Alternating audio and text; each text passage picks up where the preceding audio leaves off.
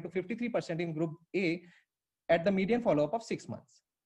These are the semen parameters, and we found difference in median sperm concentration, total counts, and the morphology being significantly better in group B. So to conclude, we found lower LH, higher testosterone values may have a predictive value in motile spermatozoa in epidermal fluid. The patency rates were found to be higher in patients having motile spermatozoa and a good surgical satisfaction. We would like to explore epidermal grading further in longitudinal study, and the future implication of this study remain appropriate selection, prognostication, counseling of patients who are coming to us for microsurgical VA. Thank you so much for your patient hearing. Dr. Aditya, Sir. You said about the LH and testosterone level. How does this LH and testosterone affect spermatogenesis? And how did you find out the patency? Right, sir. So, sir, the testosterone levels or the intratesticular testosterone levels are very much important at 4 steps of spermatogenesis. They maintain the blood testis barrier, they help in sperm release, they help in spermatogenic function, and as well as the Sertoli cell function. Also, they are a part of capacitation process also. Secondly, patency rates were defined as a presence of sperm in the post-operative semen analysis at any point. We never defined a cutoff value for it. So any sperm levels we got in a post-operative analysis was found to be significant. Was it done by a single surgeon? All the procedures are done by myself, sir. Okay, thank you. So the next speaker is Dr. Ajay Raj Hada. He is medical officer in Department of Urology, SMS Medical College, Jaipur. Good evening, my seniors and colleagues. Today, I am presenting a study entitled Comparative Analysis, Efficacy, Cost Effectiveness, and Side Effect of Tamsulosin, Silodosin, Tamsulosin, and Tadalafil in medical exposure therapy of lower ureteric calculus. It is a double-blind randomized controlled trial study. Now, start with introduction. Urolithiasis is a common disorder of urinary tract affecting 5 to 10% population visiting to OPD for stone problems. Increasing incidence and prevalence of ureteric calculus can be linked with the improvement the quality of life. Objective of our study is assessment of efficacy, side effect, and cost effectiveness of tamsulosin, tadalafil, and silodosin as a medical exposure therapy for lower ureteric calculus. Methodology: patient present lower ureteric calculus size 5 to 10 mm size were randomly assigned one of 3 patient group treatment in the study. Group A include the tamsulosin, group B silodosin, group C tamsulosin plus tadalafil. Therapy given for maximum period of 4 weeks. Following parameters are recorded: stone expulsion rate, time of stone expulsion, analgesic use, number of hospital visits for pain, side effect of drugs, and cost of treatment. Inclusion criteria of study: all patients visited age more than 18 years visited to urology OPD or emergency for acute ureteric calculus diagnosed by NCCT-QOB, including study. Only patient those size have more than 5 to 10 mm, more than 5 up to 10 mm, non-impacted lower ureteric calculus. Those located below the lower SI joints are included in that study. Exclusion criteria: patient with renal insufficiency who are already on alpha blocker, diabetic patient, peptic perforation patient, cardiac patient, multiple calculus patient, solitary kidney patient, bilateral ureteric calculus, patient with severe hydronephrosis, and patient with have previous history of open or endoscopic surgery, or those need immediate treatment, patient with those follow-up not possible, pregnant, lactating mothers, small child, or those required immediate intervention are excluded in this study. A total 200 patients enrolled in this study. During the study period, 180 satisfy the including criteria. Return informed questionnaires were taken. Patients are randomized in 3 equal groups based on the check method. Study was double-blinded. Randomized tables on the stored centralized group are assigned in patient. Patient group E given tamsulosin 0.4 mg once daily. Group B given silodosin 8 mg daily, and group C given tamsulosin 0.4 mg plus tadalafil. These 3 drugs are given patient continue till stone expulsion or maximum duration for the 4 weeks. This is the study design. Total for 200 patients are enrolled. Out of 20 patients are discarded from the study due to the 15 non-meeting for criteria. I have not participated in the study. Total 180 patients attended the study. These 180 patients are divided 60-60-60 in the 3 groups. These are result of patient study. There is no significant difference observed during the patient regarding age, gender, and stone size. The result of these studies show the stone expulsion rate are more in group B and C compared to group A.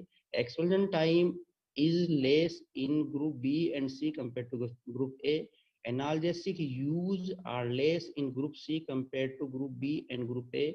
Pain episode are less in group B and group C as compared to group A. The on-side effect, headache, dizziness, and backache are more in the group C. Orthostatic hypotension more in the group A. Abnormal ejaculation, retrograde ejaculation, and more in the group B. Cardiac side effect more in the group C. Number of visit for emergency in the 4-week duration is maximum in the group A as compared to B and C. Duration of the treatment is more in the group B as compared to B and C. Cost of treatment are maximum in the group C, minimum in the group B, intermediate in the minimum in group A, intermediate in the group B. Now on the conclusion, medical speech therapy or ureteric calculus using tamsulosin, silodosin, tamsulosin, tadalafil is safe, efficacious, and well-tolerated drugs. The result of the study show the silodosin, tamsulosin plus tadalafil increase the ureteric calculus expulsion quite significantly, along with better control of pain and lesser analgesic requirement. But the reduced cost of treatment along with minimum cardiac side effects, silodosin is preferred drug for lower ureteric calculus as compared to tamsulosin plus tadalafil for the lower ureteric calculus. These are some references which I taken from different papers. Thanks. Thank you, Dr. Ajay. What is the mechanism of action of tadalafil, and how does adding tadalafil to tamsulosin help these patients? Tadalafil is a cyclic GMP inhibitor. What block the metabolism of cyclic BMP and increase the level of the adenyl cyclase level.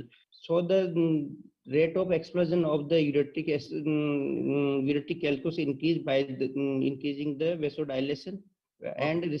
And peristalsis are increased. Okay, thank you, Dr. Ajay. So the third presenter is Dr. Manoj Kumar, who is Assistant Professor in All India Institute of Medical Sciences. Good evening to all of you. I'm going to present on, is there any role of hand-assisted laparoscopy of kidney? I have potential no conflict of interest. First laparoscopic nephrectomy was described by Kleiman in 1991. In 1995, Kasminski reported as first successful hand-assisted laparoscopic. The first published comparison of hand-assisted and the standard transperitoneal laparoscopic nephrectomy was done by Wolf and colleague in 1998. And they concluded the hand-assisted technique was 90 minutes shorter than the standard laparoscopy.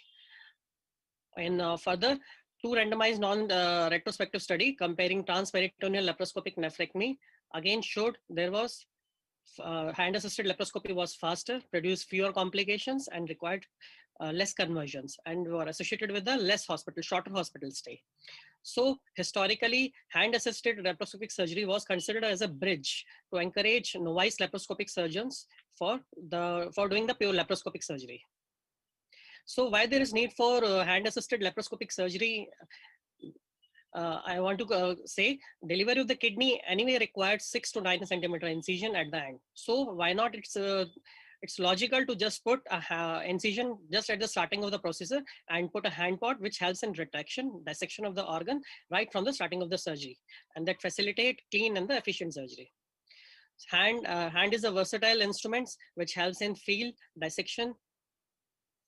So if we compare hand-assisted laparoscopy with the standard laparoscopy, there is no difference in the post-operative pain. Bowel return is normal. There is a less duration of convalescence, less number of complications, and operative time is less. So what are the extra advantages of the HALS? It allows tactile sensation. It helps in blunt dissection, quicker dissection, helps in intact specimen removal. There, in case of hemorrhage, there can be rapid control of bleeding by just applying pressure. Short learning curve, it decreases OT time. And especially non-donor nephrectomy, there will be a shorter warm ischemia time, and there is a less need for conversion to the open surgery. These are the various hand-assisted devices which are available in the market, like gel pot, lab disc, hand pot system, omnipod, and the intromet. What are the disadvantages? Hand encroaches upon the intra-abdominal working space, and there can be air leak. If the surgery is very long, it is ergonomically unfavorable and can cause forearm fatigue and strain, and may increase cost. So this is the gel port which is available in the market.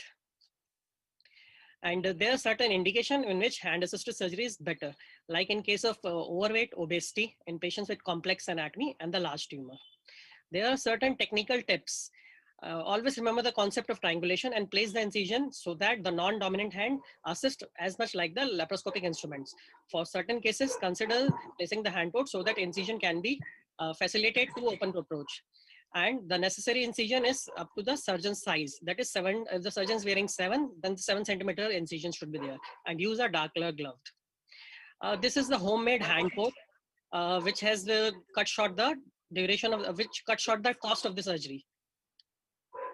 These are the certain cases which I have operated. This is showing the patient with underwent right radical nephrectomy using the home port. This is the patient left nephrectomy with the bladder cuff. Excision was done again using the home port and the gel port. This is the right hand assisted laparoscopic nephrectomy showing the various steps.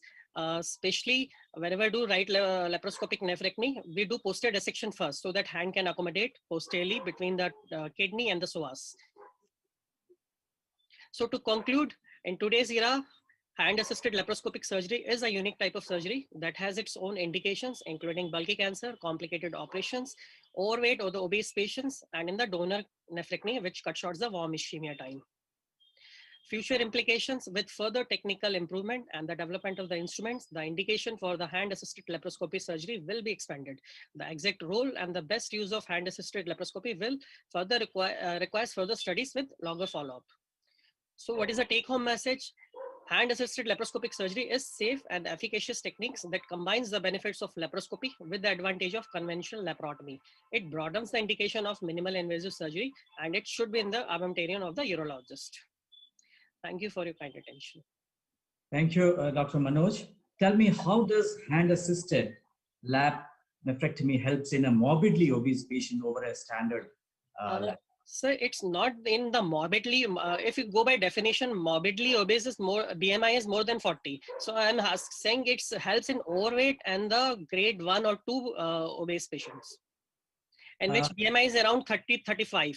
Because sir, when we are doing standard laparoscopy, because of the lots of fat, it's very difficult to identify do the anatomy, to identify the renal artery and the renal vein. So at that point of time, it helps in dissection. It cuts short. Okay, Manoj, your abstract was about the lower tract PCC, which is quite different from your presentation. Sir, actually, that was also the part of this hand-assisted laparoscopic surgery. So, but don't mention about that particular case in your presentation. Sir, it was there. It was there. The nephrectomy, the case which was done, it was there. Okay. Thank you. Thank you, Dr. Manoj. Thank you, sir. Good evening, everybody. Today I am going to present a very interesting case of unusual cases of uretic obstruction secondary to acute pancreatitis. Ureteral stricture can be benign or malignant. Most common etiology, we all know, ureteroscopy and gynecological surgery. There are so many other causes, but acute pancreatitis is the misreported case. This can also involve the peripancreatic tissue and remote organ system. Uretic obstruction due to acute pancreatitis is a rare entity. So we report our experience of managing post-pancreatitis uretic obstruction. My first case was 40 years old male. He was presented early phase of the acute pancreatitis, and he was having right hydroureter nephrosis due to compression, external mechanical compression by the pseudocyst.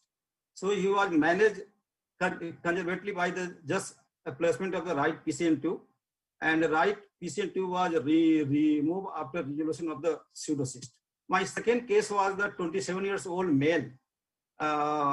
He was having a right mid-uretic stricture due to pseudocyst formation, and the cause was the inflammatory cause. After RDS, his kidney was right kidney was non-functioning, so he was managed by the lap gastrocystostomy and right nephrectomy. My third case was 57 years old male. He was having left mid-uretic stricture, And again, here cause was the inflammatory, and we have managed this case by the left end-to-end ureterostomy, and during the follow-up, he was having a stable kidney function by the RDS. The fourth case was the 29 years old. He was presented late by the uremic symptom. So after proper workup, we have found he is having bilateral obstructive uropathy and complete obliterative necrosis of the bilateral ureter. So after dialysis, he was placed on the bilateral PCN tube, and after 3 months of the follow-up, his nadir creatinine is 2.5. So he is still waiting for the surgical management.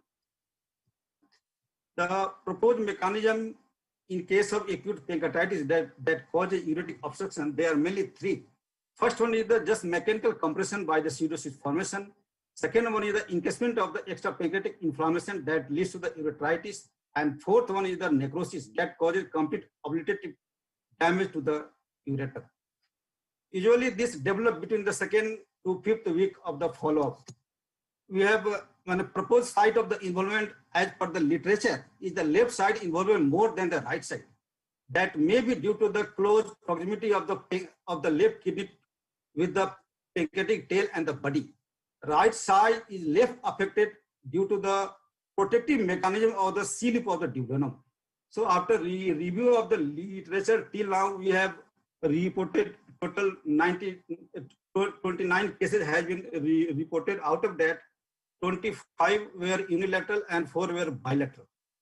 But this is a contradictory to the proposed left side involved more than the right side. In the published cases, right side were 23 and left side reported were only 2.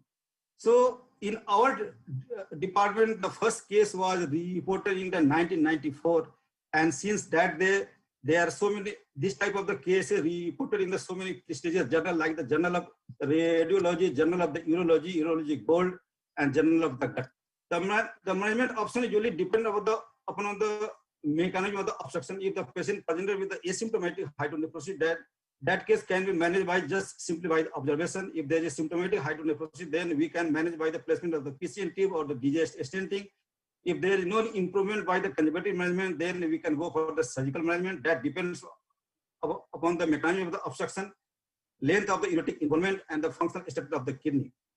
This usually can be managed by the ureterostomy, by body flap ureteric reconstruction, and common channel trans-ureterostomy. To conclude, post-pancreatitis ureteric obstruction can result in the significant morbidity and rapid decline in the kidney function. Up to 3% cases can have obstructive uropathy. Very few reported cases may be due to the misdiagnosis or under-reporting. So in the follow-up period, upper tract imaging should be considered. And if detected, ureteric obstruction needs prompt urinary diversion. Thank you. Thank you, Dr. Sanjay. So what is the overall incidence of these urological complications in acute pancreatitis? Sir, there are really 3%, sir, as per the literature, sir. Okay. And you think the imaging modality that is being used for acute pancreatitis will be able to diagnose even if there is a ureteric or any other urological complication, right? So does it require a follow-up imaging study, or in the same imaging you can diagnose? So usually I have asked to the gastro people, usually this type of complication develop up to the 6 months, 1 year. So up to 1 year, this type of the cases should be managed by the imaging study, sir, to avoid any urological complication. Thank you. Thank you, Dr. Sanjay. The next speaker, Dr. Swarnendu Mandal. He is assistant professor in All India Institute Medical Sciences, Bhubaneswar. So, Dr. Mandal. Good evening, all. My topic for the presentation is our experience of 100 consecutive laparoscopic radical nephrectomies, the outcomes, the technical issues, the troubleshoots that we faced, and how we were able to overcome them. We all have a basic laparoscopic training in our residency, but after we finish our residency, we somehow find it difficult to straight away move into the groove of getting into laparoscopic nephrectomies. And this is exactly what we're trying to do. We are describing the technical problems we are facing, the troubleshoots, and how we were able to overcome it. This is a retrospective analysis of our database, which included patients taken from September 2016, during which 123 lap radical nephrectomies were done, 17 were excluded for various reasons. We included 106 patients and divided into two groups. Group 1 had 53 cases, which are the first 53 cases, and group 2 were the last 53 cases. And out of these 106 patients, we were able to complete laparoscopically 98. In 5, we had to open up, and in 3, we had to put in a hand ports. And so the success rates were 92%. So this is the results. As you see, between the two groups, the duration of surgeries were comparable, blood loss comparable, and the hospital rates were also comparable. Similarly, the transfusion rates, conversion, complications were all comparable. When we come into this scatter diagram where we try to compare between the size of the tumor and the duration of surgery, we see a linear correlation. The Pearson's correlation coefficient was 0.73, and both were in the positive range. Similarly, as we try to find out a correlation between the size of the tumor and blood loss, as expected, it's again on a linear way. The histology was mostly clear cell carcinoma. But this is what is my topic, that we're describing the problems we face. In case you're not finding the ureter as you find it here, most probably you would have gone in these medial tissues where you need to find it out. Similarly, the hilar dissection, the inferior windows needs to be created, the superior window needs to be created, and generally you find the artery which is inferior to the vein, but at times you will find it on the superior part, and that is what happened. In around 72 cases we found it below, in around 18 we found it above, and in 16 we had multiple arterial branches. Venous bleeds generally occurs from the main renal vein, but it can also occur, as you can see on the right diagram, we have a second renal vein, and in the third, we have 3 renal veins. And again, the adrenal vein is again a cause of torrential bleed, and you have to be careful enough. Similarly, the arterial bleeds are also known to happen. This is the right renal vein. As you can see, the artery is quite aberrant. It's generally behind the vein, but in this case, you can see it's quite far away. And after we have clipped it, we can see that there's another artery. And as you can see in another video, just behind the vein, you can see a pulsation. One would think this is probably aortic transmitted pulsation, but it's not so, because this is the right side. You can see the liver, and there were 2 arteries behind. So that is how you identify that these are extra arteries, and you have to be careful. Vascular anomalies are common. In this diagram, this is the normal anatomical landmark, but again, on the lower image, you can see there are multiple lumbers which are, instead of draining into the renal vein, are draining into the gonadal vein. And how do you confirm that all your arteries are clipped? You can take a satin ski and clamp your renal vein. If it is not filling, that means you have adequately clipped your renal veins. Triggers to open is generally, gadgets. Yes, you need a 3D if you can, otherwise a 2D is good enough. The most important is you got to have a recorder so that you can go back and see what exactly mistakes you did. Various forms of energies are required, and also you need a vascular stapler, because at times what would happen on the right side, that the renal vein is very large and very narrow because of the desmoplastic reactions. The arteries have shrunken.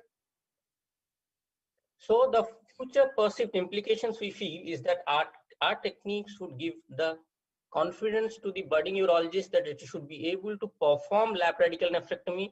Our success rates are acceptable. And again, we realize that post basic training and residency, our learning curves, either in the first 50 or the last 50, would not significantly vary. Therefore, we should not hesitate to start laparoscopic radical nephrectomy. Thank you, sir. Thank you, Dr. Swarnendu.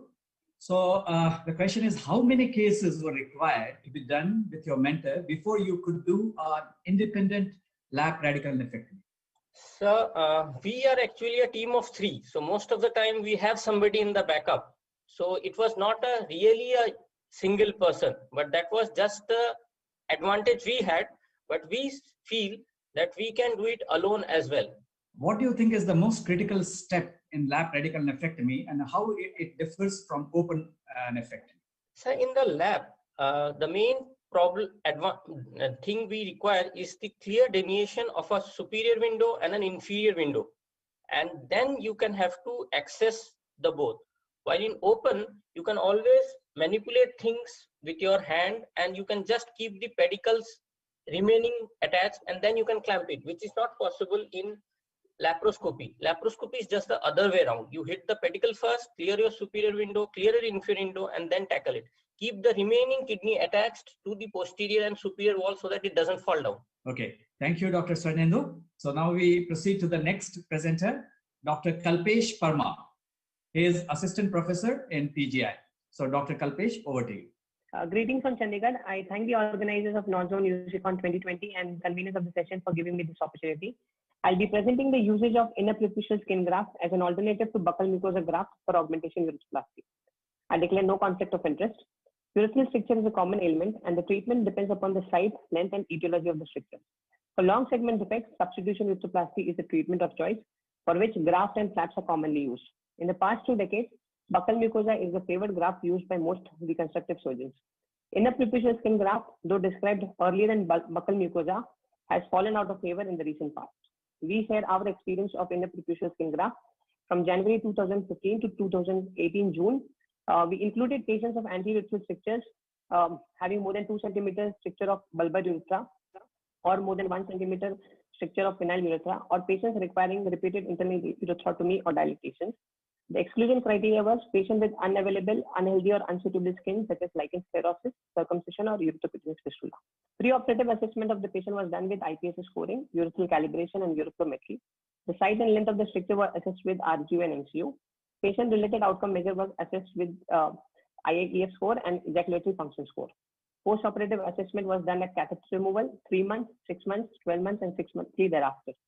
Success was defined as a Qmax of more than 14 ml per second or a urethral calibration of more than 16 French or a successful cystoscopy with a 17 French scope. Any intervention in the form of dilatation also was considered as failure. This is one of the short videos of one of our patients who presented with the obstructive LUTS symptoms with a Qmax of 6 to 7, had a penobulbar junction stricture which was confirmed on scopy as well. Patient was planned for IPG urethroplasty, a midline incision was given and urethra was mobilized on the right lateral aspect and separated from corpora cavernosa.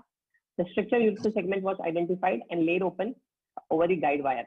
After identifying the stricture segment, the length and the width of the defect was measured and subsequently preputial skin graft harvest was done. The skin incision was placed and the dissection was made just above the dartos fascia. Absorbable sutures were used for proper dissection. And once the graft harvest was done, the donor side suturing was completed. The augmentation was done at the proximal aspect in the beginning and the graft was placed parallel to the stricture segment. Continuous suturing was done using Vicryl foro absorbable sutures. After 1 layer of suturing, the graft was quilted to the corpora cavernosa with the use of absorbable sutures and subsequently the tubularization of graft was started at either end with the use of sutures and over the 16 French silicone Foley's catheter, tubularization was completed. After completion of the tubularization, the skin and the dartos were approximated as we can see in the further video. The sutures were taken with the corpora cavernosa, the graft and the spongosa of the native urethra.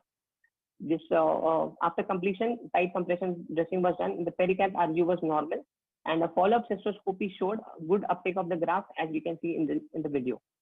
And so was the RGU which showed a good uptake. Coming on to the results, we operated 77 patients during the study period. The mean age was 42 years. The mean duration of symptoms was 27 months and the mean length of stricture was 64 millimeters. The most common site of stricture was penobulbar junction and the most common etiology was instrumentation. 1/3 of the patients had no prior history of intervention in the enrolled patients. A dorsolateral onlay placement of the graft was done in all the patients. The mean operative time was 159 minutes. The mean hospital stay was 3 days. The follow-up duration ranged from 27 to 66 months with a mean of 42 months. The success was reported in 87% of our cases. At variable intervals of follow-up, the Qmax and IPSS scoring showed marked improvement from the preoperative values. And the patient-related outcome measures such as IAEF and ejaculatory functions were unaffected after reconstructive surgery. Coming to the failures, 8 patients required optical internal urethrotomy for anastomotic site stricture. 1 patient required end-to-end urethroplasty. 3 patients had developed surgical site infections which were managed conservatively. In 5 patients, preputial edema was there, for which 2 patients required complete circumcision. Coming on to the conclusion, inner preputial skin graft is a safe and easy to harvest technique with less donor side morbidity. And especially in the current COVID era, it is important that buccal mucosa grafts can have a risk of aerosol generation. So this can be an alternative technique, and it is very familiar to the urologist. However, a well-designed randomized control trial is needed to compare the outcomes of both the techniques for augmentation with suprapivec. Thank you. Thank you, Kalpesh. You said this could be an option in COVID era. When the results are comparable, why do you think that this is only in the COVID era that it is an option? And second is, do you think the preputial or penile flap will be better than the graft? To answer your first question, so currently we still don't have a well-designed randomized control trial saying one graft is superior over the other. Right? There are only few prospective studies, but not a well-designed randomized control trial.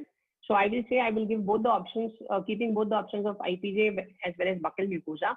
And since there are no guidelines for urethral stricture management, especially in the COVID era, we would like to avoid the high aerosol generation surgeries, especially if you're harvesting the graft from the buccal mucosa. Coming to your second question, sir. Yes. So as we all know, sir, flaps and grafts definitely have a much better outcome compared to the flaps. And it depends actually, sir. Flaps, if we are harvesting the blood supply, is a very important factor. In which cases, graft is a better option.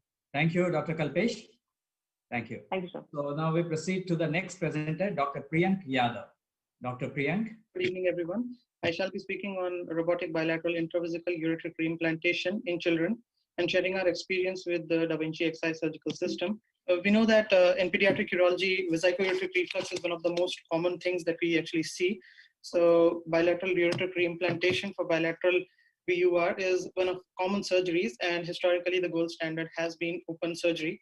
But of late, as we moved into the era of minimally invasive surgery with laparoscopy and now with robotic, we see much better or faster recovery after surgery, and the morbidity and scars that are associated with open surgery are really mitigated with that.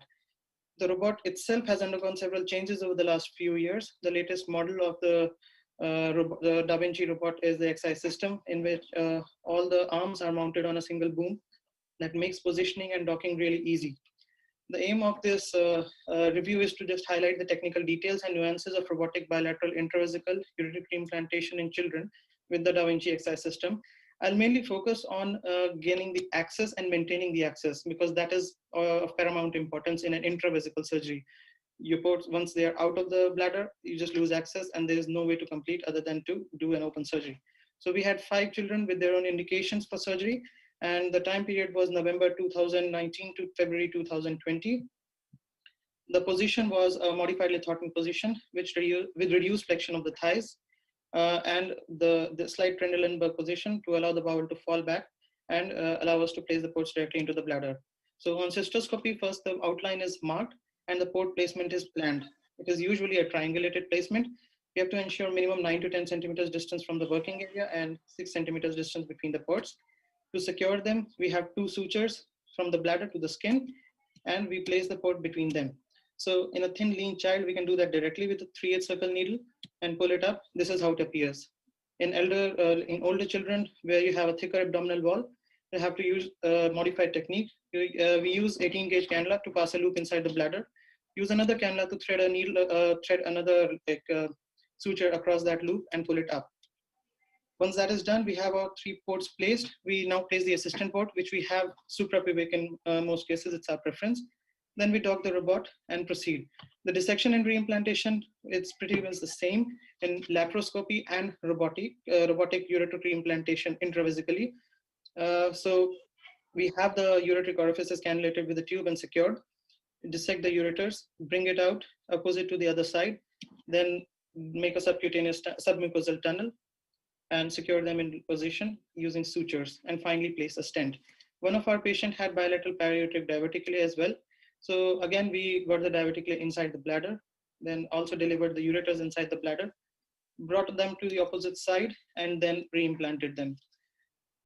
Port closure is also very important now that we have fixed the PEX the bladder mucosa virtually to the skin. So we just lift the 2 PEXi sutures, and with that, we take out the port, close the bladder mucosa first, and then the skin. All 3 ports need to be closed. And we prefer to leave a suprapivec tube via the assistant port and a Foley catheter. After surgery, it's virtually painless surgery for kids. The recovery is excellent. They only need IV paracetamol on the first day. Catheter per urethra is removed after 48 hours, and we can discharge them, call them back after 7 days for suprapubic tube removal. The stents are removed 4 weeks after surgery, and VCUG, we do it at 3 months. One can do it 6 months as well, or just follow with an ultrasound. In our experience, we have had 5 patients so far, ranging from 2 years to 17 years. The largest capacity we operated upon was 450 ml, while the smallest one was 150 ml. We had no VUR on the follow-up PCUG at 3 months. In literature, there are 3 series of pediatric intravesical robotic ureteric reimplantation, success rate varying from 80% to 100%. I would just conclude by saying robotic intravesical reimplantation can be developed as a suitable option for bilateral ureteric reimplantation, because in bilateral extravesical ureteric reimplantation, either lap or robotic or open, there's a high incidence of bladder dysfunction. And it can also potentially lead us to another area of intravesical surgeries in children. Picture this, you can maybe try posterior urethral lengthening for such kids, which is like not heard of or thought of intravesically. So yes, it gives us a new dimension to have a look at. Thank you. Thank you, Dr. Priyank. How long it takes to do a robotic bilateral ureteric reimplantation? So our operating times varied from 170 minutes to 350 minutes. The kid with bilateral paraureteric divertically had 350 minutes of operating time. And if you talk about port placement, that usually takes around 20 minutes or so. Docking is another like 10 minutes. And then it's downhill from there. It's like, if it's like bilateral reimplantation takes typically around 60 to 90 minutes. But in the initial part of the learning curve, obviously it takes a bit long. Since we have a long history of doing laparoscopic intravesical ureteric reimplantation, so getting onto the robotic was actually easier. So is it indicated in almost all cases, or a specific set of patients that you would recommend a robotic reimplant? Yeah, so it definitely helps in children who are like, I would say, who are on the later age group, because doing it in a 2-year-old really makes not much of a difference. If you don't place the ports well, you struggle a lot with the instrument collision. So for that, we had to work out that distance rule and all those things, because we do it in lap as well. But I would say that up to 2 or 3 years of age, the robotic may not give you that advantage, because ultimately with XI, you're using 8mm ports. So it's almost like 8mm to 1 centimeter incision, 3 such incisions, and then an assistant port. So it virtually makes like 3 to 4 centimeter of total incision length. And but for adult, I mean, we have done that for adults as well. And for kids like 10 or 12 years of age who have a good muscle mass, it is really very helpful. And it takes down on the, like in laparoscopy, there's a lot of surgeon fatigue, and robotic takes care of that pretty well. Thank you, Priyank. Thank you very much. So now we proceed to the next speaker, Dr. Govind Sharma. He is Assistant Professor in Department of Urology, SMS Medical College. So Dr. Govind, over to you, please. Thank you, sir, for kind introduction. My presentation of this topic is validation of Barrett score for the diagnosis of muscle invasive bladder tumors. There is nothing to declare, and there is none of conflict of interest. So our objective was to determine the validity of the vesical imaging reporting and data system, that is Barrett score, prospectively for the diagnosis of muscle invasive bladder cancer, and to evaluate the accuracy of Barrett's for the identifying high-risk non-muscle invasive bladder cancer patients who could avoid TURBT, and detecting patients who are at the high risk for understaging of tumor after TURBT by Barrett score. As we know, as Barrett score also have 5 components, starting from highly unlikely to highly likely tumor. In meta-methods, this study was done from March 2019 to March 2020, and we have enrolled 116 patients which have admitted with the provisional diagnosis of bladder tumor. All these patients underwent 3 Tesla MPMI, and Barrett's score was obtained. Each patient underwent TURBT or TUR biopsy, and this preoperative Barrett score was compared with the final biopsy specimen report, and to assess the muscle invasiveness of the tumor. This is the study protocol of our study. It includes inclusion criteria and exclusion criteria. In exclusion criteria, patient who was having severe comorbidities and not fit for surgery was not included, including in whom MRI was contraindicated, or who are claustrophobic or not giving consent, and patient who was previously treated by surgery or radiotherapy or chemotherapy also excluded from the study. These are total 25 number of patients. So after all these patients, they underwent multi-parametric MRI and calculation of virus scores was done. And these virus scores was compared with final biopsy report. In results, patient who was having virus score 1, in these patients, none of patient was having final biopsy specimen in muscle invasion was present in that, and 30 patients who was having virus score 2. In these patients, out of 30, only 3% was having muscle invasion of tumor. As we see, in 12 number of patients who was having virus score 3, final biopsy specimen was found of 8 patients was non-muscle invasive, but 4 patients was having muscle invasiveness of tumor. In last 15 patients, each of 4 and 5 virus scores. In 4 virus scores, 13% was present with muscle invasive bladder tumor. And lastly, patient who was having virus score 5, only 1 patient was non-muscle invasive having bladder tumor, but 14% was having final biopsy report as muscle invasive tumor. So in results, when we use virus score 3 or more than 3 as a cutoff value for muscle invasion, sensitivity was 91.2%, specificity was 78.8%, and positive predictive value was 73.8%. But when the cutoff value was of virus score was 4 or more than 4, the sensitivity was 79.4%, but the specificity of muscle invasion was increased up to 94.2%, and positive predictive value was up to 90%, and accuracy was 86.37%. So the conclusion and take-home message of our study was that virus score is a good and easy to interpret and applicable radiological tool for the prediction of muscle invasion of bladder cancer in preoperative setting, and it can help in proper management, planning, explaining prognosis to the patient. And future implication of our study was present mainly in multiple tumors. If a patient presented with multiple tumors, then the tumor mass which have high virus score can be biopsied deeply and can be prognosticated accordingly.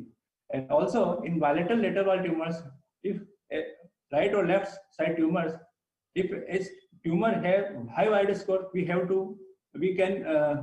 biopsy that particular tumor only and prognosticate the patient.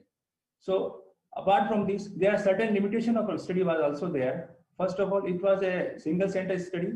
Second, there was number of patient was less. Only 86 was patient was included in the study. Third was the availability of MP-MRI patient. MP-MRI is not so widespread. And fourth is the reading of virus score by MP-MRI is very less by radiologists. So in future, if the patient and radiologists are well versed of this technique, then the prognosis of the patient can be improved preoperatively by this technique. Thank you, sir. Thank you, Dr. Govind. If the virus score suggests muscle invasiveness and the histopathology is non-muscle invasive, then would you proceed with radical surgery? No, sir. We have to go for biopsy first. Again, DTRB should be gone, because until unless biopsy specimen show muscle invasiveness, we cannot go for radical cystectomy. So what is its actual clinical implication?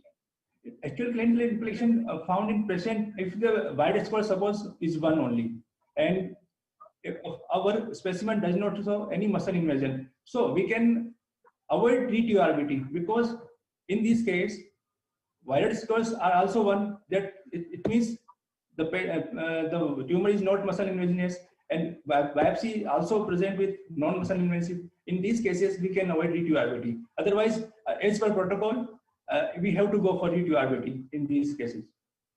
Thank you. Thank you, Dr. Govind. We have come to an end to our session, and I thank all the participants for joining this wonderful, interesting, and innovative session. Me and Dr. Anshuman Kapoor both were very passionate about this.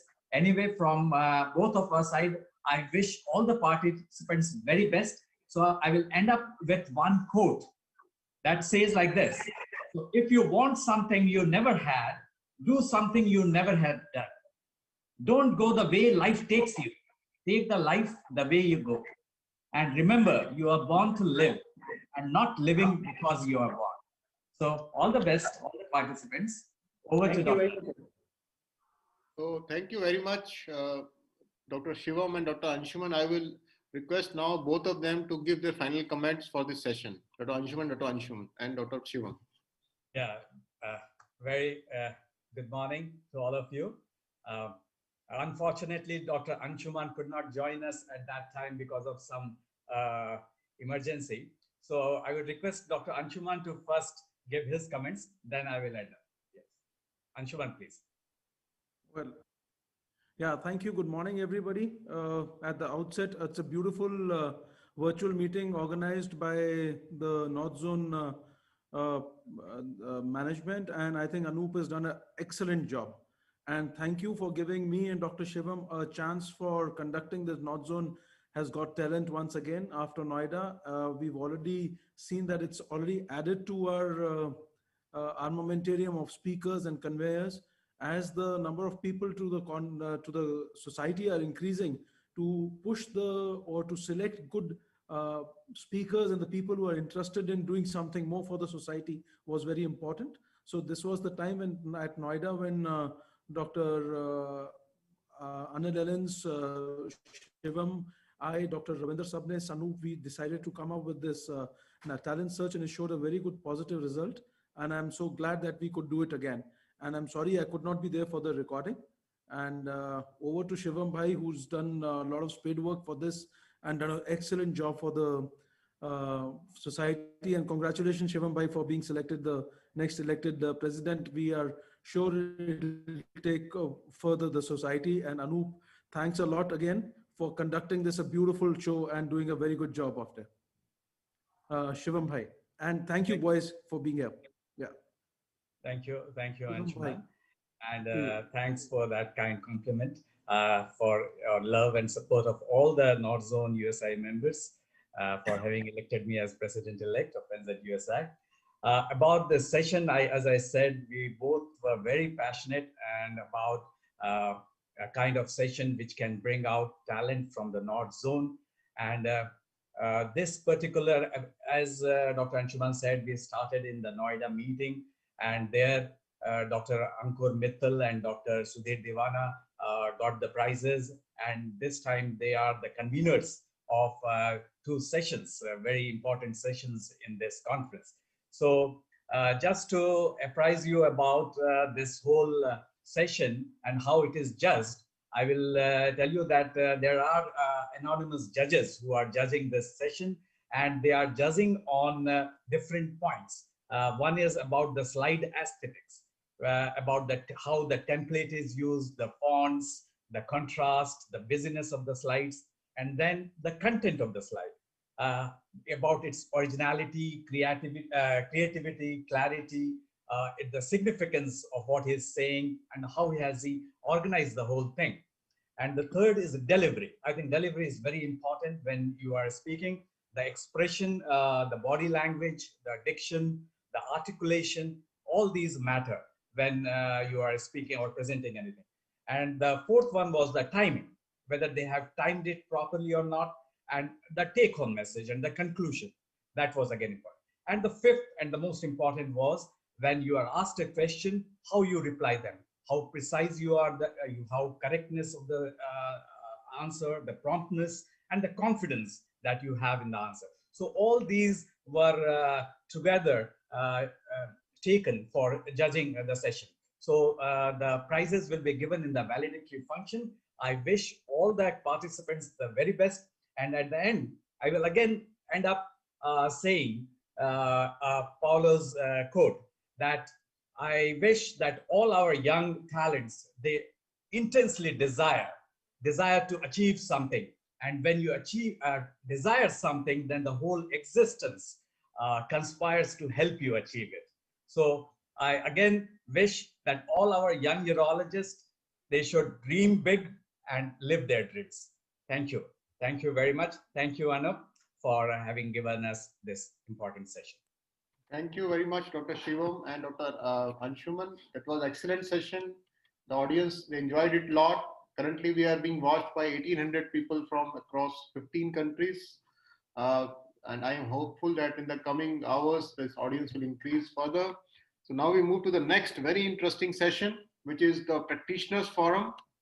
And for this forum, we have again two very popular urologists from our zone. Dr. A.K. Samwal is again a very renowned urologist from Jhansi. And Dr. Kamaljeet Singh, he's been elected as the secretary-elect just yesterday. And he's the director of Kamaljeet Memorial Hospital, Amritsar. So let's start the session. Good evening, everybody. We are now with the start of our practitioner session, and we have our esteemed faculty, Dr. Ashok Sharma, who is our past president, Dr. Neeraj Agrawal, who is our previous secretary of UAO, Dr. Nitin Agrawal. He will be talking about the COVID-related problems, especially legal problems, and our most dynamic and young person, Dr. Kamaljeet Singh, to introduce for first two topics. Good evening, everybody. Greetings from City of Amritsar. We have 4 talks lined up for today. These are all pertinent to the private practitioners. First two are, the first talk will be given by Dr. Nitin Agrawal. This is regarding COVID pandemic, the legal implications in view of ever-changing guidelines of various state governments. So I will request now Dr. Nitin Agrawal to kindly start his talk. Good evening, everybody. First of all, I want to thank Dr. Sawal and Dr. Kamaljeet for giving me this opportunity to give talk on this forum. And Dr. Anu, I must congratulate you for choosing the topic of this talk, that is legal implications in view of ever-changing guidelines of central and state government in COVID time. So topic is very vast and many rules and regulations were involved during pandemic, affecting organizations, citizens and hospitals, etc., etc. I will try to highlight relevant point and implication in this talk. During initial lockdown, union government and state government made several changes in law, rules and regulations controlling day-to-day activities, business in country. So this slide shows magnitude of modification done since COVID was declared pandemic. More than 100 countries made more than 350 regular notifications. Central government and 7 state government involved power and provisions of Epidemic Act 1897. Ministry of Health and Family Welfare released 22 notifications and 10 advisories during lockdown period. As per all these ordinance, regulation and guidelines, there are more than 150 compliance modifications to different sectors. Very difficult to know compliance of these requirements. Very difficult to all these rules and regulation has affected many spheres of life and businesses. Most affected areas due to corona-related rules and regulations are hospitals. In fact, they are the most affected areas in terms of safety and loss of revenue, etc., etc. Second, insurance companies. They were compelled to, by insurance authority, they were compelled to release funds for corona patients. But there is a clause in case of epidemic or pandemic, they are not supposed to give a compensation to the insurance. Pharmaceutical, travel industry almost finished in lockdown. Essential goods manufacturers and distributors, logistics are also affected due to these guidelines. As we all know, the sky-high prices of face masks, gloves, and oxygen cylinders in corona time. Other sectors most affected are hotel industry, banking, moratorium given, matter sub judice, entertainment industry. Some lost like cinema, some won like Netflix, etc. Our healthcare institution, whether small or big, key compliance areas affected are workplace safety and health. So we have to install thermal scanners, hand hygiene, and other preventive measures. Employment. There are regulatory and social pressure that no employee should be sacked during this time.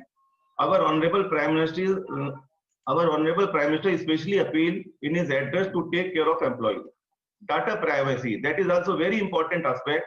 If any employee in your hospital got corona, so privacy of his or her data is responsibility of employer. Many of our colleagues are running healthcare institution as a private or public limited company. So board meeting and disclosures under Company Act and SEBI Act. These are the affected areas. Supply chain is also an important area that remain compliant during pandemic. So implications of non-compliance.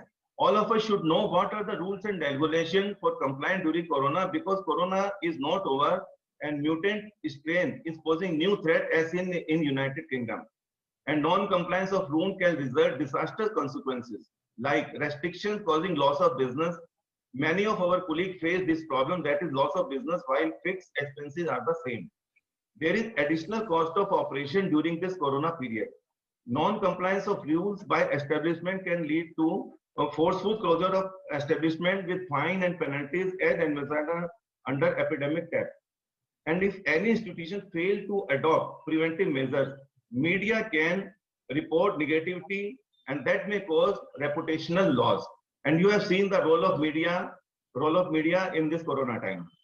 Impacted persons can ask for damages and compensation, and in extreme cases, if the negligence is found, non-compliance of rules is found, criminal prosecution can happen, as was done in Delhi for assembly of persons in a religious place when owners and directors were put to trial. So what are the laws? Mainly two principal laws are available to manage pandemic. World Health Organization made international health regulation in 2005 for public health emergencies. This time WHO took lot of time to declare Corona-19 as a pandemic. Lot of time they have taken. Also, after so many weeks of denial, they declared Corona-19 as a pandemic in March 2020. While in China, disease spread in October and November. One reason for delay may be incidence of H1N1 influenza in 2009, when WHO and government throughout the world mounted large and costly responses to H1N1 influenza outbreak. But that outbreak had far less serious consequences than experts predicted. That resulted serious concerns over ties between WHO advisor and industry and market forces, fueled suspicion that independence of the decision of top level in WHO. In India, Corona-19 pandemic is mainly governed by the Epidemic Act of 1897. Next slide and discussion, we will see whether government agencies, establishments, and communities are prepared to deal with impact of Corona or not. I think we are lacking in many fields. So before going further, we have to see how effectively we make law for healthcare emergencies and their compliance. This slide is very important to see. Johns Hopkins Center for Health Security done first comprehensive study regarding healthcare assessment and related securities and capability to address infectious disease outbreak. If we compare in graph, GHS shows severe weakness in our country's abilities to prevent, detect, and respond to health emergency. Major gap in health system, as we all know, how difficult was to get an ICU bed during pre-corona time in NCR. It was very difficult to get a ICU bed, as we all know.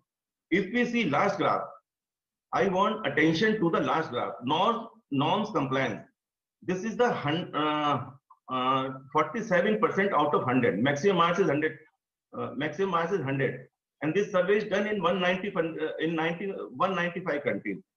If we see last graph, then it is clear that India scored below than average score of 195 countries. So making rules, their compliance and cross-border agreement for public health emergency need further improvement. India doesn't have a single comprehensive law, but the Epidemic Act is century-old, shortest law in history. It has only 4 sections. Next, Section 1 is title and number, and Section 2 is power of the government for to make measures and regulation, and Section 3 is penalties for violation of law, and Section 4 is legal protection to implement officer. But this law doesn't have anything for the citizen. They cannot complain or appeal against the high-handedness of the law enforcing officers. So we can categorize what are the rules and regulations, especially law of pandemic and emergency response, law providing right to stakeholder like employees, lender, partner, stakeholder, client, supplier, and contractual obligation due to force majeure events. Next, as far as workplace health is concerned, preventive care is mandatory. Biometric device not to be used. Healthcare unit and workers, they need surveillance, prevent infection, sample collection, transport, and discharge. There are clear-cut Ministry of Health and Finance rules. And communication. This is very important.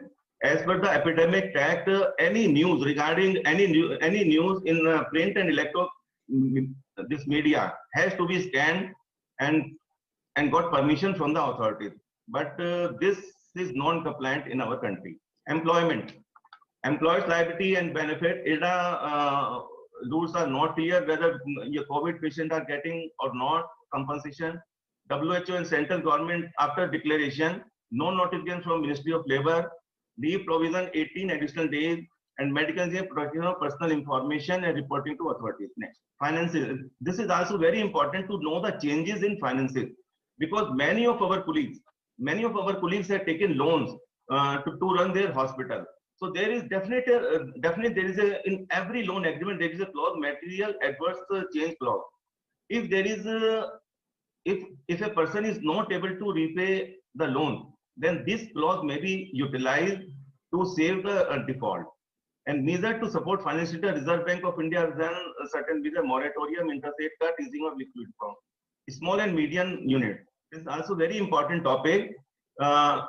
US and other countries had given many concession to the medium small enterprises, and many of our colleagues are running medium and small hospitals. But in India, no special measures were given. So all these, so my message to all the doctors and hospital owners is to make a regulatory risk management system in your hospital.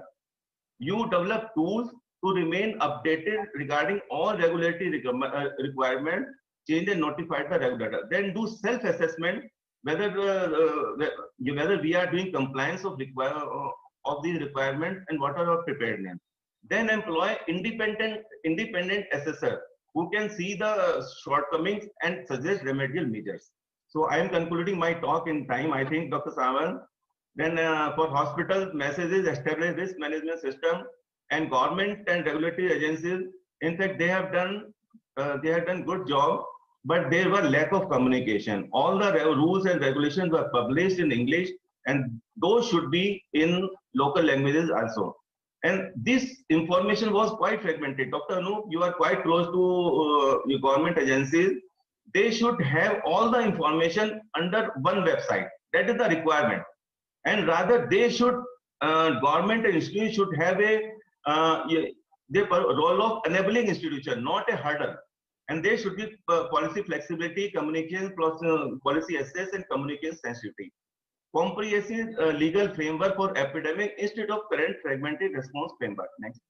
Emergency public health measure require community trust and participation, because our act doesn't give anything to the citizens where they can complain about high-handedness of authorities in any forum. So Epidemic Act Amendment Ordinance, which came in March, it was more of a criminal structure, that if you do this, you will get this. You will do this, you do this, you violate this, you will get punishment. So it should have civilian approach to healthcare, and law of equity should be maintained.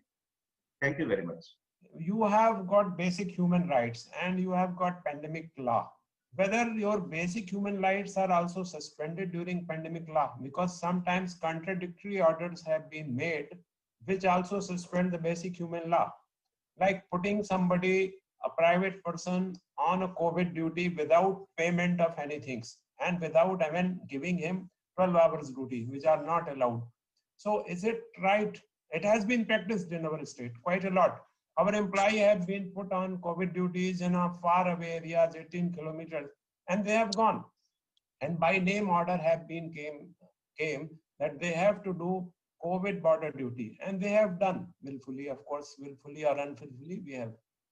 So is it Dr. right? Sawant, you have put very relevant question, because I have explained the law under which all these ordinances and rules and regulations will pass. One, this law is century-old law, epidemic act, that is 1897, and that was made by a autocratic and repressive government. They have explained everything, that your government can make any rule, government can implement, and all government employees are exempt from any action. So that is the requirement, that is true. They can call, they can human rights, they can ignore human rights as per law. But that is the requirement of new law, which have certain things for citizens where they can, authorities are answerable to citizens. But as per Act, human rights can be ignored when this law is acted. I want to thank NorthZone USICON for inviting me to do this talk, and I want to thank Majid for thinking personally of me when he wanted me to make this talk. In my opinion, the surgery in COVID times is actually divided into 4 phases. The first phase being the beginning when the panic was at its highest. The second phase from July to September when the pandemic was at its highest. And in phase 3 from October to January, where it has slowly petered off. And then there is going to be a phase 4 in the future when the vaccination comes in, and we are going to have to deal with the post-COVID times and the impact, financial impact of the COVID in the post-COVID times. So just to be on board, I am working in this multi-speciality hospital whose case study we have taken up for this talk. It is a 3rd tier city, Jalandhar, 225 beds, 19 specialties, 600 employees, and 139 postgraduate doctors are there. It is in this hospital that we decided that in our board meeting that the aim of 2020 after the declaration of lockdown was to just survive 2020, somehow keep the doctors safe, keep the staff safe, keep the patients safe, and keep the hospital viable. If we could do that, well, we would be successful in our endeavor over the next few. Well, we started with 2 main lines of action. We started by saying that we need to build the confidence of the patient so that they keep visiting the hospital, because it is no point in staying behind and not taking treatment. They would only become sicker at the later part of the pandemic. And also to build the confidence of the team, which was in panic mode and somehow felt victimized that they were being forced to treat the COVID pandemic, which was not their fault and not a part of their learning. Even part of their learning, the last pandemic had happened in 1915. So we built the confidence of the patient by detailed counseling, lowering the cost of the treatment, shorter hospital stay, by doing by increasing our telephonic availability and separating the COVID and telling them again and again that the COVID negative areas are separate. We received the first patient of COVID-19 in Punjab, and by that time we had not yet instituted the in-house PCR. But by the time the 2nd and the 3rd patients had reported, we already had built in our CBNAT PCR with a 45-minute that, and we did pre-testing in all admissions and separated the COVID team immediately, in the sense that all of the doctors were not allowed to visit all of the COVID patients. We separated the negative areas and did a COVID coverage insurance for all my employees. In fact, instead of any deductions, we also offered them hazard pay. The safety was the first code word of our campaign. And we used sanitizers, PPEs, and decreased contact with the patient, along with incentivizing the staff to treat the patients. Based on that, our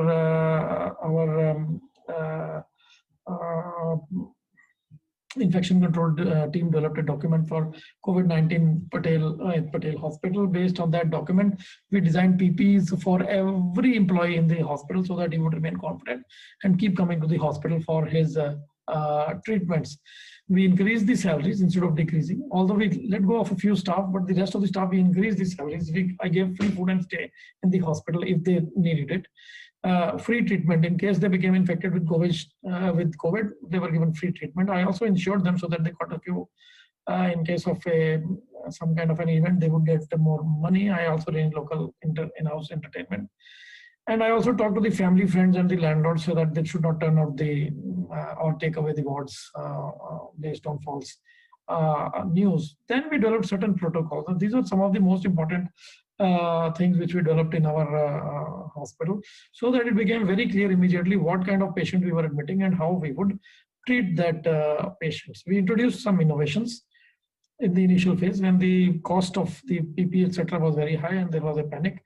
We introduced cloth PPEs and masks and face shields, which we designed on our own and constructed on our own. And these stands, etc., also become locally available. In the operation theatre management, we had only 2 things: that the patient should wear a mask, at least a cloth mask, even if he was negative.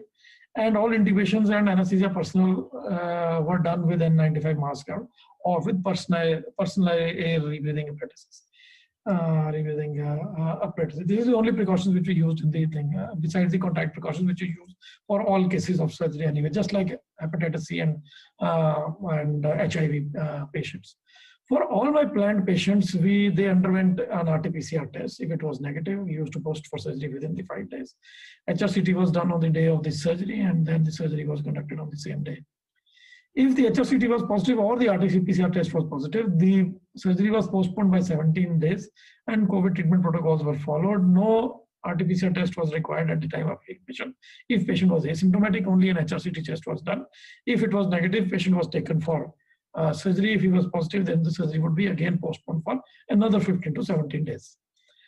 If it was an emergency surgery, luckily we had a TAT of around 45 minutes, but it was not available 24/7. It was available about 12 hours of the day because you needed to have trained staff and that staff was not available. If it was negative, well, you would post for surgery immediately. If it was not done or if it was positive, it was treated. HRCT test was done, and based on the HRCT, a COVID stratification was done because the primary problem was their respiratory failure. Detailed counseling was done regarding the high mortality.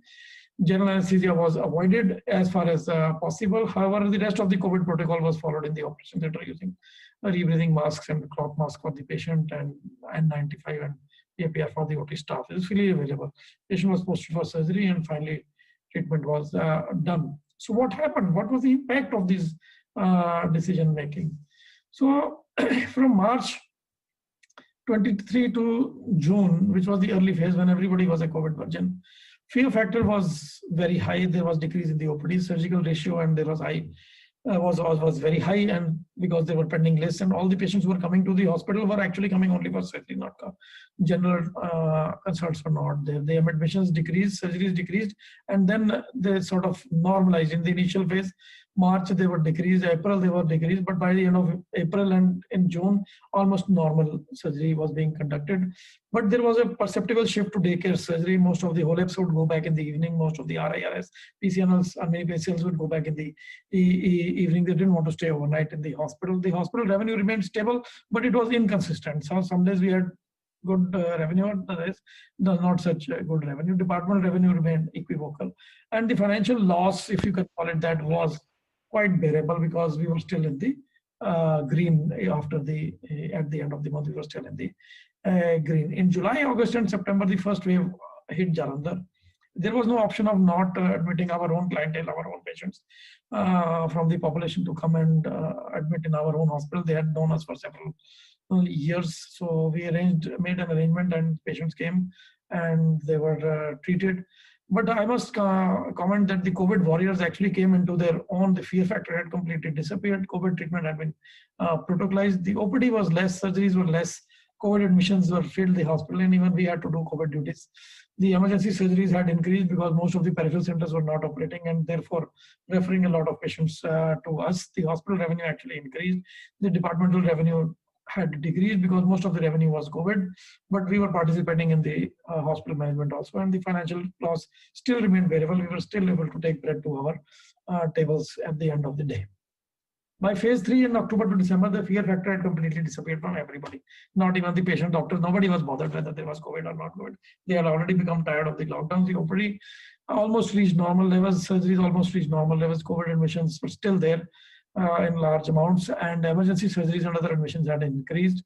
The hospital revenue had increased again. The departmental revenue decreased marginally, and the financial loss was less than what it was before and had made up to a large extent. At this time also, I must comment on our finance department, which had done a good job and had put up the following proposals, which had been cleared by the board. An oxygen generator was installed, and there was a more than 80% reduction of the cost of oxygen during the peak of the COVID.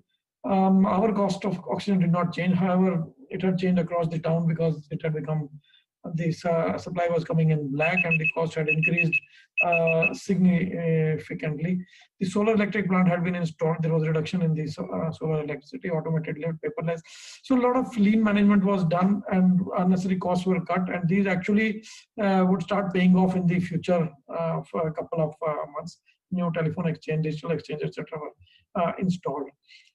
The long-term changes also included renegotiations of the AMC, CMCs of the various equipment, and COVID Testing was a big benefit. We knew it was going to be there for a long time now. It is going to be there this year also. Vendor management, we requested deferred payments, and we shifted a lot to generic drugs, but kept the margins of the hospital the same, so that we had more liquid cash to deal with. Also, the government gave certain benefits which we took a benefit of.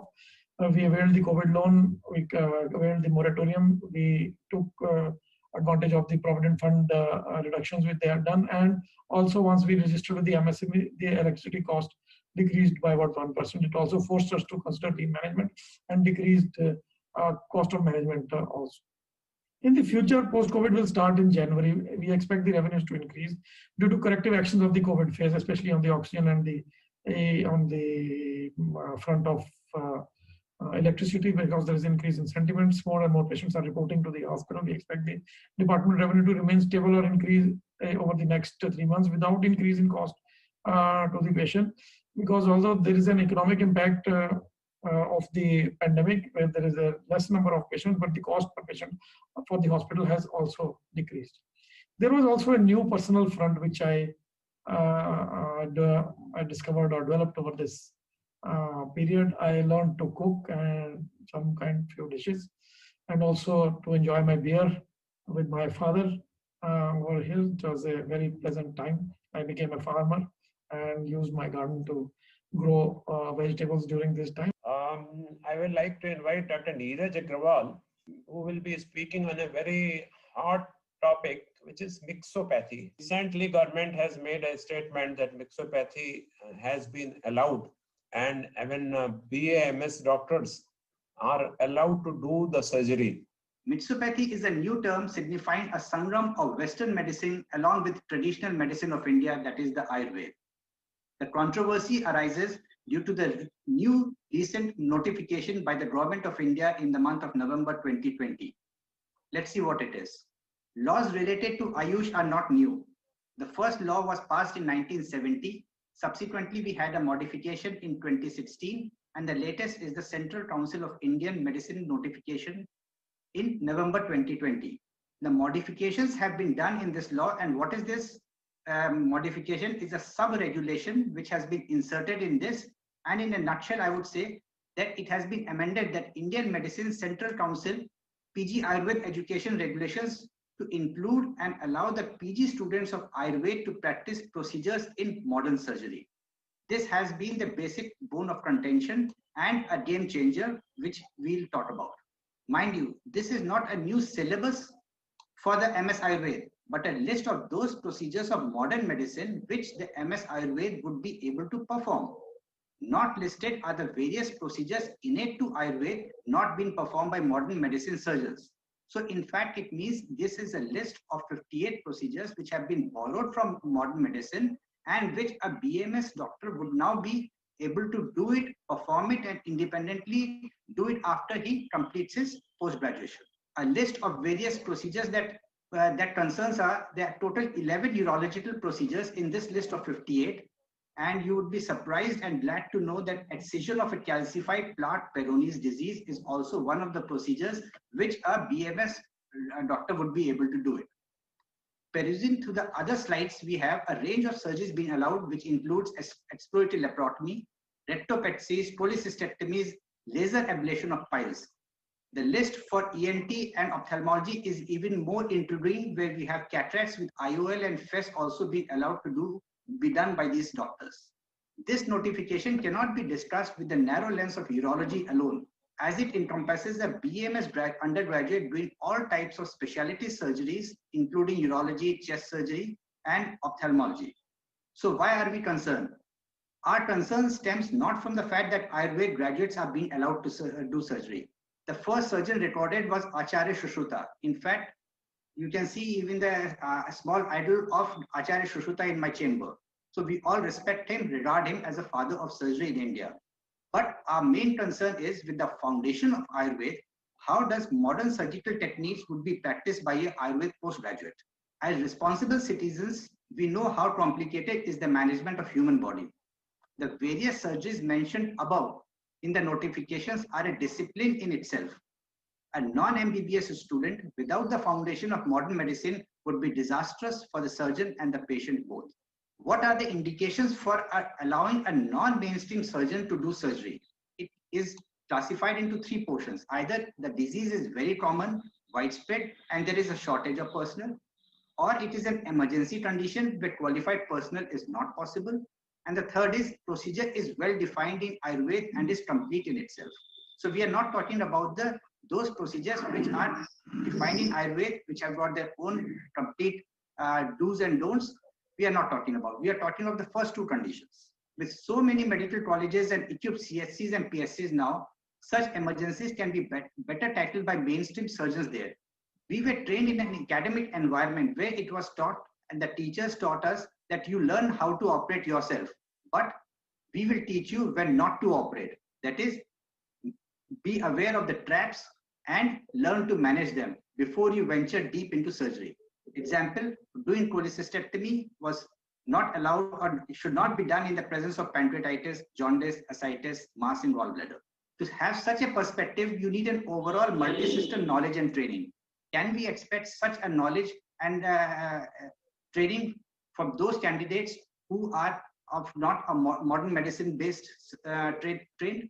For example, now you have varicocele surgery. It is a non-emergency surgery. It has not been described in Ayurvedic literature. It is a super specialty procedure, but it has been considered fit and required to be operated by them. And that too, only high ligation is permitted when microsurgical technique is better. So why are we offering a substandard procedure by a non-trained person for a disease which is non-emergency? What has been the stand of IMA? The IMA, through its national president, Dr. Ranjan Sharma, has said that the Ayurvedic surgeons should develop their own disciplines from ancient texts and not claim surgical disciplines of modern medicine as its own. The other reasons that he puts up is who will teach them. It will basically result in medicalization of education, which cannot be tolerated. Simply being old is a scant justification for relevance today. While we can claim historical rights, our inability to either preserve or evolve the traditional craft in line with modern medicine has been a glaring lacuna, and treating them at par would be a futile for the society. So what is the way forward? The safety of the patient and society is of utmost importance. We know even after so much of studies and experience, complications are part of surgery, and we need to provide safe surgery and protocols after research. Here is an example of Ayurvedic procedure being adopted and deeply studied, the Shar Sutra, whose results are even equivalent to a modern surgery or maybe sometimes better. When I was doing my PG in 1991 in PGIMR, there was a thesis by my colleague on Shar Sutra, and his results corroborated the fact that they give a very good results, and this can be brought into the mainstream practice. But all the other procedures have not been undergone through this various rigorous training and various rigorous evaluation. So what is the realistic expectation from an MS Ayurveda? Emergency life-saving procedures? Definitely yes. Correct diagnosis and well worked up pre-op and post-operative care. That would be a great boon to the patients. You may have a pain in abdomen diagnosed in a remote area, and recognizing that it is a pancreatitis or it is a simple renal colic, and then referring it and treating it properly would be a great boon to the patient as well as to the society. And refer to the best qualified personnel, specialist or super specialist, to give quality results. This is what I feel is a realistic expectation from a person or a doctor trained not in modern medicine. To conclude, I would say, after Sangram, only river Ganga is the mainstream, but that does not diminish the importance of Yamuna. Reality has to be accepted. Same is the reality at the Sangram of mixopathy. And the sooner the society, the doctors and the government recognize it, the better it is for all of us. Thank you. I would congratulate Dr. Agarwal for giving a lovely talk. Dr. Neeraj, you highlighted most of the issues very nicely. I will invite Dr. Ashok Sarma, who is also our past president, and we have taken a topic about opening of small hospitals, practice in a group, make a group and group practice hospital. Are they the need of the time, or individual or family surgeons era is still going to be there. Dr. Ashok Sharma, please. Happy New Year to everybody, and thank you, the Honorable Secretary Norjon and Dr. Kamal, for inviting me to participate in this discussion. In fact, for last few years, as the health sector is coming to the private sector, because government is not putting a lot of money into the health sector, and bigger hospitals, corporate hospitals are coming in.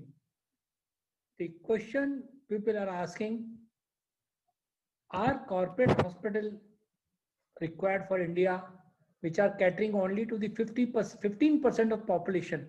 Because around 70% of our population is still taking services either from the smaller sectors, smaller hospitals, or government hospital. And another issue is the doctor which is coming directly from the college has a lot of stresses in starting his own practice. Financial stresses, finding a market, finding patients, and legal issues and other lot of issues. So what is the answer to the upcoming doctors and to the population? As we all know, that healthcare is a triangle where patients, doctor, and hospital are the three arms. Where patient is a constant feature, doctor and hospitals are variables. Doctors may be in government sector, private sector in bigger hospitals like corporate or charitable hospitals or single practitioner. Same way, hospitals also can be corporate hospitals or corporate like big hospitals, smaller hospitals, or single doctor running nursing homes. So what is the answer to the younger generation, and what is most beneficial for the public at large? As we all know, corporate healthcare only goes for the profit and treats only around 15% of the population. If we look at the overall corporate hospitals, they are just look for return on investment on civil work, manpower, high-tech and costly equipments, advertising and commission, and maintenance of 5-star hospitals. And who works for them? The poor doctor, who has enormous workload, sacrificing his personal and family life, and working only for the organization all the time. There are always financial targets. On an average, a corporate doctor has to earn 3 times more than what he gets from the hospital. And if he doesn't earn that much, in the next quarter, the MBA manager asks, Dr. Saab, your returns are not coming satisfactory to the organization. There is always a professional insecurity, whether it's a chairman or a junior doctor. Corporate do not offer them the space for growth, as well as there is no room for the error. And interestingly, even in my own city, there are a lot of doctors working at Jaipur who are working in a big corporates are coming for fishing every 7th day or every 15th day. I have seen one of the very senior person who had headed the department going for fishing every 15 days, domestically or internationally. So these are the pressure a doctor has to face while working in the corporate hospital. So in nutshell, either doctor shapes up the economics or finances of the corporates, or he is shipped out of the hospital. So what is the answer? If you are friends like Lock and Key, the answer is group practice. Group practice can be single specialty or multi-specialty group practice. In the single specialty, 1 or 2 or more friends can join and start a total setup like total urology care. And in multi-specialty hospital, there are multiple specialties specialists can join, and the care can be given under one roof. Why group practice? What are the advantages of group practice? There is always ease of administration and control, because there are multiple hands and they can shoulder all responsibilities differently. There is always a financial security and stability. Even if you are not working, something is coming to your kitty. If you want, you can start. You can have the ethical practice, which is nowadays very rare to see. And if your setup is good running, you can upgrade your setup. Ultimate cost of healthcare can be reduced, and you can enjoy your life, as well as there can be a retirement planning as well. But what is the need? How can we do it? It needs a lot of understanding, self-discipline, honesty, and integrity. If we look around the world, these two big hospitals in the United States are headed and run by doctors.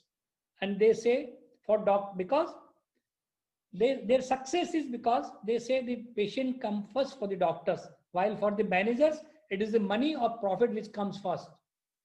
And for the credibility, it is the peer-to-peer credibility is there.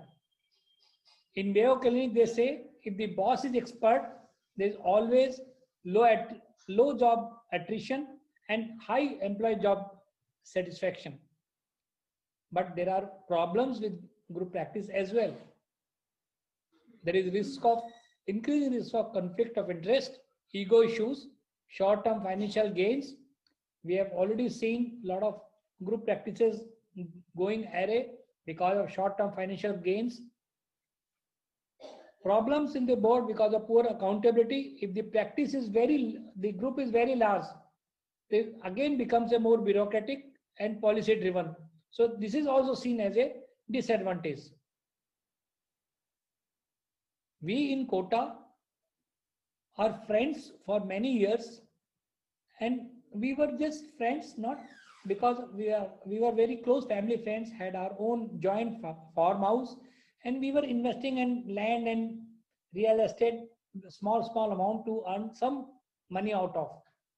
In 2008, we had 16 to 30 years experience. We were from same college. We all were doing 100% accountable and ethical practice. We wanted to enjoy life, but we were from different batches, different thought processes, different temperament, and different economic backgrounds and specialties. But we all had similar stress of rising unethical practice, corporate hospitals with cuts and commissions, ever increasing regulations, safety issues from public and vandalism. And this rising pressure was taking toll of our personal life, giving a lot of stress. So our stress had a silver lining, because one of the couple who was trained in UK was running this hospital. They also had similar stress. So they just wanted to get out of this stress and wanted to save this hospital. We joined hand and we bought this hospital with a vision that we doctors will be policy makers.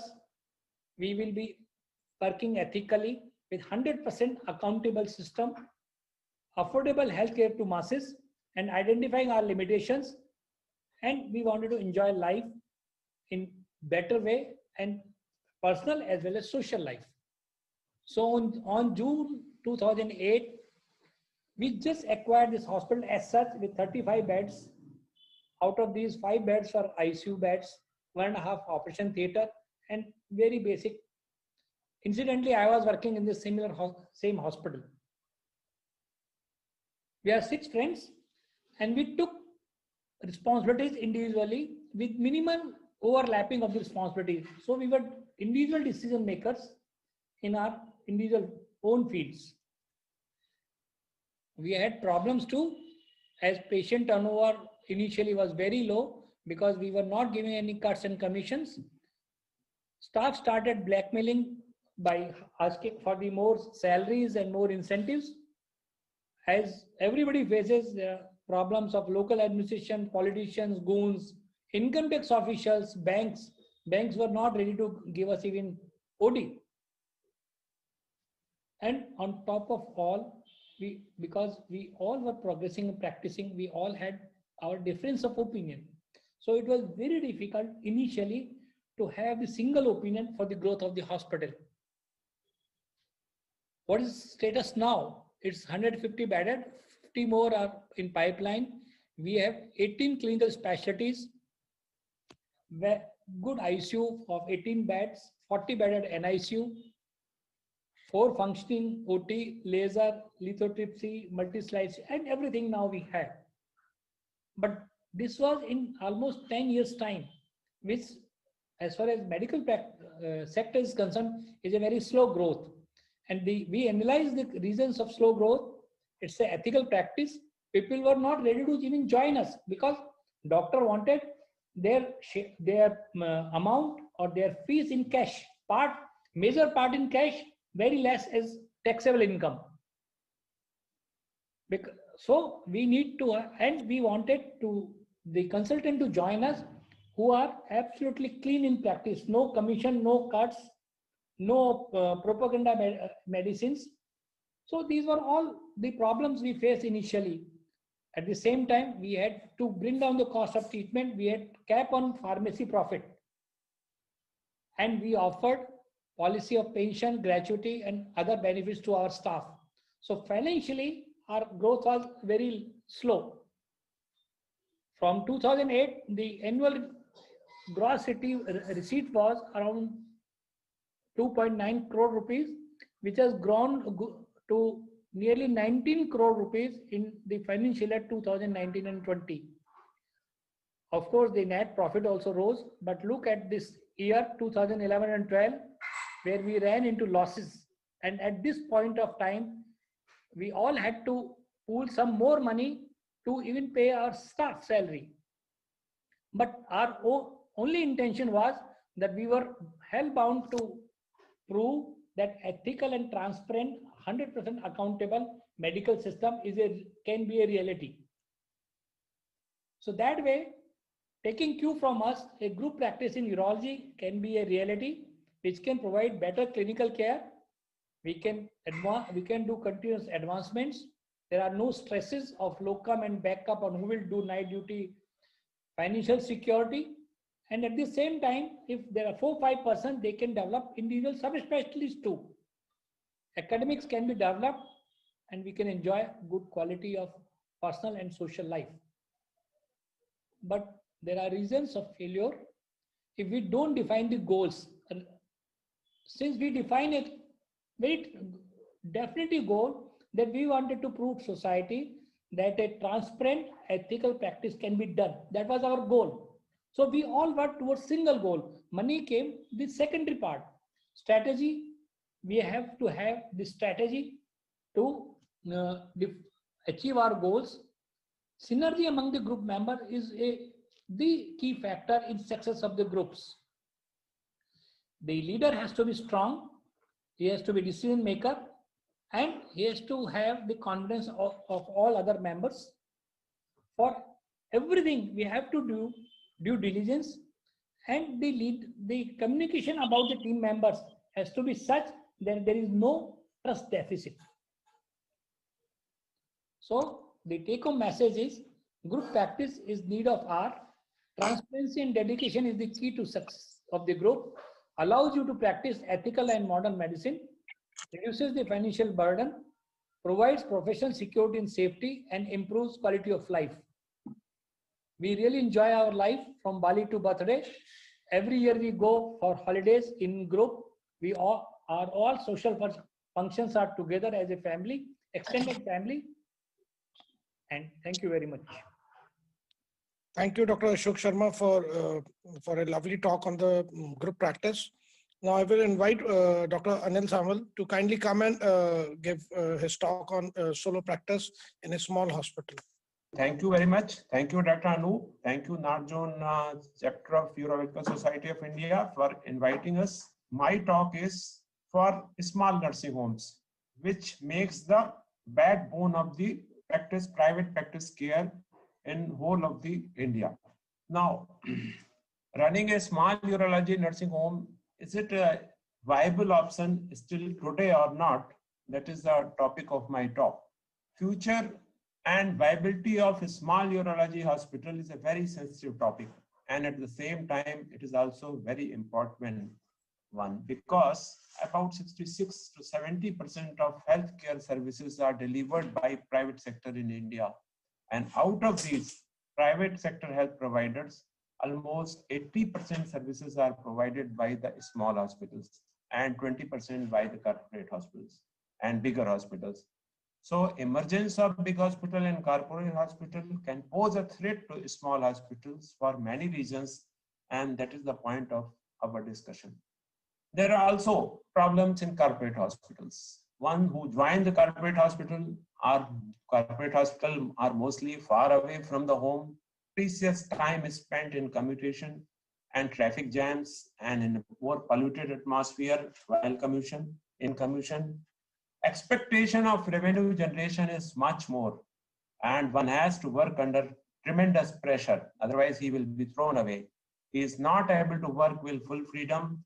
There is always somebody, some non-doctor boss also, who is over and above you, who is dictating his terms. Finance is not in doctor's hands. Machines which he wants to buy is not always given to him. And of course, there is no job security. It is only performance-based work. While those who join the government setup, there are again problems. There are some pluses and minuses. I will just focus on the minus. There is immense rush in government setups and serious lack of doctors. Doctor-patient ratio is very, very less. Doctors are also paid very less in comparison to private, and hence prefer joining a nursing home or a corporate setup. So these are the main problem, why people become disenchanted there and move to opening a nursing home. Now, a small nursing home background, these nursing homes are used in India to describe the miniature setups and hospitals, became very popular in 1970 onwards in India, usually established by a single or 2-3 doctor who usually had a reputation in their area after some practice, and even a small entrepreneur. Businessmen are also common it. Word is a small healthcare facility instead of a nursing home. We call a corporate setup a hospital, but if it is started by a doctor, again, it is a bigger nursing home like Dr. Sharma has made. Advantages of such an accessibility is accessible. Basically, they are inside the locality. And there is also advantages of cost flexibility, personalized service. These are USPs of small sector hospitals. Now, in my experience, I started private practice in 1995 after passing MCH from BHU as a roaming urologist for 2 to 3 years initially, and also joined a corporate hospital, Mission Hospital, St. Jude Hospital. It's not corporate, it's a Mission Hospital. Then I established a small urology center in a rented premise with 5-bed indoor facility in 1997. Within 5 years of my practice, I opened Saval Hospital in Bethwa Stone Clinic, which was a 10-bedded super specialty urology and ENT center. No general work has been done. And in 2007, it was upgraded to 30-bedded hospital. And since then, its nature of service remains only with technological upgradation, but it is a small hospital with a single doctor, me only, and my wife. Advantages of small hospitals are there. It is much more affordable to patient. There is a flexible, relatively economical treatment than corporate hospital as compared. Quick response to emergency because you are super specialist is directly taking care. There is no resident in between. Quality of treatment is also depends upon the experience and gradual upgradation, personal care of treating doctor.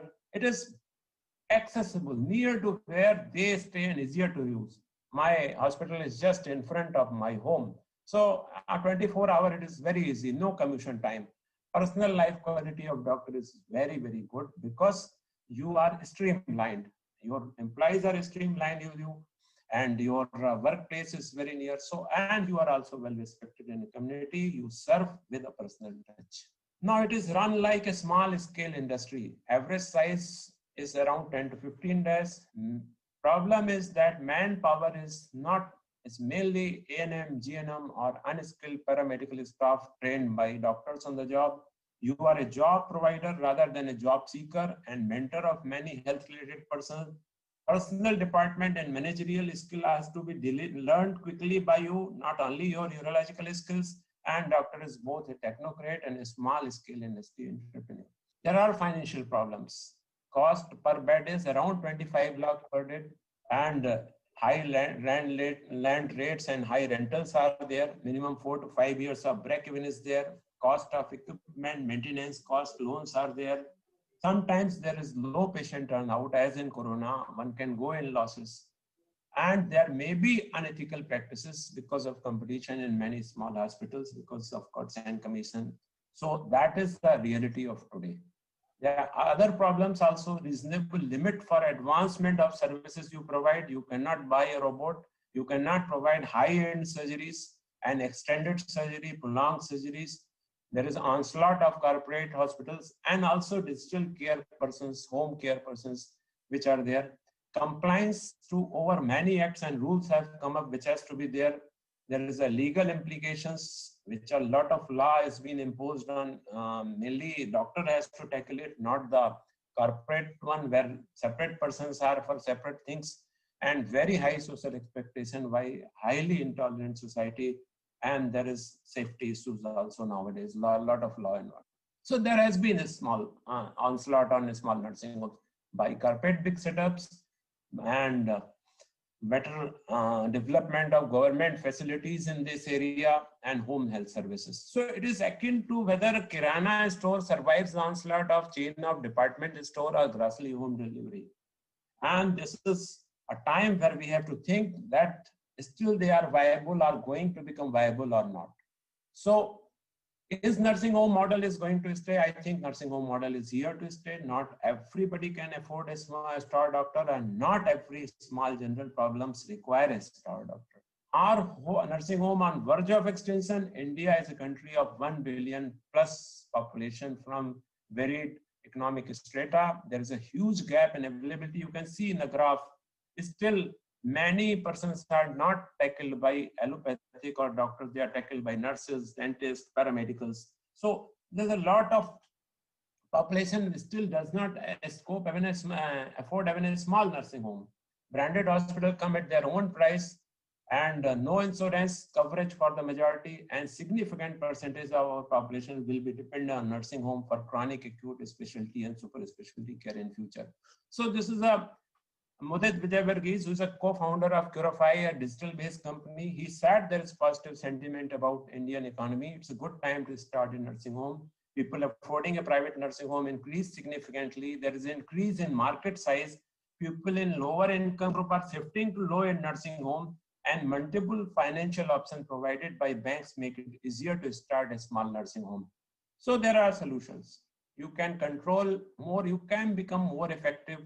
You can upgrade, you can unlearn many things and relearn many things and make a parallel development. This is also very important for me, that parallel development keeps you very easy.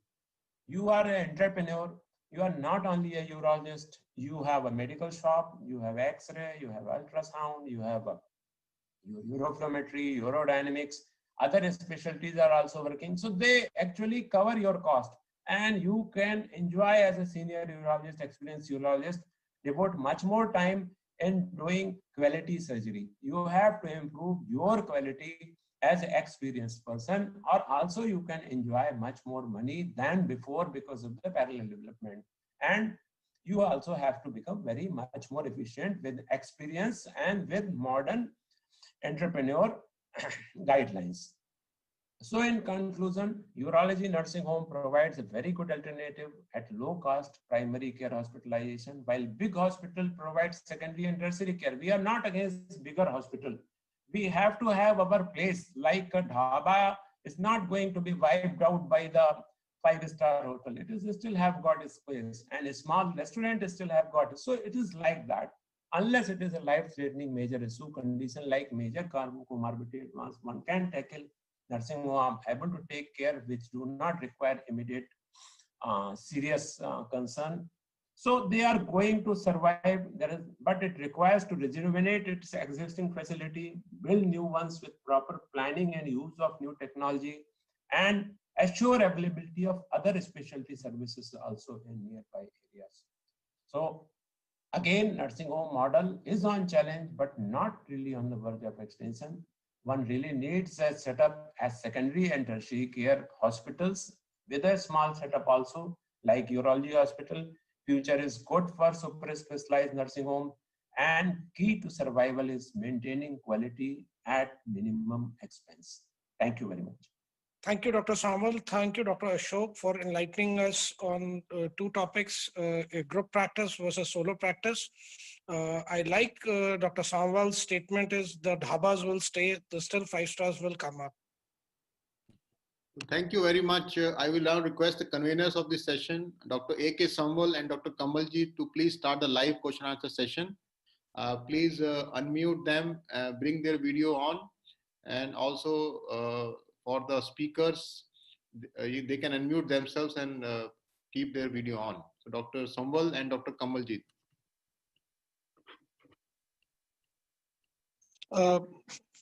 Well, good morning, everybody.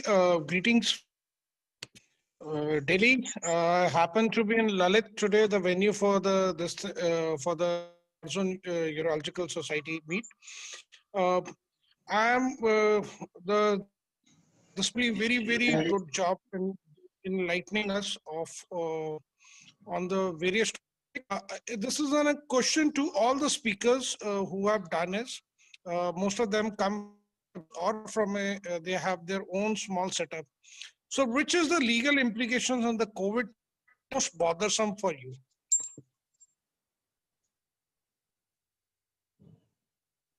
Dr. Sapan Sood and Dr. Samwal and Dr. Ashok, please, Dr. Nitin and Dr. Neeraj, please go ahead and just make a small comment on this.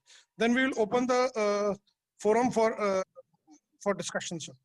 Dr. Kamal, issue is the forcing private sector to provide COVID care at suboptimal level cost was really painful for us because the government was not providing enough money. Even our money is still due, but you have to provide complete COVID care. That was the issue, and it was legally binding on us. So probably that made life little difficult in our hospital. Dr. Sapan Sood, please can you make a statement and followed by Dr. Samuel and Dr. Nitin and Dr. Neeraj in the sequence. I think so. Sorry, can you repeat the question? The question is very simple is what was the most troublesome law in the COVID times which you faced, sir? I think one of the most important law was the capping of the various COVID costs, and you couldn't give the entire service to the patient in this socialistic kind of a scenario where you had to sort of break even over a wide group of patients. And this especially affected those patients who went to the ICU and who had to be put on this high frequency nasal scanners, etc. That was a big problem, and we really had to talk to the patients and to the administration that this is really not possible. Right. Dr. Nitin and Dr. Samuel, are you there, sir? Yes, I am here. I was the president of Nursing Home Association of Jhansi also. So what I faced was basically a lot of communication gap between administration and nursing homes. And we acted as a bridge. Basically, law was ever changing. New guidelines were coming. Very well managed by UP government and administration, but for those guidelines which were for nursing home, like initially they have put many persons for demanded many of us to have a border duty as far as 80 to 90 kilometers. We have to provide our person. Then they have to do a lot of COVID related RT-PCR and other tests for which they have no manpower. So they asked all of our small. So that part, then that was prevention and preventive measures. We have to adequately train our staff for that. So we have basically acted as a bridge and done all those things, but that was the most difficult part and very well managed by the government. And there were different guidelines in different states, so maybe a communication gap was one of the problems which was quite difficult to manage.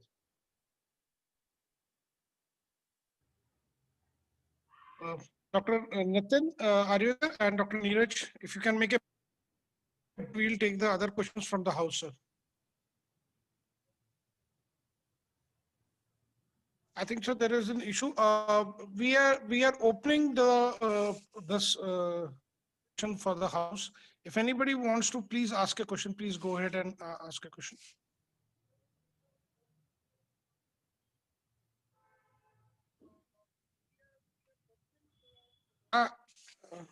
Dr. Samal, will you like to ask some questions to the panelist? Yes, I will ask question to Dr. Neeraj Agrawal. Dr. Neeraj, what is the future implication of mixopathy in our practice? Like Ayurvedic doctors has been allowed complicated procedures like excision of the release block. How do we cope with this, all this? We already have BMS doctors in our forum which will do duties, regular duties, and that has been especially prohibited by law.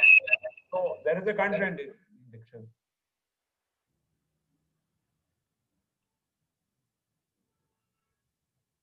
Unmute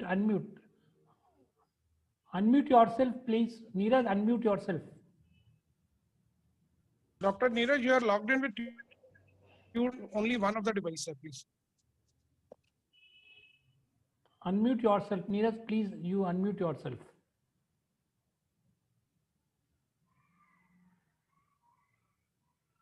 Anil, any other question?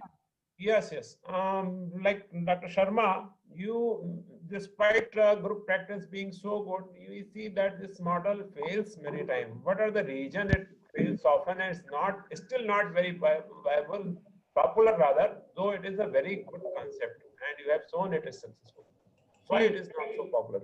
Anil, see, as the socially history says that brothers cannot survive together, they cannot do businesses together. So people are scared, number one. Number two, lure for quick money and more money out of the group. And conflict of interest. These are the reasons for either not starting or failing the groups. We have seen groups failing. But recently in Kota, seeing our model, one more group has come up and they have built up a hospital. So I think if there are more models, successful models are there, people will definitely start a group practice. There are group practices in Karnataka. Yeah, I agree. Basically, one has to have many skills if you want to run a bigger hospital. Then it is not only academic skill. One should have managerial skills. One should have technical. So we all join. So we have to have experts. And most important thing is people has to be like-minded and should be understanding. There should not be any trust deficit. That is the most important. And personality conflict, because we have a good model in Jhansi and Kanpur which have failed quite. So people have again started doing it.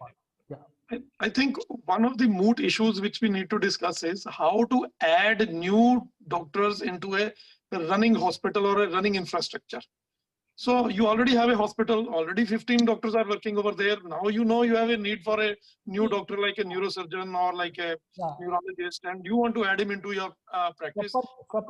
How do you adjust to that? Yes, sir. Like we are really looking forward to this answer. Okay. Yeah. Now, for future, what we are planning, that we will liquid our stake.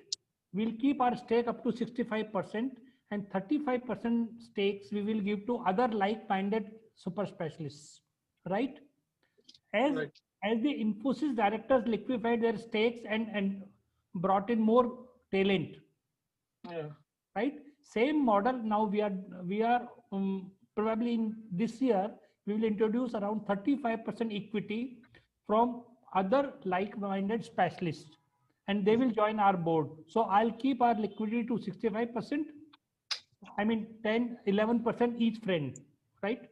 And rest of the specialists, like 5-6 specialists will join. So this will be a long-term model. This, because ultimately one has to go. So this brings up two questions actually, which I am really looking forward to the answers. Number one is you offer somebody a directorship, and because he has to pay a certain cost to enter into the equity. So you have what benefit is it of them to them, especially if the hospital business as a whole is not doing well? Number one.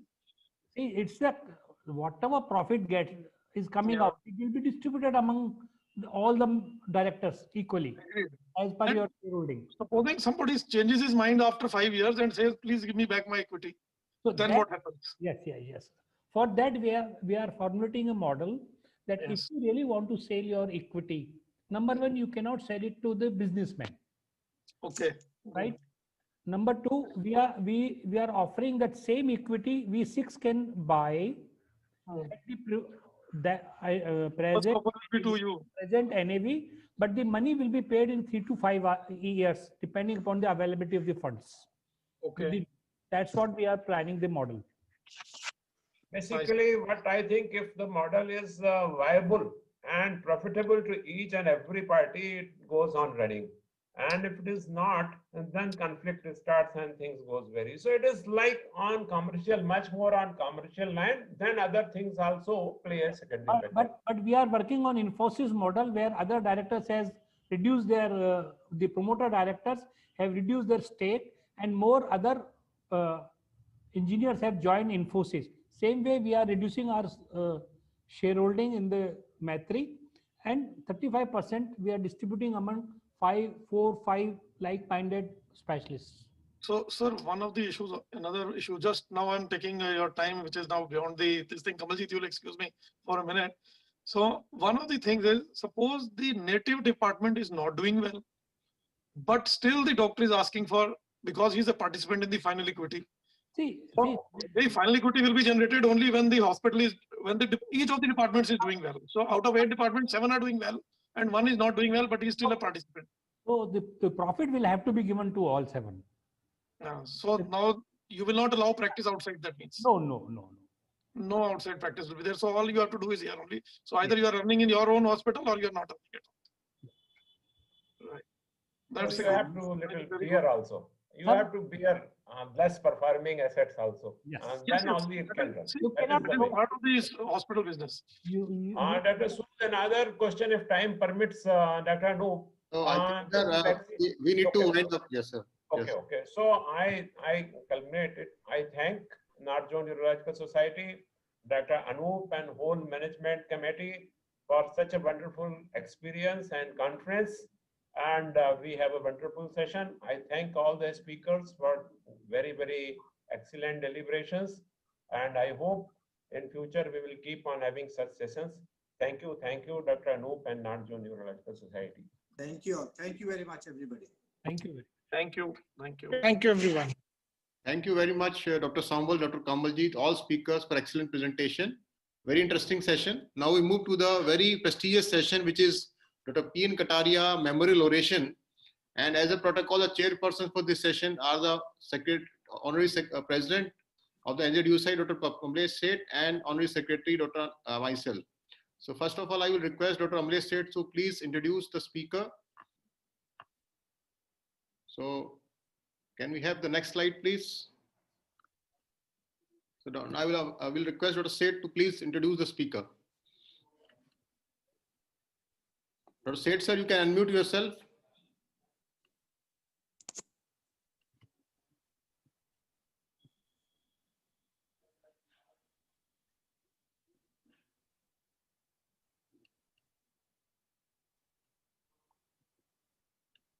So Dr. Seth, sir.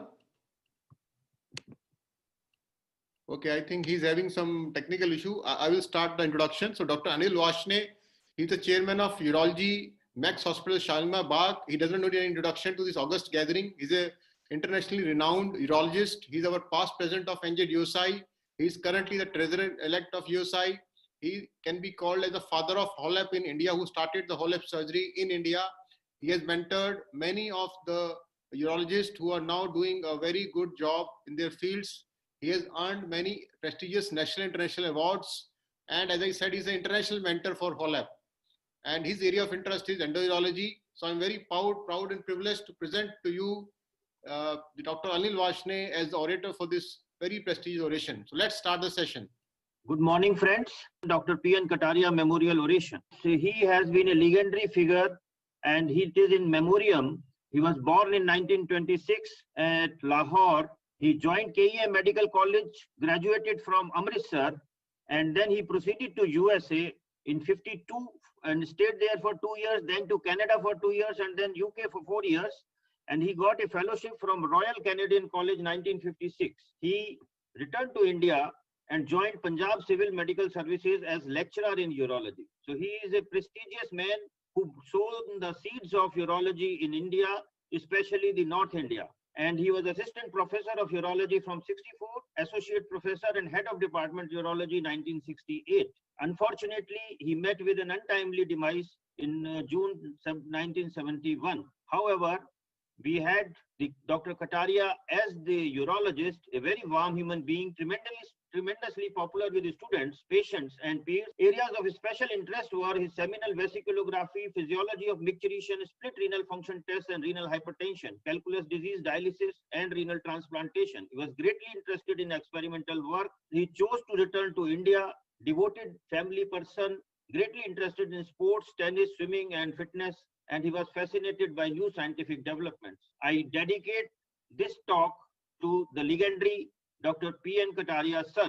And today I'm going to talk about my journey of laser prostate surgery, and thank Anup for initiating this topic. And as you understand, this journey was full of a strong belief in the beginning, and then a story of passion, struggle, growth, establishment of the technique, training and mentorship, and where we are today. I dedicate to another mentor of mine, Professor B.S. Rana. He was a urologist from American Board of Urology, and he was the one who guided me to take this fellowship and postdoctoral research program at Moscow, and it got me sponsored through Medical Council of India. And at this Research Institute of Urology, which was 400 bedded, I found an able mentorship of Alexei Martov, who was at that time struggling with various kind of lasers there, and he is currently popularizing thulium fiber laser. And when I had this passion of laser in prostate, I had got 1995 onwards anti-ag laser at our center. However, the outcomes were very poor.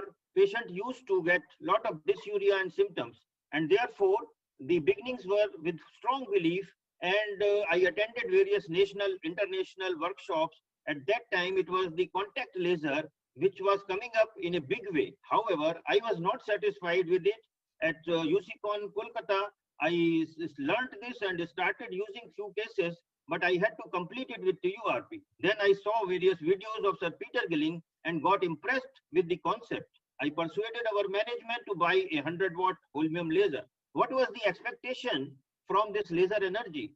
The goal was that it should be an endoscopic enucleation of the prostate. The energy should be able to give complete enucleation in the correct plane, adequate hemostasis, and efficient energy applications means lowest possible energy to get the desired effect, which was possible only with pulsed laser and a good technique of dissection. And this beginnings were by the starting with the small prostates, and I got the blessings of our teachers and mentors, Professor S.N. Vadva and Dr. N.P. Gupta, with whose blessings I started this procedure. I preferred to do median lobes earlier in the beginning only. However, the lateral lobes in 4 out of first 10 cases were completed by TURP.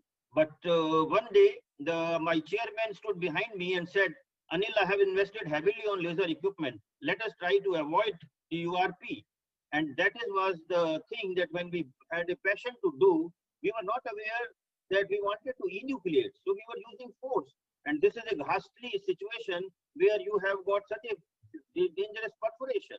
We witnessed a few complications. However, we were going through the glands, but gradually we could master the art. This is a video which shows a complete enucleated adenoma.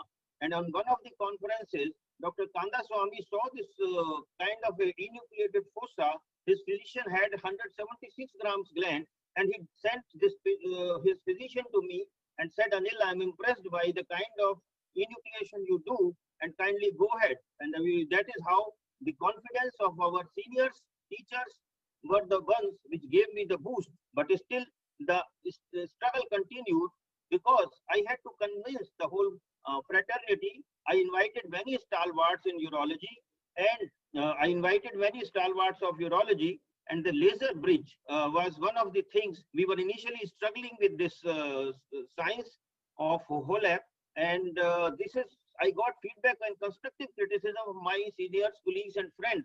I used to preserve all videos, cassettes in first 5 years and made a video library. But there was another competitor, that was KTP laser. People had started enucleation being done with diode, thulium, and other lasers. So the contribution was that how to take care of this pulsed nature, which was really causing bouncing of the fiber. So I and Pankaj Maheshwari, both of us sat down, and because the two initial lasers were purchased, one was at New Mumbai and another was at Delhi, and we designed with Kolkata people this bridge, which prevents any thermal damage to the scope. There is no locking device, and if you see, there is a total freedom of movement, and the fiber, it snugly fits into this bridge. However, despite everything, there was a lot of anxiety and acceptance, because people were concerned about time taken for the procedure, the stress incontinence, steep learning curve, different from TURP. Are the results more effective? Durability of the results was the question. Any role in small glands and role in patients with comorbidities. However, my early presentations gave me a boost. I was invited as early as 2002 because this laser was purchased at Bokaro, and this was the first workshop conducted by me. And then this was a very successful workshop where I could demonstrate HOLAP along with laser lithotripsy. Even a stricture urethra case we did with laser. But then it was the North Zone, where I presented in 2002 experience with glands more than 60 grams. Another year, it was more than 100 grams. And then bilobar enucleation was devised as a new technique of HOLAP. So it has further growth, and that was ProstaSurge in Pune. I demonstrated enucleation with 30 watt Auriga holmium laser. At Ahmedabad, we presented morbidity of HOLAP in small, medium, and large glands. Then at USI Mumbai, it was an instructional course where I did a live demonstration, and national and international faculty got convinced with the procedure. And that was the beginning of further growth. And I presented my 6 years experience of HOLAP at Patna. But at WCE Cleveland, we had largest single center experience from India on HOLAP. And at SIU Cape Town, the HOLAP as the platinum standard was one of my presentations. Bipolar enucleation, is it time consuming? And that time, the real problem was that everybody was saying that it is a myth that HOLAP is time consuming because of the steep learning curve. We were all not aware of the potentials of this energy. Adoption of two-lobe technique was definitely an improvement, and we kept on modifying our technique. This custom-based bridge also reduced the timings, and adjustment of energy levels according to prostate, congested or firm, also taught us that how to reduce time. And then this HOLAP versus KTP we presented, and then at SIU Paris, at Patna I presented simultaneous holmium laser lithotripsy and HOLAP. Bladder stones, ureteric stones, even PCNL was done in patients with the simultaneous HOLAP. So that was the beauty because of it being a very minimally morbid procedure. At Paris, SIU, I presented my large series of recurrent residual prostatic adenomas, which present with hematuриas or patients having recurrent UTIs, stubborn UTIs, and can be enucleated completely. At Mexico World Congress, it was HOLAP in seriously ill patients. And then this is just our presentation at SIU Paris. And then we had publications coming up from our own colleagues from prospective study comparing safety and efficacy of HOLAP for recurrent BPH after initial TURP. Because post TURP, if you scope them, you find them, there is a lot of residual prostate. But the major issue was learning curve. And then I realized that learning curve has been overemphasized. The crux was that mentorship programs was the need. Completeness of enucleation with also was a question. And then pitfalls of HOLAP was presented at Chennai in Sweden. I was promoted by Professor Ganesh Gopal, laser prostatectomy making inroads in India, and then how to learn HOLAP problems and pitfalls. So my actual contribution was that I sat down with our chairman that this is a promising thing and we must have established 20 centers of excellence in India. We were the single largest buyer of 16 holmium lasers in India, and had the privilege of training all urologists at these centers in art of laser prostate surgery. We sent a questionnaire to all users in India, and ultimately these results were presented at EAU Stockholm in 2009. This was the USI sponsored lecture. And then in Chicago, it was comparative enucleation of Auriga 50 watt versus Luminous 100 watt and durability of HOLEP.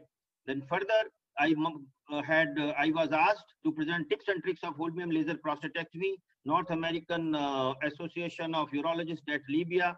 I traveled far and wide at these African countries, then at Sri Lanka, Colombo, we did a lot of demonstrations, and ultimately at AUA, will lasers replace TURP was the thing, and then Kathmandu, surgical management of large prostates. At Malang, Indonesia, a revolution in urology, and then at Istanbul, we made HOLEP made simple. At Kyoto, Japan, we presented defining distal limit proximal to sphincter anteriorly in the beginning itself, and then many places this. But the major thing which was not letting this people get adopted to this new technology was stress urinary incontinence, and therefore I modified my technique, and this initial anterior and posterior definition of distal limit of enucleation was very, very important. And this is how, if you make a mark 5 millimeter proximal to the external sphincter in the beginning itself, then the whole tissue which aggregates at the sphincter in the end does not take place. And then you can make this procedure very simple. You develop the floor, you develop the roof, widen the bladder neck, and these 2 incisions are sufficient. You can completely enucleate the prostate. And at Hyderabad, this my technique of SUI, it was troubleshooting in HOLEP, and then various complications of laser prostatectomy. And again, I was sponsored by USI for USI lecture at Gold Coast, Australia, which was innovations and new insights in HOLEP. And then this laser therapy in patients who were in anticoagulants, and then we had various complicated cases. Well, what is it all about? It's about efficacy, durability, safety, cost, learning curve, and surgeon's comfort and patient satisfaction.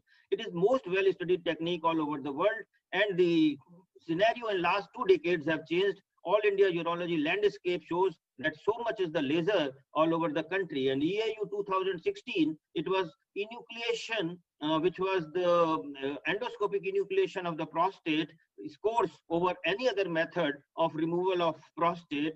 And as early as 2012-10, these randomized control trials had proved that the HOLEP is at least equally efficient or more efficient than the resection procedures.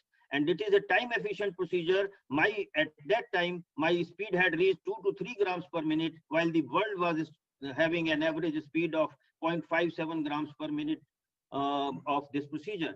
And I could enucleate, largest gland enucleated by me 634 grams. And this enucleation in large prostate is a challenge. And definitely we have difficulty in advanced if excessive dissection is done on the floor. And many times there is a tight suspensory ligament. We cannot reach above the adenoma, and vascularity is another issue. However, I have done more than 1,000 cases of prostates more than 100 grams and prostates more than 200 grams. Also, with excellent voiding parameters and hardly any need for blood transfusions. The most important area where it helps is underactive detrusor. 44 out of 48 of my cases voided very well. And this prostatic abscesses is another area, multiloculated. If you are an elderly patient, you can do complete enucleation, and therefore single time result is there. HOLEP is coming up as a salvage procedure, failed urolift, failed prostatic artery embolization, failed other modalities. This works as a complete enucleator. And nowadays, majority of my patients are now on anticoagulants, and definitely we try to stop clopidogrel. No unnecessary risk should not be taken. However, it is possible to complete the procedure with continuation of anticoagulants. And the beauty of this procedure is that high-risk patients can be safely dealt with, whether it is cardiac, renal failure, post-transplantation, post-radiotherapy, post-brachytherapy. Many times I'm asked this question about the cost, but modern technology is going to cost you money, but by the reusability of morcellator blade and fiber, we have been able to reduce the cost so much that at one time in my previous institution, we had this advertisement. In 25,000 rupees, we were giving a full package of complete enucleation. But then once I met Dr. Mohan from Bangalore who said, Anil, why not you do comparison of first 5 years, second 5 years, and then next another 5 years. So this was my evaluation for all those available patients from those times. We compared them, and you will be noticing that in the last group C, we had majority of the patients which were higher risk, larger prostates, and with associated bladder stones, urinary retentions, but they could be dealt with very well. The surgical details, if you look, as I evolved, the time taken was getting much less, energy used was getting much less. The time taken was grams per minute. If you notice, the more grams per minute were being removed, and this blood transfusion rate also gradually improved. If you look these scores, that is the beauty of this procedure. IPSS significant reduction, peak flow rate significant improvement, prostate volumes coming down significantly, serum PSA reduction is well sustained up to 10, 15 or even up to 20 years. So that is where the recurrence-free enucleation is the goal, and PVR rates comes down significantly. Coming to complications, if you notice in this group C, there is hardly any stress urinary incontinence, comes down to 1.3%. Bladder neck contracture rate comes down to 0.5%. So with the time, the surgeon evolves. So in a high volume center, the person who is really mastering this technique, all these complications comes down, and it ultimately translates into patient satisfaction rates. So these were the satisfaction quotients which were analyzed, and majority of the patients were very satisfied, and there was overall response markedly improved. Obviously, learning curve is an issue, and it is there in TURP also, but surgical efficiency of 20 cases was the hallmark, and to achieve this, we have done a mentorship program, and now most of the people who want to learn, they come to me and learn the procedure. So HOLEP should be a choice, not an option, because it is efficacious, durable, safe, and obviously the surgeon comfort and the patient comfort is there, and this has led to the progression of whole beam lasers in India, and this has led to the growth. I was invited for SIU, for the video urology conference, HOLEP with comorbidities, and then I have been mentoring and showing these master classes in various conferences, even USICON 2020, and after that, the Goa conference. So friends, this is how I have been conducting workshops all over Southeast Asia and India, Nepal, Singapore, Indonesia, Malaysia, Sri Lanka, China, and so on. And this has led to the wider spread of this procedure. And I have established and trained urologists all over the world, kind of patients. I am thankful to Luminous, which gave the simulators, international simulators to us. These kind of patients being treated nowadays are large prostates, associated significant comorbidities, post-URP residual recurrent prostates. Even physicians, surgeons, and urologists are coming to me for this procedure, and BPH under active detrusor, this underactive detrusor, condemned for CIC, it gives very good results. And this is 15 cases we make the person observe, and after that, we allow them to do this laser procedure under supervision. Definitely, there are learning prerequisites, so we guide them, mentor them, and so friends, where we are today, we have got now new emerging competitors. Laser has advanced, Moses technology has come up, thulium fiber laser is another thing which I said, and Moses, it is safer, faster, and the more hemostatic. But the other patients, some people want this the ejaculation preservation. We are nowadays also doing ejaculation preserving HOLEP in younger patients, but some patients need urolift or aquablation, resume, prostatic stents in high-risk patients who cannot be given anesthesia, eye tint, and other things have come up. So this is all evolution. However, I must tell you, friends, that there is a different subset of patients which will be needing various different things. And therefore, I thank you once again, and in memoriam of Sir P.N. Kataria and North Zone, which have given me this opportunity. Future is that correct technology for correct patient, and the most important thing is the man behind the machine. Thank you, friends. Thank you very much, sir. I will request Dr. Amlesh Seth, sir. Please unmute Dr. Amlesh Seth and Dr. Anil Vashne and keep their video on. So I'll request Dr. Seth, sir, to please invite Dr. Vashne for his final comment.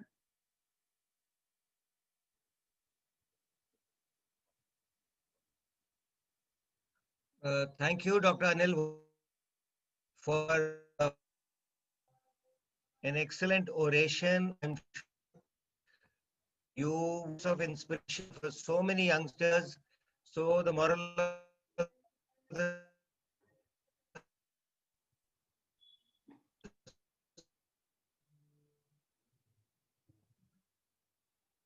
I think so there is some problem with Dr. Amlesh Seth's internet. So Dr. Varshney, sir, would you like to give your final comment, sir? We want to hear from you. Good morning, friends. It's a great opportunity for this North Zone chapter. Urology Society of India has done wonderful program.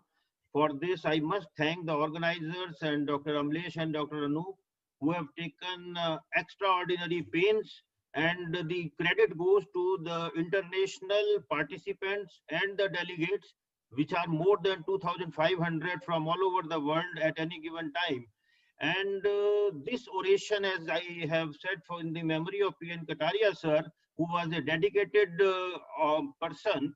And I must tell the youngsters, as Dr. Amlesh said, that you have to have, and today in the morning also I heard Dr. Shivam, that you have to work for your dreams. So that is the beauty. You take a passion, you must be passionate about something, and ultimately it works out for whole fraternity. So friends, I must thank all of you and take your interests and passion to the forefront. Thank you. Okay, thank you very much, sir. We move to the next prestigious oration, which is Marudara Jodhpur Trust oration. Again, as a protocol, the chairpersons are NZUSA President Professor Amlesh Seth and myself, the Honorary Secretary. I will now request Dr. Amlesh Seth, sir, to introduce the speaker. Can we have the next slide? Okay. Dr. Seth, sir.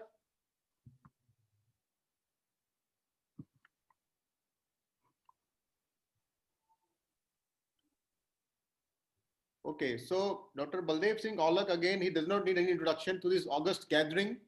He's our past president of NZUSI. Currently, he's the director of Akai Hospital, which is big multi-specialty hospital, Ludhiana. He's a professor, former professor and HOD of urology and renal transplant from DMC Ludhiana. He has won again many prestigious national and international awards. His area of interest are renal transplant and laparoscopy, and he's a renowned renal transplant surgeon across the world, along with a good laparoscopic surgeon. So let's start this session. My today's topic is organ donation and transplantation, past, present, and future. And I am thankful to North Zone Urology Society of India and Secretary, especially Dr. Anup, President Dr. Amlesh, and everyone from North Zone Urology Society of India. And this is the memory of the motorcycle rally we had in Ludhiana during North Zone Urology Society conference. I will divide my talk into various headings like history and what changes have been taken place in the Human Organ Transplantation Act, and how we can increase the donor pool, and how we can conduct various minimal invasive surgical procedures for the donor and the recipient, and maybe something else. Transplantation was performed successfully first time by Joseph and Marion Bryan Hospital in 1954. Surprisingly, in our country, first transplant was cadaver transplant. The patient was non-renal failure patient suffering from hypernephroma, and it was done in KEM Bombay in 1965. And in 1971, the first successful liver live donor renal transplant was done in India by the team of Monroe and Johnny at CMC Willow. Since then, many progress has taken place in the transplant scenario, and in fact now more than 220,000 patients need kidney transplantation, and only 5% are lucky enough to undergo transplantation. That is the 7,000 to 8,000 figure, and hence there is a lot of need to increase the donor pool. And how we can increase the donor pool? We can increase from living person, from the living person who is related to patient or unrelated to the patient, and after brain death. How we can increase from the living donors?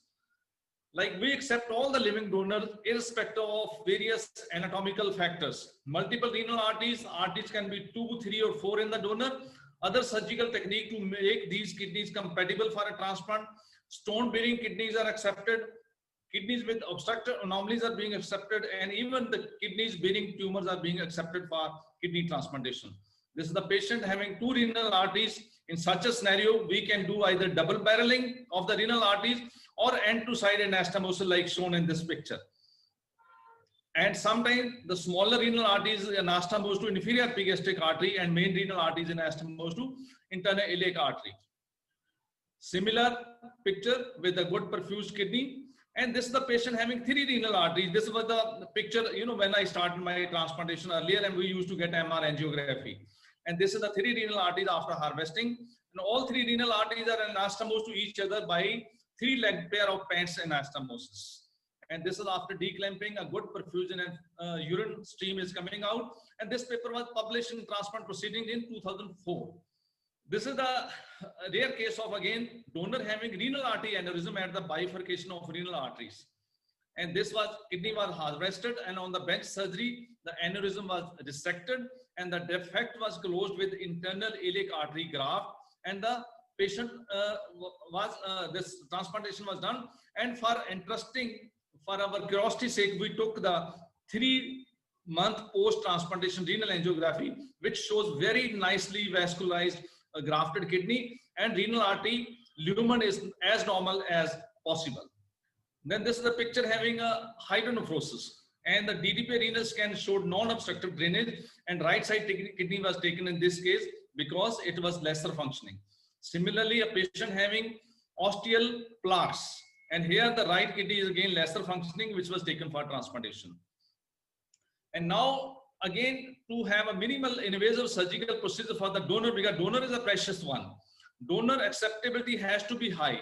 And now transperitoneal donor nephrectomy is being done in a majority of the centers who are trained in laparoscopic donor nephrectomy. And this is acceptability rate is quite high, and it is a less morbid procedure. Patient goes home on the second day. It is equally safe in the experienced hands. There's no increase in the warm ischemia time. In fact, sometimes the warm ischemia time is lesser than in the open surgical technique. And this has really popularized our donor nephrectomy all over the world. And now we started accepting even the donors with the marginal kidney donors, or they are also called expanded criteria donors.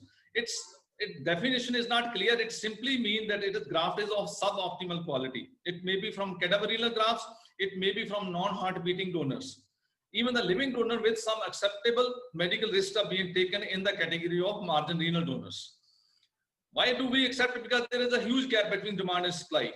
Although the short and long-term outcomes with such grafts are inferior to the normal criteria kidneys, it had significant survival advantage over the wait-listed dialysis patients. Like dialysis patient, the survival of these marginal kidneys is much better than remaining on the dialysis patient. Then in expanded criteria donor, elderly donors are being accepted where the GFR is less than 80. This GFR should be normal by GFR estimate, because GFR decreases by 1 ml per minute after every year after the age of 40 years. So suppose if the donor is of 60 years of age and his GFR is of 60, then such a donor can be accepted for donation if other criteria are normal. Hypertensive patients are also accepted as donors in the expanded criteria if the hypertension is easily controllable, age is more than 50 years of age, GFR is more than 80 ml per minute, and there is no urine albumin or less than 30 milligram per 24 hours. Diabetic patients are not accepted, but however, if there is no history of diabetes and the fasting blood sugar is lesser than 125 on 2 occasions, and the 2 hour post this glucose test is lesser than 200 milligram per deciliter, then such donors are acceptable for kidney donation. Obese patients, if BMI is more than 35, normally should not be accepted, but this varies from center to center, from surgeon to surgeon. Many surgeons do accept. But if BMI is more than 32, we do accept if there is no microalbuminuria, no impaired glucose tolerance, no hypertension, no cardiovascular disease, no hyperlipidemia, no sleep apnea, or no liver disease. If they don't have such morbid comorbidities, then such donors are acceptable. Patient having kidney stones. Any asymptomatic potential donor with history of single stone may be suitable for kidney donation if there is no metabolic abnormalities like no hypercalciuria, no hyperuricemia, no metabolic acidosis, no cystinuria or hyperoxaluria. There is no urinary tract infection, and CT scan does not show any nephrocalcinosis or multiple stones. So such patients are accepted as kidney donors. And patient having kidney stone but asymptomatic also acceptable if all metabolic abnormalities are not there and the current stone is lesser than 1.5 centimeter, or it is a potentially removable stone. We have taken even patients with bigger polar stones, upper calcial stones, which were removed on the bench surgery and transplanted successfully. More than 30% of patients are having donors which does not, whose blood group does not match with the recipients. So these are incompatible renal transplant comprising more than 30% of the patients. What do we do for them? ABO incompatible transplant is possible now, being in a lot of centers, or swapping. So we'll cover these topics one by one. ABO incompatible. So on the left side, the diagram shows compatible, ABO compatible transplantation. On the right side, it is ABO incompatible, where A group goes to O, or B group goes to O, or ABO goes to O, or AB goes to A or B. So this is an incompatible transplantation. In the COVID era, ABO incompatible transplant is quite safe. This is the wife with the blood group B giving her kidney to husband O, and this was done in COVID era in our center and done successfully. There are many other examples where this is being done. So what is the protocol for ABO incompatible? Normally there are ABO antibodies in the recipient against the donor when incompatible transplant is there, which destroy the graft. So we have to remove these ABO antibodies. They can be removed either with the help of plasmapheresis or double filtration plasmapheresis or antigen specific immunoadsorption, glycosorb. So glycosorb is very expensive. What we do, we remove the antibody with the help of plasmapheresis. Then we prevent the rebound of ABO antibodies with the help of rituximab, which is given about 15 days to 1 month prior to transplantation. And we start triple drug immunosuppression as per standard ABO compatible transplantation about 15 days before the transplantation. Plasmapheresis is done and IV immunoglobulin are being given in between the plasmapheresis to these patients. So this is a plasma exchange procedure, plasmapheresis, which removes the antibodies. This is the double filtration plasmapheresis. And this is the glycosorb ABO column, which removes the antibodies at a rapid speed. So if the antibody titer is more than 216 or 156, glycosorb is very, very safe. Otherwise, it is it comes to be cost effective. Otherwise, it is a very costly procedure, and we perform the ABO incompatible transplant with the help of plasmapheresis only. Our protocol is we achieve antibody titer lesser than 1.8. So on day 14, we start the rituximab, and tacrolimus and mycophenolate are being started 2 weeks before the transplantation. If antibody titer is less, on the day 7, we do the classical plasmapheresis sessions depending on the titers, followed by IV immunoglobulins. On day 0, ATG is given, dexamethasone is given, and standard triple drug immunosuppression is continued till 3rd day onward, and the patient is being discharged on the 7th day successfully. Every alternate day, we measure the antibody titers, and if the antibody titers are becoming 4 times the normal, what was before the transplantation, then we can do plasmapheresis. So far, we did not need any session of plasmapheresis post-transplantation. The results of ABO incompatible transplants are almost similar to the ABO compatible transplant. 3-year death censored graft survival, and the patient survival is almost similar.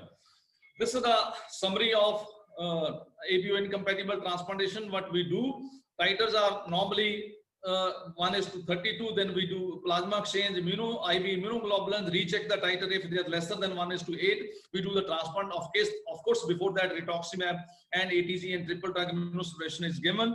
Post-operatively, triple drug immunosuppression is continued. And if the titers are more than 4 times, then only plasmapheresis is needed.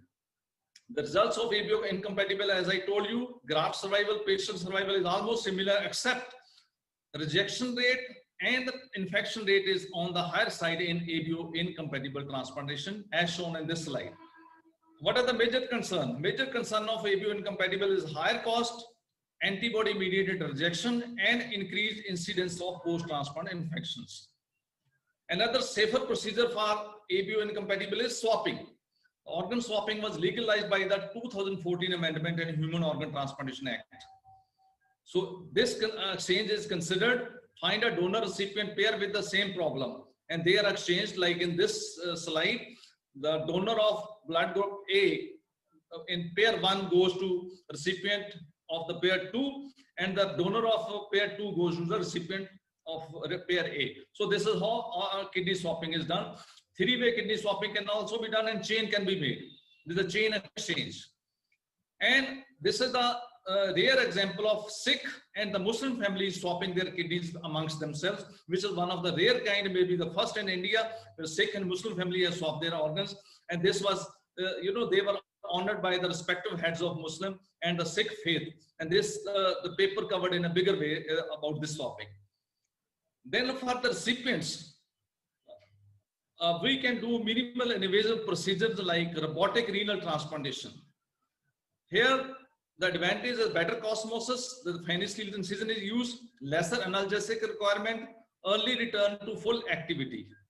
However, the disadvantage is long learning curve, lack of widespread availability due to cost of equipment, longer anastomotic time, and increased cost for the patient. I am thankful to Dr. Noor for providing me this clip of robotic renal transplantation. Then organ donation after brain death. This is the third category, that is a cadaver organ donation. And how we can increase cadaver donor pool in our society. Transplantation of Human Act was passed in '94, and then a lot of amendments had taken place over the time so that the organ donation rate increases in our India. In 8th July last year, Silver Jubilee celebration of Transplantation of Human Act was done, and NOTO instructed all the centers to perform maximum number of transplantations so that India can register in a Guinness Book of Records. Our center performed 3 transplantations, 3 kidney transplantations on the same day. This is how we can celebrate and create awareness about increasing the organ donation. So, Transplantation of Human Organ Act, it now includes the donation of tissues also. Organ swapping, as I told, has been legalized. Penalties has been enhanced for commercial dealings, and grandparents and grandchildren are included in the list of near relatives. And how can we certify brain death in now amended rules? In the absence of a neurologist or neurosurgeon, an independent surgeon or physician or anesthetist intensivist, they can also be nominated for brain death certification. And it is mandatory for a doctor in ICU to ascertain if the family wants to donate organs. And no organ tissue shall be moved from the mentally challenged person before his death.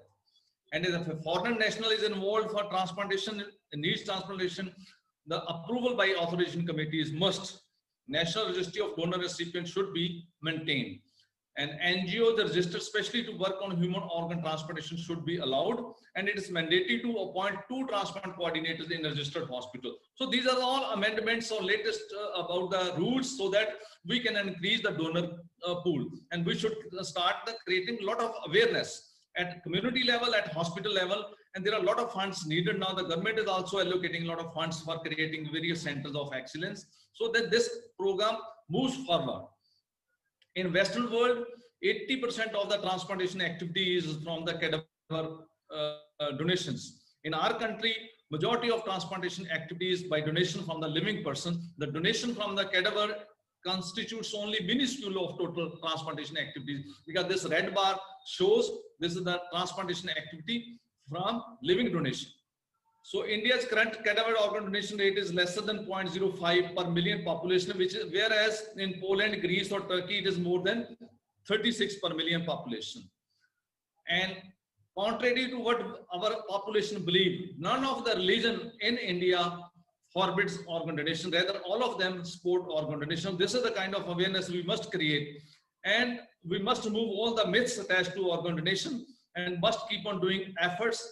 What we do, everyone should do, and I request all the eminent members of North Zone Urology Society to create awareness in your respective areas. These were the Transplant Olympics hosted by us, and Deputy Speaker Lok Sabha chaired the Olympics, and it created a lot of awareness. We have been participating with the Punjab and Haryana High Court to organize cycle rallies, many other activities. So this is the current need of creating awareness about organ donation among the population.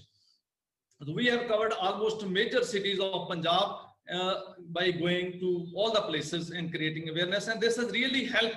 And I am sure organ donation at Chandigarh or many other places by virtue of creating all kinds of awareness. Government has also now constituted various organizations like National Organ and Tissue Transplantation Organization, and under its umbrella, regional and state level organizations are there. NOTO helps in streamlining the distribution of harvested organs all over India. And this is a big step towards creating a platform for cadaver organ donation. Even green corridors are being created for the transport of organs from one place to another, so that time is not wasted. So this is the kind of green corridors being created. Even air ambulances are being used to transport organs from one place to another, and as happens in the Western worlds. So this is a Western world, and even our hospital is planning to have rooftop helipad, so that in future transport of organs from one place to another becomes easier. Maybe in future drones may be used to transport the organs from one place to another. So this is the all latest advances which are happening. Another era about immune tolerance, xenotransplantation and stem cell therapy. Immune tolerance is the one when the recipient does not develop any rejection episodes against the donor organ. When we are able to achieve this, that will be the benchmark, or that will be the era of a new organ transplantation, when none of the grafted or transplanted organ will be wasted. Xenotransplant. I was in Cambridge in 1998 when the pigs were genetically modified and their organs were being perfused with the human blood, and effluent blood was seen to see was being analyzed to see any antibodies being developing or not. And at that time in 1998, it was presumed that within the next decade, all these transgenic pigs will be a source of organ for the human mankind. But a lot of time has happened, and now also we are waiting for another decade when xenotransplant may be possible. But then there will be a lot of ethical issues related to this.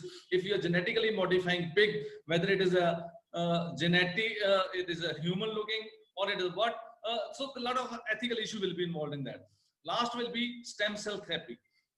When the stem cell will be stimulated in vitro to create an organ like kidney, which can perform the function of kidney. Again, we are quite far behind in our research when all these, one of these three things will become practicality.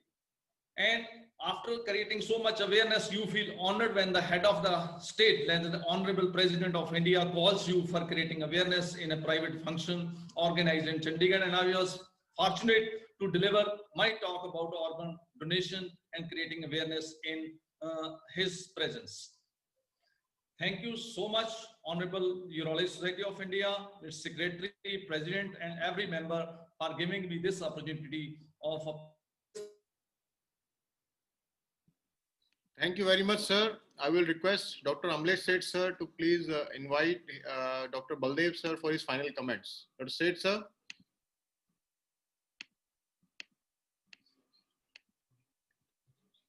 So, Dr. Baldev, sir, you can unmute yourself. And would you like to give a final comment, sir, to the audience? Please unmute yourself. Baldev, it's a pleasure and honor.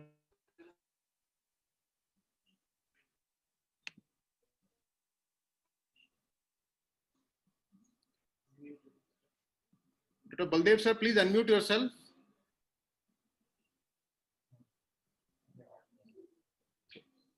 So we can't hear you, Dr. Baldev, sir. Can you unmute yourself?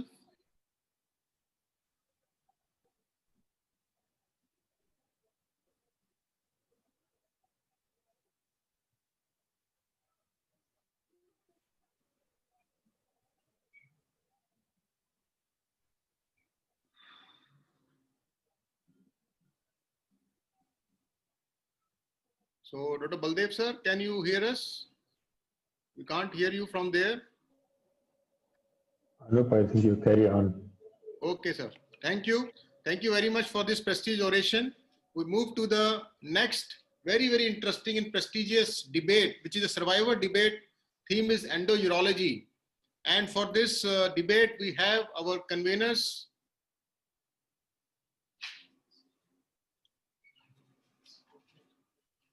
Dr. Pawan Kesarwani is the head of Department of Urology from Max Hospital, New Delhi.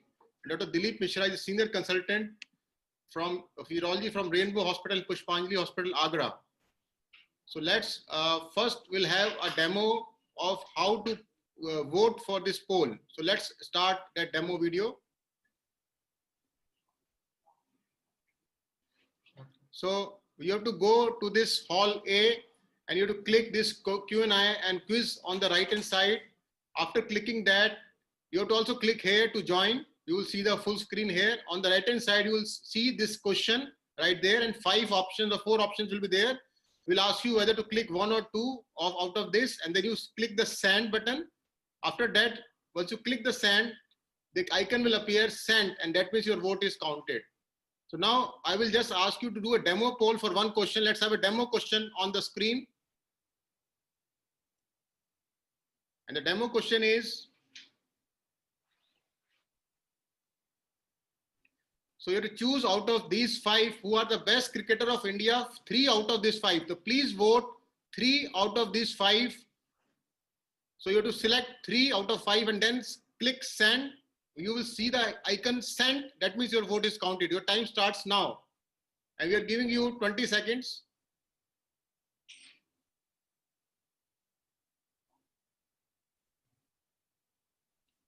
So the timer is on, and I will let you know the timer, the time is out, and then we'll see the results in front of us. That's how we are going to poll when the debate starts. I am just doing it so that all of you become friendly with the process. We are using the software for the voting, and I hope it should go well during the debate.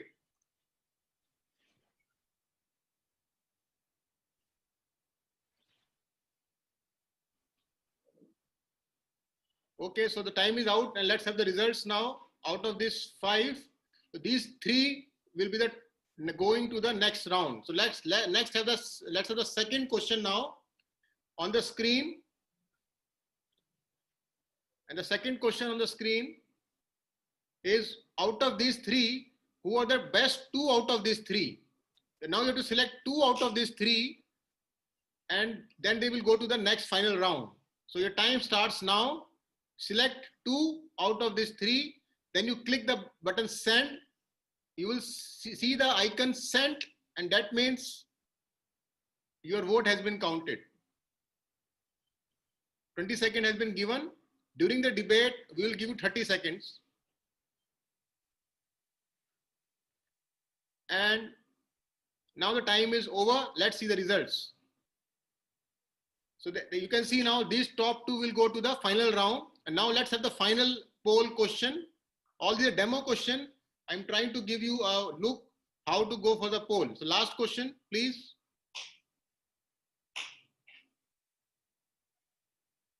The last question is this: out of these 2, who is the best cricketer for India? So to select only 1 out of these 2, you select that option, click send button, and you will see the sent option. Your time starts now, and you're given again 20 seconds, and we'll have the results in front of us, and that will be the winner. Exactly the same manner we are going to do for the next debate. Okay, so we can have the results now, and that's the winner. Okay, so now let's start the session.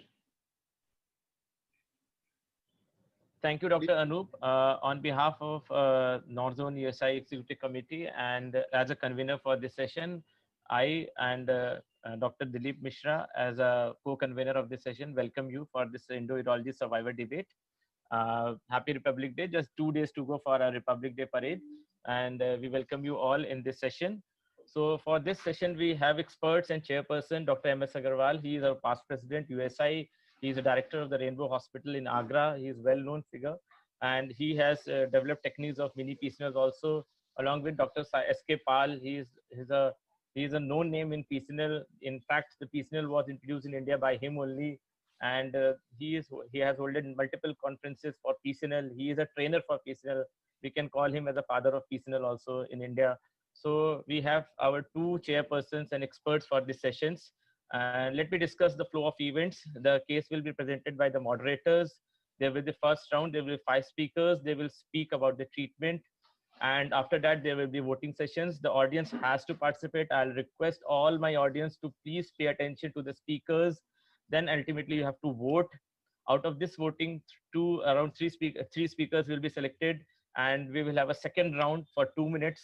And this will go for a final round where the voters have to select the 2 speakers from this 3. And then the final round will be there. and the final lies with the audience. The audience will select the winner, and then we'll discuss with our experts and chairpersons. Welcome Dr. Dilip Mishra to please go ahead with the case and introduce our speakers also. Thank you, Dr. Pawan and Dr. Anup, for giving me this opportunity. So this is the case which is being which is for our endourology survivor debate.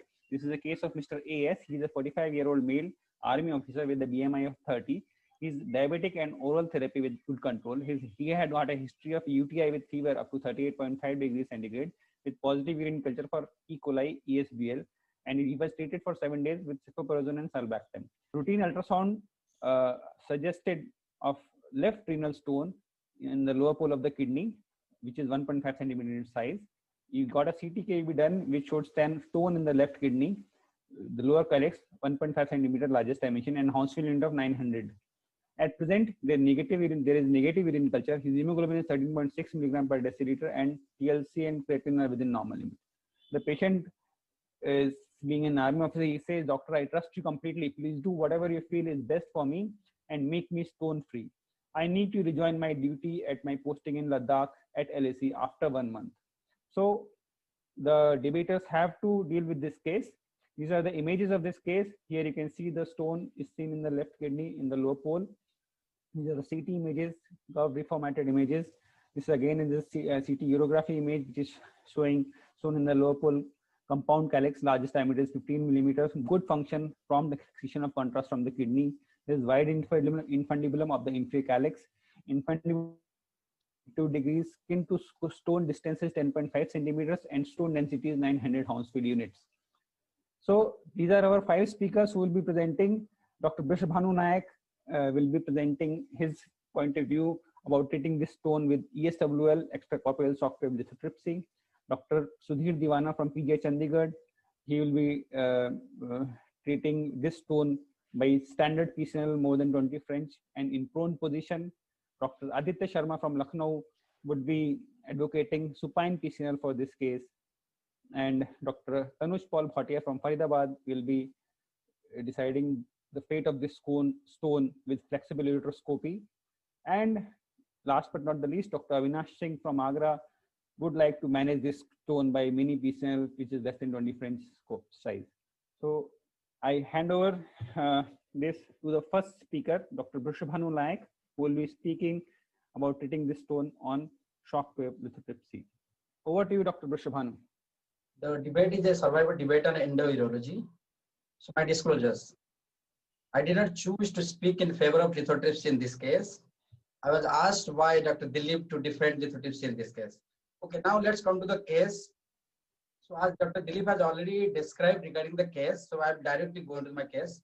So these are the images that has been provided and the factors that has also been discussed. This is a 1.5 centimeter stone in the lower calyx, and the infundibulum pelvic angle is more than 90 degree, wide infundibulum, but the stone to skin distance is more than 10 centimeter, with the stone density of the borderline 900 Hounsfield unit.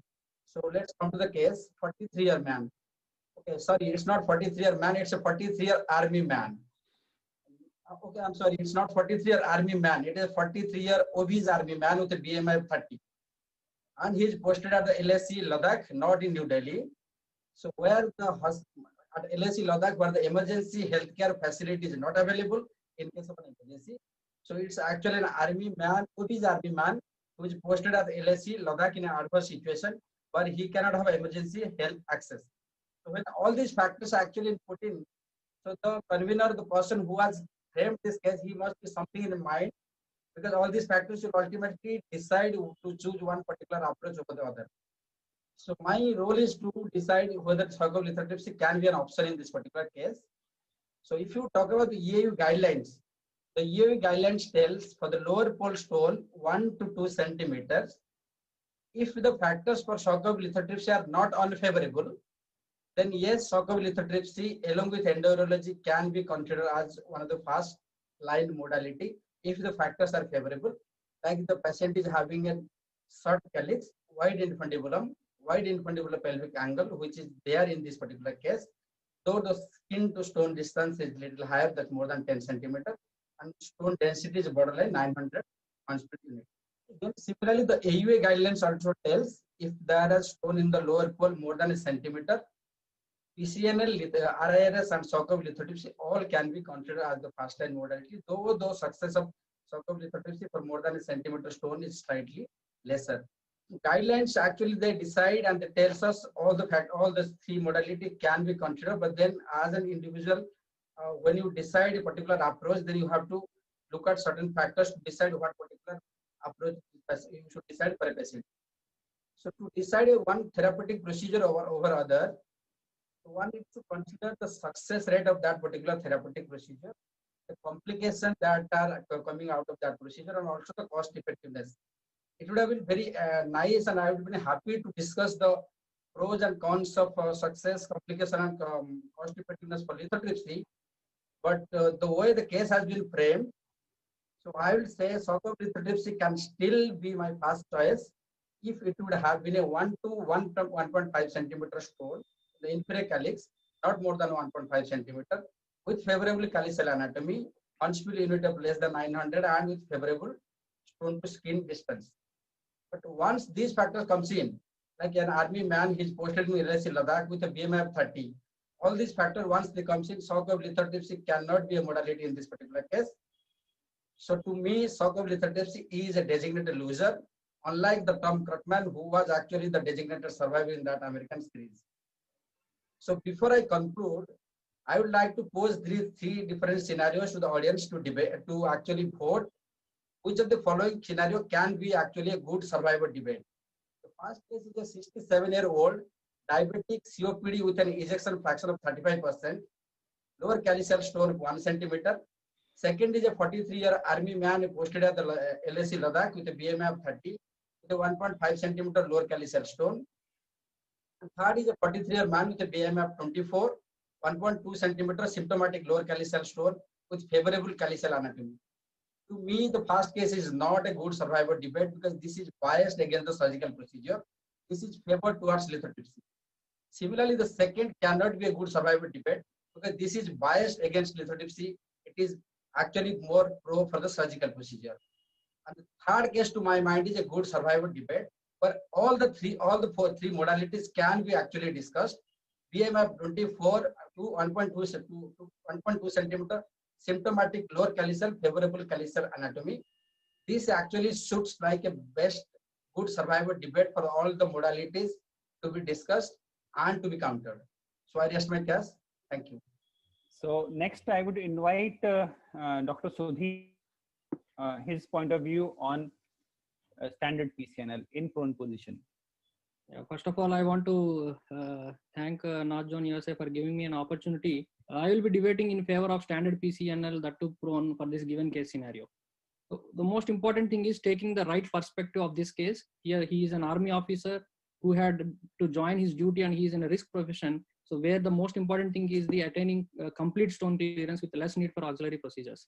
Of course, we should not forget that he is a diabetic and he had history of febrile UTI. That too, he had an ESBL producing E. coli, which poses an increased risk for infectious complications with some of the modalities which are there now. This is a paper which had studied the risk factors for postoperative infectious complication, where they have clearly shown that if there is a history of positive urine culture stone in the calyceal location, like in the given case, and with the diabetes, they will have increased chance of infectious complications.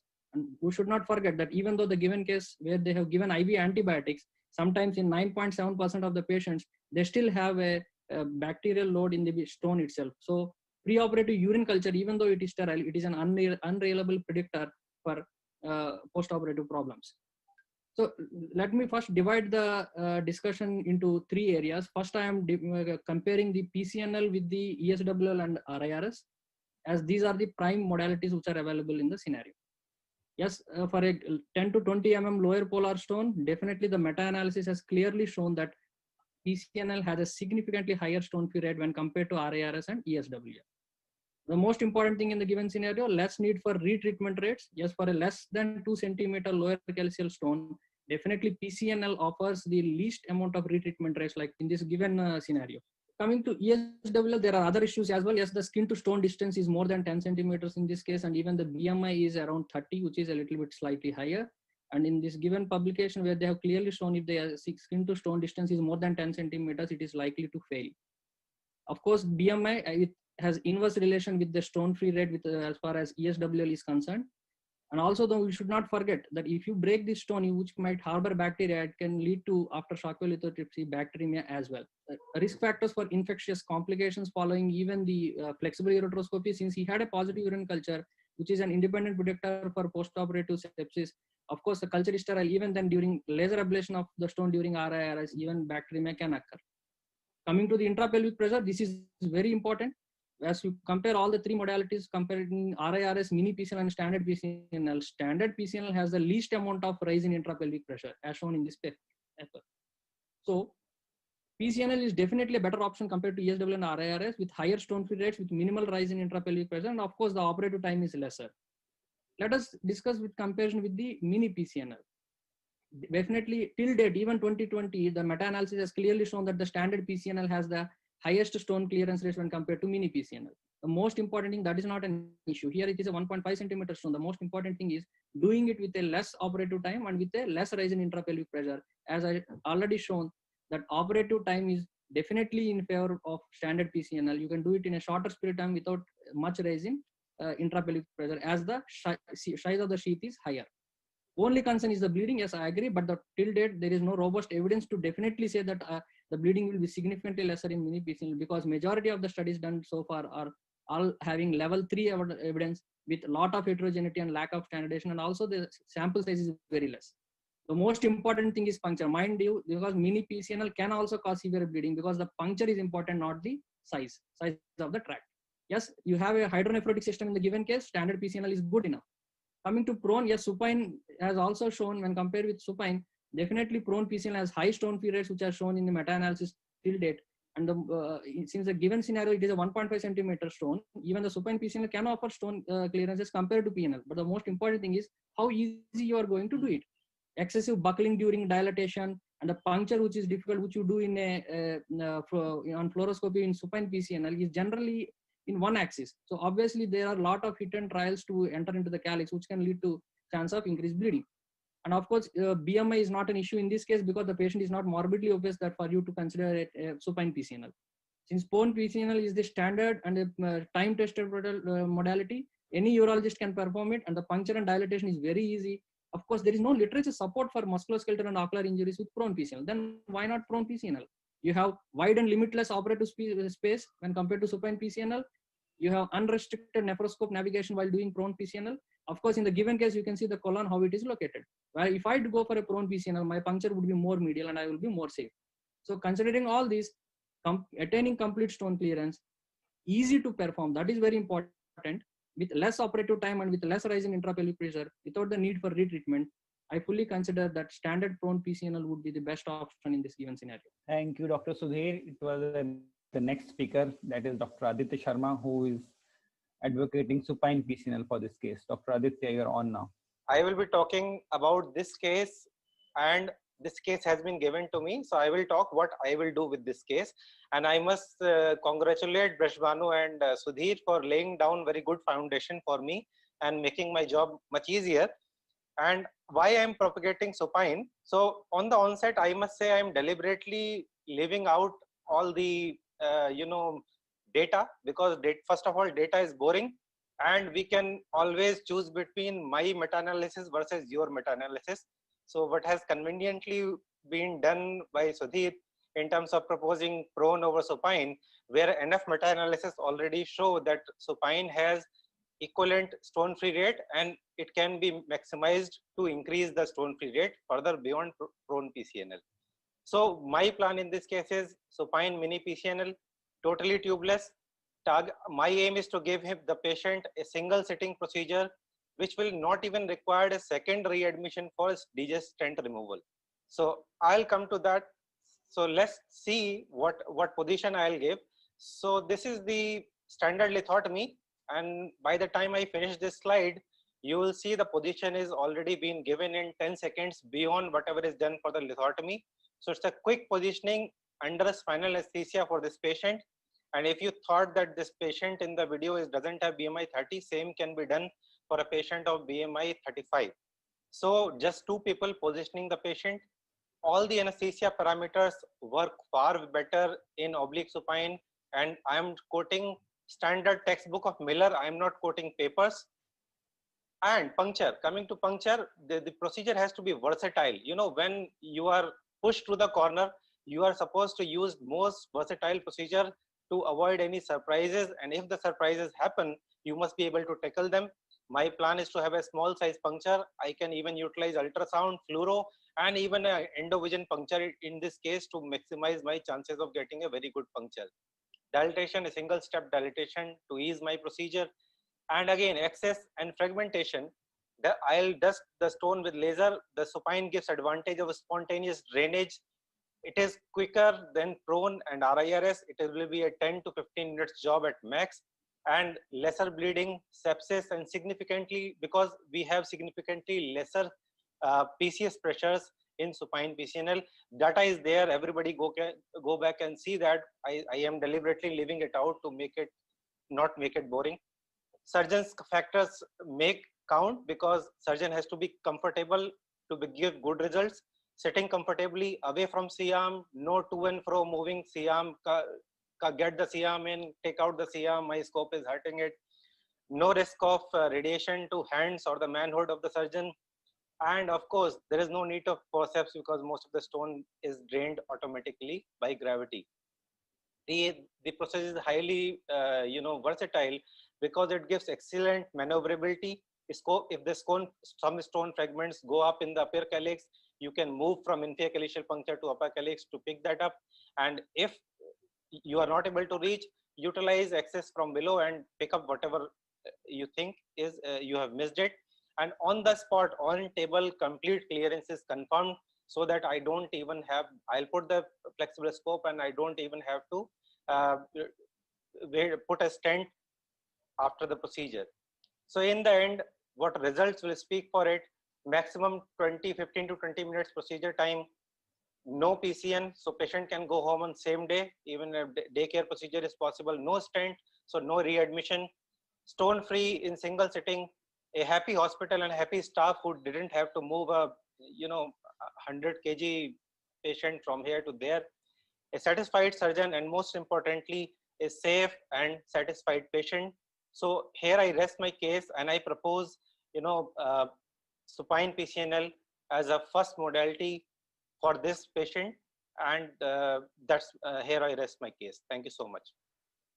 Thank you, Aditya. So we would move on to the next speaker, who is Dr. Tanuj Paul Bhatia, who will be advocating flexible URS or RIRS for this case scenario.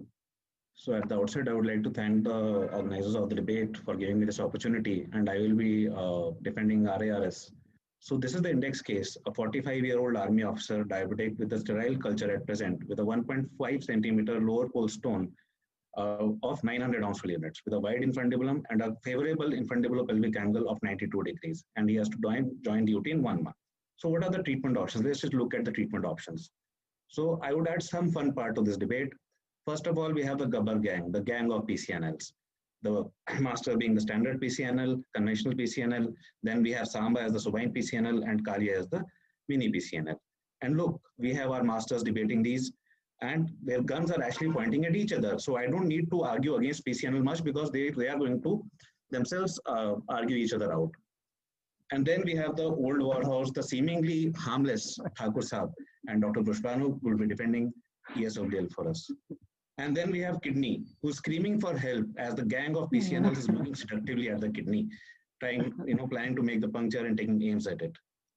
And to the rescue of kidney, we have the Jodi of laser and flexible scope as RIRS, and I will be fighting the case for RIRS. So I would offer this patient RIRS. Why? He has a 15 millimeter relatively soft stone, a wide infundibulum, and a favorable infundibulopelvic angle, which mean an excellent stone clearance for me. He has a sterile preoperative culture, so I don't expect any major risks. He is an army man. He would not like to have any cuts on his body, which would stand in his way of his next promotion. And he has to join duty. And I can offer him a short hospital stay and a fast recovery, so he can actually visit family and friends in his holidays of 1 month that he has at hand. So if you look at the guidelines are clear. For 1 to 2 centimeter lower pole stones, EIU guideline says that RIRS and PCNL are first choice. ESWL is not a good option. And if you look at the AUA guidelines, they say that URS has a greater stone free rate than ESWL in single procedure, They also say that we should not offer ESWL as first-line therapy to a patient with more than 1 centimeter stone in lower pole. And they say that PCNL offers a good stone-free rate, but it has greater morbidity. We know that when we're talking about a lower pole stone, there are anatomical considerations, and the most important ones are infundibulopelvic pelvic angle and size of stone for RARS, both of which are in our favor for this index case. Let's look at some studies now. We have this randomized control trial from Dr. Anup Sir's group from Safdarjung, and classical index case scenario of 1 to 2 centimeter radiolucent lower pole stone. And look at the retreatment rates are almost same for RARS and mini-PERC in this particular study. Of course, it offers a good stone-free rate of 86.1% with the RARS.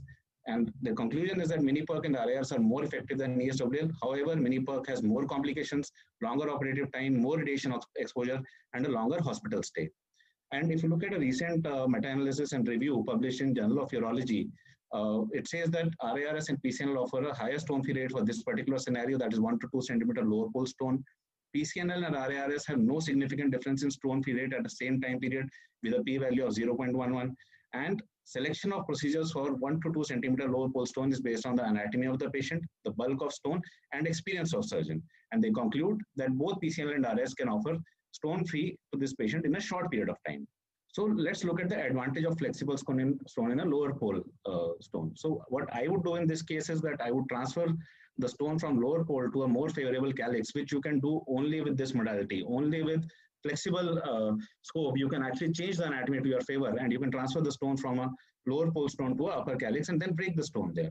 And same has been documented in numerous studies. We can achieve stone-free rate as high as 97 to 100% by just transferring the stone. It also prolongs your scope life. And then I would dust this stone into very fine particles. I would spend some time patiently on the stone so that I can convert into absolute dust and give him maximum stone-free at that time itself. Now let's just look at the fall of lithotripsy during its youth, and it had a lot of vigor. It was very active, pointing at stones and breaking them, just like our Thakur Sahab. And then PCN, a lot of PCN started happening around India, and that is how the arms of lithotripsy were cut. And finally, that is the RARS putting lithotripsy to rest. And it is not just in India, it is worldwide that RARS is going up, lithotripsy is coming down, but PCNL continues to be at the same rate. And there we have the gang of PCNL taking shots at the kidney and asking, Holi kab hai? Of course, we know they are asking about Khoon ki Holi. And our Basanti or kidney is happily dancing with the RARS Jodi as we break the stone inside the kidney, making into dust, keeping the kidney safe. Thank you. Wow, it was just a treat to watch your presentation, Tanuj. And I hope everybody enjoyed this, sense the debate. And I am very happy, as you can see on my face. And next, I would request, without wasting much time, to Dr. Avinash Singh from Agra to present his views on use of mini PCNL in this type of cases. I would be speaking on mini PCNL. Before speaking on why I would choose mini PCNL, I would like to share why I would not choose the other modalities. Starting from ESWL, most of the speakers have spoken. So ESWL has very limited role in 2021 apart from the initial hype at the start of COVID. EAU guidelines for lower pole stones say RIRS or PCNL. I would like to ask, when did one of us did last do an ESWL? In this particular case, yes, it is a bit biased towards the other modalities, but the case is what we are discussing. So yes, the SSD is more than 10 centimeters.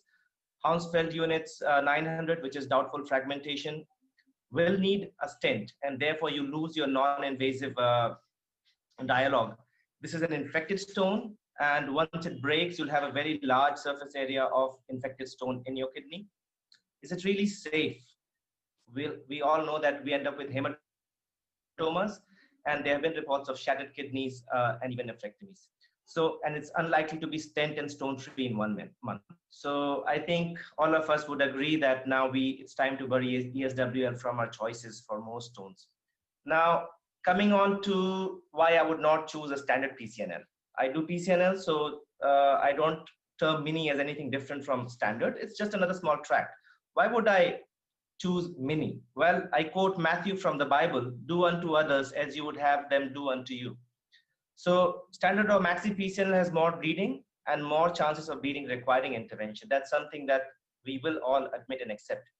Standard PCNL has no role in this small stone. With high power laser and suction, the role of standard PCNL is decreasing even in bigger stones.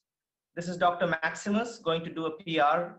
You can see the patients, and that's standard PCNL for you. So why would I not do supine? Well, you would need ultrasound for puncture because doing it with fluoro is very, very difficult. In India, we have the PCP and DT Act, which makes it more difficult. You need training and you need the reporting. No benefits in SFR or bleeding. Most urologists can adopt prone mini much easier because they are doing a prone PCNL anyway. RIRS, why would I not do an RIRS? Why would I break my scope in a lower pole? One indication is for single use and flexible scopes is lower pole stones. Poor stone-free rates for this patient. You would need a stent. You would probably need an axis sheath. You would need to stage maybe the procedure as well. Higher IR pressures. This is the most important thing. He has had an infection. We are looking at an infected stone, probably, especially in this diabetic patient. And therefore, the higher the IR pressures, the higher the chances of this patient landing into sepsis. More expensive and lots of biomedical waste. So why would I go for mini? Well, the best stone-free rates, excellent safety, no need for stent or nephrostomy tube. I would use the term totally tubeless on discharge. There'll be no tube, maximum ureteric catheter. Stone-free on table. The smaller, finer scopes have much better maneuverability to access almost all calyces. And in India, whatever the publications, our stone-free rates that we always offer 100% stone-free because the patient doesn't accept anything else here. Daycare is also possible with mini PCNLs. We don't normally do it, but if it's a patient from the city, we can do that. He'll definitely be fit to join duty in a month. And this modality is possible with every endourologist doing a PCNL. So I would rest my case here and I would offer this patient mini, and thank you for allowing me to speak. Thank you, Avinash. And now I would, since our first round is over, I would hand over the things to Pawan sir, who would conduct the voting, and then we will have the next set of speakers who would be coming up. Pawan sir, conduct the voting. Thanks, Dr. Dilip. And I thank all the participants who have spoken very well. So thanks, Dr. Dilip, and thanks everyone for speaking in favor of their modality of treatment. I request all my audience to please vote for this round, and so that we can decide who will go for the second round. I'll just brief in how to vote. It's very simple. Go to the top right hand of the screen. You will find Q&A written over there. Press that icon. You will get 5 options over there. You have to choose only one option. I'll request everybody to please choose only one options. That options will be available for 20 seconds. So please be quick in voting. And I request the organizer to please start the voting session. So now we are going to project the slide for the voting. So the voting slide is on, and in front of you, the esteemed audience, these are the 5 options in front of you. Out of these 5, you have to select 3. Best 3 out of 5, please remember. 3 out of 5. You choose these 3. After choosing the 3, you click the button send.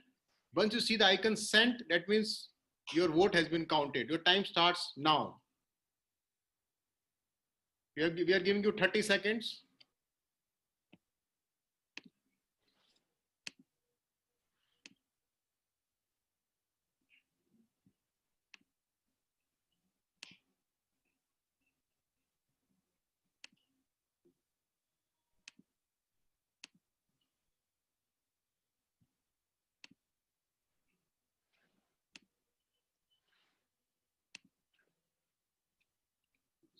After you have selected the options, please choose the button send, and once you see the send, the icon is there, that means your vote has been counted.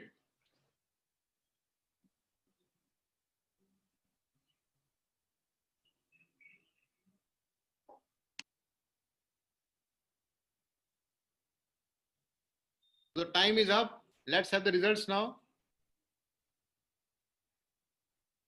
Okay, so now I will request Dr. Pawan Kesarwani and Dr. Dilip Mishra to unmute themselves and they can announce the results. Yes, sir, we are ready. Hello. Yeah, Dr. Pawan. Dr. Pawan. Yeah, thank you, Dr. Anup. Thanks, audience, for voting in favor of Dr. Tanuj for flexible retroscopy, Dr. Divana for standard PCNL, and Dr. Avinash Singh for mini PCNL. So I'll request Dr. Tanuj to and followed by Dr. Sudhir and followed by Dr. Avinash to go for the rebuttal rounds. And all the best to all of the three. So Dr. Pawan sir, you can invite the first one out of these three. Dr. Tanuj, welcome to the second round, and I request you to please start your presentation for the second rebuttal for the second round, that is a rebuttal round. Thank you everyone for getting me through to the second round. So we saw good fighting, and we saw all the three modalities of PCNLs, or the gang of PCNLs or Gabbar fighting among themselves. And there was some arm twisting between RIRS and PCNL, and poor ESWL trying to achieve truce with RIRS there. So let's look at some more studies. This is a CROW study which shows us that lower pole stone is actually the most common solitary renal stone. So this is actually the most common scenario that we face in our OPDs, that there's a lower pole stone. And it also concludes that RIRS is safe, and it gives best result when stone is less than 15 millimeter, as in our index case today. And in this high-powered study of RIRS versus mini PCNL for 1.5 to 2.5 centimeter lower pole stone, the authors conclude that both RIRS and mini PCNL are safe and effective methods of treating lower pole stones. And they go on to say that RIRS can be considered as an alternative to PCNL for treatment of lower pole stones of 1.5 to 2.5 centimeters. So why not offer RIRS to this patient? And look at what is happening. We have the new entry, the new thulium fiber laser. This is Dr. Mohammad Salim, who started RIRS just last year, and he's already gone on to become an innovator from a beginner, and he converts the lower pole stone to dust, and then he sucks all the dust out with his scope itself. So we don't want to see this postoperatively or this after an ESWL. What we want to see is clear urine and a happy patient waving goodbye and leaving the hospital happily on the same day or the next day after RIRS. So again, our Basanti or kidney decides to run away with the RIRS Jodi, away from the PCNL gang. Thank you. So Dr. Pawan sir, you can now invite the second person for the rebuttal. Hello, Dr. Sudhir. Please. Dr. Pawan. Hello, Dr. Sudhir. Hello, Dr. Sudhir. I invite you for the second round, at the rebuttal round, and all the best for this round. Yeah, welcome back at the rebuttal. One thing which we are forgetting is my way of thinking in this case is that he is an army officer. I don't want to leave any dust or gravel in his kidney. So in that manner, because I want to offer him a complete stone clearance, because he is in a high risk situation, because he is an army person. So I will always think PCNL is going to be far better when compared to the ESW and RIRS, whatever the stone clearance rate may be. I will not consider ESW and RIRS as such. Hello, Dr. Anup, Stone clearance rate has already proven that PCNL is always higher than the RIRS and epilepsy. That I will consider as the first option. Coming to this thing which I don't want everyone to neglect, that he had febrile UTI, which is very important in this scenario, because every procedure you select should be based on which suits to the given person. So I will make sure that intrapelvic pressure is significantly low, and I will not go for tubeless. Tubeless PCNL, as one of the speaker has already said, that he will go for tubeless also. I will not go in this case because he had a high grade febrile UTI before. And of course, mini PCNL I will avoid in this case, because it will anyway, there is a risk of high intrarenal pressure, which has been proven already, and compared to a standard PCNL. Of course, bleeding is not a concern for me, because this case is a hydronephrotic system. And as of now, till date, level 1 evidence is lacking still. All the meta-analysis are all, because of heterogeneous data, there is no true evidence actually. And since post-operative pain, of course, for mini PCNL, that is not a good issue for me, because even standard PCNL data and mini PCNL has shown comparable results for post-operative pain. And supine, yes, I know supine can offer a comparable stone clearance for a given this 1.5 centimeter stone, but I follow with the thing that majority of the people who follow is 80% of the cases is prone PCNL worldwide. Even the supine PCNL started in somewhere in 1987, still it is the most commonly performed procedure. and even the procedure puncture is not as easy for the rest of the people as for Dr. Aditya, because the puncture which we have seen is difficult with supine PCNL compared to prone. So considering the user friendliness and easiness, I go for prone PCNL in this case, and I rest my case here. Thank you. Thank you, Dr. Sudhir. As per the opinion poll by the audience, I would like to invite Dr. Avinash for his modality of treatment, that is mini PCNL. So welcome, Dr. Avinash. Tanuj, very interesting presentation, by the way. And so this is, I'm going to tell Tanuj what Basanti would not want in her ureter. So as you can see, this is Basanti's ureter after Tarun goes up with the access sheet. And I don't think there's a very, very happy Basanti if she has the chances of 50% injury and more than 2% chances of ureteric stricture after Tanu's access sheet goes up her ureter. So, and she's Indian, by the way. I'm glad that he did not quote any Hollywood film. So now I would ask the audience, will you have a ureteric stricture avulsion, or will you rather have a bleed which might not need a transfusion or can be cured with an angioembolization? PCNLs needing an angioembolization are less than 0.8%. And that's the most feared complication. And I'm not mentioning the complication of sepsis due to increased intrarenal pressures, which can land patients in ICUs and can be deadly. So highest chance of scope damage with an RIRS, single-use scope, making the procedure very, very expensive, high intrarenal pressure, more chance of sepsis, poor SFR, large surface area of potentially infected stone in a diabetic, possibility of retreatment and staging. He needs to join duty in 1 month. Will need a stent and its associated complications. They're not well tolerated by many people.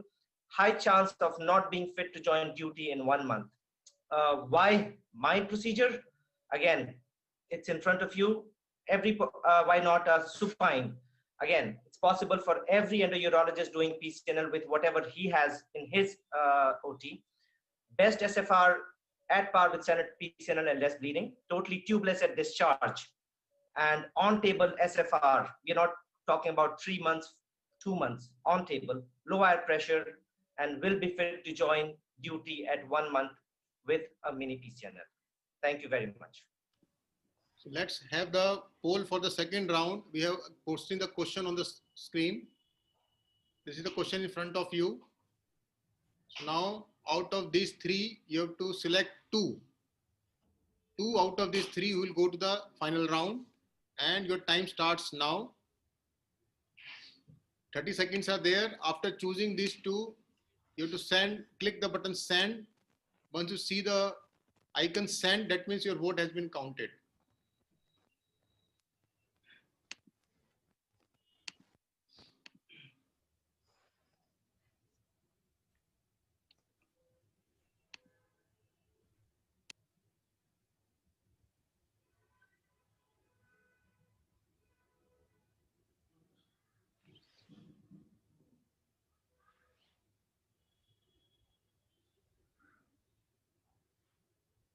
So the time is over. And I will request Dr. Pawan and Dr. Dilip to announce the results. Let's have the results. And now, thank you, audiences, for your poll and the candidates who have made up for the second round. That is the third battle round is Dr. Avinash Singh from Agra, who was speaking in favor of mini PCNL, and well-known Gabbar Jodi of Jay and Viru, who opted for flexible ureteroscopy. So I welcome for the final round for these two participants. So I welcome first Dr. Avinash because he has scored the maximum poll of 73%. So Avinash, you are welcome to give your final presentation for the final vote again. Thank you.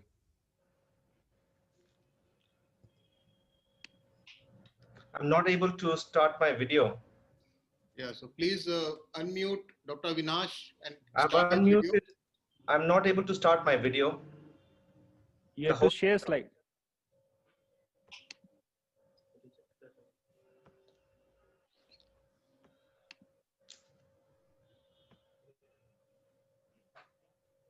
Yes, thank you. You have got only 1 minute, so please hurry. You have to Yes, finish sir. in 1 minute.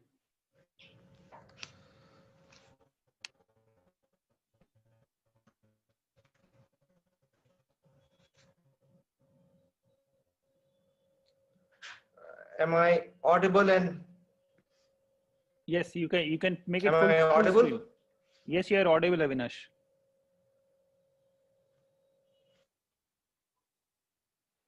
Okay. Okay. So thank you very much for allowing me to speak. So without any further ado, so this is RIRS trying to romance Basanti and trying to convince her about. Now, this is when Basanti sees the access sheet and look at her look in the face says it all. Whether she would want a 16 French access sheet in her ureter or in her kidney, no, I don't think she does. And this is the classical dialogue of Basanti, भाग धन्नो, आज बसंती की ureter का सवाल है, and she runs away. She gets a mini PCNL. This is at a Filmfare Award when she says, well, Sweet 16 is coined for mini PCNL. That's a very, very happy Basanti. Thank you. I rest my case for mini PCNL over here. Thank you, Avinash, for your comparison. With this situation, and I'll invite the Jodi of Jay and Viru, represented by Dr. Tanuj, to present his views for the final rounds. Thank you very much. Welcome, Dr. Thank you very much. Thank you very much. I'm just starting my video and sharing my screen. Just, yeah. And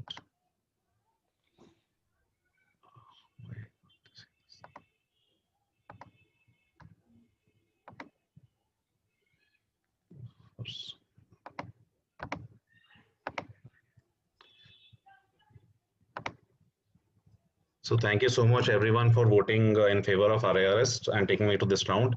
So I would just start by saying that keep calm and put the patient first. And for your information, Dr. Avinash, we don't use 16 French anymore. We use 9.5 French access sheet, and the number of injuries are much, much lesser now. And ultimately, I would say it is the patient choice. I offer a cafeteria approach. Even if he says, doctor, you choose, I aid him in making that choice after understanding all the pros and cons of all the procedures. I believe what he has chosen is best for him, understanding the pros and cons. And in endourology, I never say never, and I never say always, because ultimately we want the patient to be stone-free and pain-free. And these are just some of my X-rays for lower pole after RIRS for lower pole stones. So thank you everyone for voting for me so far again, and thank you so much for this invitation. So let's have the final vote now. Have the slide on the screen for the final voting. So now there are only two options in front of you. Select one out of two, and your time starts now. 30 seconds are given. Please vote.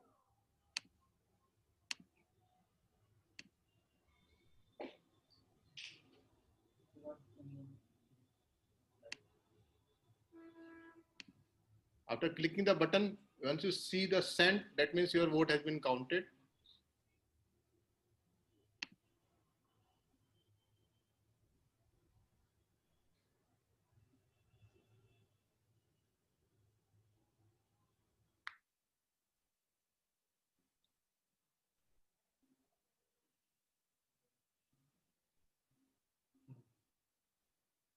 So the time is over. Let's have the results. I will request Dr. Pawan to announce the result.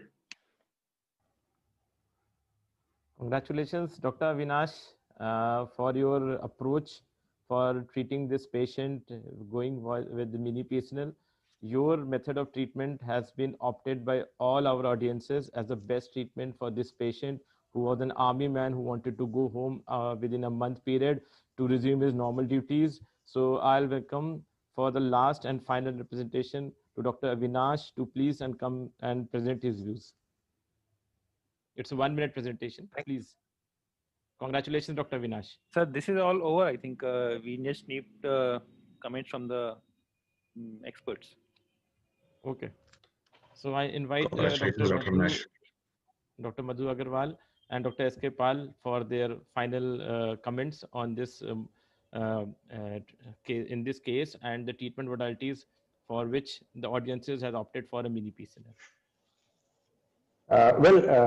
This is Madhu. I can't start my video if I'm allowed. Along with Dr. S.K. Pal, I think I can speak on behalf of both of us. We really enjoyed this debate. It was an excellent disposition of all the modalities, and our participants were all very enthusiastic, and they demonstrated excellent grasp of their subject. And especially Tanuj's injection of humor also helped a great deal. And Avinash responded so well to this, Tanuj's approach. We must all appreciate. I'm sure all of you appreciated this. Coming to the subject, of course, in India, it's hard to beat mini PCNL.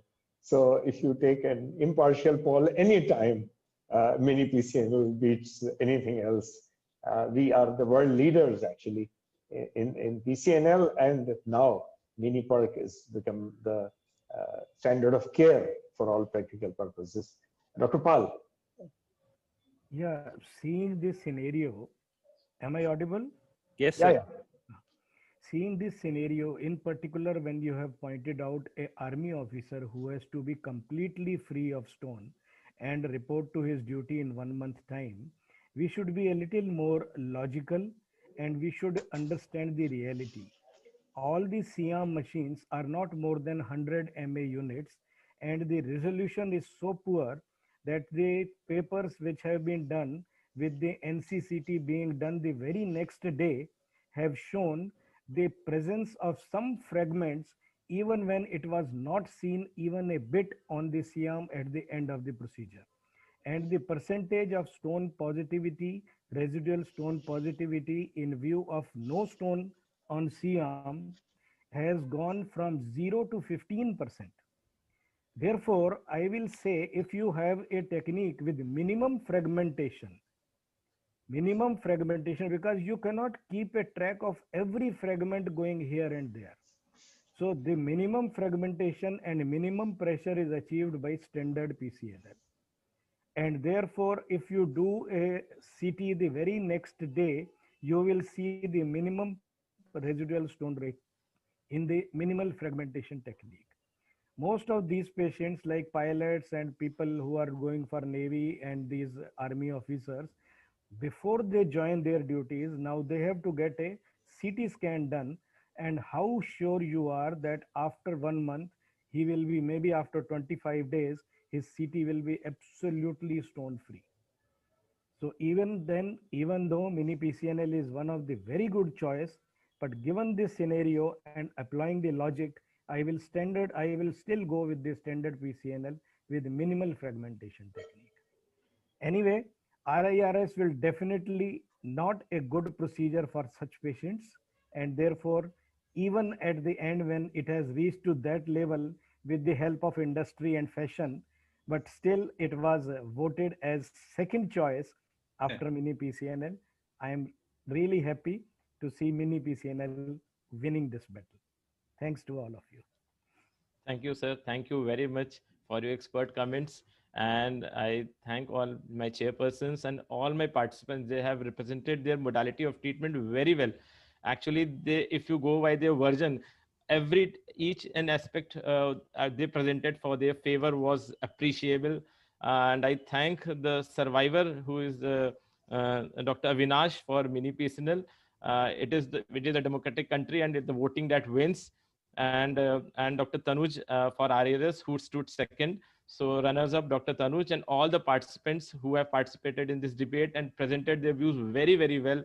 And thanks to Dr. Dilip for assisting me in presenting this case, for a complete workup, for a good editing of this video, of whole of this show. And thank you, Dr. Anu, for giving us a chance for this survivor debate. I hope next year we'll present with much more exemplary way. And thanks to all my audiences for their active viewing, listening, and voting also. So thank you very much. And I pass on to this debate to Dr. Anup for further continuation of the second survivor debate. Thank you, Dr. Anup. Thank you very much, conveners for this session, Dr. Pawan and Dr. Dilip. Thank you very much, experts and all speakers for excellent presentation. And congrats, Dr. Avinash, for winning the first prize. Of course, the runner-up is Dr. Tanuj. So let's move to the second interesting debate. And the theme is uro-oncology. And for this, again, we have two, the conveners are Dr. Rajesh Taneja, he's Senior Consultant of Apollo Hospital, Delhi. And Dr. Shailesh Saha is a Senior Consultant from Max Hospital, Delhi. So again, I will start with a demo for the audience, just a short video. Let's start the demo. So again, just to highlight how to vote, going to the auditorium A, click this Q&A section. Then you see the question on the right hand side. You click this also here to see the whole session here live. Then you click one of either two or whatever we say, you click those options, click the send button, and then your vote will be counted. So let's start the session.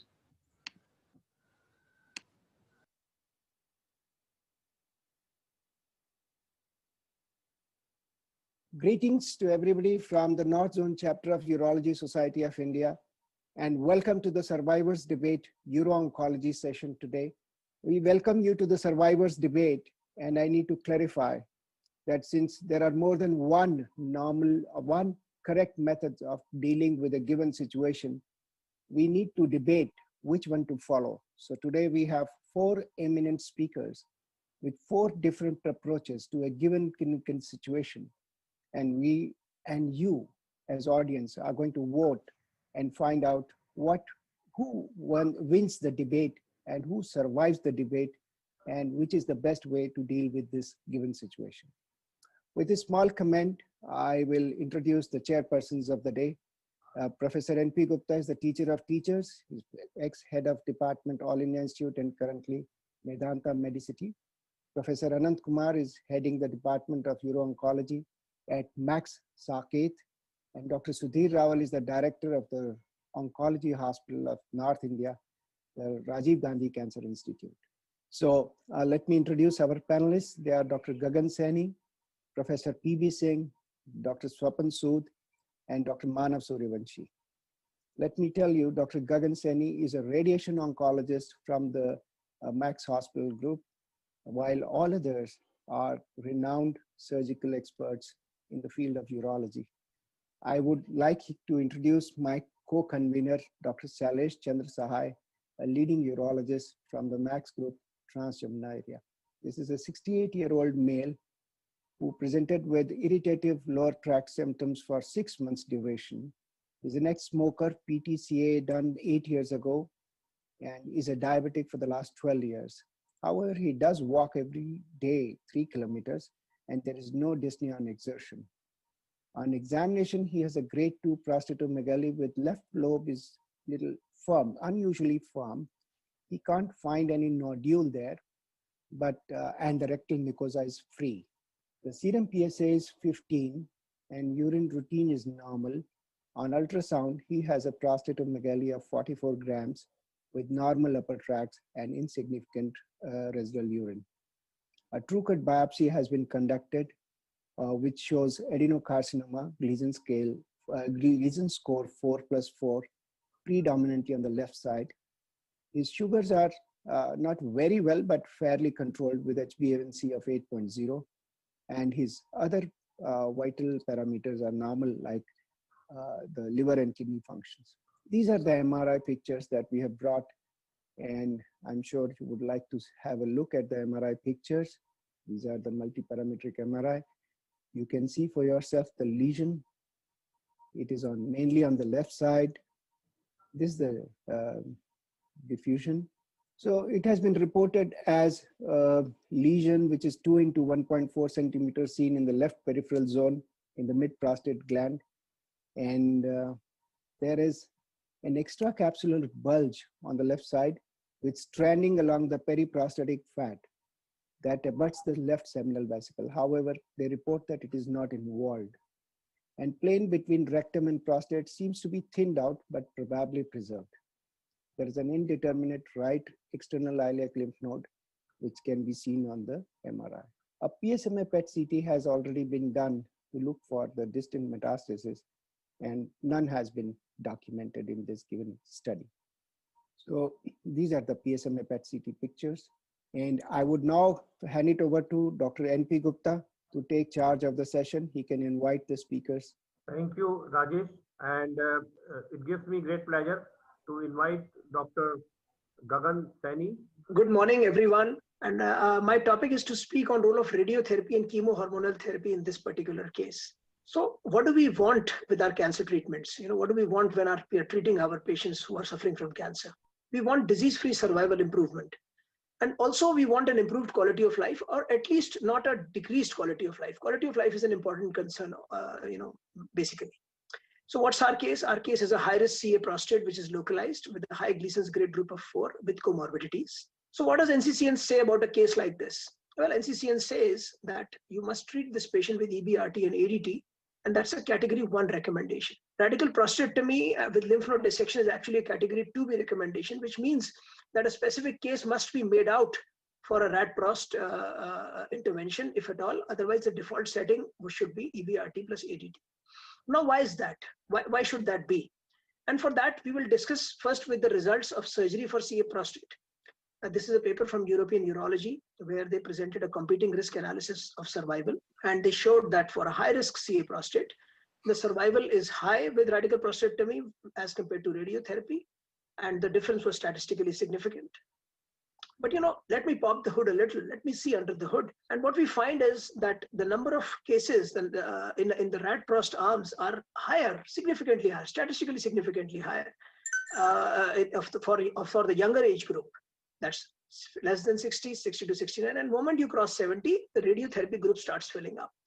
So long story short, we are having a higher age group in the radiotherapy arm, and overall survival is very highly affected by the age group, because this is a malignancy where you would have a longer survival anyway.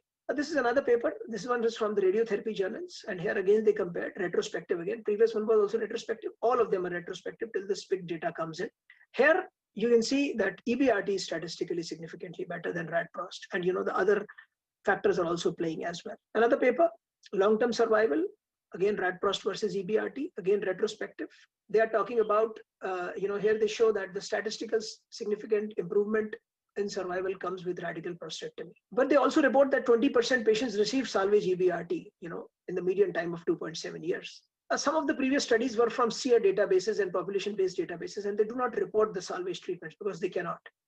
Long story short, you are dealing with a high-risk CA prostate, and this high-risk CA prostate patient will require some form of radiotherapy eventually. Again, another paper, Korean T3, rad-prost versus EBRT, and again, slightly more patients in EBRT. Again, making the same point that the outcomes are quite similar, whereas the overall survival is better with rad-prost because of the better age choice. So the point that I'm making here is that this is what is called as a selection bias. I mean, nobody is deliberately doing it, but this is coming in because these are retrospective studies. And what we can eventually prove, the only thing we can eventually talk about with confidence is that they are probably, similar. And why are they similar? They're similar because whatever poor prognostic criteria which might be coming in after rad-prost are being mitigated by salvage or adjuvant radiotherapy. So with regards to oncological outcome, EBRT plus ADT can be said to be similar to RP, and it is achievable only with the use of salvage or adjuvant RT. So let's go into this particular aspect a little more. So what's so special about surgery for high-risk CA prostate? Well, we know that clinical staging is underestimated, and about 2/3 patients there can be a surprise inside. Rate of positive margins can be as high as 30 to 50% in T3 patients. And that increases the chance of biochemical disease-free survival, and it can be as high as 70%. Even disease-specific survival is significantly affected with surgical margin, statistically significantly affected. So this is not just a biochemical disease-free survival, also the overall the disease-specific survival. Why is this happening? In our case, what we can see, how is this relevant to our case? So what we can see is that 10-year biochemical free survival when Gleason's is 8 to 10, is about 29%. So 70% patients would be having biochemical relapse and would be requiring adjuvant or salvage RT depending on the clinical situation. With adjuvant RT, we all know that there has been an increase of urinary incontinence and urinary urethral strictures. We don't want that. And that is why I would imagine that the esteemed practitioners here would wish to undertake ESRT, early salvage RT, to minimize the problems. Now, I can't really go into the details of ESRT. I'm very sure that the esteemed group would know about it, but I would add a note of caution for ESRT. That's a razor-edge practice. The methods of studies in the artistic meta-analysis are very sharp, with most patients receiving their ESRT at 0.3. Now, how many of us are really giving their ESRTs at 0.3? This is a difficult practice in community. It's not that nobody wants to do it, but it's a difficult practice. And also you must remember that only biochemical relapse-free survival equivalence has been established in the artistic. And that too at 5 years. That is the median follow-up of all those 3 trials. And longer follow-up may or may not reveal further benefit.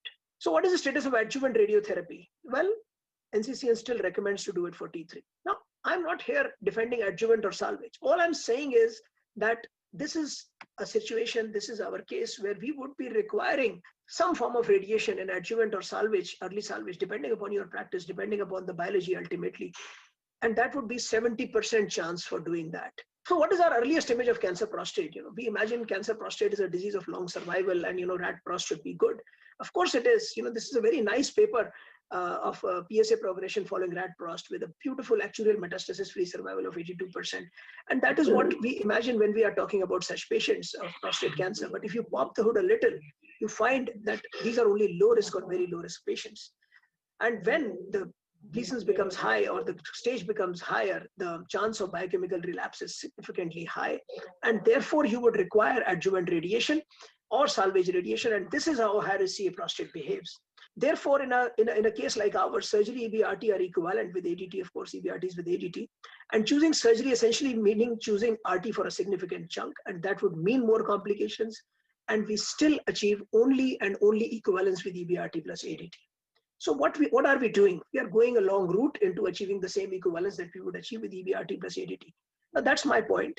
Since my mandate is also to talk about chemohormonal, just a last slide on chemohormonal. This is the GATOK 12 study, phase 3 randomized control trial, which did show that there is a benefit of adding docetaxel to ADT. But currently chemohormonal would be recommended for this patient because he is high risk and maybe for a very high risk patients. Also the data is evolving and therefore it's not recommended by any of the guidelines currently. So this is the slide to remember. So this is the slide that should help you make the choice when you're faced with a high risk CA prostate, that surgery and radiotherapy ultimately have similar outcomes. In surgery, you can see, this is not rhetoric, this is not creativity. We are adding radiotherapy in a significant number of patients, and that would lead to complications. So why should we? And because the results are overall same. And here I would like to thank you. Thank you, Dr. Gagan Saini. Now may I request Dr. P.V. Singh. You all know him. He is a very senior urologist, professor and head at BHU. Good morning, sir. This morning, this patient is a locally advanced case where there is extra capsular extension. So this is come in the category of locally advanced cancer. And I'm going to speak in favor of open radical prostatectomy. Just for brief line, because this is a classical locally advanced cancer where you have got a clear-cut evidence outside the prostatic capsule on this involvement of central vesicle or adjacent organ, or even if visual lymph node without any metastasis, this will come in the locally advanced. Now, options are radical prostatectomy. You have heard about radiation therapy and adjuvant deprivation therapy. You have heard about radical prostatectomy with therapy. Overall survival is about 90 to 64 to 96%, and disease-specific survival 85 to 92%. There is no data in favor of new adjuvant androgen deprivation therapy in such cases. Now, once we have this patient require a radical prostatectomy, we have got open, laparoscopic, and robotic. No doubt, the minimal invasive surgery has come in big way, but it doesn't mean doing open surgery has lost its credentials. The result of open surgery is the gold standard, and all minimal invasive techniques try to achieve what we achieve with the open surgery. This is one of the most difficult surgery in urology to learn. This needs proper training program and exposure of urologists. What has happened actually, the most high volume centers have switched to minimal invasive techniques, particularly robots, and these trainees are not getting exposure to perform a good open surgery independently. And what is happening after completion of the training? They are not exposed to open surgery, and they don't get the robot. And what the result in India? Fact is, the majority of localized and locally advanced prostate cancer are still managed by bilateral orchidectomy with or without channel TURP. This is the real truth which you have to, I'm comparing whole India, whole population. We don't use diathermy at apex of prostate in open surgery at all. We control the dorsal venous plexus in such a way there is no violation of urethra. Our suture don't go through the wall of the urethra, and there is a complete posterior reconstruction. That with the open surgery, you can achieve the same good dissection what you find in the robots. You can see, you can have beautiful dissection, no violation of urethra, no diathermy, and this is what is done. Because time is short. So this is what I want to say, that if you learn properly, probably you can do one of the very good dissection of apex of prostate, and you give the immediate continence much better than any minimal invasive techniques. So normally in my practice, it usually takes 1.5 hours to perform a surgery. Epidural catheter don't take care, they take care of postoperative anesthesia. Not more than 1 unit of blood is required, and patient are discharged on the 4th day. And it is only infraumbilical incision. So there is not a big problem.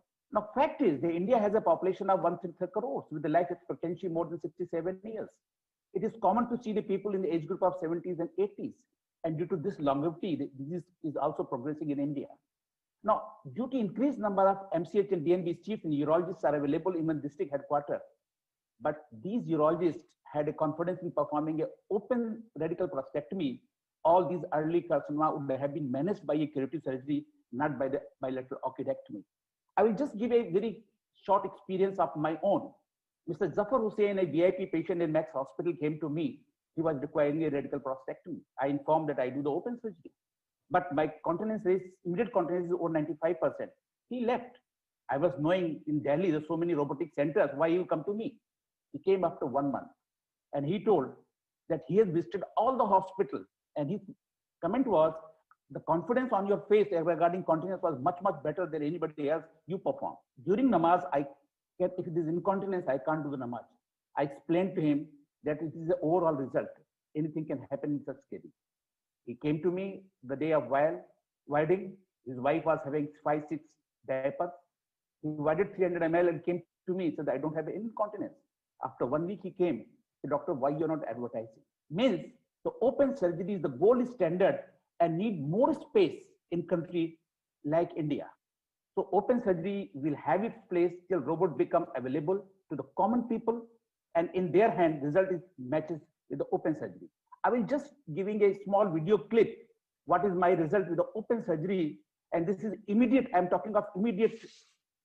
So we are filling the bladder, and this is what we can achieve with the open surgery. But fact is, yeah. So you can see this is the immediate. This is the result of open surgery. So my submission in this debate is that you should not see the individual patient on the length of incision, pain, hospital stay. You should judge this debate, which technique will be giving the best result in the majority of patients in India and in the hands of majority of urologists.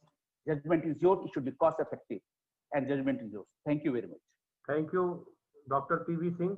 Next speaker, Dr. Swapan Sood. Good morning. As far as Gagan's contention is concerned regarding the category 1 selection for radiotherapy, well, NCCN has an equivalent role for radical prostatectomy and PLND also in these cases.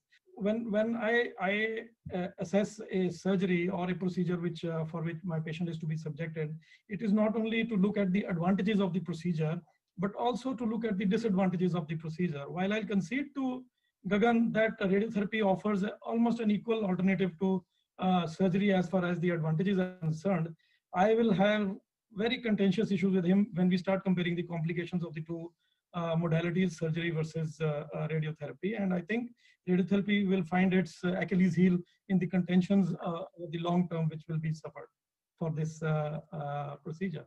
Well, my aim is to present my case for laparoscopic surgery in this case, and it's a very tricky four-way fight between radiotherapy, open surgery, then laparoscopy, and then robot-assisted radical prostatectomy.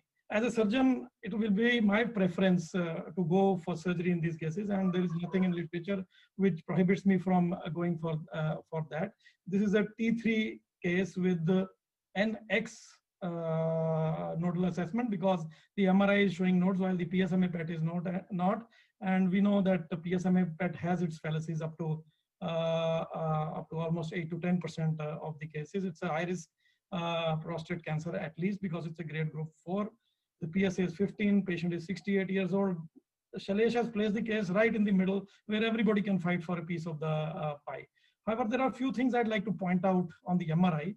There is an extracapsular bulge on the left side with stranding, as he has mentioned in his own presentation, as Dr. Taneja has also mentioned, with a long tumor contact length. Then the ipsilateral seminal vesicle and neurovascular bundle are not involved. However, the plane between the rectum and the prostate seems to be thinned out. Also, if you go into the details of the PET-CT PSMA PET, the seminal vesicle is being abutted by the tumor in this case. There are indeterminate right external lymph nodes are seen there. So there are a lot of possibilities of this case from being a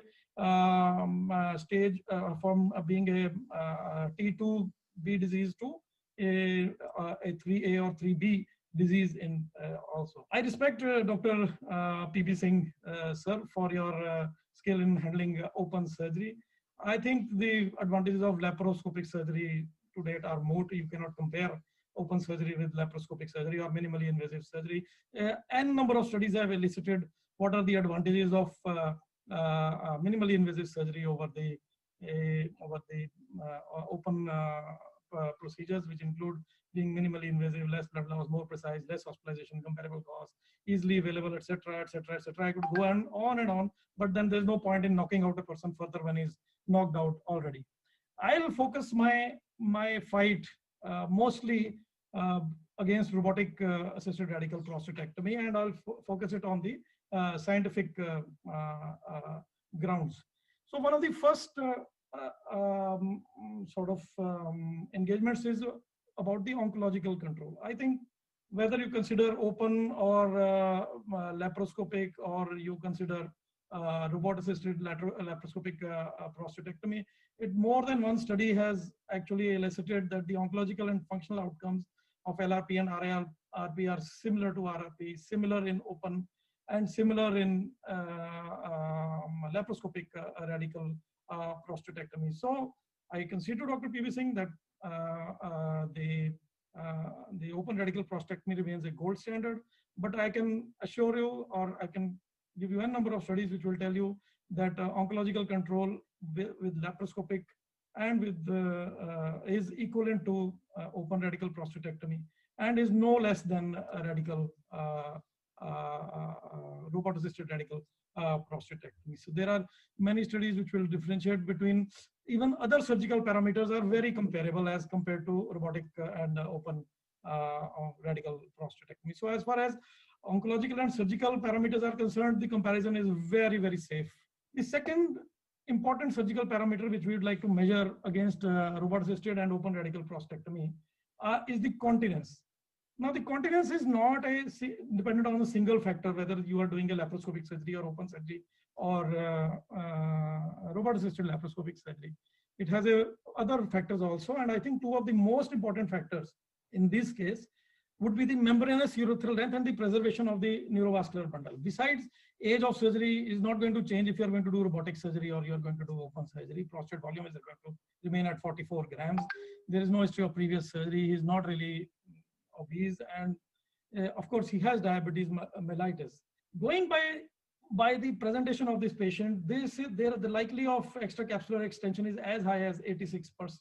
So my contention is that one of the most important factors, the single most important factor which determines the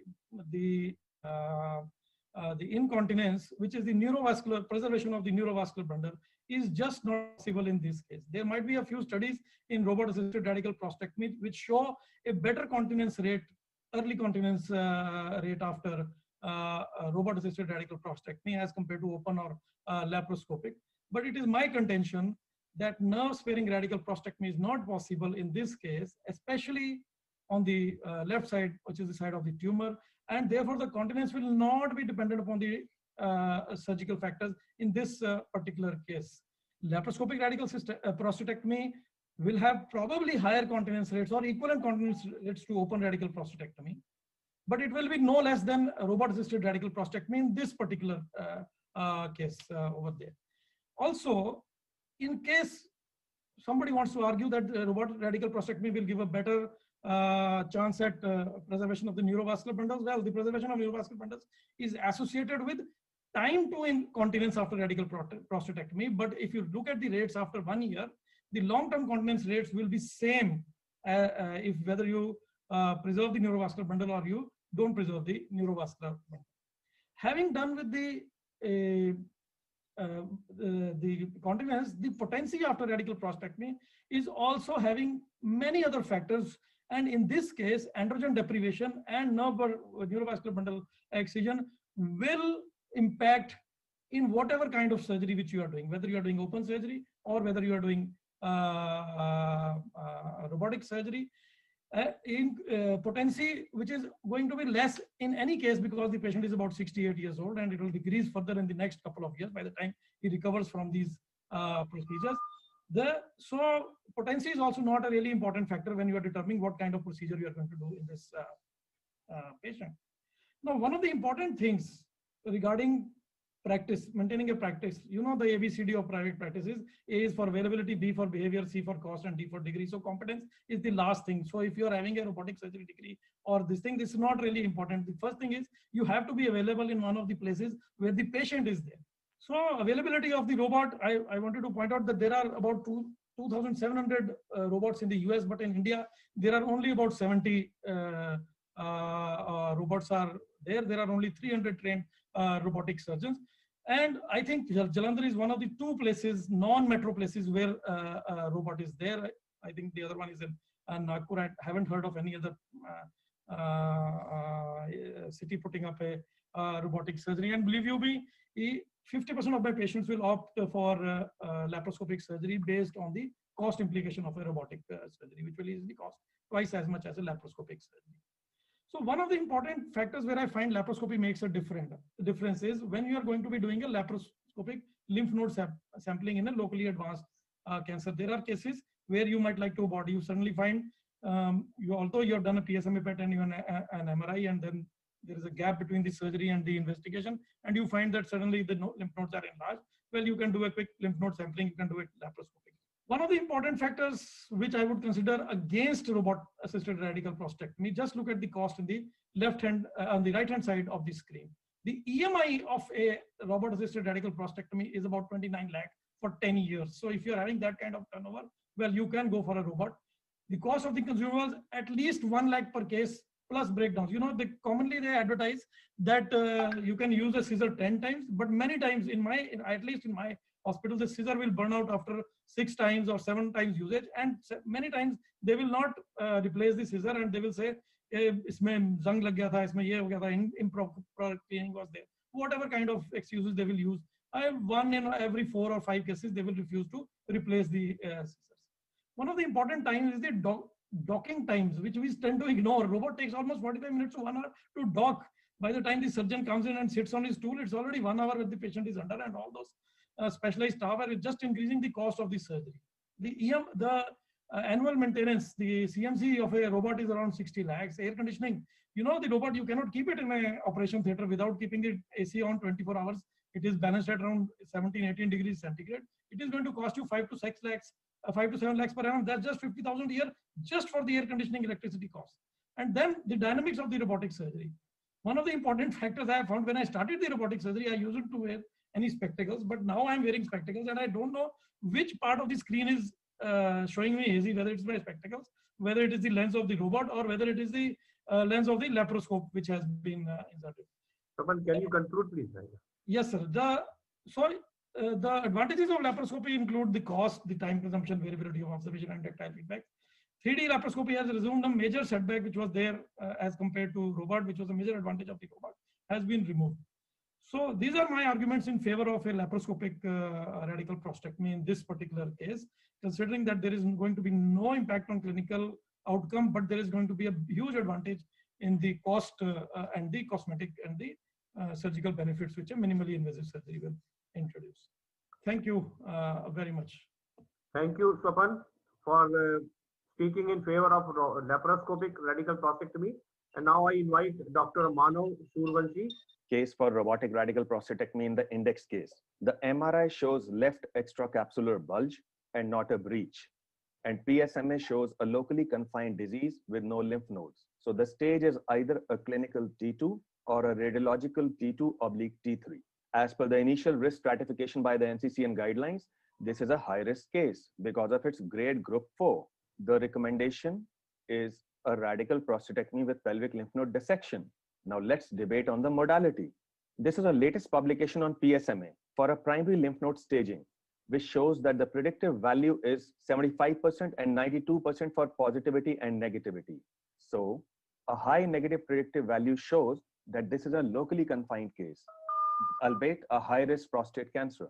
Coming to open prostatectomy, I believe in not what people say, but what they do. How many of us can do an open prostatectomy with conviction of a consistently superior result at par with robotics? And can we give advantages of lesser pain, cosmesis, lesser blood loss, and faster recovery? This is a publication by Doyen of Open Prostatectomy in India, Professor P.B. Singh, in Indian Journal of Urology, a respected journal, where one patient out of a cohort of 52 patients needed cardiorespiratory support and 9 units of blood transfusion. 9 units. Bladder neck contracture was present in 8 out of 52 patients at 1 year. It's a steep learning curve. It's the most difficult surgery to learn, as he has himself confessed. I respect my senior colleague, Professor Sapan Sood, for his spirit of participation in favor of laparoscopy. He is the robotic surgeon who has ushered in the age of robot surgeon in his city, as per his hospital tagline. Please do book an appointment with him for robotic surgery. Laparoscopic prostatectomy demands more skill and is physically taxing. Just watch robot versus lap on 2 simultaneous screens. Robot makes an average surgeon looks good, while a lap makes a good surgeon look average. Yes, the EAU guidelines on modalities say all modalities of open lap and robot are at par, but the strength of recommendation is weak. You know why? Because an average volume robotic surgeon is at par or looks much more precise than the lap or open surgeon due to ease of robotics. Presently, in EAU 2020, we have a results of a prospective randomized multi-center patient-blinded study. Within first 3 months, look at the statistical significance. 0.0006 improved continence comes from Germany. Okay, there's some doubt. Let's look at the systemic review and meta-analysis. Robotic prostate is associated with significantly improved outcomes for continence and potency than lap at 3, 6, and 12 months post-op. Have you ever seen such beautiful neurovascular bundles ever in open and lap surgery? This is a routine sight-to-scene robot. Such a precision boils down into qualitative benefits of continence and potency.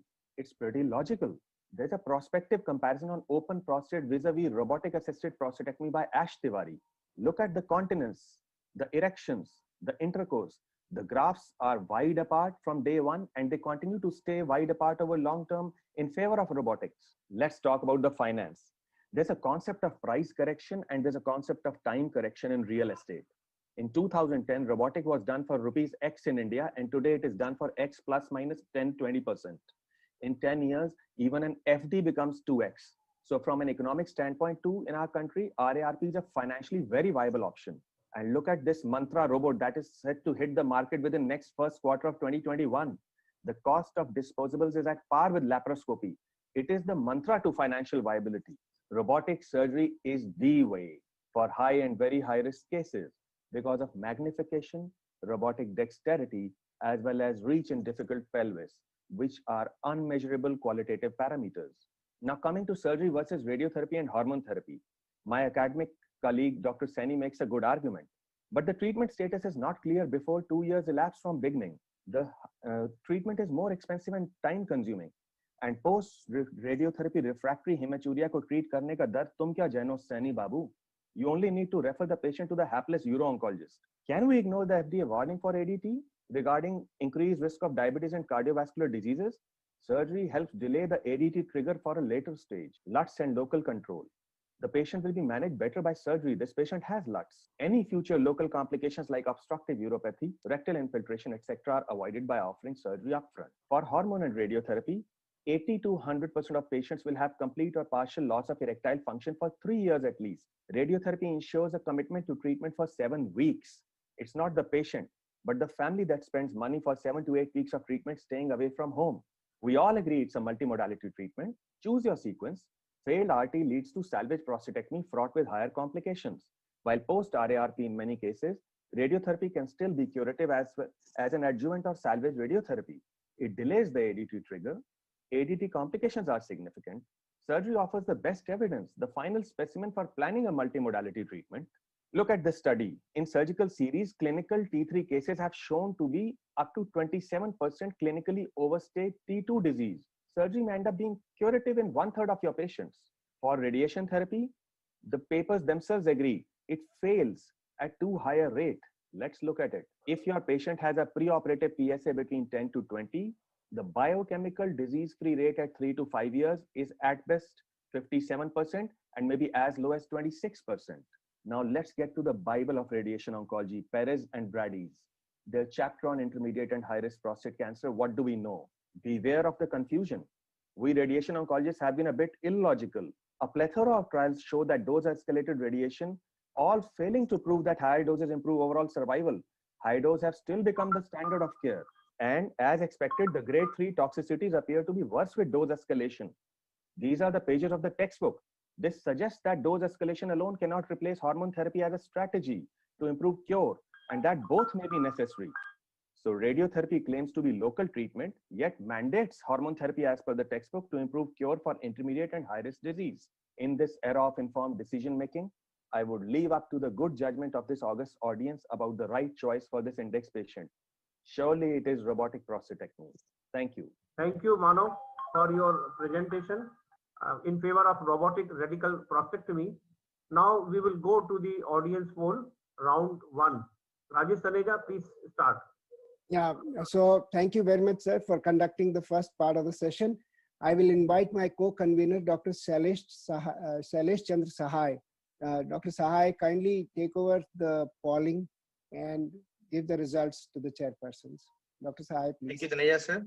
So all the audience who have registered themselves before the start of this session, they will poll. So now the debate is open for the audience poll, and all the audience and delegate and faculty who have raised, I would personally registered themselves, they can vote for it. And the question in front of you is, which of the following is the best approach for management for this index patient? So you have to click on either of these 4 options, and then the result will be announced. Who are the 2 finalists who are going for the next round?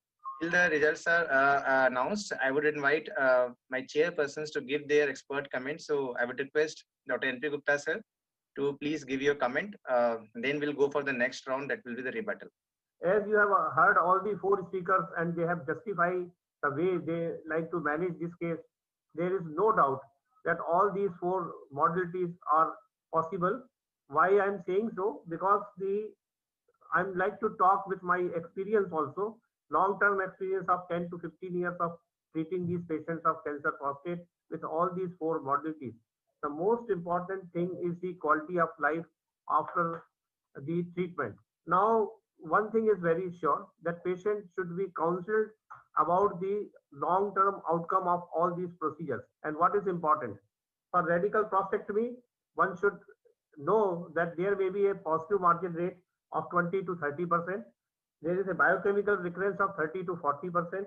Adjuvant treatment requirement is around 40 or 50%. And some of these patients may require a protection pad.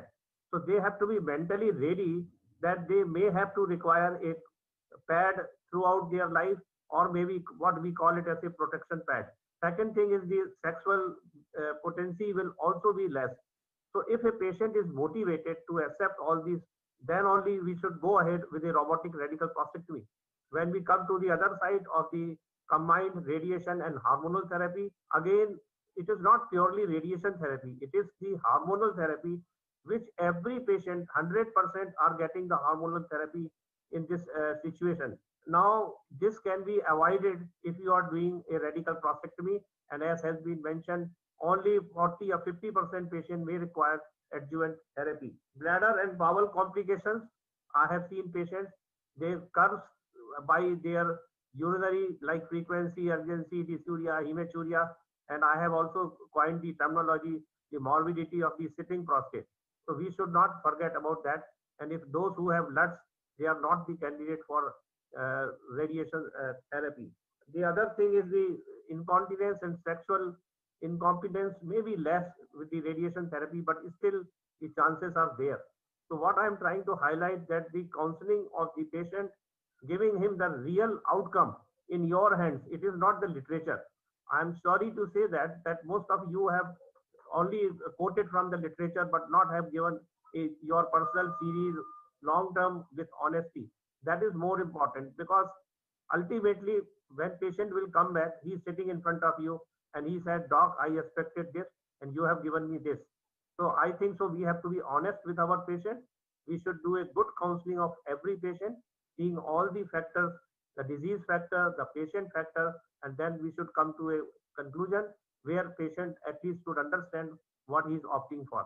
So with this, I like to request Dr. Sudhir Rawal to please give his comments, please. Thank you, sir. And it was really great to hear the debate. I think there are two debates. One was between the surgery modalities, and other was between radiotherapy and surgery per se.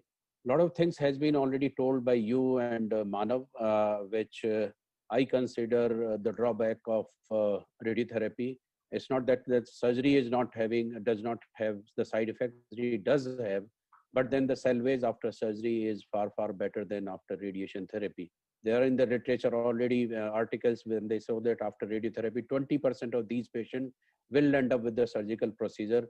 And if suppose they develop a stricture or they get TURP done, they are incontinent or the stricture is very, very bad. And if you go for radical prostatectomy, salvage radical prostatectomy after radiotherapy, that's one of the most morbid procedure. As far as the modality of surgery is concerned, I'll say whatever approach you are doing, continue that, or you have the facility to do laparoscopy or open or robotic, you can offer the patient that approach, because you are the best in that in that way of treating. Do that. Only thing which I'll say that this debate now we are doing, but maybe after 10 years we will not be debating about laparoscopy or open, as has happened in the TURP and TURP. Now we have laser prostatectomy, we can deal any prostate. I'm sure that the way the robot are evolving, the open surgery and laparoscopy surgery will not be there in the competition, because the new robots are coming, very cheap robot, and their running cost is far less than the present robot. The other thing which I'd like to say, that always discuss with the patient when you offer these type of the treatment. You can ask them to go to your radiotherapist also, so that they can discuss everything before deciding the treatment. But the index case which was there, which Rajesh has shown, in my clinic, he will go for surgery, and that too, the robotic surgery. Thank you, sir, for your comment. I invite Professor Anand Kumar now to give his expert opinion regarding this case. And I would like to say two things. One is that I think one more development which is happening is that in high risk, this patient is a high risk disease, and high risk disease, lot of drugs, chemotherapy, even immunotherapy and combination of chemoimmunotherapy and hormone therapy are being tried, and some early results have appeared, and some long-term results will also appear, and probably that will make this high-risk surgery, all the points which have been mentioned, that positive margins and early biochemical recurrence, probably that will also change. Presently it is, and the earlier results did not show the much impact, but the way things are evolving and early results are coming, I'm sure that that will also change. That part is not being discussed by any of the contestants. Second thing which that is very true, like Dr. Gupta, I can also tell by my experience. I did all surgeries, open surgery, laparoscopic surgery and robotic surgery. And if you see the quality of life is good for patient and good for surgeon also. And with the aging surgeon, probably he likes robot more than anything else. And robotic surgery, yes, did make a difference, because you see better, and you nerve dissection, probably we did it, but we never appreciated as much as it was shown by Dr. Petter's wall CD. But with the robotic surgery, we can see even what Dr. Vipul Patel has described, the prostatic arteries and all that, we can see, and we can follow it, and we can give good results. Even some of the patients have a very good early results, even robotic surgery also. It all depends on the disease and age of the patient and his strength of the sphincter, length, and neurovascular preservation. So a lot of things makes the result. And that is also very true. What is best in your hand, you can offer to the patient. And anything, whether it is laparoscopic surgery or open, if you keep doing again and again and again and again, you keep on improving. It's not that first 50 cases will improve. Even after 200 and 300 cases, you will keep on improving. Even after thousands of cases of transplantation, when we keep doing it, we see there is a further improvement. So whatever best in your hand, you can offer to the patient. And in my hand, I can say after doing all that, I'm very comfortable with the robotic surgery. And I insist with the patient to do it. But sometimes my patient force me. So we do maybe once in a year or once in a 2 year laparoscopic and open surgery, those who cannot afford and do not want to pay for it. So that is my contention, but literature is changing, and maybe 10 years, what Rahul said, things will change because there will be more robot. And second thing, the combination of immunotherapy and hormone therapy will also change the results of neoadjuvant hormone therapy plus immunotherapy followed by radical prostatectomy will also change the results. And sometimes this we do send patient for radiotherapy. Give it back to the Dr. Taneja and Dr. Shailesh. So now the debate is open for the audience poll, and all the audience and delegate and faculty who have registered themselves, they can vote for it. And the question in front of you is, which of the following is the best approach for management for this index patient? For option A is chemohormonal or radiotherapy by Dr. Gagan Saini. Option B is open radical prostatectomy presented by Dr. P.V. Singh. Option C is laparoscopic radical prostatectomy presented by Dr. Swapna Sood. And option D is robotic radical prostatectomy presented by Dr. Manav Shrivanshi. So you have to click on either of these 4 options, and then the result will be announced who are the 2 finalists who are going for the next round. So let's have the slide on the screen. So as have been told by Dr. Shailesh, you have 4 options in front of you. Remember, you have to choose 2 out of 4. 2 out of 4, you select those 2, and then you click the button send. And once you see the icon send, that means your vote is counted. Your time starts now, and you are given 30 seconds. Please vote now.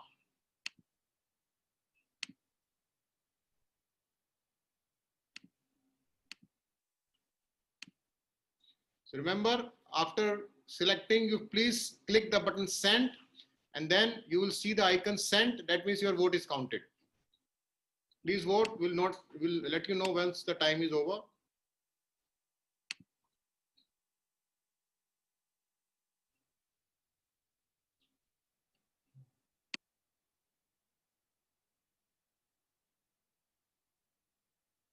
The results, and I will request Dr. Taneja sir to announce the results. Unmute Dr. Taneja. Okay. Please unmute Dr. Taneja. Dr. Taneja sir, please unmute yourself.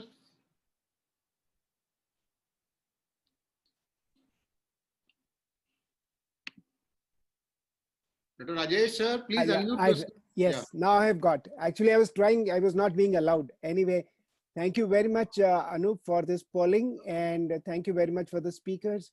And thank you, Shailesh, for conducting this part.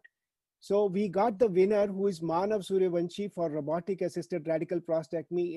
86% of votes have gone to him. And number 2 is Dr. Gagan Saini, who has talked about a role of hormone radiotherapy. So I would suggest that we will let Dr. Swapan Sood and Dr. P.B. Singh leave the stage, as they have done a wonderful job, but this is just a debate, and they were not wrong, and the others were little more right, that's all. So I now invite Dr. Manav Suryavanshi to present his case of rebuttal for robotic radical prostatectomy. So coming back to rebuttal for the index patient and in favor of robotics. With minimally invasive benefits in robotics, with robotics having a better morbidity profile over lap and open, with at par or slightly more cost of robotics, and better early continence of robotics over other surgical modalities as per the randomized trial. The choice of modality is clear. It's robotics for prostatectomy. Some food for thought. Is a comparison of RT plus ADT with surgery justified? Giving hormone therapy with RT is like treating a localized disease with systemic therapy. Let's call it hormone therapy plus RT rather than vice versa. And I respect the textbook of radiation oncology, the Perez and Brady's, which is the gold standard, as much as Mike Campbell Walsh urology. It says, look at the sequelae. Rectal and urinary toxicities continue to increase even at 10 years. The question was not about survival. It's at par up to 10 years. But the question is about quality of life parameters. It's never a great idea to keep on showing slides of T3B while our case is a clinical T2/T3A. Look at the sequelae, acute rectal morbidities as per the textbook and urinary symptoms up to 60% are picked it up from the textbook of radiation oncology. Chronic urology sequelae, 5%, strictures up to 4%, chronic intestinal or rectal sequelae up to 10%, and fecal urgency or incontinence less than 2% or up to 2%. In corona times, do we want the patient in hospital for 2 days for robotic prostatectomy or 35 visits for radiotherapy and or need for ancillary visits for side effects? Does a clinician want salvage prostatectomy for his patient with higher morbidity profile post-RT or salvage radiotherapy for biochemical failure? Surgery offers better staging and treatment clarity. In micrometastatic diseases, surgery can be curative. The ADT FDA warning cannot be ignored. Wish as much as you may. Surgery helps delay the ADT trigger. Surgery treats LUTS rather than aggravates, offers better local control. Concluding, if lymph nodes are negative and margins clear, surgery is curative. Salvage surgery is difficult. Salvage artery can always be given. RT based on PSMA and MRI is not always accurate. HT is a part of RT with all its side effects. Post-surgery, if RT is needed, a better cohort is selected for RT. So as my colleague has the first interest in head and neck cancers and second salvage interest in urological malignancies, I would believe an upfront robotic prostatectomy followed by radiotherapy, either salvage or adjuvant, if need be, may be the best multimodality approach for the index patient. Thank you. So I would now request Dr. Gagan Saini to present his case. So Dr. Gagan seems to be surprised, but it's a pleasant surprise, Gagan, and congratulations. So we are waiting for you to come back with a rebuttal. I would personally would like to comment on Dr. Manav Suryawanshi's slides and his points. They were very nice, cutthroat, and razor sharp. Quoting from the textbook is really hitting below the hip, and I really compliment you on that. I must say that radiation oncology is a branch which evolves not as much on techniques as it evolves on evidence. So the textbooks have only limited role in our lives. So I'm not saying that textbooks are not read, but then textbooks are not really like Bibles as they would be for a surgical branch. So with that said, I would like to start the rebuttal because I have very limited time. I would first like to point out the NCCN categories. You must understand, all my esteemed colleagues, that category 1 is the category which is based on high level evidence, and that is where for our patient EBRT and ADT lies. I could see that my colleagues just read from the other options and presumed that that is another option, while category 2B is not like outrightly ruling out surgery, but what it certainly means is that you've got to make a special case for it. So one thing is that I really like the thought of avoiding ADT for our patients, and it's a very well-meaning thought, but I believe that it doesn't really translate much into reality. And why, you may ask? Well, I would take you back to this case, the study which I presented, which was a retrospective study. I would just like to add that 35% patients were also started on ADT in this group of patients. So so it's not like you are saving it.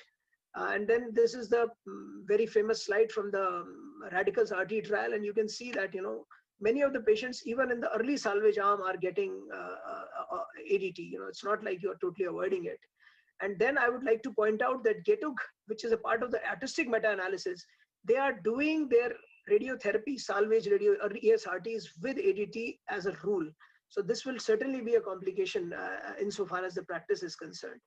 We all know that ADT is needed for patients needing adjuvant or salvage RT at 0.6. And we also know that not many patients of ours are starting below 0.5. So this is a very important concern. While I love the point that ADT can be avoided, but it's not really, doesn't really translate into reality. I'd like to talk about Dr. Sood. Dr. Sood talked about the patient-reported outcomes after radiotherapy, and he said the complications are more. This is a protective trial. Protective trial gave radiotherapy and hormonal therapy. One may argue that hormonal therapy was just 6 months, but I'm only going to talk about radiotherapy complications and RAD-PROST. So here is the ICIQ incontinence score, which is statistically significantly higher with RAD-PROST. Use of pad, which is epic item.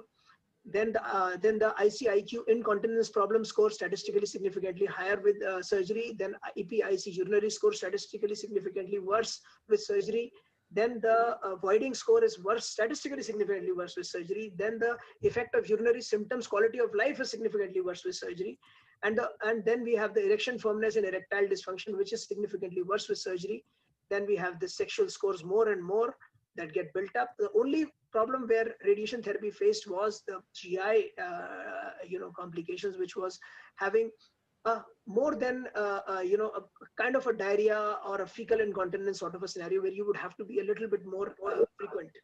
So the bowel function was worse. And then there are more articles. You can see that in this paper in translational andrology and urology, you can see that the radical prostatectomy is having a 50% chance of urinary complications, whereas the EBRT part is just very limited. It's about half. So bottom line is that each one has its own toxicity, and it's not that one has more than the other. If you see in absolute, surgery would have probably more toxicity than radiation, but then this is a slide which should balance it out. I always believe in balances.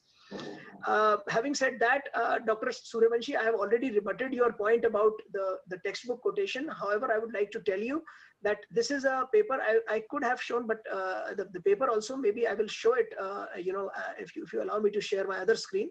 But here we are talking about a systematic review that was published in European Urology, and here they are saying that in patients with localized high risk, locally advanced EBRT, with boost or without boost is a very valid treatment option. And the treatment and the survival, Dr. Suryavanshi, if I may tell you, is absolutely the same with surgery. You go back to your surgical series, you go back to your MSKCC and other series, T3 and T3Bs do very badly. This is the reason why I showed that slide. And we imagine our CA prostates are doing great, but not all of them are doing. The locally advanced, the high risk ones are not doing that great. In fact, T3Bs, they have only 30% survival in the surgical series and in the radiation series. Thank you. So thank you. Now we'll have the final poll. Let's have the slide on whole slide on the screen. And now out of these two, we have to select only one. So select that button and select the button send. The time starts now, 30 seconds.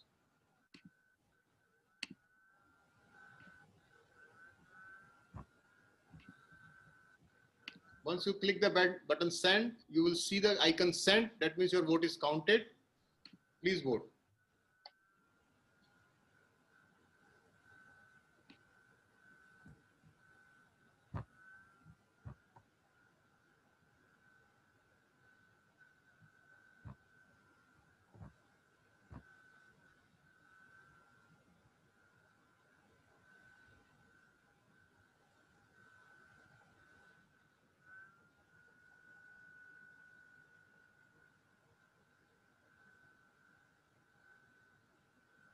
So time is over. I will request Dr. Taneja sir to announce the result.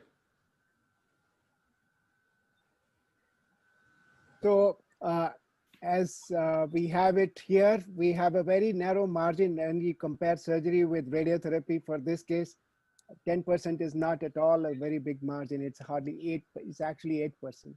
And Manav Suryavanshi is the winner, and Gagan Saini happens to be a proud runner.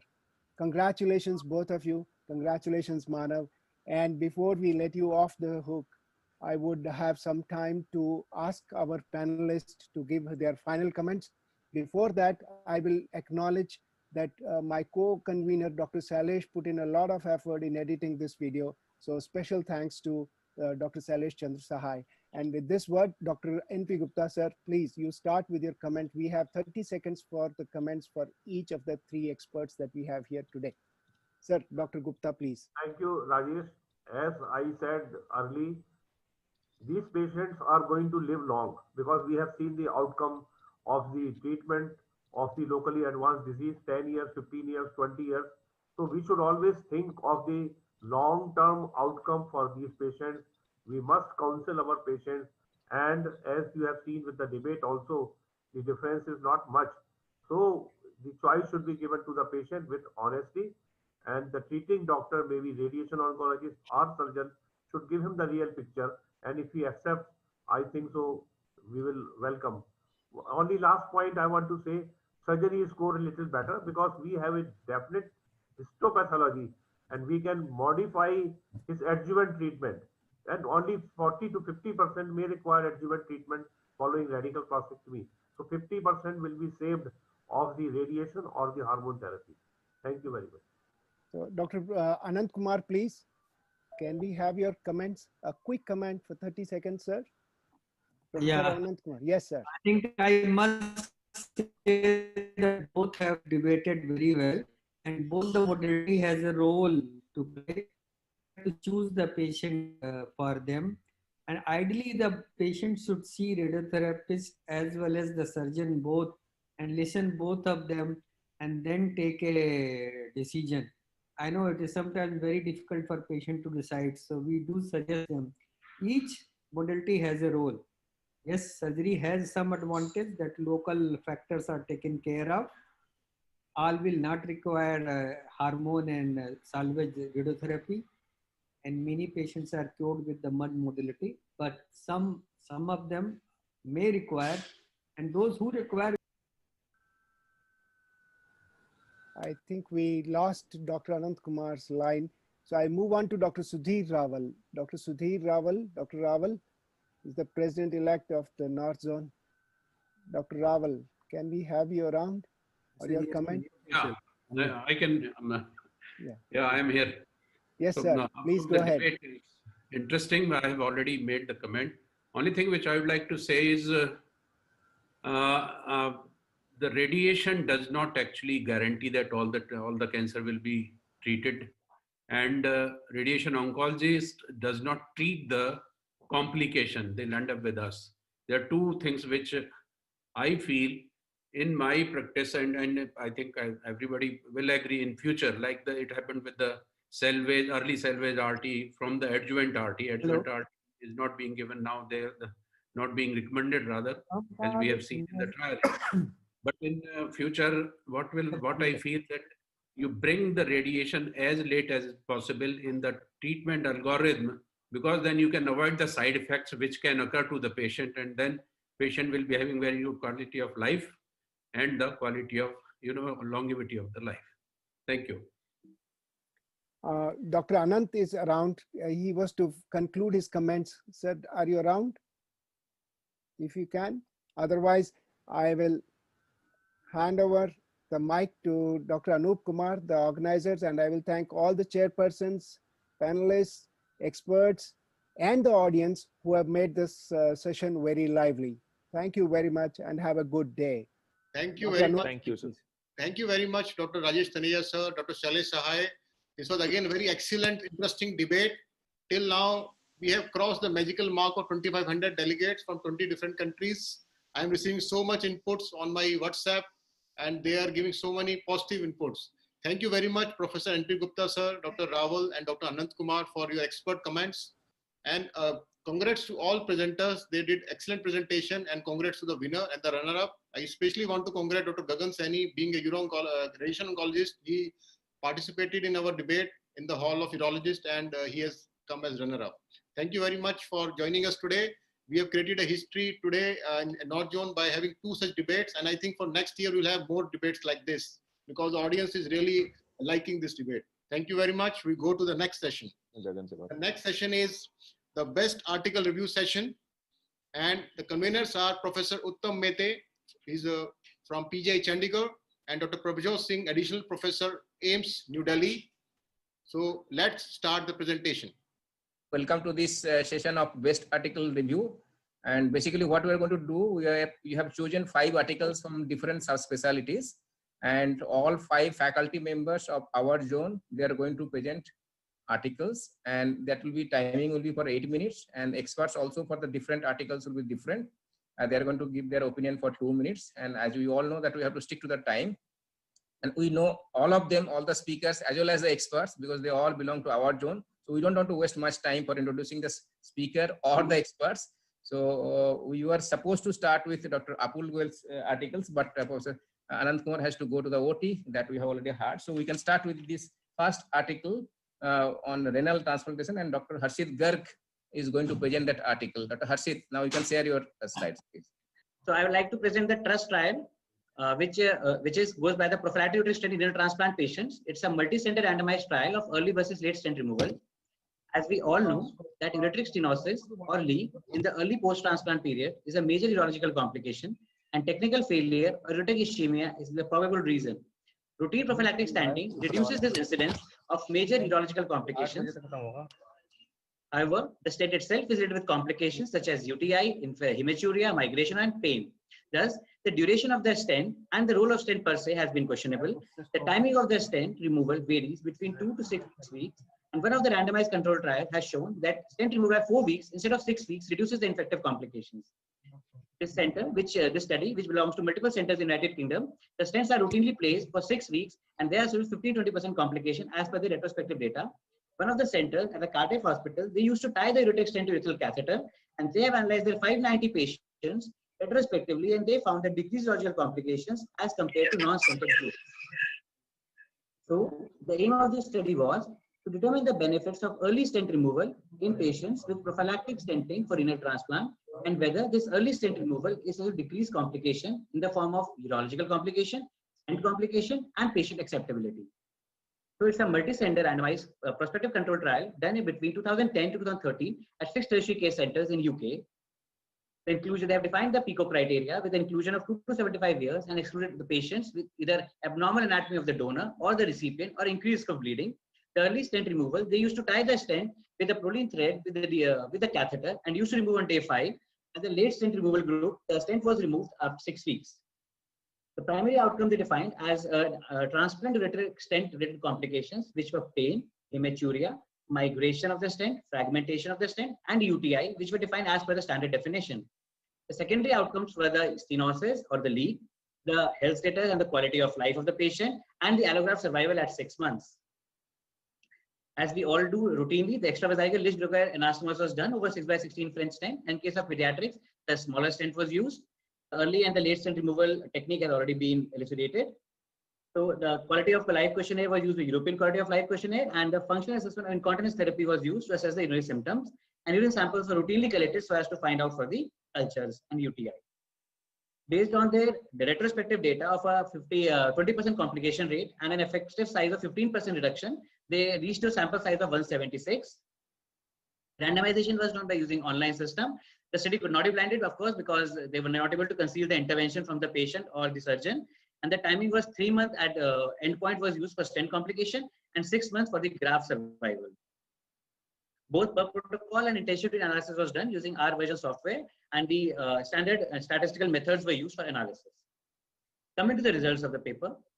So this is a consort diagram. They initially assessed 459 patients for the eligibility, and they randomized 227 patients. After the randomization, they excluded about 15 patients because of the abnormal anatomy or its stricture. They have given the details down.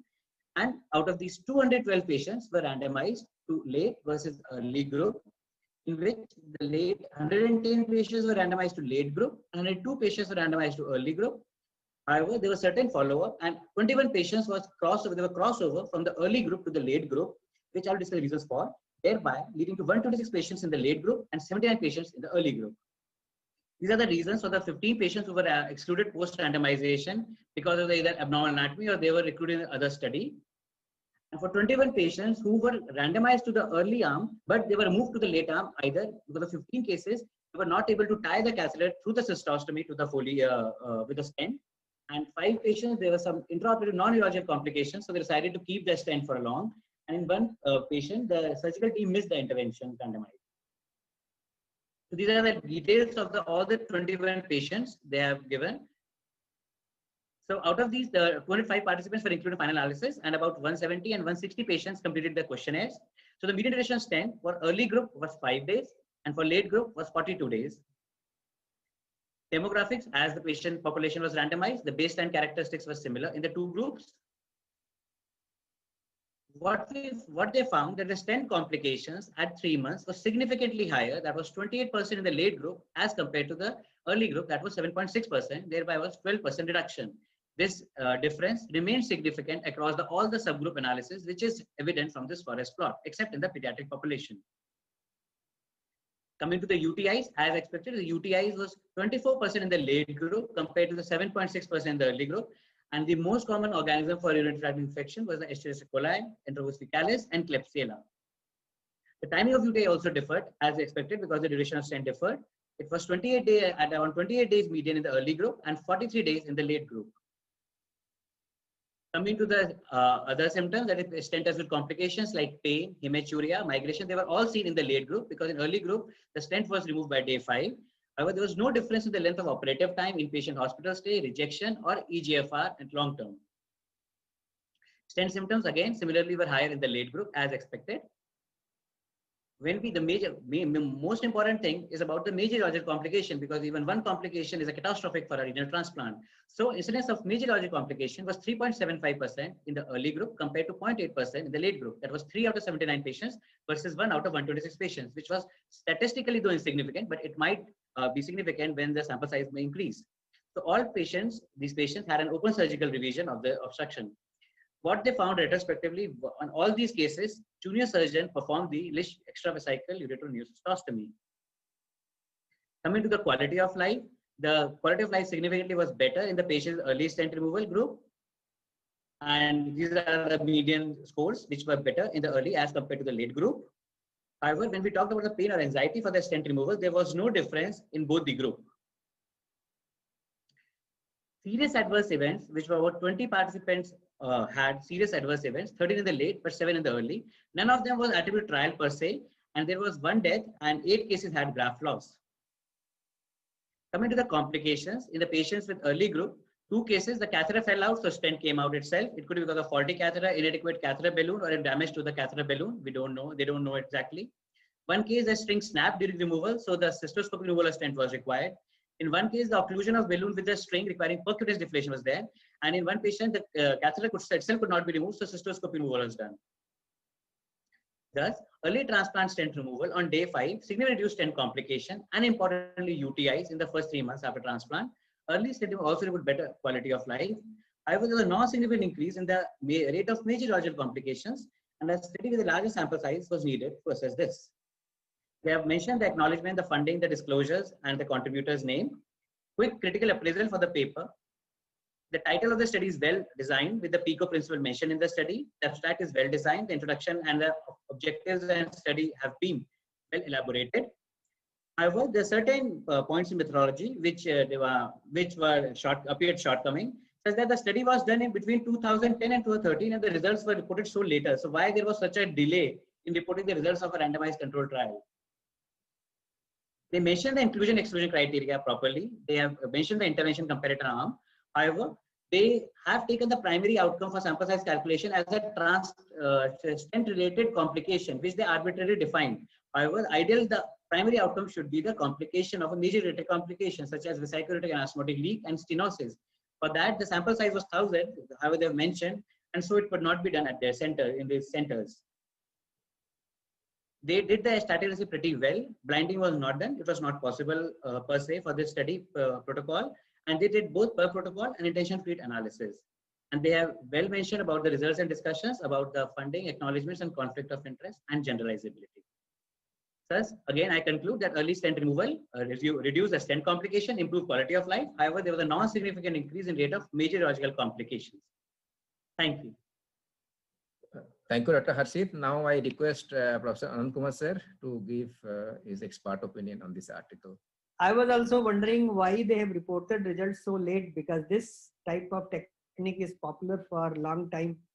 And I was just wondering if they would have done the trial early removal at 3 weeks, then probably there would have not been much difference, because as we did the similar trial and there was not much difference. Keeping the stent for 6 weeks is unnecessary, because whatever complication happens in first 2 weeks only. So that was otherwise that, but if you see it, the one purpose of the advantage that urological complication is significantly less.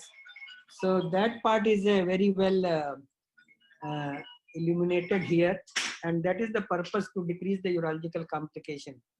So that way they have highlighted it.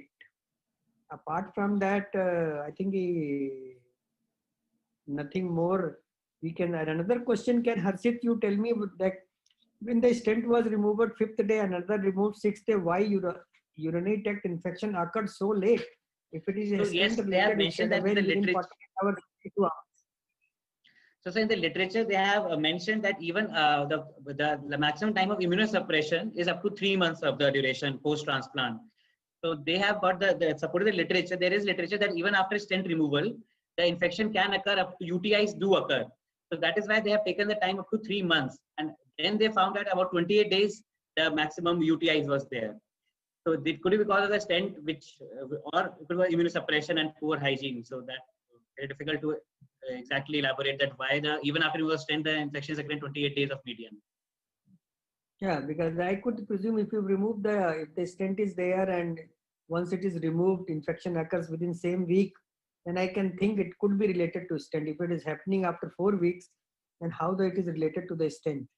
So we'll go to the next, that is the first article to be presented by Dr. Siddharth Jadhav, and expert opinion will be given by Professor Apul Goel. So, good afternoon, respected teachers and my dear friends. At the outset, I would like to thank Professor Mete sir, Dr. Prajot Singh sir, and the dignitaries of North Zone USI for providing me with such a wonderful opportunity. I will be reviewing the article on timing of radiotherapy after radical prostatectomy, Radicals RT, a randomized controlled phase 3 trial. This was published in the Lancet in the month of September 2020. So up to 50 to 60% of the men who undergo radical prostatectomy require adjuvant radiotherapy. Patients with extracapsular extension, seminal cycle invasion, high Gleason score, and high PSA are more likely to have biochemical relapse. And in these high-risk patients, postoperative RT has been shown to improve outcomes. Post-op RT can be delivered either as adjuvant or as salvage, and 3 decades and 4 RCTs published later, there's still a debate as to which one of them is better. So this study, Radicals RT, was designed to include patients with non-metastatic cancer prostate, post-radical prostatectomy with a post-operative PSA of less than 0.2 nanogram per ml, and at least one risk factor, which was PT 3 or 4, positive surgical margins, or a Gleason score of 7 to 10, or a pre-op PSA of more than 10. Adjuvant radiotherapy was considered as the intervention, and salvage RT was taken as the control. The primary outcome was freedom from distant metastasis, and the secondary outcome was overall survival, disease-specific survival, biochemical progression-free survival, initiation of non-protocol hormone therapy, and treatment toxicity. This was a phase 3 multi-center open-label randomized controlled trial with a 1:1 randomization. Radiotherapy was given either as 66 grain 33 fractions or as 52 grain 20 fractions within 2 months of randomization or biochemical relapse. Radiotherapy was primarily given to the prostate bed with or without to the pelvis based on investigators' discretion. Similarly, hormone therapy was also delivered based on clinical judgment. So 1396 patients were included over a period of 9 years, 697 to the adjuvant RT arm and 699 to the salvage RT arm. At randomization, all the patients had undetectable PSA, and the median follow-up period was 5 years. Taking a closer look to the patients included, the preoperative PSA was between 5 to 11. 80% of the patients had a Gleason score of 7 or less. 80% of the patients had T2 or T3A disease. 60% had positive surgical margins. In 40%, no dissection was not required. And 55% of the patients actually belonged to the intermediate Capra-S score. Thus, this study has primarily included low to intermediate risk patients for BCR. 697 patients received adjuvant radiotherapy, and the mean time to RT was 4.9 months. The nodes were irradiated in 7%, and 24% received hormone therapy. 699 patients were allocated to the salvage RT arm. The criteria for salvage RT in this publication was 2 consecutive rising PSAs with a PSA of greater than 0.1 and 3 consecutive rising PSAs. At analysis, 32.6% patients had started RT and 8% had met the criteria but not yet started RT. In 3% in the salvage arm, the nodes were irradiated and 27% received hormone therapy. Now coming to the outcomes, biochemical progression-free survival was a secondary outcome. It was defined as freedom from PSA of greater than 0.4 after RT or PSA of greater than 2 at any time, or clinical progression, or initiation of non-protocol hormone therapy, or death due to any cause. At 5 years, the biochemical progression-free survival was 85% in the adjuvant group as compared to 88% in the salvage group, and this difference was not significant. Freedom from distant metastasis was the primary outcome. However, the data is immature as the target numbers had not yet reached at the time of publication. At 9 years, the authors report that the control group, that is salvage arm, had a 91% freedom from distant metastasis.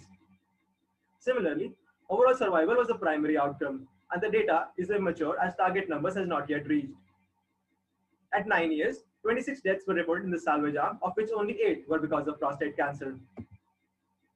Now, most of the adverse events reported were grade 1 or 2, and only 1% reported a grade 3 or grade 4 event.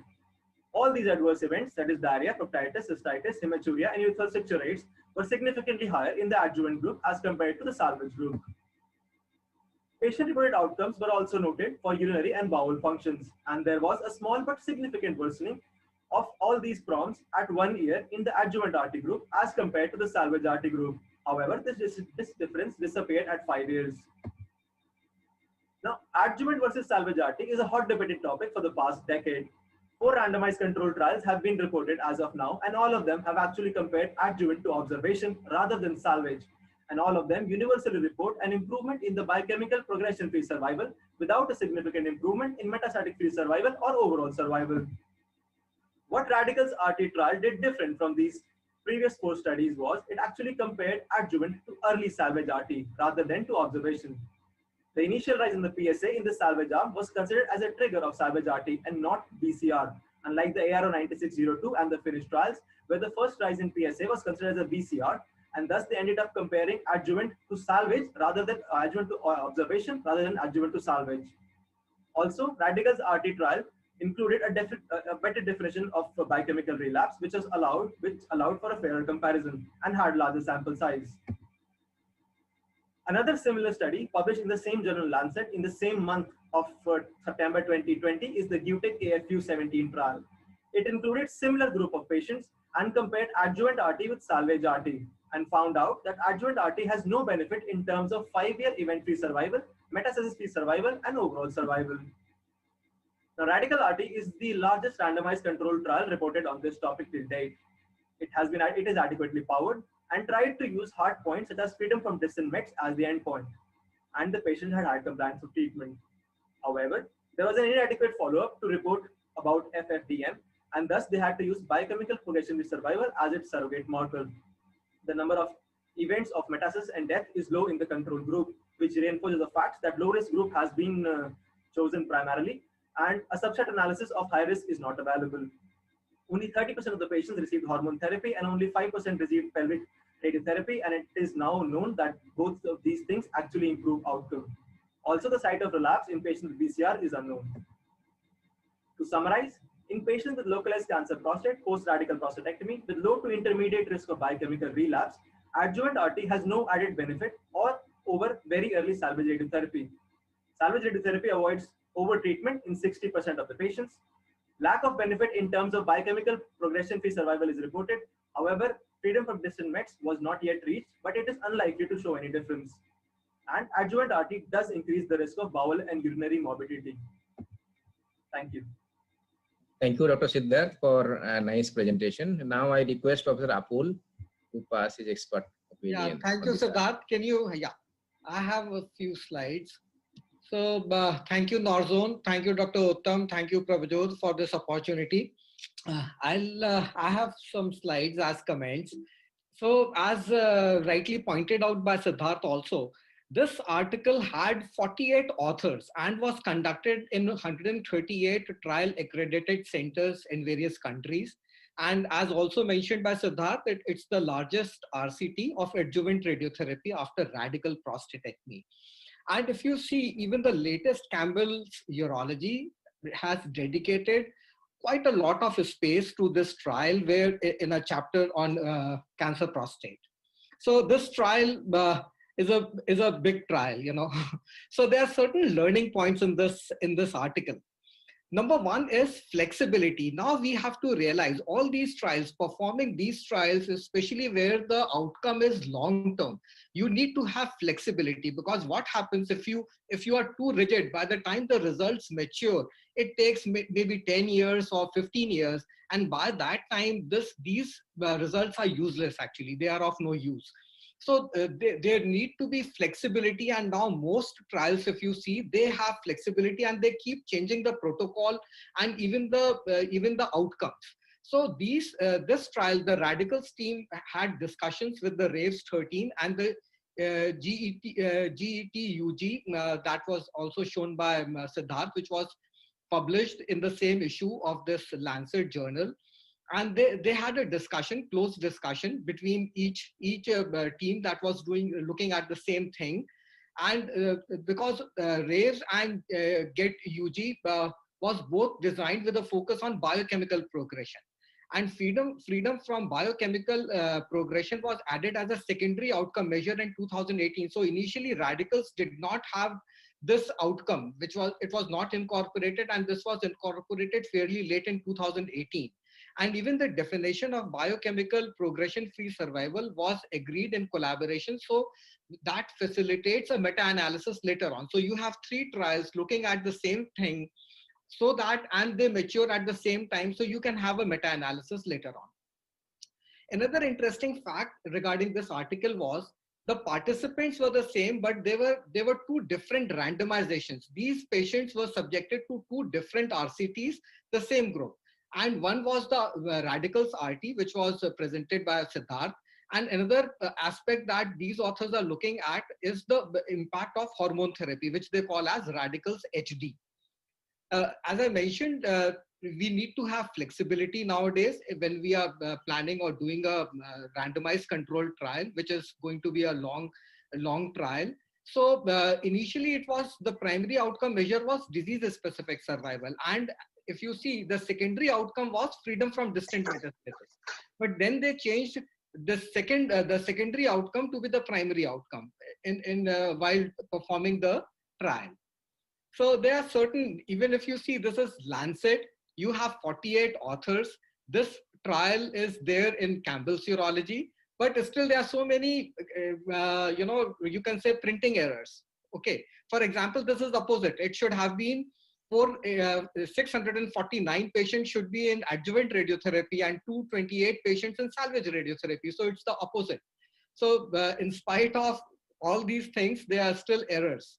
So coming to the critical evaluation, this is what is the results in the abstract section. So if you see, the initial 4 lines basically tell you about the population of patients and whether the 2 groups were comparable or not. And the real results are the later 4 lines, and where in the first sentence they mentioned that the progression-free survival was similar in both the groups.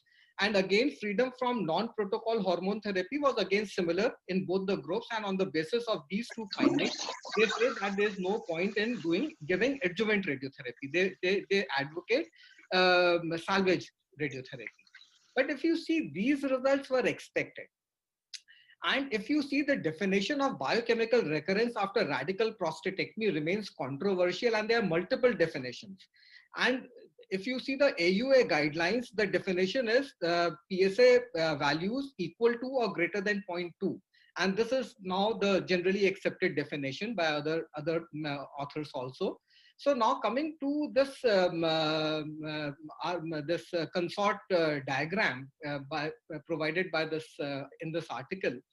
So if you see, they are equal 1:1 allocation between these 2 groups. So, but if you see, the authors haven't mentioned in the adjuvant radiotherapy group, because radiotherapy was initiated within 6 months, but it could be at 6 months also. Okay. So the PSA at the start of radiotherapy is not known. They haven't mentioned. Here, if you see, the median PSA at the start of radiotherapy is 0.2 only. And it ranges between 0.1 to 0.3. So this is a very low number. So they have, in fact, Siddharth also mentioned at many points, what they are looking at is starting radiotherapy very, very early, So when you start radiotherapy at this level of PSA, this is the median PSA, mind you, many patients had only 0.1 nanogram per ml. So what do you expect? You expect similar outcomes actually. So here also, because if you see, although they had given adjuvant radiotherapy to 698 patients, 649 patients, but actually if you remove these unnecessary radiotherapy to patients who did not deserve radiotherapy, it comes out to be, see, the progression-free survival is expected to be equal in both the groups. Similarly, the complication data. So if you are giving adjuvant radiotherapy within 6 months to all patients, you obviously anticipate, it's quite expected that the side effects would be more. Okay. So again, some data is missing. For example, the authors haven't mentioned data regarding adjuvant group here. And another interesting thing that there's some problem in this sentence that they tell about in the first 2 years after randomization, grade 3 to 4 hematuria was seen in 3% patients in the adjuvant radiotherapy group and 2 patients in the salvage radiotherapy group. But if you see, radiotherapy was given in salvage group up to 5 years. So in first 2 years after randomization, and they haven't mentioned how many patients received salvage radiotherapy within 2 years. So again, interpreting this data becomes difficult. And there are certain other mistakes also. They mentioned that within 2 years post randomization, 6% patients in the adjuvant radiotherapy group and 30 patients in the salvage radiotherapy group had urethral strictures. But if you see 30 patients out of 228 is not 4%, it's 13.1%. And 2 years post randomization also looks wrong. So thank you so much. Can I request my co-convener, Dr. Prabjot, to take over from here? Yeah, thank you very much. Please. So may I request, so we move on to our next subsection, which is endourology section. May I request Dr. Lalit Kumar to critically analyze the manuscript from the endourology. Dr. Lalit is Assistant Professor Urology at IMS BHU. First, I want to thank NZUSICON USI, Professor Uttam Miten and Dr. Parabjot Singh for giving me an opportunity to present the article. Today, I will be discussing an article from subspecialty endourology. This is an article taken from European Urology, January 2021, with title Mini Percutaneous Nephrolithotomy is a non-inferior modality to standard percutaneous nephrolithotomy for the management of 20 to 40 mm renal calculi, a multicentric randomized controlled trial. As we know, percutaneous nephrolithotomy is the preferred surgical procedure for 2 to 4 centimeter renal stones. However, like other procedures, it can result in serious morbidities like blood loss, requirement of the transfusion, other organ injuries, sepsis, death, etc. Large nephrostomy tract, that is 24 to 30 French, the so-called standard PCNL, might contribute to these morbidities. Studies have shown mini PNL have comparable stone rate, but with a slightly longer operative time. They have also shown the advantages of less blood loss and shorter hospitalization in case of mini PNL. However, there are lack of large multicentric randomized control trial to compare the efficacy and safety of standard PNL and mini PNL. Coming to patients and methods, this was a multicentric parallel open label randomized control trial. Patients were recruited from 20 Chinese tertiary medical centers between January 2016 to August 2019. Patients aged between 18 to 70 years with 20 to 40 mm renal stones were included with normal serum creatinine and ASS scores of 1 to 2. Morbidly obese patients, patient with congenital anomalies, history of renal transplant or urinary diversion, solitary kidney and corrected coagulopathy and active UTI were excluded. Patients with mini PNL, that is 18 French tract size, were compared to the standard PNL, that is 24 French tract size. Primary outcome was 1 session stone-free rate. Secondary outcomes were operating time, visual analog pain scale, blood loss, complication, and duration of hospitalization. Stone-free rate was defined as either no residual stone or less than and equal to 4 mm asymptomatic, non-infectious, and non-obstructive renal stones at 1 month after the removal of the disease strain without requiring any auxiliary procedure. Operative time was defined from time from puncture to the placement of the nephrostomy tube, or in case of removal of the excess seat in case of tubeless procedure. Trial profile, total 2,465 patients were assessed for the eligibility. Due to various reasons, 465 patients were excluded. So total 2,000 patients were randomized to both groups, 1,000 in each standard and mini PNL group. 12 patients were excluded in standard PNL group. So total 988 patients received the intervention, out of which 11 converted to second stage PNL and 5 converted to mini PNL. 6 patients lost to follow-up. So per protocol analysis included 966 patients.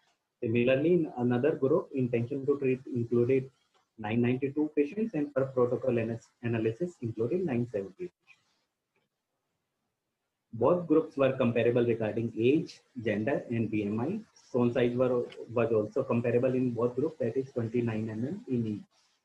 Other parameters were also comparable. One session stone free rate was non-inferior in mini PNL group as compared to the standard PNL group. Transfusion and embolization were comparable in both groups. Hemoglobin drop was significantly more in case of the standard PNL group, and operating time was significantly less in case of standard PNL group. VAS score and analgesic use was less in case of the mini PNL group, that was significant. Other complications like fever, septic shock, they were comparable in both groups. Post-operative hospitalization was less in case of the mini PNL group. Most of the complication in both groups were grade 1 complication. 35% of the patient in the mini PNL group and 18% in the standard PNL required tubeless procedures. Patient with stone score more than 10 and number of tracks that is more than 1 required more embolization procedures. In both the groups, most of the access were achieved through the ultrasound guided, and they were achieved. Access was mainly achieved in the 11th intercostal space, approximate 50% in the both groups. Calcium oxalate was the most common type in both groups. So discussion, though various studies have debated whether the mini PNL is superior or standard PNL is superior. Studies have demonstrated that mini PNL was non-inferior in the treatment of the 2 to 4 centimeter renal space. This study also showed that mini PNL had less blood, less post-operative pain, and less hospital stay. Though there was slightly increase in the operative duration, but other complications were comparable in the both groups. So this study reconfirmed the finding of previous meta-analysis and previous studies. So to conclude, mini PNL achieved non-inferior stone-free rate outcomes compared to the standard PNL with reduced bleeding, less post-operative pain, and shorter hospitalization. Coming to critical analysis, strength of this study was this was a multicentric randomized trial. It has large sample size in both groups, approximate 1,000 patients in each group. Surgeries were performed by only one experienced surgeon from each center with the experience of more than 100 PNL experience of both standard and mini PNL group. Limitations, there were different methods of the lithotripsy were used in both the groups, like ultrasonic, pneumatic, or laser. They might have impacted the stone-free rate. Though CT scan have the maximum sensitivity and specificity, CT was not used in this study routinely to examine the residual stones because of the cost and radiation exposure. They used only 2 track size, that is 18 French and 24 French size. The central randomized allocation method may cause the distribution of the cases among the participant centers. In this study, auxiliary procedure required additional expenses. So more than half of the patient of the residual stone required conservative management. It is uncertain how this study will translate into the lower centers, where there are less experienced PNL surgeons are available. This study also did not perform the cost analysis. So, thank you. Thank you, Dr. Lalit, for nicely covering this article. May I request Professor Anish to give his expert comments? Yeah, thanks, Prabjot, and good evening, everyone. And Lalit has very nicely presented and then critically analyzed this article. Now we all know that stones up to 2 centimeters, they are now being regularly dealt with PCNL. It has become almost the standard of care after the initial results, and now even the long-term results are available. So that way, this article focuses on a contemporary issue when we are going to increase the size of the the more increasing size of the stones or the larger stones, and we are looking at the impact of mini PCNL in disco. So that way the article selection has been quite reasonable, contemporary. The strength of the study, as he has already emphasized, is quite good.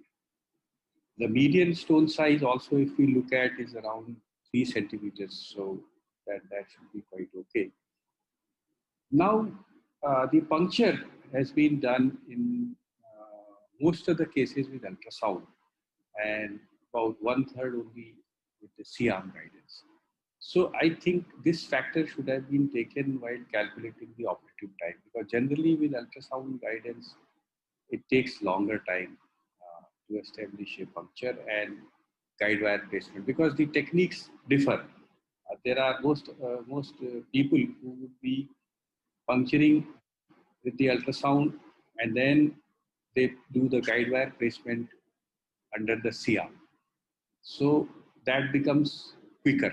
But if you do both, the guide wire placement as well, and maybe dilatation also under the ultrasound guidance, it takes longer time. So that part has not been specified. They have just mentioned that the puncture was done under the ultrasound guidance. The second issue which I find worth discussing is the tract size. In fact, 18 is in the middle for the mini PCNL, because we all know that it is 14 to 20 or 14 to 22. Generally, that is the range defined for the mini PCNL. The issue is that 24 is actually defined by some as the lower end, the upper end for the minimally invasive PCNL.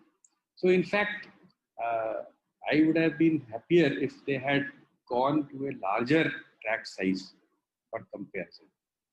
Means 28 or 30 instead of 24. So that is just one of the comments on this.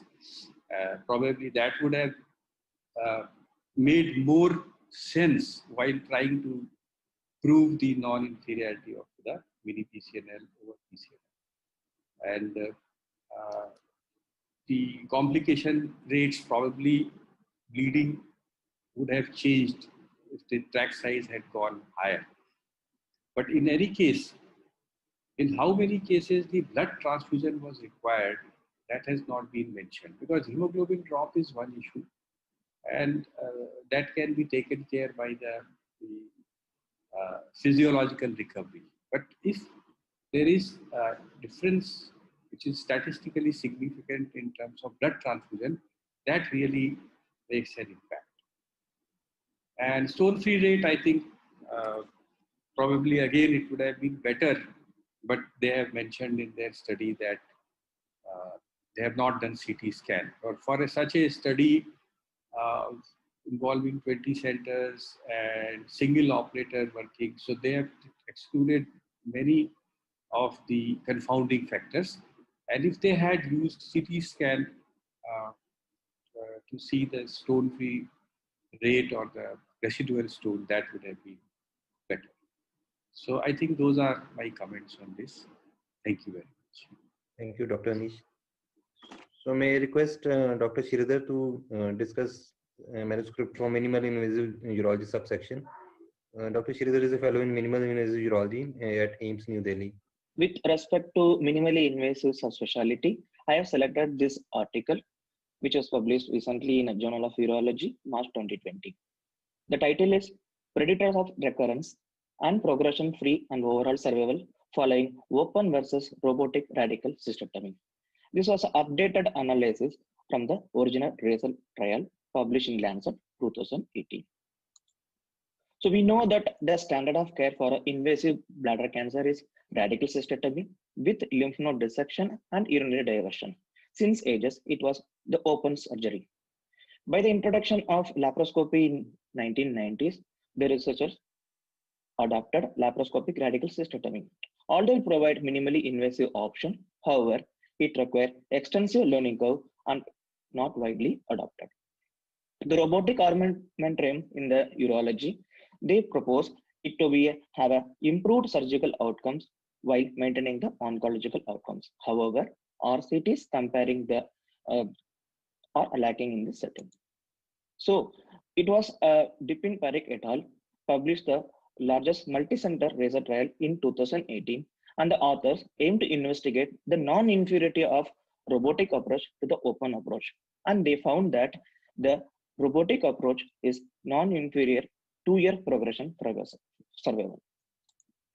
So the same group aimed to update a 3-year analysis of the robotic versus open radical cystectomy in terms of progression-free survival, overall survival, cumulative incidence of the recurrence as stratified by the approach, clinical stage, and margin status. Also, they also analyzed the factors predicting the above outcomes.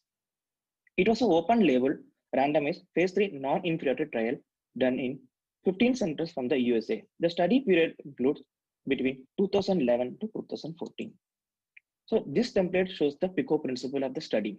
All patients with age more than 18 years, biopsy-proven bladder cancer with clinical T1 to T4, N0, N1, or those who had a refractory CIS were included in the study. However, those who had prior abdominopelvic surgery and those conditions which precluded the safe pneumoperitoneum were excluded. The intervention group included robotic radical cystectomy, and all the procedures of extracorporeal urinary diversion were included. It was compared with the open radical cystectomy with urinary diversion. As I already mentioned, the primary outcomes measured were progression-free survival, overall survival, and recurrence incidence. And the secondary outcomes were the factors predicting the above outcomes. It was a block randomization by institution as stratified by the diversion type, clinical T stage, and performance status. The patients were allocated in a 1:1 ratio using centrally assigned web-based system, and only those pathologists were concealed to the allocation. This is the concept diagram.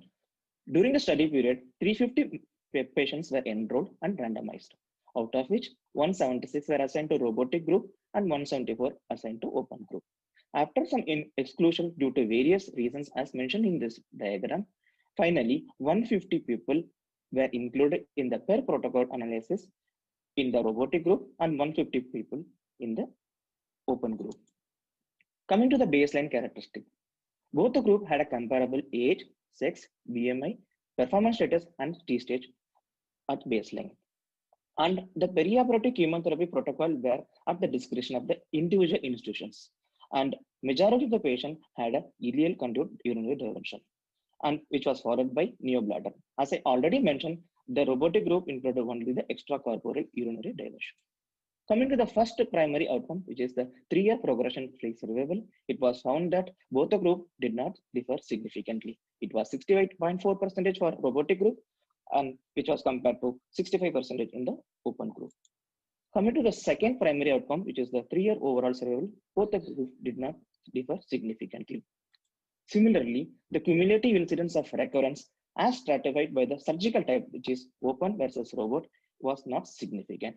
However, while stratified by the pathological stage, both the higher stages had a significant impact on the incidence of recurrence, as well as the surgical margin positivity also had a higher incidence of recurrence. Coming to the secondary outcomes for the factors predicting the recurrence, progression-free, and overall survival, it was age, old age, more than 70 years, and performance status significantly predicted the progression-free survival and overall survival as shown in the blue box. Whereas pathological stage and margin positivity significantly predicted all the 3 outcomes: recurrence, progression-free survival, and overall survival. To be noted, open approach and robotic approach did not differ in this prediction. These were the progression events of any local recurrence or distant recurrence and death between the 2 groups. As we see, both were comparable between the 2 groups. Although there was no robust RCTs available prior to the study, however, there were few retrospective studies evaluated the survival analysis between the 2 groups. And they found the recurrence between in terms of local and distance were comparable between the 2 groups. So the author concluded that there is no difference in the incidence of recurrence, 3-year progression-free survival, and overall survival between robotic and open radical cystectomy.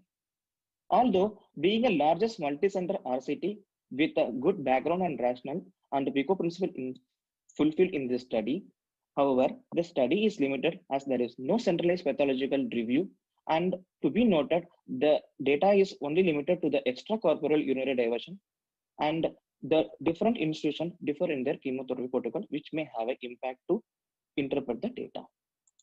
Thank you. Thank you, Dr. Sridhar, for nicely covering this article. May I request Professor Uttam Mehta to give his expert opinion? I'll just say what Sridhar, you had presented nicely. And as we know that whenever somebody is asked to do a surgery, the dictum is don't go for the approach, you go for the surgeon. You decide about the surgeon rather than the surgery itself. So whether you are doing with robotically or open surgery, it matters how you are doing it, how well you are doing it. That is a message from this article.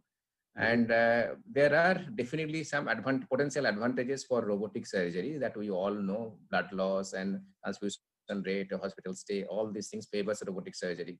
But there are downsides also, because robotic surgery is a longer surgery. That means longer time of anesthesia, and definitely cost is involved. And I'm, that this article doesn't analyze about this cost matter, isn't it? So, and he has nicely mentioned that limitations, because all those surgeries, cystectomy has got 3 components: cystectomy, radical cystectomy, lymph node dissection, and diversion. And all the diversions were extracorporeal diversion. It was not a robotic diversion. So these studies basically, this article basically tells about the extension of the Rager trial. And it says that the oncological outcome, it remains okay, not only at the end of 2 years, but at the end of 3 years also. So it means that it is an alternative at this point. It is an alternative to open surgery. It is not inferior to open surgery, but whether it is superior to open surgery or not, for that we need another study, that is the superiority study, which has not been done. So let us see in future whether this sort of study comes or not. I think these small comments will be enough for this article. Thank you, Dr. Prabhjot. May I move on to next subsection, which is female urology subsection. May I respect Dr. Sajjad Para. The topic we have chosen for discussion is the concomitant transobturator tape and anterior colporrhaphy versus transobturator subvesical mesh for cystocele-associated stress urinary incontinence. This article was published in International Urogynecology Journal recently, and the author is from Al-Azhar University, Egypt. As we know that stress urinary incontinence and cystocele often occur concomitantly, and both can be treated surgically, either simultaneously in one setting or 2 procedures apart. Ours is a prospective study to know the efficacy and safety of the concomitant transobturator tape with anterior colporrhaphy versus subvesical transobturator mesh for cystocele-associated stress urinary incontinence. In this study, there were 2 groups. Group 1 included 41 patients and group 2 included 43 patients. In group 1 patients, this anterior colporrhaphy with concomitant TOT was done by inside-out technique, whereas in group 2, that included 43 patients, implantation of the subvesical 4-arm mesh was done. It was seen that in both group A and group 1 and 2, they had a similar cure rate of stress urinary incontinence, about 82.9 and 88.49%, and the difference was statistically insignificant. And the incidence of the successful cystocele repair was 85.4 and 97.7% respectively. And again, the difference was statistically insignificant. It was seen that they had comparable post-operative complications, except the great incidence of micturition difficulty in the form of straining and urinary retention in group 1 compared to the group 2 in the early follow-up period. We know that the prevalence of stress urinary incontinence is urinary incontinence in female is 25 to 35%, and the stress urinary incontinence is the most common type of urinary incontinence reported in the females. In women, the stress urinary incontinence and pelvic organ prolapse is directly proportional to the number of childbirths. 55% of patients with pelvic organ prolapse have stress urinary incontinence, and 40 to 63% of the patients with stress urinary incontinence will have pelvic organ prolapse on examination. Surgical repair of both stress urinary incontinence and pelvic organ prolapse can be performed simultaneously or separately. Common procedure for correction of the surgical urinary incontinence is the insertion of a mid-urethral sling through transobturator tract or through a retropubic access. Anterior colporrhaphy is still considered as the gold standard for cystocele in many centers, with or without sling insertion. In this study, they were included only those females who had concomitant stage 2 or 3 cystocele. This cystocele grade is based upon the Baden-Walker classification, which uses hymen as a landmark. And excluded from the study were those patients who had retrocessor overactivity, neurological deficit, genitourinary malignancies, concomitant stage 2 or more apical prolapse, and bladder pathology, or who had history of pelvic irradiation. Complete physical examination was done, and pelvic examination was done in lithotomy position to know the presence of any urethral caruncle, extraurethral meatus stenosis, and the condition of the vaginal mucosa. Also, the stress urinary incontinence was confirmed by the cuff stress test and the Marshall-Boney test, and without POP reduction, and was graded using the STEMI grading system. All patients underwent full urodynamic study. Those patients who had greater degree of prolapse, the prolapse was reduced with a vaginal peg, and then the urodynamic study was conducted. Patients were randomly allocated into two groups, group 1 and group 2. In group 1, they underwent concomitant TOT fixation and anterior colporrhaphy, whereas group 2, they underwent transobturator forearm subvesical mesh fixation. In group 1, patients were taken in a lithotomy position under general or spinal anesthesia. Anterior repair was done by the standard technique. After making a midline incision that extends from the apex of the vagina up to the level of the bladder neck, the vaginal mucosa was dissected laterally, and upon completion of the dissection, the pubocervical fascia was plicated using 2 polygalactin sutures, and at the end of the procedure, the excess of the vaginal mucosa was trimmed, and it was sutured with 2 Weichel sutures. And in these patients, the stress incontinence was taken care of by TOT sling that was placed through a separate incision at the level of the mid-urethra. In group 2, the transobturator forearm subvesical mesh was used for fixation. They have used Dyna mesh, which is manufactured by a German company. This type of mesh is again available in our country, and in fact, we have some Indian versions of the same mesh that cost around 8 to 10,000 rupees. Here again, the patient was in lithotomy position after giving an antibiotic prophylactic cover, and 16-French Foley's catheter was placed, and a vertical incision was made in the anterior vaginal wall, extending from the apex of the vagina up to the mid-urethral level. Dissection was carried out laterally to the side walls of the ischial spine. Incision were made in the genitofemoral crease beneath the adductor, tendon of the adductor longus, before superior needle was passed first with the finger guidance at 45 angles to the midline. The inferior incision was created 3 cm, 2 cm inferior and lateral to the superior incision.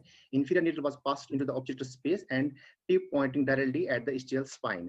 The anterior part of the mesh was sutured to the middle of the periurethral tissue that acted as a hammock to take control of the stress urinary incontinence. All the patients were followed at 1, 3, 6, and 9 and 12 months post-operatively. Patients were evaluated by medical history taking with international consultation incontinence questionnaire, short form, and pelvic examination. Ultrasound and uroflowmetry were performed at 12 months in the follow-up period. Those women who had de novo urge incontinence underwent full urodynamic testing. Success rate of the surgery was determined according to objective, subjective, and anatomical variables. For stress urinary incontinence, a negative cuff stress test and no need for any pad was considered as an objective success. The international consultation incontinence in questionnaires short form score of less than 12 was considered to indicate subjective improvement, with a score of 0 with no use of pads was considered as cure. For pelvic organ prolapse, the surgical success was defined as absence of the descent of the vaginal wall beyond the hymen, bothersome vaginal symptoms, and retreatment or prolapse till the end of the study. There was no significant difference between the two groups regarding the demographic data and the baseline clinical characteristics. The two groups were comparable. If you see the stress urinary incontinence in these patients post-operatively, they were comparable. There was no statistically significant difference between the two groups. At the end of the study, stress urinary incontinence cure rate was 85.7% in total, and it was 82.9% in group 1 and 88.4% in group 2.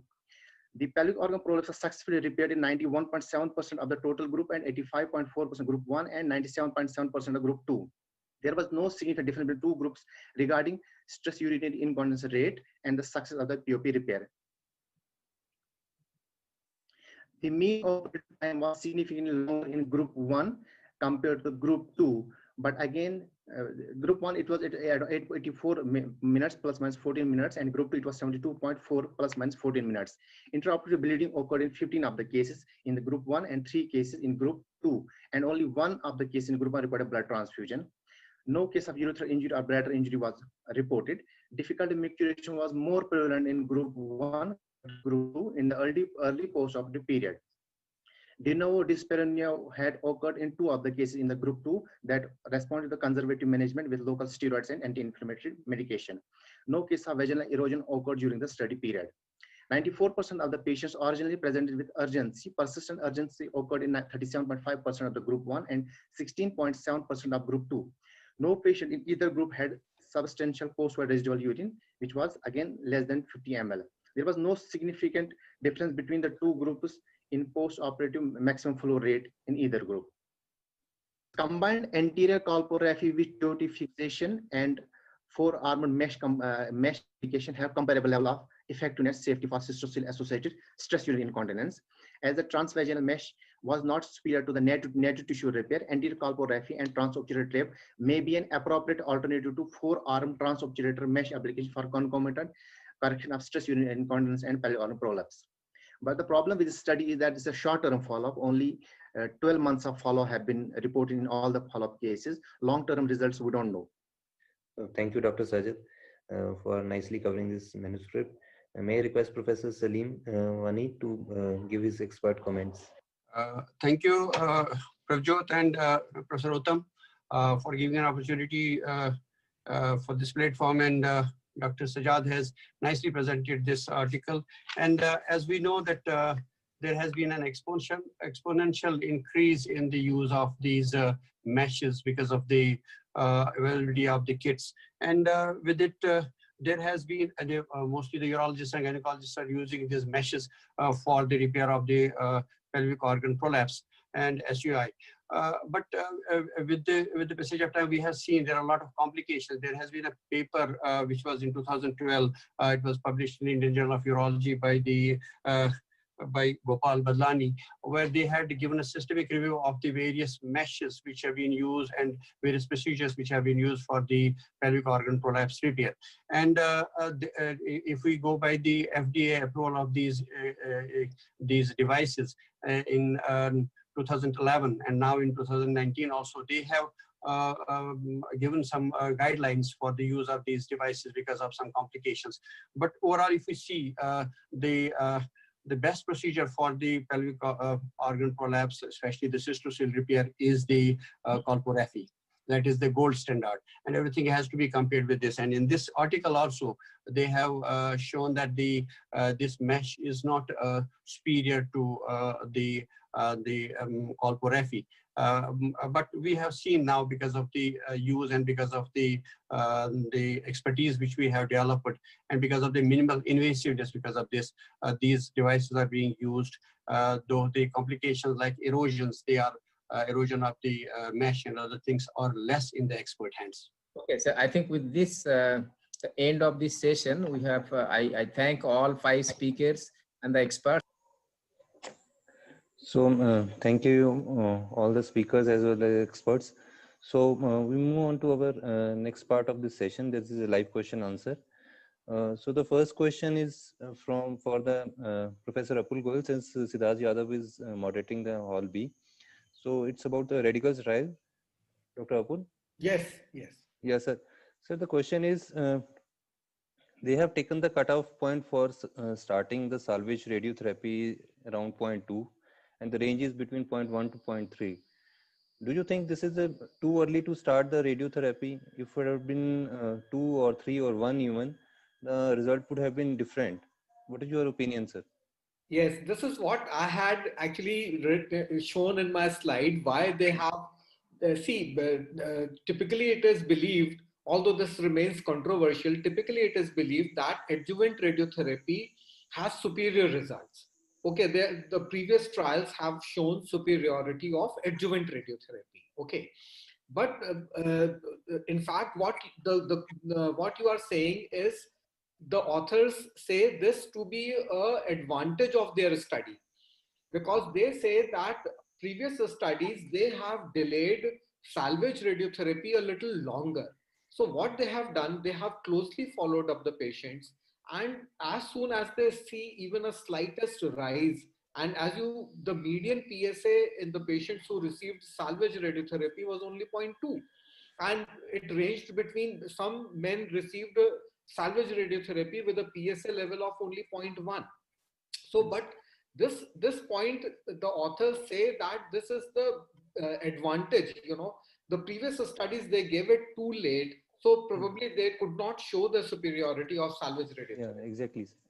And in the paper they said that around 33% of the patients in the salvage arm got the radiotherapy within 5 years. So what happened to the 77%? They didn't mention about that. No, I'll just check the data. The paper is in front of me. So patients who received, the patients who were randomized to salvage radiotherapy were 699, and 413 out of these 699 men did not show PSA rise. They did not require salvage radiotherapy. Only 228 patients were given radiotherapy. 58 men were there who showed PSA progression but did not come for salvage radiotherapy. Yeah, exactly, sir. Thank you very much. So my next question is to Dr. Lalit. Despite more than half of the puncture were supracostal, but they didn't mention any thoracic complication. Can you tell us about more? Yes, I agree. Although more than half of the punctures were supracostal, despite that in this article, they have mentioned that there were no thoracic complications encountered. Because for the punctures, most of the punctures were done under the ultrasound guided. I will say approximately 3/4 in both the group they have done under the ultrasound guided. So this might have reduced the thoracic complications. Yeah, exactly. So since Harshit has not joined, may I request Professor Anand to answer this question. Sir, what is your practice in your clinical practice? When do you remove the stent? Like in this study, they said 5 days and versus 6 weeks. What is your what do you practice in clinical practice?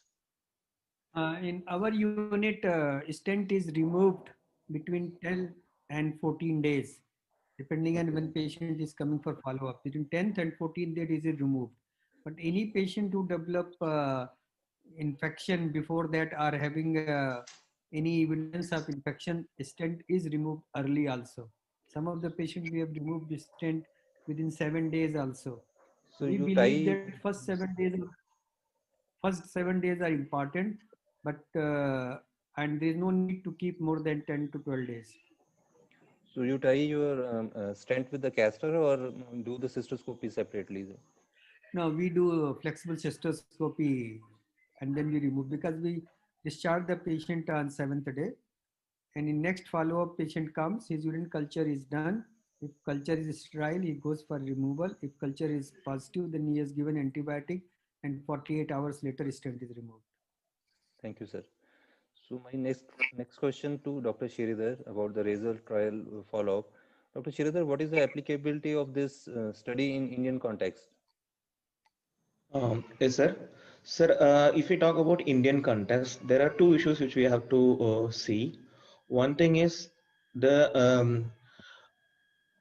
generalizability. Suppose like in India, although we are being a complex procedure, only very few centers are doing, and that too they are high volume centers. So if at all, if you want to like apply this, it has to be done in a high volume centers and by expert surgeons. And the second point is the cost. Although in US, the US insurance laws cover the most of the cost of the robotic. So suppose if you want to apply to the RARC in our patients, then we need a insurance coverage to almost many, so that it will be applied to the majority of the people. So these are the two issues which will be important in Indian context. Thank you. My next question to Dr. Sajad about the female urology subsection. Dr. Sajad, are you there?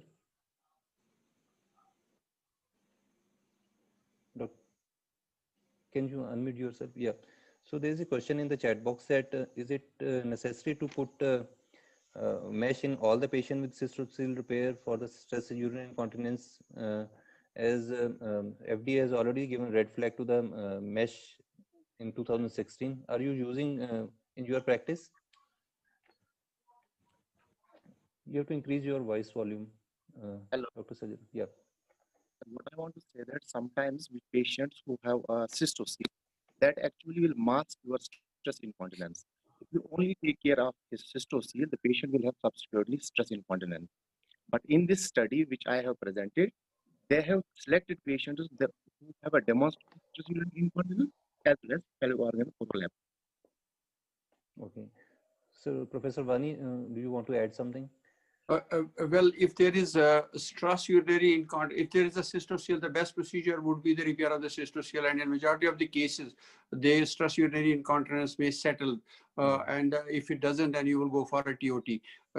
Using the mesh for 4-hour mesh, as you rightly said, the FDA has already raised the red flag regarding the complications of the mesh. So it would be better that you do the cystocele repair first, and then if it doesn't settle, then go for the repair of the stress urinary incontinence. You have a lot of drugs in your armamentarium where you can handle the stress urinary incontinence initially with this. If the cystocele does not repair, doesn't cure the patient, then it's better to go for the mesh repair. Thank you very much, sir. Dr. Anish, sir, would you like to comment on Lalit's paper? Prabjot, I just wanted to make a comment on the same point of the supracostal puncture, and in this study that there are no thoracic complications. Yes, sir. So actually, whether you do a puncture between the 11th and 12th rib using the C-arm straight away or initial ultrasound guided puncture, as long as you are within this space, so it actually doesn't matter. The ultrasound really helps when you go above the 11th rib. Say if you are doing between 11th and 10th rib, then sometimes the liver on right side, spleen on the other side, and even the lung injury. So all those things are reported. But as long as you are in this space, the thoracic complications by and large do not occur. And yes, there is some incidence of occasional hydrothorax or maybe pneumothorax, but generally when we put in a nephrostomy, so that is where I think there were no tubeless procedures here. Yeah. So as long as you put in a nephrostomy, even that doesn't happen. That might happen in a tubeless procedure where sometimes the fluid might leak or the urine might leak into the pleural space. So I think that is what explains the practically no thoracic complications, rather than an ultrasound puncture being better than C-arm puncture, as long as you are in the 11th or 12th intercostal space between the two. Thank you. I agree, sir. Thank you very much all. So I think we can conclude this session. I would like to thank both speakers as well as our esteemed experts for taking their time on this Sunday afternoon from their busy schedule for having a very fruitful and academic discussion. I would also like to thank Norzon, Dr. Anoop, for giving us this platform for this fruitful discussion. Thank you very much all. So thank you very much, Dr. Prabhajot, Dr. Uttam Mehte, for convening this session in such an excellent manner. All the expert faculties and all the presenters, they have done an excellent job. This session was introduced for the first time in the North Zone with the concept of promoting the updates which is happening in our urology to our young urologists and residents. And this session was really very successful. Thank you, all of you. And that brings us to the next session, and that is the complication session. And for this session, we have the conveners, Professor Anil Mandhani. He is right now chairman of Urology, Robotics and Renal Transplant from Fortis, Gurgaon, and Dr. Siddharth Yadav, who is associate professor of Department of Urology from Safdarjung Hospital. So this session again has been introduced for the first time in North Zone, and we have kept 2 prizes for this session. So let's start the session. Yeah, thank you very much, Anup. And it is really a pleasure to do such kind of session for North Zone USI. So let's start the business for today's session.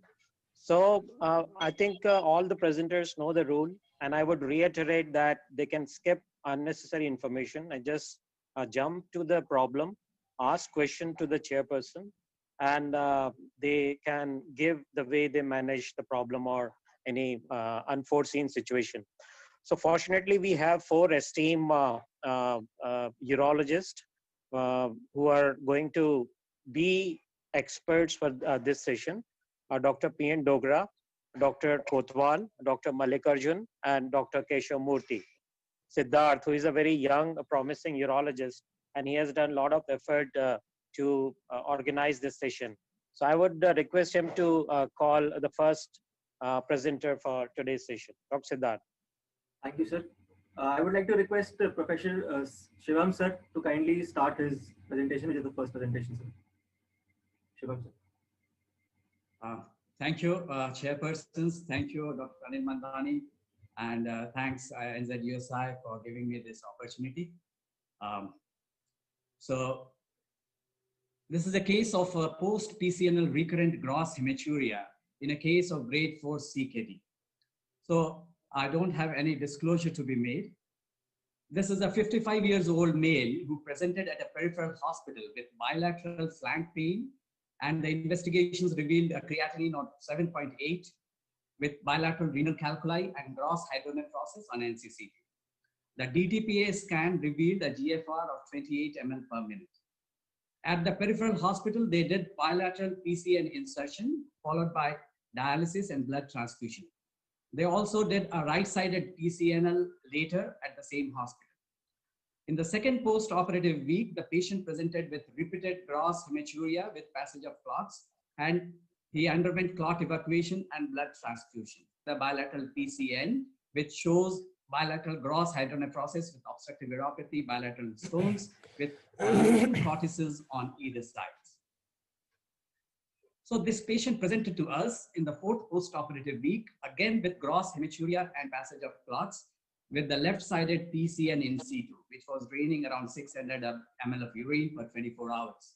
His investigations revealed a hemoglobin of 6. So my question to the chairpersons here is how to manage this patient, particularly considering the patient who has a CKD grade 4 with gross hematuria and which requires emergent therapy in the form of probably embolization. So what would you do in this patient? This patient is already in Yes. CKD. So if he has a Yes. bleeding which requires an angiogram, I wouldn't hesitate to do it, because I'm definitely going to dialyze him even if his renal function is deteriorating, but his bleeding should be stopped. So I would go ahead, do a selective angiogram and do embolization if required. Yeah, it's no brainer. I think everybody would proceed. And this patient is a grade 4 CKD with a GFR of 28, and even after post-dialysis, his creatinine is 5 to 6 mg/cent.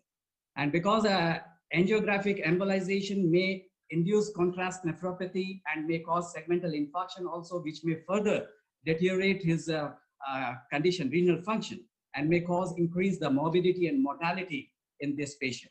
So what we did is we did an ultrasound Doppler study in this patient, and the Doppler study showed a 13 millimeter pseudoaneurysm in the lower pole.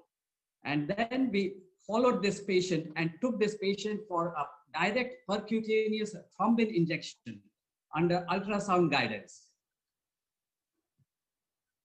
And we took the patient to the ultrasound suite where the ultrasound was done, showed a large 13mm aneurysm in the lower pole of the kidney. And then a 22 gauge spinal needle was directly introduced into the aneurysm cavity. And this was confirmed by injecting saline into the cavity so that the needle was exactly into the cavity. And before injecting the thrombin, we again reconfirmed it with the Doppler study. The thrombin was prepared by 200 units of thrombin mixed with 2 ml of the diluent solution. And this was then injected into the aneurysmal cavity. And once it was introduced, you see the obliteration of the whole cavity immediately. Within seconds, the pseudoaneurysm got thrombosed. And this was later again reconfirmed by the Doppler study, which showed that the aneurysmal cavity had no vascularity. So this was the post-thrombin injection picture, and this is after thrombin injection with thrombin, the cavity shows no vascularity at all.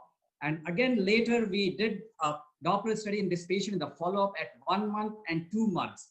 And the pseudoaneurysm showed a total thrombosis with no vascularity. And the patient had no hematuria since then. So it's almost more than 2 months now in the follow-up. There has been no case report of a successful management of a post-PCNL pseudoaneurysm with thrombin injection. So the take-home message here is a direct percutaneous thrombin injection is a viable option for post-PCNL, PCNL hematuria, especially when angioembolization is not feasible. It is a safe, simple, and effective procedure, and the long-term studies with larger number of patients are required to establish its safety and efficacy. It has the potential to be the primary treatment in post-PCNL hematuria with pseudoaneurysm. Thank you. Yeah, it's thank you, Dr. Shiva. So I would not call individual experts. So any one of you can pitch in if you have any comment. Anil, I think it's a great thing what Shivam has done, but I have my own reservation on the whole concept. Yes. The reason why is, number one, the chance of you picking up a pseudoaneurysm and an ultrasound Doppler in the post-PCNL scenario is not more than 20-25%. That's number one. Number two, you need a fair, decent size of the pseudoaneurysm before you can pick it up also. It's very unusual. True. Majority of the angiogram itself, when you do a proper angiogram, the chance of missing a pseudoaneurysm itself is around 10-15%. No, but suppose you get such situation in future, what would you do? That's the third thing. I have to balance it out. I think the chance of we taking is in a preserved patient is fine. When the patient is too sick or possibly with a very low hemoglobin, one more chance of bleed, the whole balance is going to tilt in the other direction. Yeah, point well taken. Is there any chance of AV fistula associated with aneurysm? Of course, there is a 20-25% of the pseudoaneurysms do have an AV fistula, and the majority of the times it is seen only when you do a proper angiogram with a little amount of pressure. You may not see. Sometimes people have seen coils getting slipped into the vein also, not necessarily staying in the pseudoaneurysm in sometimes. Okay. Dr. Kotwal, can I say something? Yeah. Yes, please.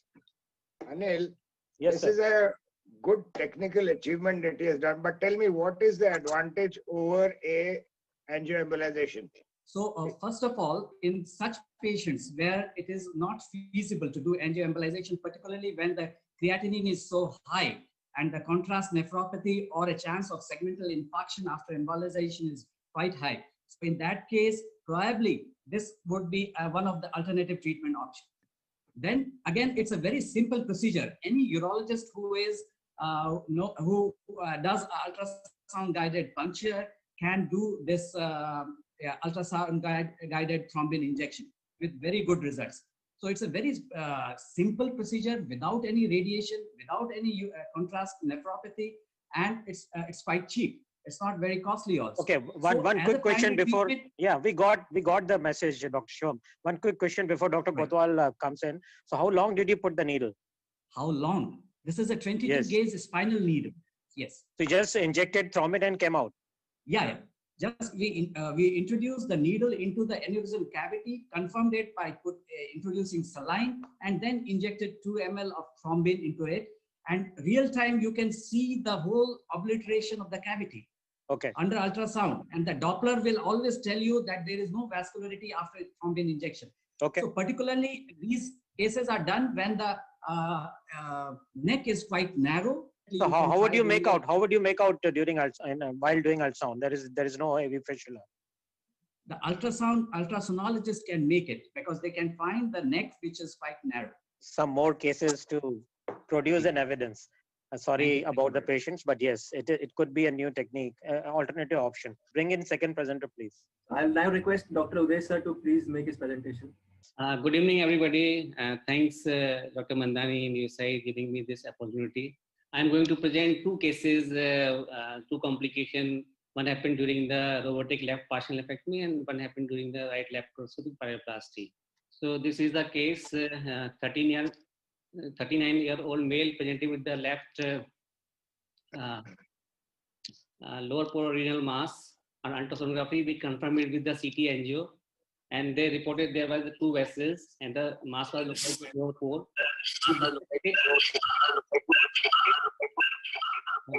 We dissected out the renal vessels, aspirated, and clamped both the arteries, and we did not clamp the vein. We just clamped the two renal arteries. And then we mobilized the aorta fascia over the lower pole, and we started dissecting this tumor. And when we started dissecting this, so there was a bleeder present, and it started bleeding. So initially we thought it could be the this venous ooze, but when we saw it was like a spurter, so we missed something in this patient, and we tried to put one metallic clip, and we put a gauge. And I'm going to present second case. This is 38-year-old male who is having a right PUJO confirmed with the renal scan. And in this case, initially done by our resident, third-year resident, he started mobilizing the colon. You can see the renal vein on right side. He dissected out the PUJO very nicely. You can see there was the crossing vessel actually. This was the early branching of the renal artery and vein. So then he dissected medial to this vessel, trying to dissect, getting the more space, whatever. So he was dissecting towards this medial to the vessel, and during this he actually injured some vessel. You can see there was a big hole is there, and it starts bleeding actually. So he just put a this suction catheter suction and some gauze pieces, and then he called me. So I want to ask about both cases. So what might the cause to this? Yeah, any one of the experts can come in, please. Uday, I think, but first thing I noticed is your kidney was still pink when you started cutting the kidney. That was a wrong decision to cut the kidney back. Your kidney was quite pink at that point of time. The two things which will happen: either you missed a vessel or the clamp was not proper onto the arteries. Either the bulldog is poor or something else would have come in between the bulldog tips. That's the reason why the compression was complete. So your procedure there was not correct because the kidney was absolutely pink even then after putting the bulldogs. The second thing is it's a standing line of dictum. Whenever you do a right pyeloplasty, identify the right renal vein first and see that your right renal vein is not going to be, you need to leave away 1 centimeter margin away from the right renal vein. Even though if there is a pelvis which is going behind the right renal vein, don't bother about that pelvis. There is always a pelvis below it and you refashion the pelvis there. Because the chance of you injuring the right renal vein is very, very high because the length is very short, the mobility is very short, and what you injured is the lower margin of the right renal vein there. What would you do in such situations?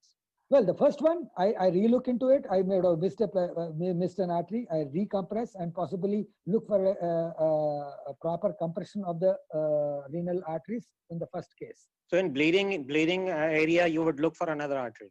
No, not in the bleeding with area. Good suction. The area. No, with good suction. I mean to say, okay. Don't forget about the kidney part. Look into the hilum of the kidney for an extra. Okay. And the second one?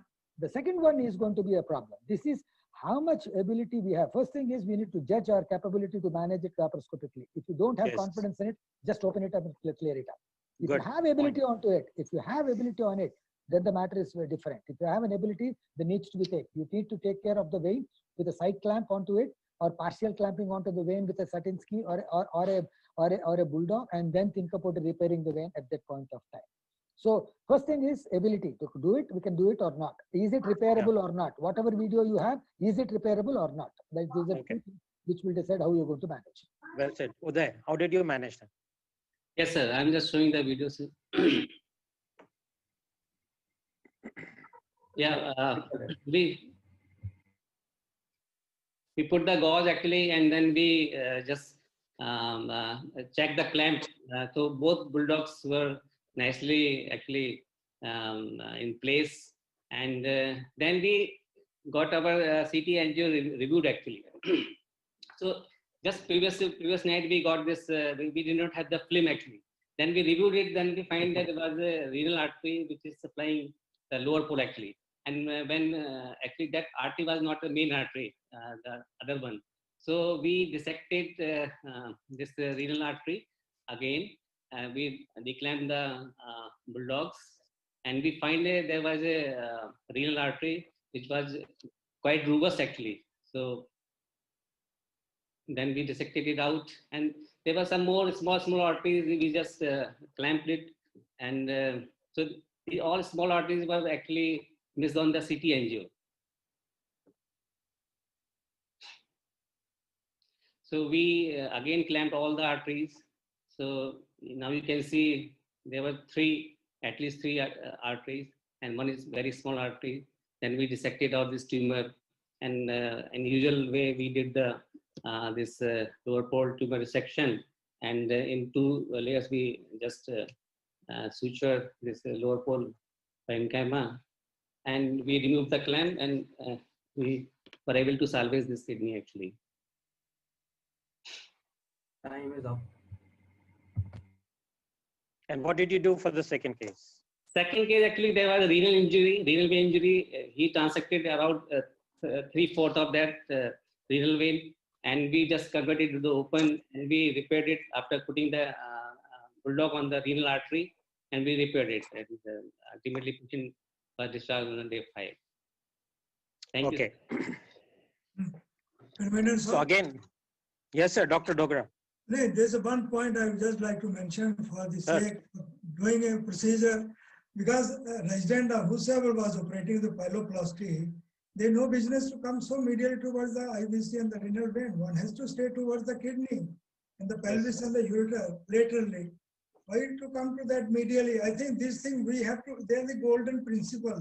If you do not adhere to them, whether it's robotic, laparoscopy or open, you are going to be doomed. So I think the message should be, follow the principle of surgery.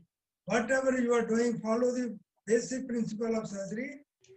So I'll now request Dr. Janan Sandhu sir to please make his presentation, sir. Good evening, everyone. The patient is a 24-year-old male who was a known case of ESRD, and he underwent live-related renal transplantation. Left open donor nephrectomy was done. In the recipient, a modified Lick-required ureteroneocystostomy was done over a DJ stent. There was immediate graft function on clamp release. The perurethral catheter was removed on the 8th post-op day. Thereafter, there was a sudden increase in the drain output and a peri-drain leakage, signifying a urinary fistula. The catheter was reintroduced and drain output gradually reduced. The double J stent was removed at 8 weeks and the patient discharged with a stable graft function. 4 months post-transplant, the patient presented with graft dysfunction and a perigraft swelling.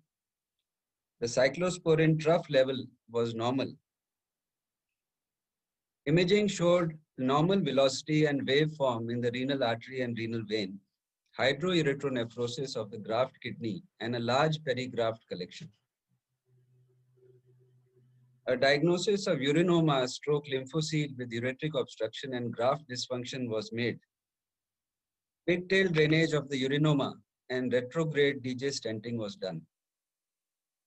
7 months post-transplant, the patient again presented with a rising serum creatinine.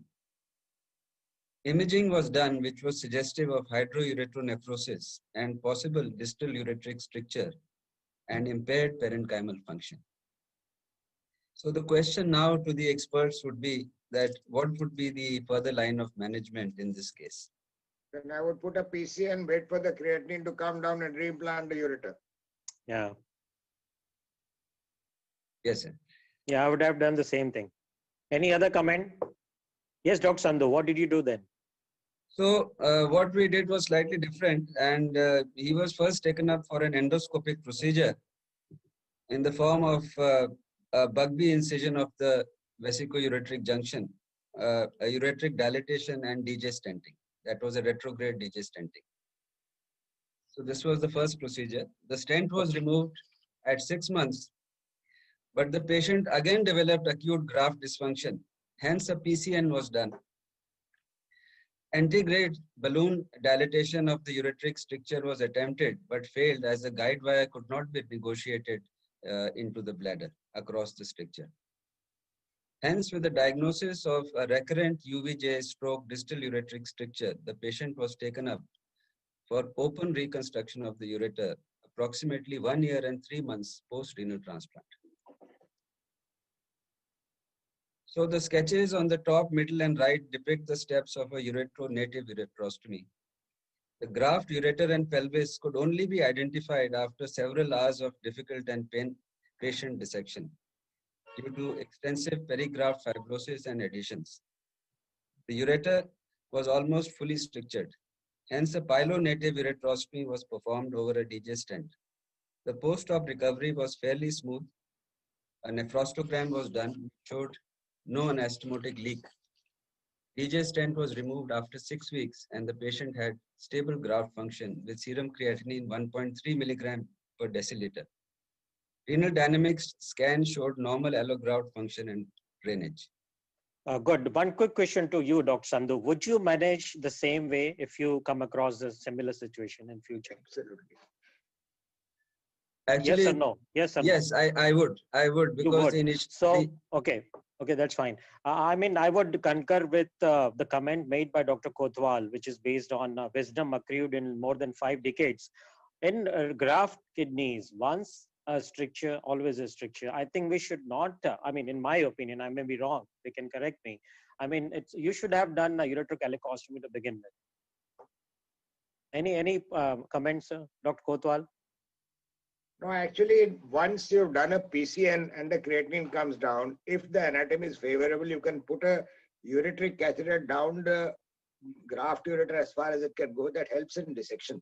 And then, of course, if it is possible to save a length of ureter, either do a ureterostomy, any of these procedures, even a pyelo-native ureterostomy is fine. But I feel in this case, unnecessary time was lost. Yes. And I don't think that you've done. So I would not do this again. No, yeah, let me ask you: has anybody managed post-transplant ureteric stricture endourologically? No, I wouldn't. No, yeah. There is a very generous statement I am telling you. Most of these cases, if you are able to pass a stent, it doesn't mean that it will not form a stricture tomorrow. That's correct, because these are ischemic strictures. Stricture is it's like a VIU for a stricture urethra. So there's no point even thinking that it is going to cure the problem. Second thing, dissecting a ureter in a post-transplant graft after a few months is going to be one of the most tedious jobs which can be happening there. The best thing is to identify the pelvis by putting a PCN, identify the PCN there, and just open the pelvis and do a native pyelo ureterostomy rather than even ureterostomy. I would, Sandhuji, you had a fantastic result, I understand, but I would have preferred not to do a ureterostomy. I would have really preferred to do a uretero-pyelostomy directly, because these ureters, after a long dissection, we are not sure their viability, how they are going to be. So best thing is to have a PCN, palpate the vallecot in the pelvis, make an incision onto the pelvis directly, get the native ureter and make it directly into the pelvis. That is going to be the shortest way. What about Bori? What about Bori? If you're yes, Bori, I would say if you can't have a native ureter, Bori is the easiest job. In fact, sometimes Bori is a better decision maker than in that, because you don't need a Bori there at that point. What you require is a fairly decent pelvis, which is very difficult sometimes in that fibrosis. May I make a comment? Please. Yeah, please. The endoscopic management of post-transplant strictures is well established. Though it's a well-established procedure, though the success rate is slightly lower as compared to open surgery. Now, in the primary endoscopic treatment and the secondary endoscopic treatment, that the success rate varies between 65 to 75% of endoscopic procedures. Now, a point was made by Dr. Mallika Arjun that you should not have done a ureterostomy. Here, if you just recollect, I mentioned that the entire ureter was strictured. So we did do a pyelo-native ureterostomy because the entire ureter was strictured and we could not identify the ureter. So this is how we manage the case. Yeah, point well taken, Dr. Sandhu. Thank you very much. Thank you indeed. Thank you. Thank you. Yeah, Next, please. Siddharth. Can I request Dr. Varun Mittal, sir, to please make his presentation? So good evening. Thank you organizers for giving me a chance. So presentation is timely intervention in post-RARP intestinal obstruction. So this was a 67-year-old male who underwent robotic prostatectomy, and during surgery there were few mental adhesions near the umbilicus. Rest of the surgery went uneventful. On post-op day, 2 patients otherwise were normal, but he was having abdominal distension. Drain output was okay. Counts, labs were normal. He was kept NPO, IV fluids were continued, and perrectal Dulcolax posterior was given. But the similar situation persisted on POD3 as well. So abdominal distension was there, drain was same, and labs were more or less there. TLC increased. So Riles 2 was placed, which 1000 ml bilious aspirate was there. So IV fluids were continued. Plain X-ray abdomen revealed dilated small bowel loops with multiple air fluid levels suggestive of small gut obstruction. POD4, the similar situation persisted. The Riles 2 output was more than 1 liter, and GI surgery team consultation was taken. So they advised to continue the. So what is the probable problem right now? So what should be the next line of action? I would definitely do imaging, CT, to find out, yes, and then take a decision based on the CT finding. Okay. Yeah, CT abdomen. The CT was done, which was suggestive of small intestine obstruction. The small gut loops were dilated. Loop of ileum was herniating into the wound from where the specimen was retrieved. So there was proximal dilatation and distal gut was collapsed. There was no free fluid and the rest of the things were normal. There was no leakage of contrast. And you can see here, so there was a small loop of ileum herniating into the port from where the specimen was taken out.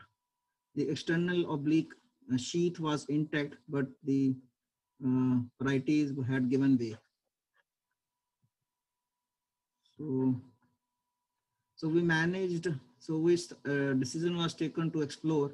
The exploration was done along with GI surgery team. So first the diagnostic laparoscopy was done. There were small dilated intestinal loops. There was no free fluid. A loop was herniating into the wound. The proximal loop was dilated and distal gut was collapsed. So after retrieving the loop out of the wound, you can see the external oblique muscle sheath was still intact, but the muscle behind that were actually, I think it was not sutured adequately. So then the muscle closure was done laparoscopically and the post-op recovery was okay and patient was discharged on POD 8. So the other thing, Anil, I would say is, I think we should stop, my personal feeling, I don't have anything else other than that, we should stop expanding these port site incisions or making a bigger port site incision and trying to retrieve the specimens. I would be always in a parallel with giving a separate incision, either a funnel seal or whatever you use, where you can close it properly. Whenever you do this enlargement of the port site incisions, the closure will not be proper and we may get into this sort of problems. So we start doing enlargement of the port site incisions completely. Point. Maybe you have a point, because one thing which I observed, he had a very large pannus. So I think we just focus on robotic prostatectomy and leave the closure on resident or junior guy or sometimes physician assistant. And a person who is little obese with large panas is very difficult to close the sheath. Is time up? Time up. Yes, Siddharth, you can call upon on fourth or fifth presenter, please. I request Dr. Ajan sir to please make his presentation. I am presenting the rare complication which was encountered during the laparoscopic right-sided nephrectomy. Young female patient presented to us with flank pain and occasional history of fever in the past. Ultrasonogram revealed right renal pelvic calculus with grade 2 hydronephrosis. Routine urine examination was within normal limits. This IVU revealing the right renal calculi with non-excreting right kidney and normal functioning left kidney. DTP revealed negligible function in the right kidney and left kidney was functioning normal. The patient was planned for elective right laparoscopic nephrectomy. This is a small video clip showing the nephrectomy in progress. Dense adhesions were observed between the kidney and the liver and between the kidney and the duodenum. See, the duodenum is bulky, distended, and it is very densely adherent with the kidney. We had difficulty in separating this duodenum from the kidney. So on the first post-operative day, we find that there is a 400 ml bilious drain output. My question to the experts is, what do you think has happened and what should be done next? Yes, sir. Well, your bilious output in the drain itself will suggest what has happened. Yes. I think that is, you showed that there is a bile, that there are two things which would have injured. Either the duodenum is open or the CBD is open. I think it's no brainer. Yes, go ahead, please. Okay. So patient was planned for emergency abdominal exploration on the same day. We opened. Hello, Dr. Anand. Yes, sir. What Dr. Dogra, sorry. It was a greenish in color or golden yellow in color? I think that as a clinician, we should also emphasize on that. The drain sir was greenish in color. It was a Greenish, bilious. okay. More of a duodenal injury. Yeah. Golden yellow is CBD, Dr. Dogra. Yes. Okay. So you have to, as a clinician, you should at least do some brain exercise. It's a good point. So good clinical point. Yes, go ahead. So we planned the emergency abdominal exploration on the same day, was opened by the upper midline and CM. And what we observed was there was 1 into 1 centimeter rent in the second part of duodenum, which was closed primarily using polyglactin 91030 suture and covered with amentum. Feeding jejunostomy was performed. So the take-home message is absence of bile leak intraoperatively might be because of aperistaltic duodenum, dependent and positional drainage of bile in the left lateral position. We opine installation of 5 ml line at intraoperative site to look for air bubbles if any, and caution needs to be exercised in densely adherent duodenum. So my main aim and motto of presenting this presentation is let us share our complications to be aware of the complications. Thank you very much. Ajay, let me put a question to you. Suppose, Ajay, let me put a question to you. Suppose you see bile there on the table, what will you do? Immediately explore there only. Had you seen bile there on the table, on the primary table? Immediate exploration and repair of the perforation on the table itself. No, that's exactly the question I'm asking you. Had you seen the bile coming out of the duodenum, you divided the fistula, what would have been an approach as a surgeon to that fistula communication inside the duodenum? You do a primary closure, or you do a tube duodenostomy, or you do a primary closure, just put a drain and come out. I would have proceeded with the nephrectomy, close the perforation intraoperatively, and simultaneously perform the feeding jejunostomy, sir. This would have been I had two cases, one a piloduodenal fistula, one a jejunopelvic fistula, one on the right side and one on the left side. What we did was we put a Foley's catheter into the duodenum, placed two sutures, the same thing in jejunum, left it there, left a drain there, and we didn't do any feeding jejunostomy and left with the right tube for some more period of time. And they healed off. That's the reason why I just yes. Dr. Dogra, yes, please. Yeah, quick comment. Dr. Ajay, well done, but I will advise why CT was not done in the patient. A stone disease, kidney, non-functioning kidney, and I think you should have suspected XGPN. And we always do a CT scan in this patient to rule out is a tumor or something. Very pertinent question. Very pertinent question, sir. Routinely, I agree with you that CT scan should be done in these patients, but usually this was the presentation of a non-functional kidney, and there was no history of fever in the intraoperative or preoperative period, sir. So CT scan as such, that's what I have mentioned also. It was not indicated. It was just a non-functioning kidney on the IVU and DTPA scan. So no history of fever, nothing. You did not see hydronephrosis in that ultrasound scan, then you should suspect that something else other than just a non-functioning kidney. If you had seen a ballooned out, then you would probably be, it would have been easier. This is What a was the histopathology? Histopathology report presented. Tuberculosis, ICP, and what? It was, sir, chronic pyelonephritis. I again searched the literature and I found that only 3 cases of fistulas associated with XGPN have been reported till date in the literature. Only 3 cases. Oh, I would like to pitch in. I don't. I mean, personally, I would not agree with you that he had fistula to begin with. See, I must. I mean, I would not have proceeded the way you proceeded with this case. I mean, I have done a lot of XGPs, but the better thing would be instead of doing the dissection you did between duodenum is very, very dangerous organ to fiddle with. You need to be very careful. So instead, I would have left a piece of kidney attached to the duodenum, knowing that I'm dealing with a benign disease. So I would have left the piece of kidney instead of going it between the kidney and duodenum. I agree with you, sir. I agree. So the subcapsular defect and all these are reported. I think one needs to know when to cut your losses and run. Yes, I would absolutely. not go on struggling for 1 hour trying to get the adhesions, and particularly if I notice pus, I would definitely convert as soon as possible. That's a point well taken. Thank you very much, sir. Thank you. Siddharth, call the last contestant. And I now request Dr. Sachin, sir, to please make his presentation. Good evening, everyone. My screen is visible? Yes, yes. Go ahead. Thank you, sir. So this gentleman was 71-year-old, was diagnosed with adenocarcinoma of prostate. He had received androgen deprivation therapy prior to showing us. So it was an organ-confined disease. The only thing with this was a median lobe with a lesion extending towards the bladder base near the ureteric orifices. He underwent radical prostatectomy with a bilateral extended pelvic dissection. This is a short video clip of the procedure. This is after the anterior bladder neck was transected. This is the posterior bladder neck. So the median lobe was extending towards the ureteric orifice, and the posterior neck was divided very close to the ureteric orifice, almost in flush with the ureteric orifice. So after finishing the Rocco stitch, we did this posterior of vesico-urethric anastomosis, but we couldn't find any ureteric orifices. So we took down the anastomosis, gave him Lasix, and refashioned this anastomosis, taking care not to include the ureteric orifices by taking stitches on either side of ureteric orifices. Here you can see the right ureteric orifice, and this is the left ureteric orifice. This is the right ureteric orifice. So we proceeded with the anastomosis.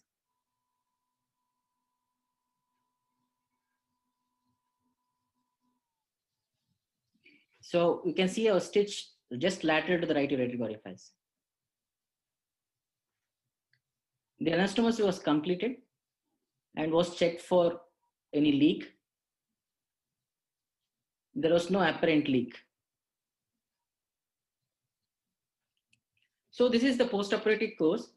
Day 1, patient had about 300 ml from drain.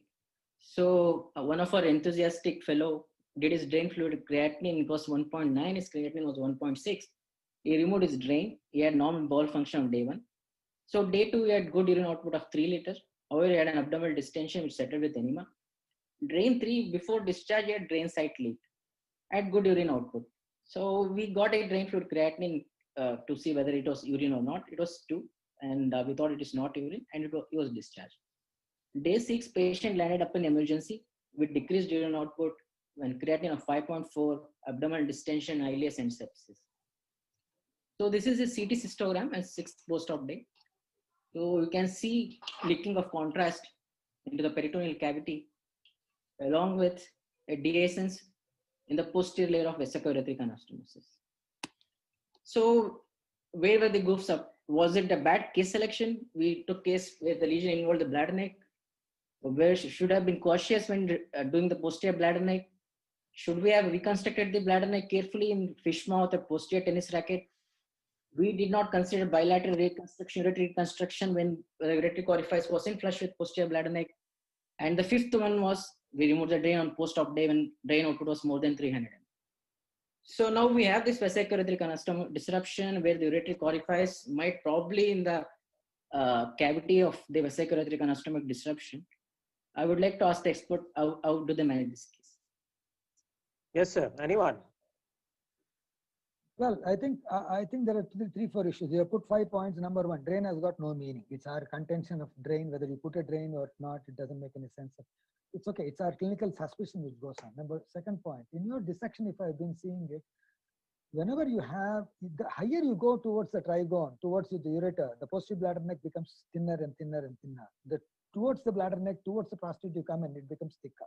So the very fact that you have gone much ahead is going to be a much thinner bladder neck. The second point, in a big median lobe, a small technical observation, what I think is you come down to the sides of the median lobe, get a plane there, and then start dissecting medially so that you have a large amount of trigone which can be there below the ureteric orifice coming to you, rather than making a straight cut, deciding where the bladder is going to be cut beforehand. That will make the bladder much thinner, and the posterior wall reconstruction will be very, very poor in those patients. What you would have done possibly, however, I would have said, I would have seen this, I'll put those stents, both stents in these patients. If I am very concerned, I'll put bilateral PCN in this patient. Especially, I have redone the anastomosis, means I'm very, very, very, very careful in this guy. This guy is going to make a mess of this thing. The moment you have done redoing the anastomosis, you take your video, at one bite, you just took some muscle there just next to the ureter. That is a place where it leaks. True. Exactly. Yeah, ureteric orifices were very close to the blood tank. I would have also put in a stent. This is the ideal case if at all you want to select for a intermittent interrupted sutures, not for a continuous suture. One slip. But Dr. Mallikarjun, even a tennis racket would have helped.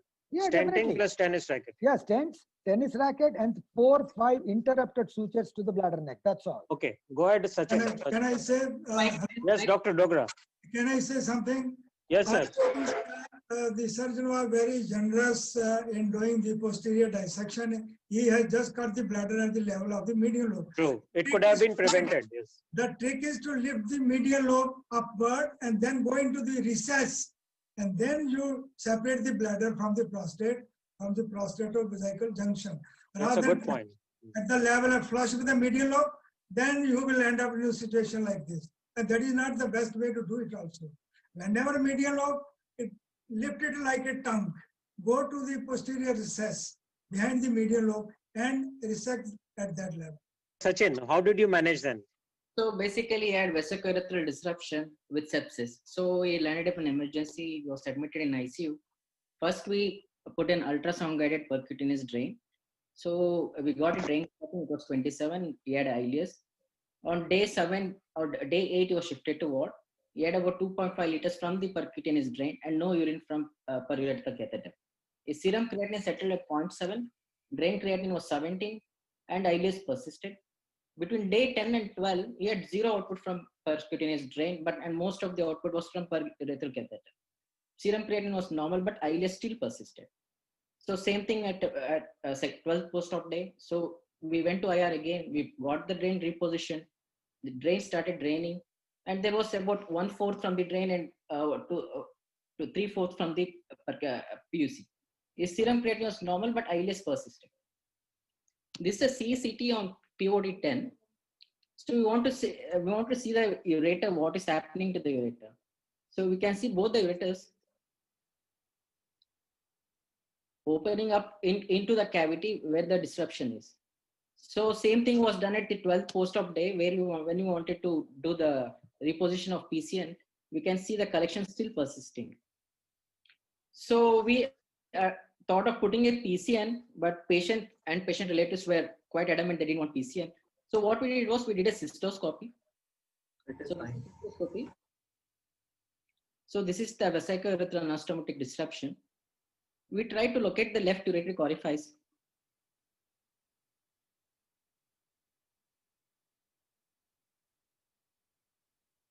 So we put a ureteric catheter in the left ureter, exteriorized it.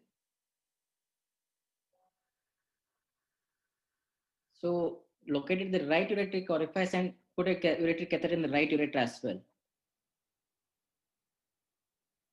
So, and we also placed a side fenestrated Foley catheter.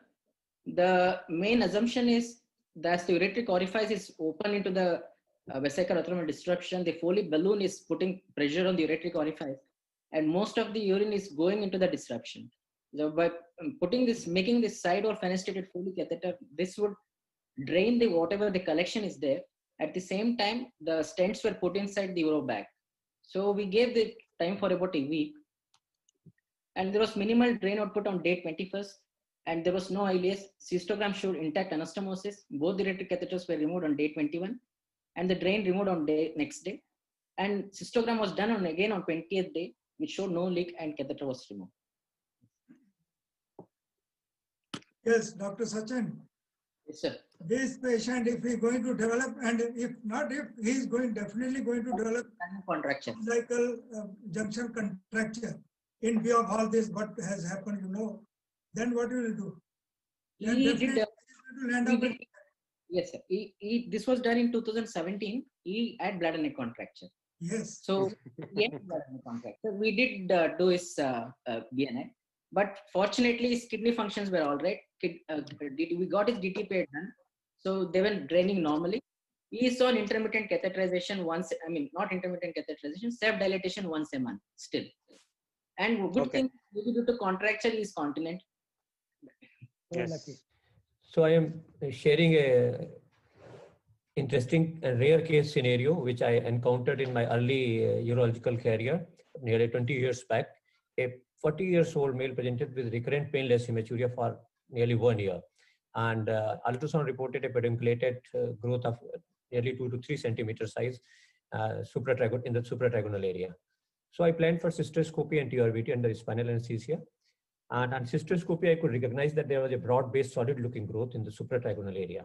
So as soon as I started my resection with the very first or second cut, patient started and screaming with pain and rolling like anything. And he had complaint of severe abdominal pain, chest pain, with intense headache and BP shoot up. And tumor was profusely bleeding locally. It looked very vascular tumor. So as a usual instant reaction, I had a call to my anesthetist, like this thought an incomplete effect of spinal anesthesia. So my post-emergency resident who was on head end, he also responded promptly, and somehow that patient was settled in 10-15. He responded promptly to the way taking incomplete effect of spinal anesthesia, and patient responded and settled in 10-15 minutes. So although I think the comments from any experts. Is a PO bladder classical. Yeah, that's true. So patient got stabilized in few minutes by God. I think I was fortunate enough, and with the low coagulation current, I could maintain hemostasis, and I couldn't dare to proceed. So both the two pieces procured were sent for histopathological examination. And after long waiting, in meantime, as it was solid looking tumor, so I planned definitely will go for CT and proceed for that. So after long waiting, I received a call from my pathologist. I had a call that she said, Dr. Pawat, please check. I think there is some problem that a specimen has been changed. So then I said, why you are saying this? She said, it is likely from the renal area. So I'm saying, why you are saying this is from renal area? So the prompted kit, it looks like pheochromocytoma, so there may be some mistake. So immediately then I had a clue and I could realize exactly what sir told. So this is how I encountered with the first case of my paraganglioma. Histopathology came paraganglioma, and so I went for urinary serum markers. They were normal in that case. And CT, there was supratrigonal growth of about 2.5 centimeter and no extravesical extension and without any pelvic lymphadenopathy. So we planned for partial nephrectomy and after full preparation for paraganglioma. And this is picture with, I think, with the old camera. So, and we had 6-year follow-up and patient performed well. So because I had this experience with learning with that experience, nearly 4 years later, I encountered with the second case. That patient also had about 2 centimeter supratrigonal growth. But during cystoscopy, which was planned under spinal anesthesia, I could recognize that tumor that has a broad-based submucosal growth with bluish hue and in supratrigonal area. So I had suspected, I could recall my first case. So I just abandoned. I could not dare to do biopsy. I postponed biopsy. Then I went for urinary serum markers. Then again, they were normal. I couldn't detect those raised markers. This is cystoscopy picture of that tumor, which I could recall from my first case so that I could recognize in this.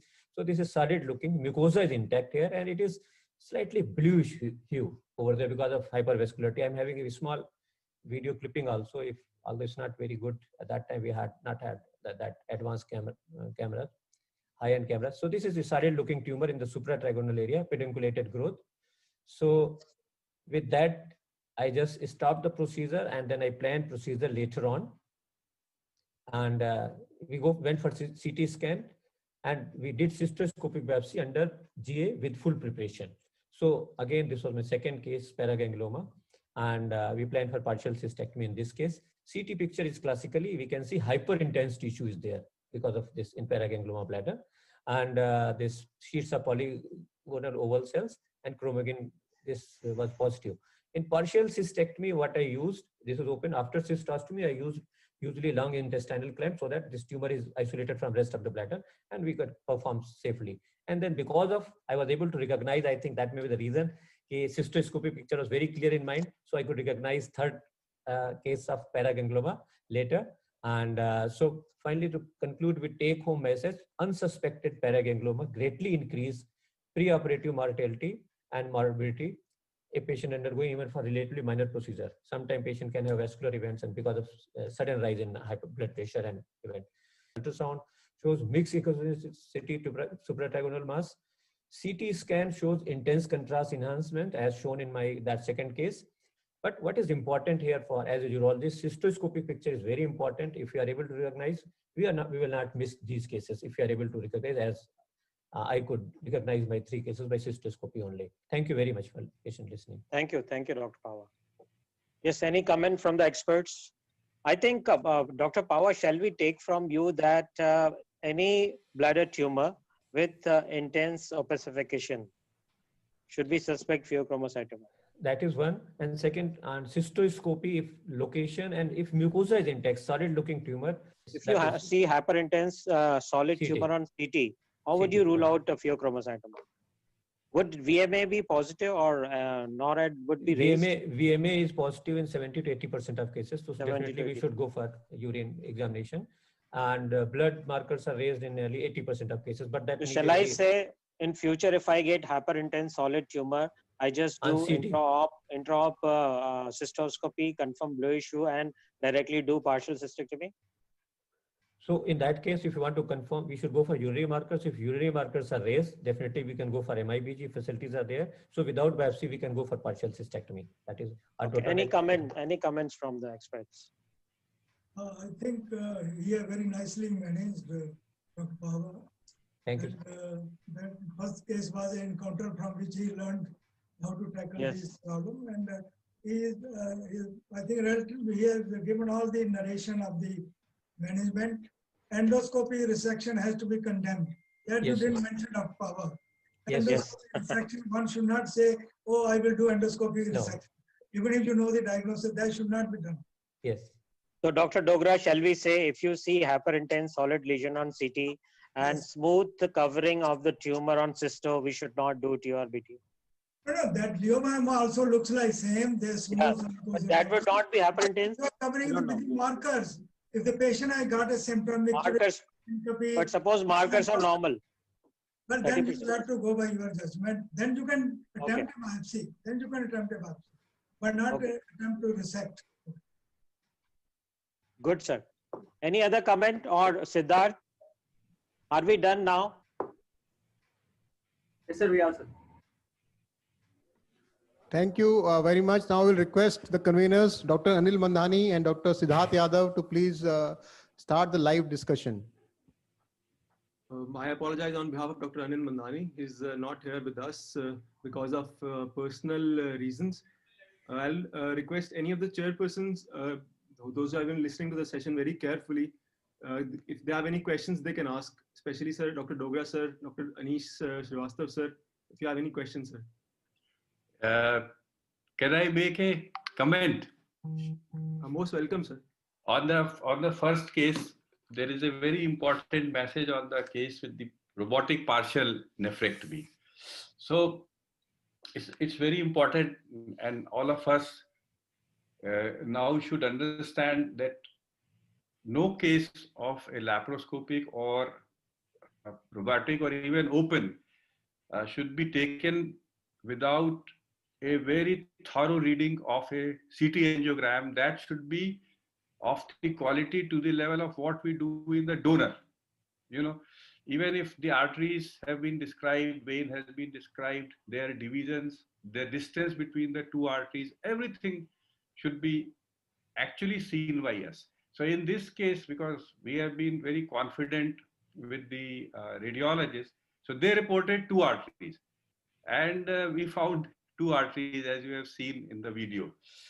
And then after the clamping both the arteries, and the vein was not clamped, because unless it's a very complex tumor, central hilar, the vein, we generally don't clamp.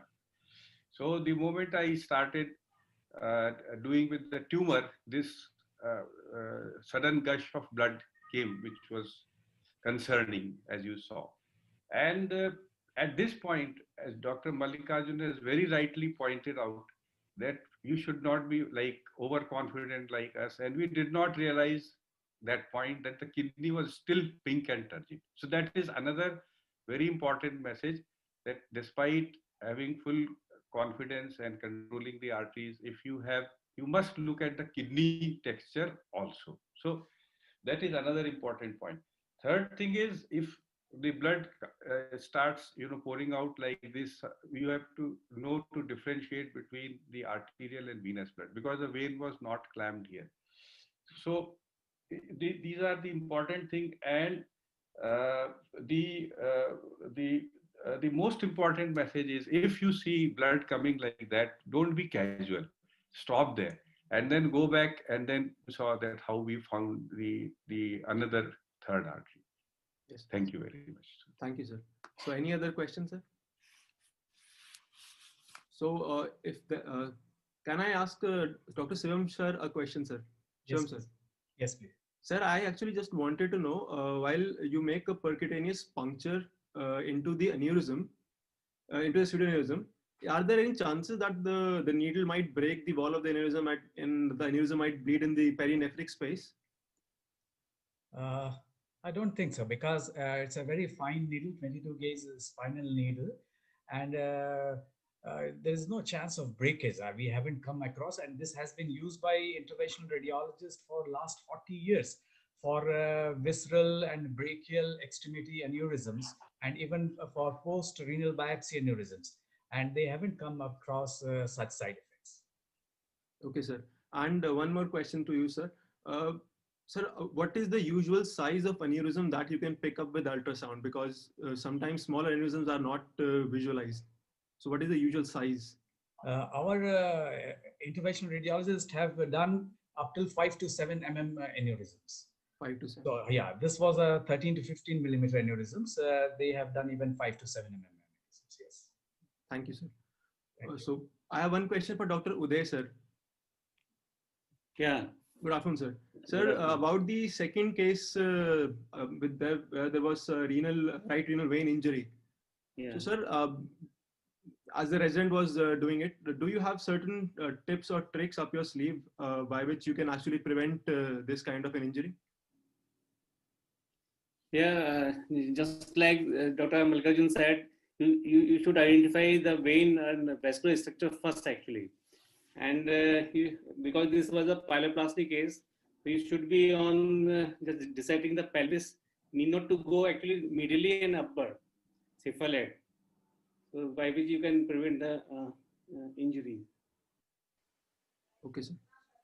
So, sir, do you usually follow the ureter first technique, or the pelvic, you do the renal pelvis dissection first? You can do, if you are expert, you can directly go to the pelvis and vascular structure. And for resident, I would say they should dissect the ureter first, then they should go upward. Go. Thank you, sir.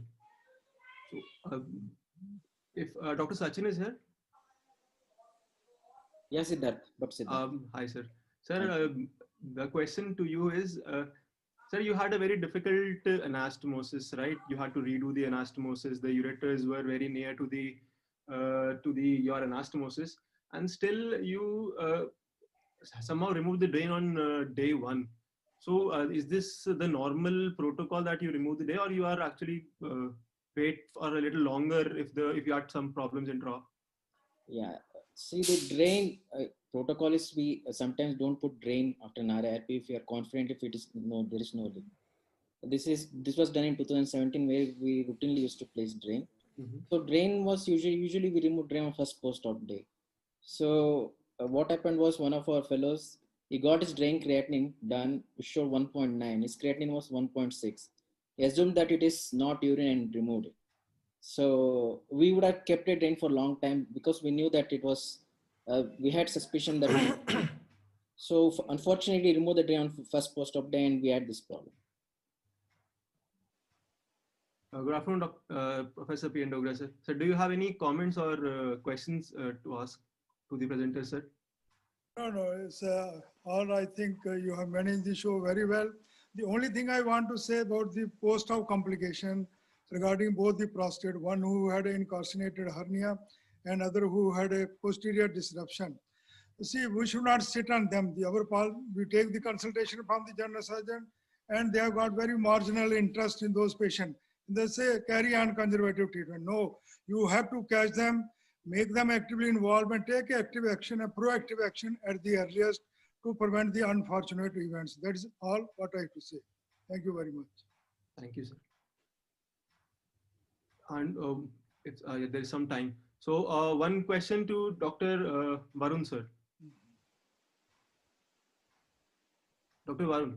Hi, Siddharth. Yes. Good afternoon, sir. Sir, you had a very large bowel herniating from the port site beneath the external oblique muscle in a patient who was a little fat also. So did you not find any tenderness at the port site or severe pain at the port site that was complaining, and while palpating were you not able to palpate any? No. So there were no actually signs of any peritonism or local guarding. The abdomen was just distended. So that's why we kept it conservatively till third day. But otherwise there was no. There was no local signs of actually the patient was obese, and I think the layers other than the external oblique, the fat and subcutaneous fat was covering it. Sure. So that's why we could not have any sign on the abdomen. So it was just distended only. So there was no local signs. Okay, sir. And sir, lastly to Dr. Pava, sir. Yeah.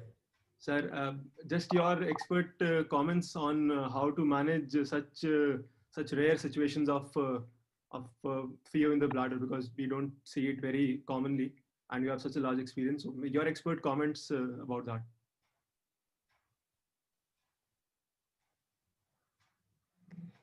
Regarding this unsuspected, like first case I encountered that was definitely a surprise for me, and even after histopathology I could not.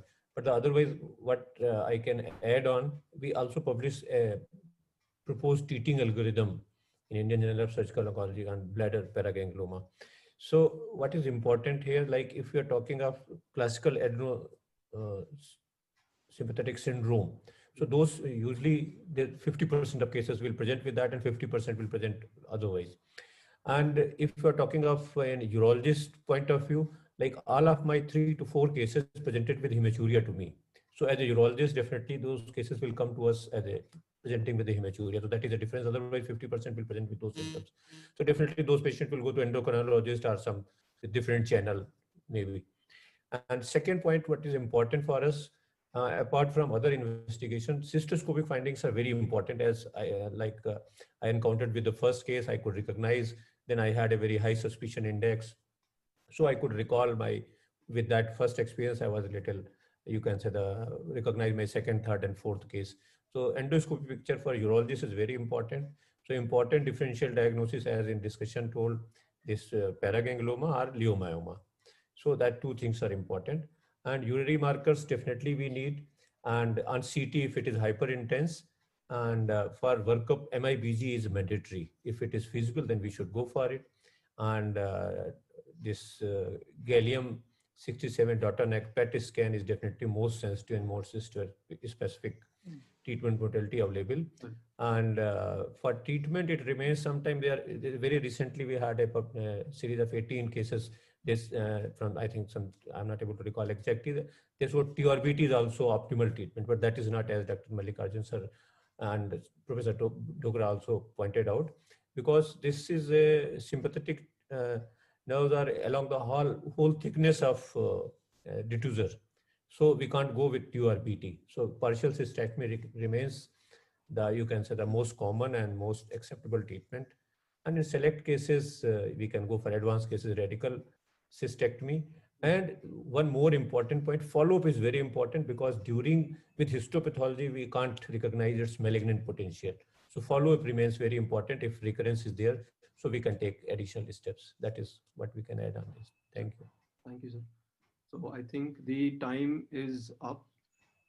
So I'd like to thank all the speakers and the presenters for such a wonderful session. Over to Great. sir. Thank you very much, Dr. Anil Mandhani and Dr. Siddharth Yadav, for wonderfully convening the session. I want to thank the experts, Professor P.N. Dogra, Dr. S.V. Kotwal, Dr. C. Mallikarjun, Dr. Keshav Murthy, for their excellent discussion and excellent comments. All the presenters, they have given excellent presentation. This session was introduced for the first time in North Zone, and we have kept 2 prizes. The judges have done their job, and we'll be announcing the results shortly in the valedictory function. Thank you very much.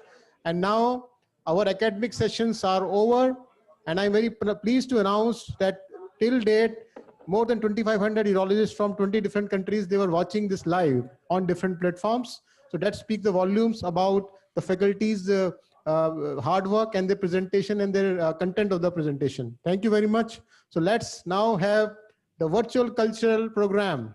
And this is presentations by our talented urologists. Some are very, very senior, and some are young, dynamic. And so that's a combination of experience and talent by these urologists. So let's have the first presentation. Dr. Subramaniam.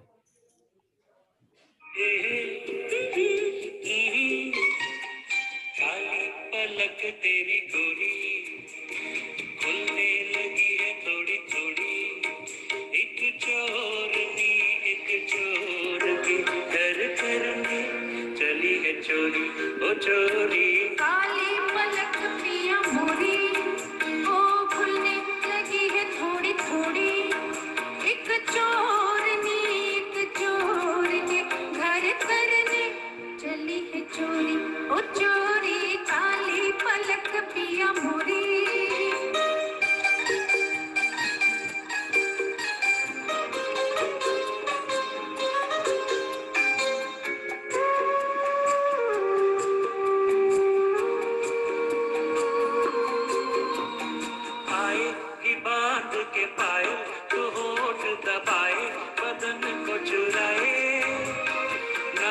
कमर से लगाए अदा की कतारी जालिमा धीरे धीरे धीरे तुम मेरे गले पर ये बाहों के खंजर जाए कि दिल मेरा लेकर समझ के अनाड़ी बालमा रोज रात को यूं ही बांधेगी लटों की डोरी ओ डोरी खाली पलक तेरी गोरी ओ खुलने लगी है थोड़ी थोड़ी एक चोरनी एक चोर के घर करने चली है चोरी ओ चोरी खाली पलक पिया मोरी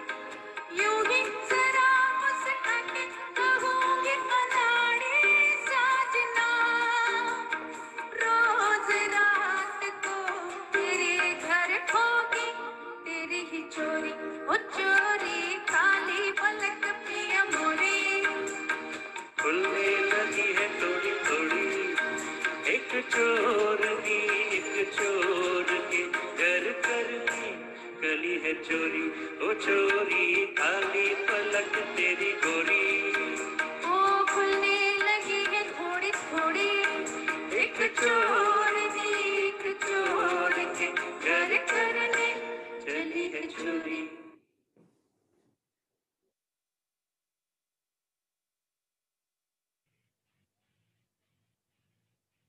Dr. Subramaniam and his wife, and there was such a melodious song, and you can hear the applause. So now we move to the next presentation by Dr. Shivam Priyadarshi, our president-elect, NZUSI. He's a multi-talented person, and we can now listen to his song. Let's play the song, Dr. Shivam Priyadarshi. I dedicate this song to NZUSI and all its members, and NZUSICON 2021 and its organizers.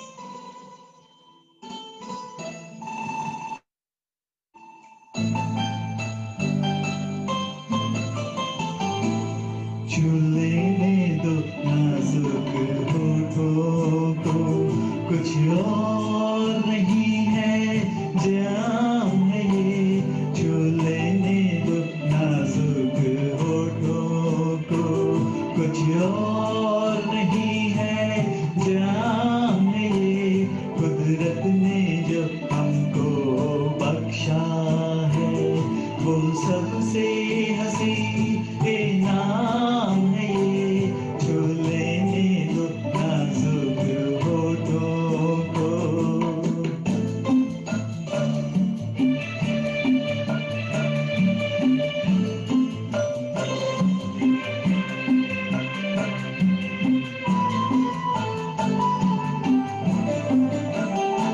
Sharma के नयूही खो देना रंगीन जवानी की घड़ियां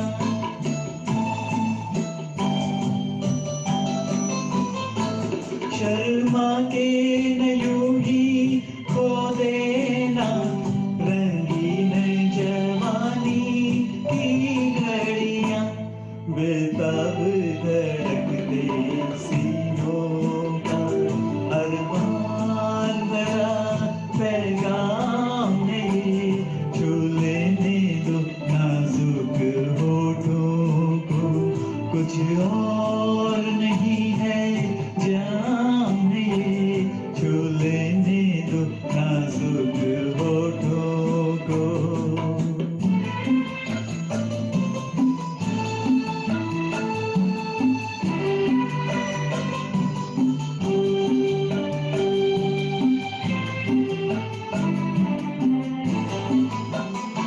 अच्छों को बुरा साबित करना दुनिया की पुरानी आदत है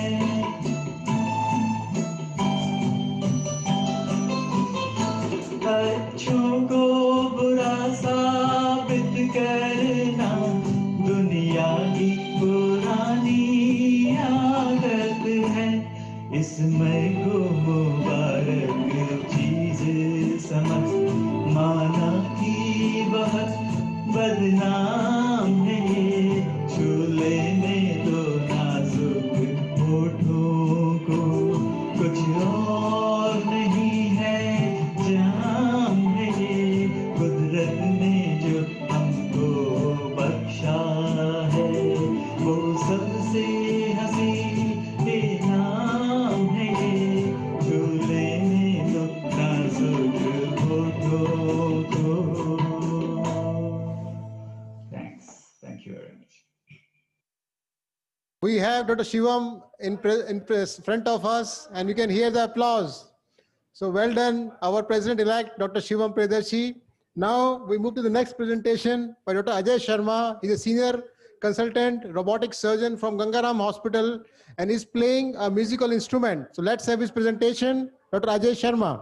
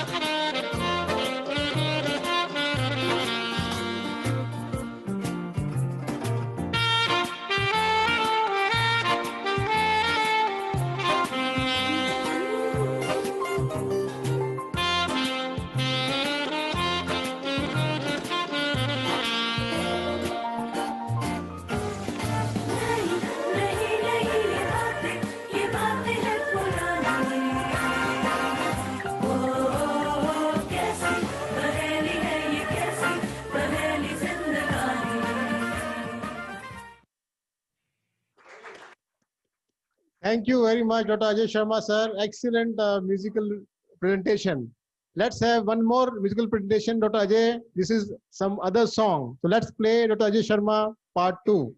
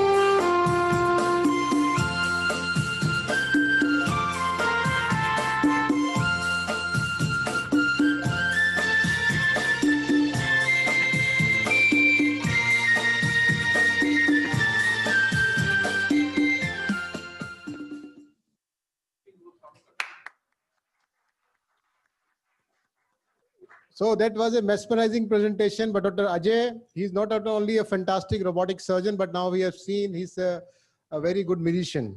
So now we move to the next presentation. He's a very young, dynamic urologist, Dr. Nikhil Khattar.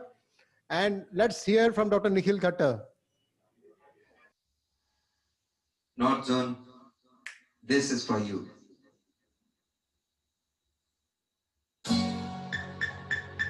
पल भर के लिए कोई हमें प्यार कर ले,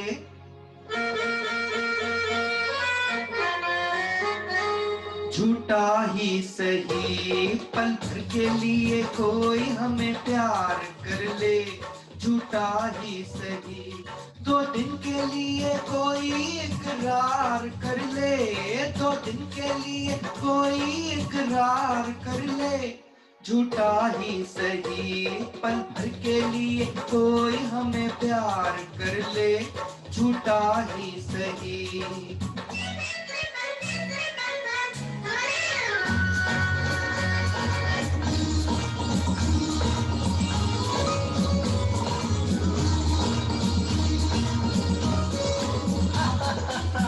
हमने बहुत तुझको छुप छुप के देखा, हमने बहुत तुझको छुप छुप के देखा। दिल पे खिंची है तेरे काजल की रेखा, काजल की रेखा बनी लक्ष्मण की रेखा। हो काजल की रेखा बनी लक्ष्मण की रेखा। राम में क्यों तूने रावण को देखा, राम में क्यों तूने रावण को देखा। खड़े खिड़की पे, खड़े खिड़की पे जोगी स्वीकार कर ले, झूठा ही सही। पल भर के लिए कोई हमें प्यार कर ले, झूठा ही सही।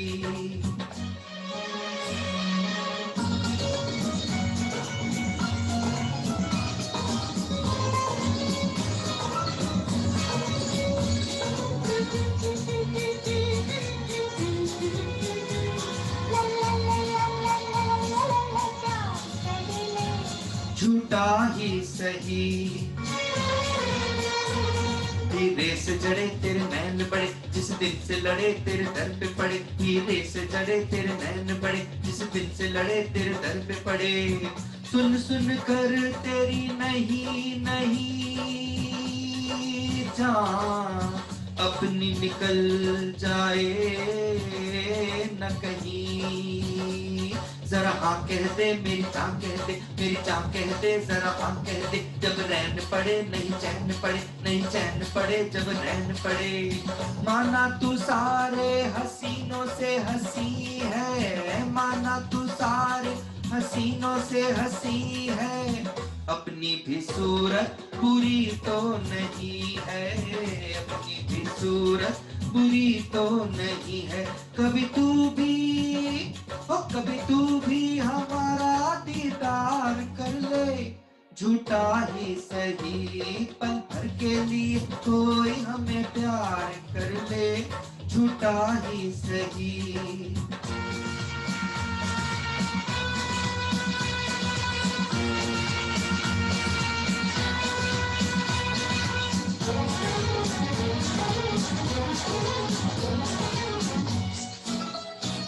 La la la la la la la la la la la la la la।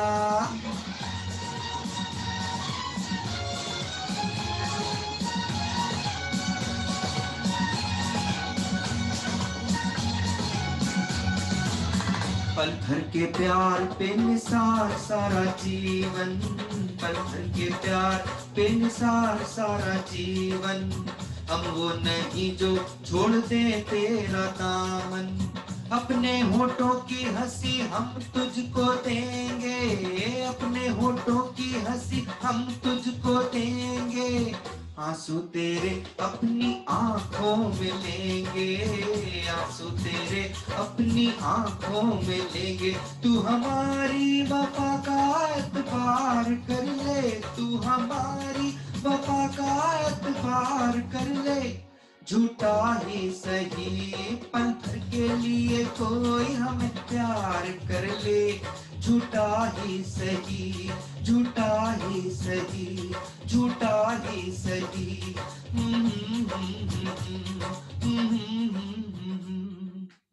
Thank you. So that was again a very excellent presentation by Dr. Nikhil Khatta. And now hear from Dr. Anshuman Agrawal. He's a senior robotic surgeon from Apollo Hospital. And we know he's such a good singer. And let's hear from Dr. Anshuman. Dear friends, a very good evening to you. At the outset, I would like to congratulate the organizers for having this first of its kind North Zone annual meeting on the web. And specially Anoop जो हमें इस काबिल समझा कि हम अपनी आवाज़ से आप लोग का मनोरंजन कर सकें। तो आपके सामने मैं पेश करूंगा 3 गानों का मेडले, पुराने गाने, बहुत ही पॉपुलर सॉन्ग्स जो कि सभी लोगों को पसंद आएंगे।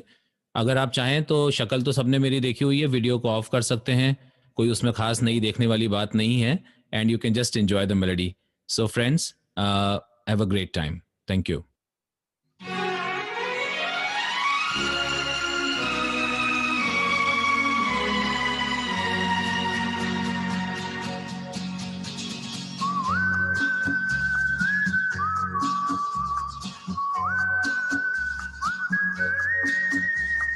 Hey, hey,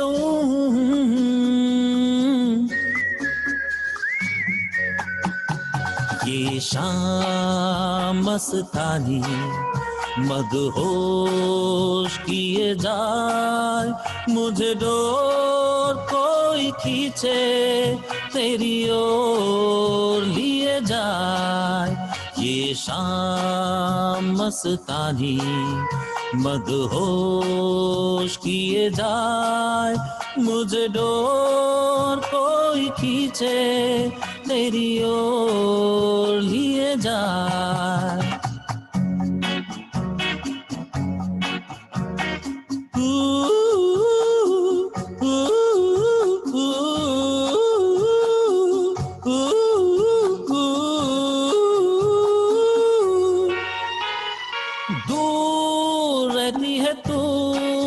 मेरे पास आती नहीं, होठों पे तेरे कभी प्यास आती नहीं।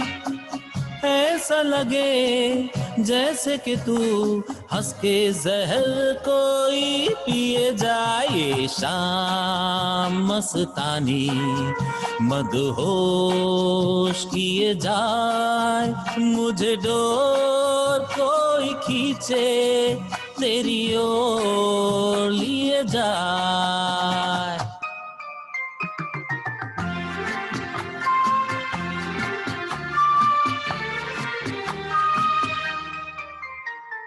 प्यार दीवाना होता है, मस्ताना होता है, हर खुशी से हर गम से बेगाना होता है। प्यार दीवाना होता है, मस्ताना होता है, हर खुशी से हर गम से बेगाना होता है।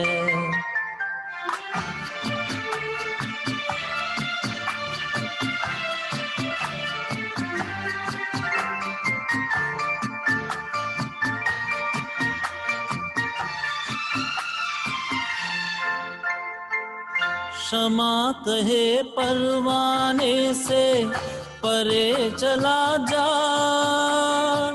मेरी तरह जल जाएगा यहाँ नहीं आ।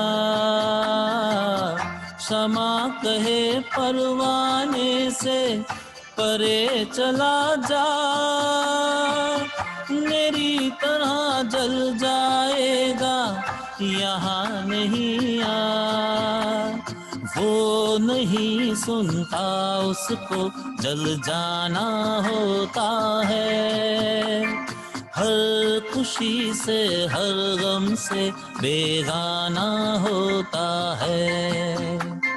प्यार दीवाना होता है, मस्ताना होता है, हर खुशी से हर गम से बेगाना होता है।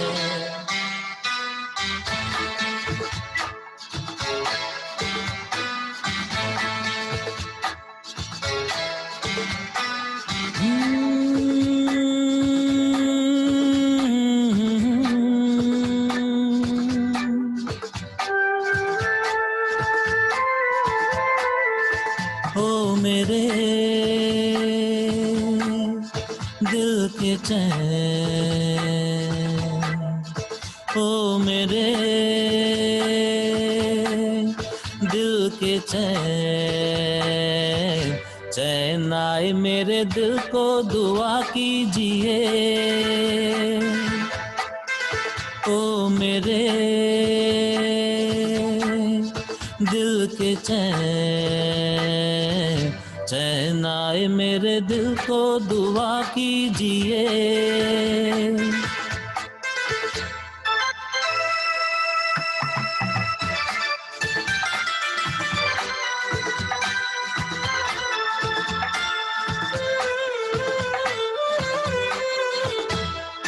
अपना ही साया देख के तुम जाने जहां शर्मा गए। अभी तो ये पहली मंजिल है, तुम तो अभी से घबरा गए। मेरा क्या होगा सोचो तो जरा, हाय ऐसे न आहें भरा कीजिए। ओ मेरे दिल के चैन, चैन आए मेरे दिल को दुआ कीजिए।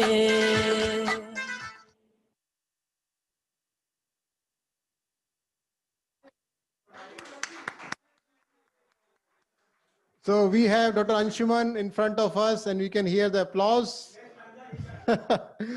So, okay. Can come here. Hello.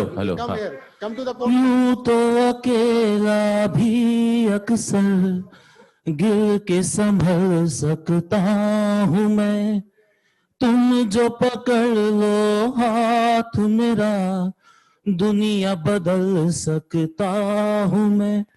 मांगा है तुम्हें दुनिया के लिए, अब खुद ही सनम फैसला कीजिए। ओ मेरे दिल के चैन, चैन आए मेरे दिल को दुआ कीजिए। Thanks for all the love. Thank you.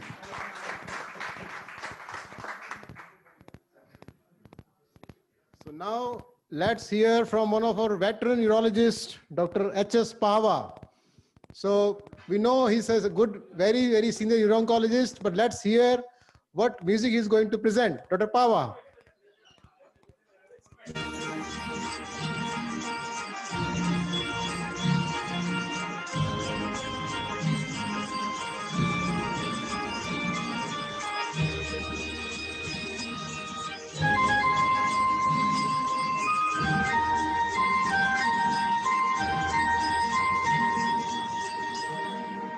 कहीं दूर जब दिन ढल जाए,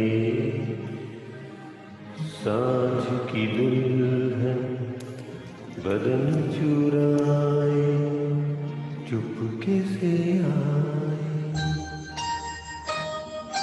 कहीं दूर जब दिन ढल जाए, सांझ की दुल्हन बदन चुराए चुपके से आए।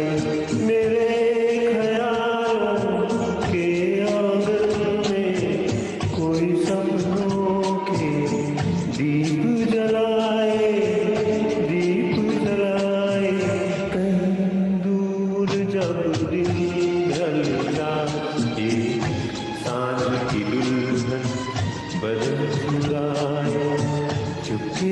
आए।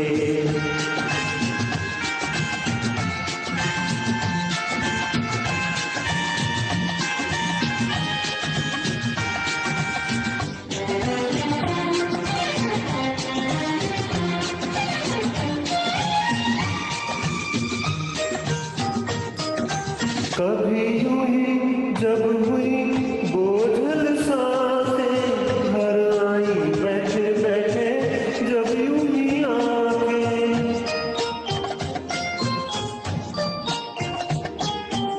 कभी यूं ही जब हुई बोझल सांसें घर आई बैठे बैठे जब यूं ही आके।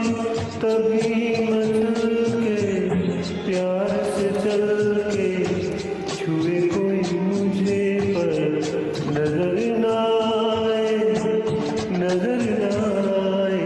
कहीं दूर जब दिन ढल जाए सांझ की दुल्हन बरन चुराए चुपके से आए।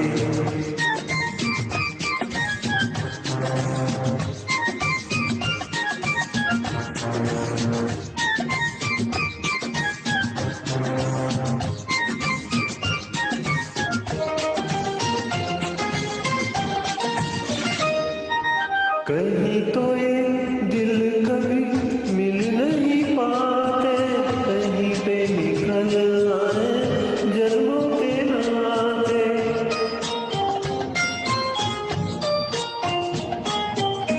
कहीं तो ये दिल कभी मिल नहीं पाते, कहीं पे निकल आए जन्मों के नाते। घनी की उलझन बैरी अपना मन अपना ही होके सहे दर्द पर आए, दर्द पर आए। कहीं दूर जब दिन ढल जाए सांझ की दुल्हन बदल चुराए चुपके से आए। मेरे ख्यालों के आंगन में कोई सपनों के दीप जलाए, दीप जलाए।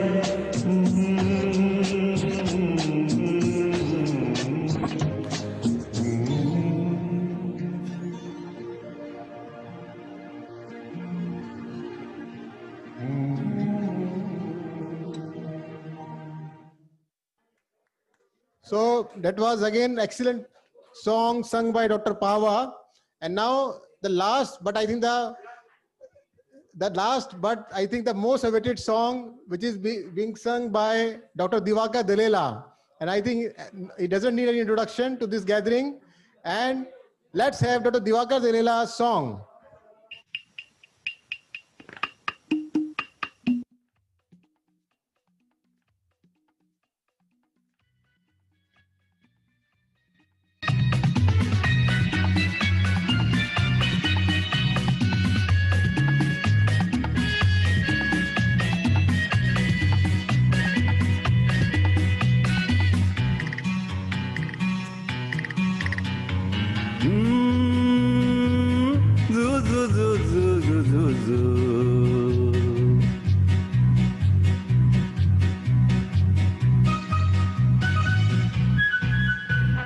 ये दिल न होता बेचारा, कदम न होते आवारा, जो खूबसूरत कोई अपना हम सफर होता।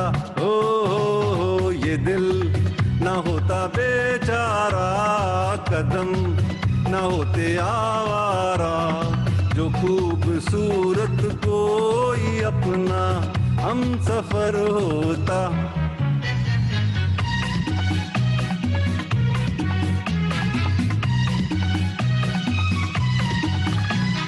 सुना जब से जमाने हैं बहार के, हम भी आए हैं राही बन के प्यार के। सुना जब से जमाने हैं बहार के, हम भी आए हैं राही बन के प्यार के। कोई न कोई बुलाएगा, खड़े हैं हम भी राहों में।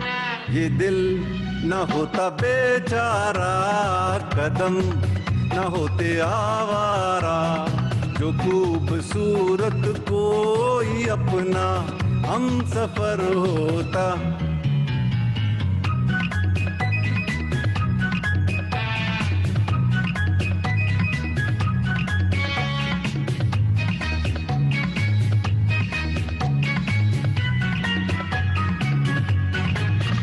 अरे माना उसको नहीं मैं पहचानता, बंदा उसका पता भी नहीं जानता। माना उसको नहीं मैं पहचानता, बंदा उसका पता भी नहीं जानता। मिलना लिखा है तो आएगा, खड़े हैं हम भी राहों में। ये दिल न होता बेचारा, कदम न होते आवारा, जो खूबसूरत कोई अपना हम सफर होता।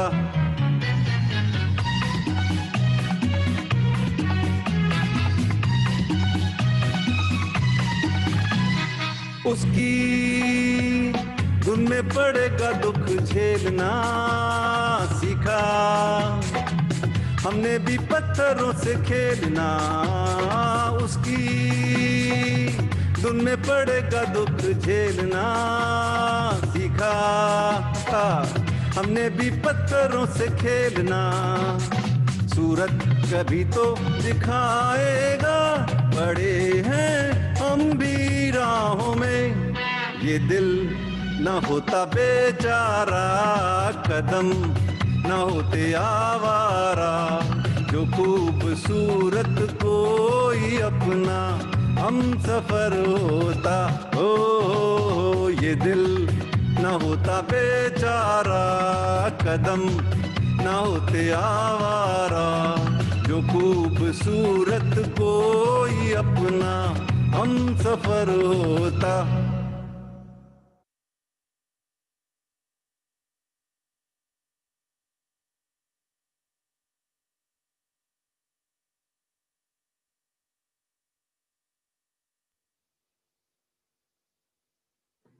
So again, that was the last, but I think the most awaited presentation by Dr. Divakar Dilela, and that was really mesmerizing. And that puts the end to our virtual cultural program. Thank you very much, all the presenters, for giving such excellent song demonstrations. And I think we don't need any celebrity or any professional entertainers in our conference. We have our talented urologist who can entertain us. Thank you very much. And now we're starting the valedictory function. I will request our NZD President, Dr. Amlesh Seth sir, to please come on the dais. Our President-elect, who is going to be present now, Dr. Sudhir Rawal, Dr. Anant Kumar, our USI President, Dr. NP Gupta sir, he's our Chief Patron. Please come on the dais. We're going to start the valedictory function.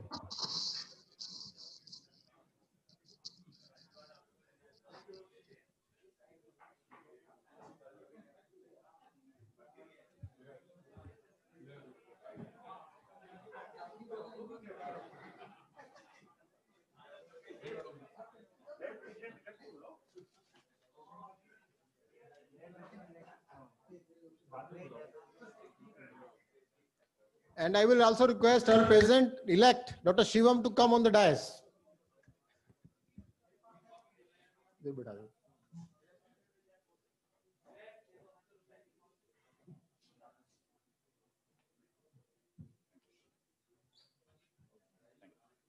So like any good thing comes to end, and today is the last session of this 3-day marathon conference, which was organized on a virtual platform.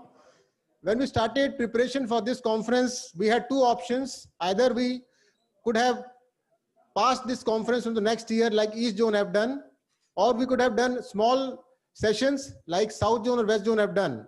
But our council, under the dynamic leadership of Dr. Amlesh Seth, decided we should do the best out of the best, because the necessity is the mother of invention. And we thought we will do the international level conference in collaboration with all international faculties. And that's what we have done for the last 3 days. So first of all, I will request our current president, Dr. Amlesh Seth, to please give his remarks over this conference and his experience.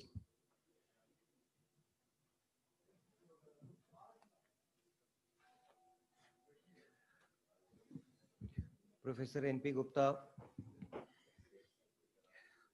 Professor Anand Kumar, Dr. Sudhir Raval, Professor Shivam Priyadarshi, Professor Anup Kumar. It's a great privilege to be delivering this valedictory speech. What is a valedictory speech? A valedictory speech is actually supposed to be the last speech by an outgoing person. So in that way, this is my last speech as the president of the North Zone chapter of Urology Society of India.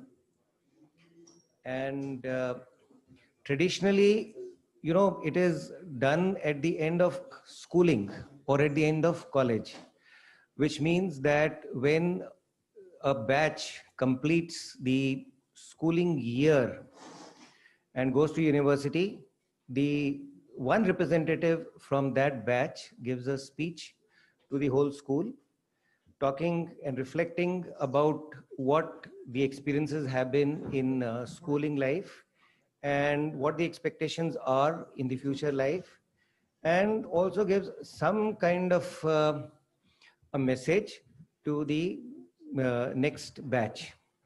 And even at the end of the university, that a similar kind of a thing happens. So from that point of view, I would say that the zone is such a vibrant zone, and it has been doing a lot of activities right from the beginning. And Professor Gupta is here, and the first meeting started in All India Institute in 1991, and that was the year when actually we were residents. Dr. Yadav is also here. Dr. Yadav and me, both of us were like the, you can say the legwork people. So we were the ones putting up posters all over the place, etc., etc. And from there we have come a long way, and so many things, and there has been so much of progress. And to give some kind of a message is actually not possible also at this time, because things are so unpredictable. Last year we have seen that each day has been a different day, and each day the planning has been for that particular day. And as Dr. Anup said, that when we started in the first council meeting that we had at the beginning of the year, we planned the entire calendar for the entire year. And in the calendar, there were supposed to be 4 midterms CUEs followed by this annual meeting. And everything went topsy-turvy. And instead we had, 17 webinars. So after webinars, then there was a question whether we should actually have a conference or not, because we practically discussed anything and everything under those topics. I mean, whatever had to be discussed in urology, we had discussed. So, but then we deliberated and we thought, no, we must have a conference, because conference is not just didactic teaching. It's not just discussion of topics in urology. There are so many other aspects to a conference. Although there is a social aspect, and that social aspect would have been missing. But still, we felt that it is a forum where there are so many resident related activities, there are so many practitioner related activities, and there are debates, there are other, organizational and ornamental activities also. Like, I would say this is an ornamental activity. And this ornamental activity also has its own importance. The inaugural function has an ornamental activity. So that also has its own importance. So then we decided that we will have a complete 3-day program fitting in the scientific program, and as many of the so-called debates, quiz, the resident related activities, the posters, and these ornamental functions. So that is what was the planning of the, and I feel really happy that the whole thing has perhaps come better than what we had expected. That is what is my personal feeling at the end of it, that we had whatever we had planned, it at least to me and to my satisfaction, it is better than what and I would say God has been very kind that we have had two small physical gatherings, one day before yesterday and one today, and with a limited number of good people. I mean, we are very happy to meet and very happy to interact, and there is a transmission of all this that is going on, and we are connecting with people, and this is one of the purposes of this conference, which is being served. And what message would I like to give? I don't know. I really, what I would, I'm supposed to give some message to young people. And here I would say, instead of giving any message to the young people, I would like to talk about something which I'm learning from the young people. You know, when I was a fresh graduate, the only thing that I had in mind was, and what most people of my age group and my contemporaries had in mind was the job, the profession, etc., etc. And what I'm finding these days amongst young people is they talk about work-life balance. And I think this is something which is very important, and we must have a work-life balance. And what I would tend to think and kind of advocate is that if we have 24 hours, about 8 hours we need for our food, sleep, etc., about a kind of, and out of the remaining 16 hours, 8 hours we should work. In remaining 8 hours, we should divide 1/3, 1/3, 1/3. 1/3 we should spend with our family, 1/3 with our friends, and 1/3 for our own thinking, progression, reading. And that is a very small message that I would like to give to the youngsters, which I have actually learned from the youngsters. And I think with these few words, I would like to stop my so-called farewell speech. I cannot say that it is farewell speech because I am still involved for one more year in the activities of the North Zone as the immediate past president. Previously, the tradition or the system was that at the end of the 1 year of presidency, there was handing over, and it would be my great pleasure to hand over to Dr. Sudhir Rawal, who has been a very close friend for the last so many decades. And we started, you can say, our journeys together. I joined as a consultant about the same time that he joined as a consultant in Rajiv Gandhi. And with time, we have, and fortunately, our interests are also common. Both of us have interests in uro-oncology, and we have interacted in various forums, not only academic forums, but in social forums also. So it's my great pleasure that I'm handing over to Dr. Sudhir Rawal. So I think, but that would be a ceremony after this or after all these speeches. Okay, thank you very much. Thank you, everybody. Thank you, Mr. President, sir, for your enlightening words to our youngsters who are listening to this. So now I'm just going to give you a glimpse of what we've done in last 3 days, and then I will declare the awards. If my screen can be shared.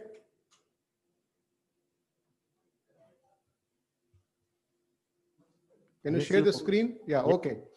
So as we said, this last 3 days, this whole year we have focused on international faculties collaboration so that we can learn from their experience, they can learn from our experience. As Dr. Seth said, we had 17 webinars, including 31 faculties during those 17 webinars. And in this conference, we have 20 international faculties, making 51 in 1 year. And this was possible because it was virtual. Otherwise, we know for physical conference, this is not possible. So this is one thing which we have gained because of this COVID pandemic, but definitely we also missed the physical gathering and the physical communication with our colleagues. Now, in this conference, we have introduced some new sessions. We have 50% sessions for prize sessions. One motto of this year was to promote young talent, and in all our sessions, as I'm going to show you, one was the young talented urologist. It was supervised by a senior urologist. And we introduced survivor debate 2 debates in this year, and you have witnessed today. This was a huge success, and fortunately there was no technical glitch. We introduced residents forum, which was for the residents, by the residents. For this year, we had the conveners were Dr. Pava and Dr. Hemant Goyal. But for next year, we are sure that conveners will be residents only. This was only the beginning, and we are trying to give them again more time as compared to today, this conference. Then we introduced the best article review session again for the first time, because we wanted to promote what is recent updates in various subspecialties of urology. And I'm very grateful to the conveners for this session, Dr. Prabhajot and Dr. Uttam Mehte, and all experts. They did fantastic job. And I've got so many feedbacks from our young urologists that they liked this session. Then we had subspecialty sessions, one for each. Now, we all know we talk about uro-oncology, laparoscopy, robotics, but some undercovered things for renal transplantation, which we covered. Then we also had female urology, and we had reconstructive urology. Debates, I told, this was really hit, and next year I'm trying to get 4 such debates, because this was the suggestion from all my seniors and colleagues. Now, we have just witnessed the complication session for the first time, again introduced prize session, and wonderfully conducted by Dr. Mandani and Dr. Siddharth. And of course, the virtual cultural program, this was a great hit. I think you all have witnessed.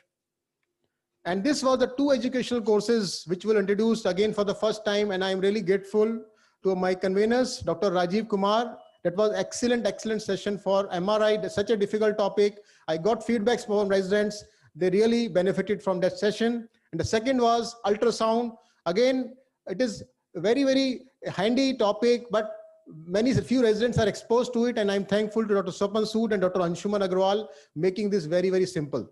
All the sessions, they were very good, attended by, as I announced in the last, for the last session, which I just have been informed, more than 25 urologists from 20 different countries have attended for the last 3 days, and that shows this is the advantage of virtual platform.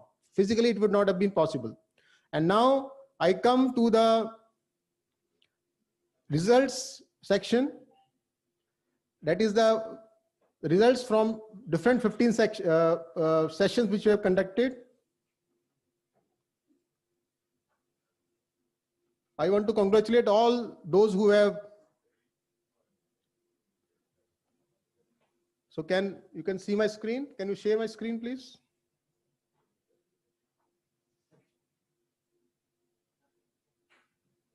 Nature is one.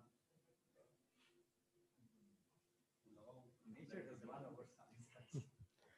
I just want to project this one. Can you project this?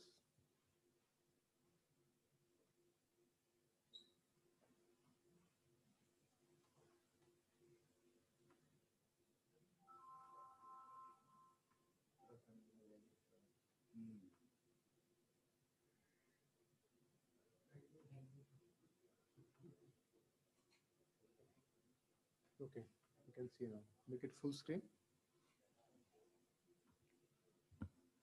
So starting from the first session, Agra Urological Club Best Video, I want to again tell the method of this prize session. We had 4 experts who have selected the presentation for this particular session. And then we had 4 anonymous judges who actually judged the session. I want to thank all of them because they were anonymous. Nobody knew, but they have really given their precious time for the society. And I really want to thank all of them. So the first prize goes to Dr. Jain Tamboli from SGPJ Lucknow. For the topic was robotic nephron sparing surgery in a 4-year-old boy with Wilms tumor. Congratulations, Dr. Jain Tamboli. Second prize goes to Dr. Ashish Khanna, Rajiv Gandhi Cancer Institute. His topic was radius sparing radical prostatectomy step-by-step guide. For Madhura Jodhpur Urology Best Trust Paper, the first prize goes to Dr. Sridhar Panayadian from AIMS New Delhi, and his topic was role of circulating tumor cells in patients with metastatic RCC. The second prize goes to Dr. Aditya Pradhan from BLK Kapoor Hospital, simultaneous liver kidney transplantation with living donor, challenging transplantation experience. Congratulations, Dr. Aditya Pradhan. The next category is CMC Ludhiana Best Paper. The first prize goes to Dr. Shitangsu Kakoti from SGPJ Lucknow. And the topic was radical nephrectomy with IVC thrombectomy in RCC with IVC thrombus extension, an experience of 8 years in single tertiary care center. Congratulations, Dr. Kakoti. Second prize to Dr. Prashant Singh from AIMS New Delhi, repair of rectourethral fistula using gracilis muscle flap interposition, a tertiary care center experience. Let me tell you, there was fierce competition and the marks were really neck to neck. And finally, we had the average of 4 score of the judges, and that's how we have decided the winners. So next prize was moderated podium. So this year, we also gave prizes to podiums also. For the coming last years, we were giving in poster, but now we started podium also. And the first session prize goes to Dr. Satish Ranjan, AIMS Rishikesh. Topic was robot-assisted laparoscopic complex ureteric reconstructions in benign ureteric stricture, a tertiary care center study. Congratulations, Dr. Satish Ranjan. Second prize goes to Dr. Harkirat Talwar from AIMS Rishikesh again. And the topic was ureter and innocent bystander, unusual vascular compression syndromes, presentation and management. Congratulations, Dr. Harkirat. Podium section part 2. The first prize goes to Dr. Devpriya Mitra from BL Kapoor Hospital. Topic was evaluation of erectile dysfunction as a consequence of uteroplasty, a prospective observational study. And the second prize goes to Dr. Ajay Gandhi from SPMC Bikaner, post-coital VVF with prior consensus intercourse and after normal general delivery. Congratulations, Dr. Ajay. Moderated poster, the first prize goes to Dr. Hari Shankar Singh from BHU Varanasi, and his topic was our experience of surgical management of penile fracture. Congratulations, Dr. Hari Shankar. Second prize, Dr. Siddharth Kumar from AIMS Rishikesh, presentation and management of renal echinosis, a report of 3 cases. And then the third prize, we combined these 2 poster sessions and gave the third prize, and this was Dr. Sumit Kabra from RML Hospital, Delhi. Topic was metastasis to spermatic cord and epididymis from carcinoma prostate, a case report and review. Congratulations, Dr. Sumit Kabra. Now, coming to the PZ quiz, this year we had a virtual platform. We used a very unique software to conduct this quiz, and I'm very happy to inform we had a record attendance by the urology residents. There were some technical glitches, but we could overcome all of them. And now the winners are, first prize, Dr. Saket Singh from PGI Chandigarh. Congratulations, Dr. Saket. Second prize, again from PGI Chandigarh, Dr. Tarun Parekh. Congratulations, Dr. Tarun. The third prize, we have 3 winners, and that shows the fierce competition amongst our residents. And I'm very happy that we are giving 3 prizes for the third place. The first is Dr. Samarth Patel from Safdarjung Hospital. Congratulations, Dr. Samarth. Dr. Jenny Matthew, again from PGI Chandigarh. Congratulations, Dr. Jenny. And Dr. Abhay Kumar from SGPJ Lucknow. So these are our prize winners. Very, very congratulations to all of you. And now the complication session. The last session we just had the winners. The first prize, Dr. Sachin A.N. from Medanta, Gurgaon. And the topic was salvage, a lost case for after RARP. Congratulations, Dr. Sachin. And the second prize goes to Dr. A.S. Sandhu from Base Hospital. And the topic was complication of renal transplantation, challenges in management. Congratulations, Dr. Sandhu. We move to the next category, North Zone Got Talent. And this was as last year introduced. And this year the prize goes, first prize, Dr. Priyank Yadav, Assistant Professor from SGPGI Lucknow. And his topic was robotic bilateral intravesical ureteric reimplantation in children, initial experience with Da Vinci system. Congratulations, Dr. Priyank. And second prize, Dr. Aditya Sharma, Assistant Professor from PGI Chandigarh. Topic was predictors for presence of motile sperms in epididymal fluid during microsurgical VA.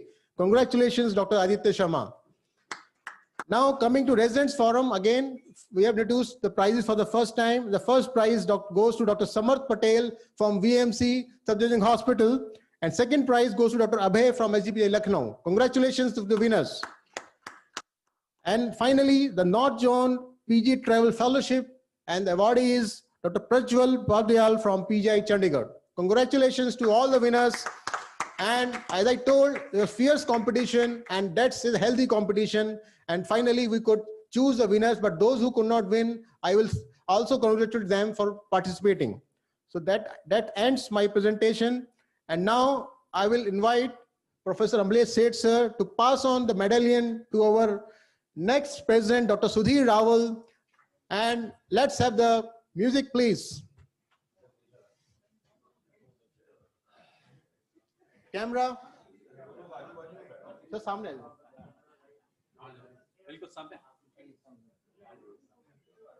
like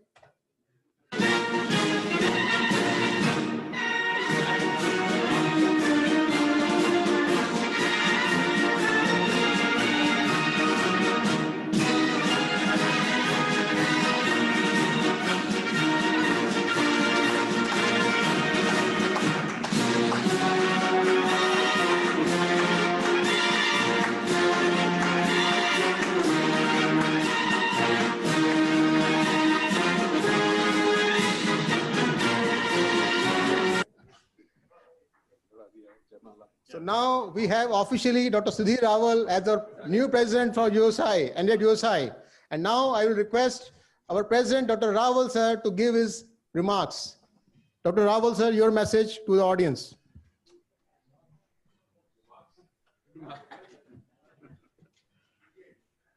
Thank you, Anup. Professor N.P. Gupta, Dr. Professor Anand Kumar, Professor Amlesh, and Shivam, and Anup, and friends and real dear colleagues which are here for valedictory function in this time of pandemic. It's really great to see you guys after such a long time, probably after maybe a year or more. I could meet only few friends, I think last week when we had the inauguration of a robot, SSI robot in Taj. And then now we are seeing many of you guys, which was actually became very rare to meet in person for last 1 year.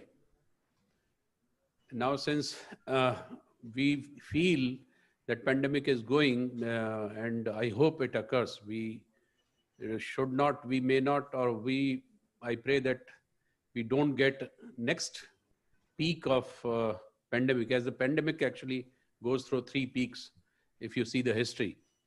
And this may be the first peak of India, but a lot of people are saying there is already herd immunity.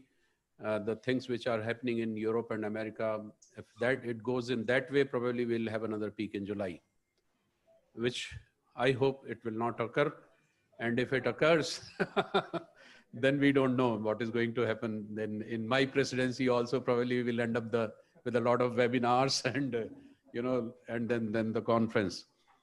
But then last year had been a very good very good in education. There's so many webinars, so many interaction. And it was really great to see so many international faculty. They interacted with junior guys and young urologists who many times we will not even recognize during physical conferences. And they did so many events, and then virtual conferences has been a great success. And I will give all the criteria, all the credit to these two guys, Amlesh, my friend, and Anup. Anup has worked very well, very hard in the last 3 days. I'm seeing him whenever I log in, he's sitting there and conducting the whole workshop, whole conference as a live. So he has already made an high scale standard for which he has to pass. He has to only jump above that. I'll be there, but then he has to think of new ideas, and your turn will come in next year. And I'll like to have all of you, whoever, like Rajiv Kumar is very innovative. Rajiv Sood is another, he keeps surprising us with the programs. So if you can write an email in new ideas, which we can incorporate in the next 1 year, so that we at least can say that we were better than last year. But that's not it's just healthy competition to improve upon, because that's the life. If we don't improve upon, then the life actually stays. So with that, I'd like to say that thanks a lot, having faith in me. First elected me in Greater Noida, and then now it's my responsibility to perform. And I hope that I will come up to the mark, and you will have a great year. And I pray to God that He gives us the blessings. Long live USI, long live North Zone USI. Thank you. Thank you very much, sir. Now I will invite our USI President, Dr. Anant Kumar, to please speak about his experience about this conference.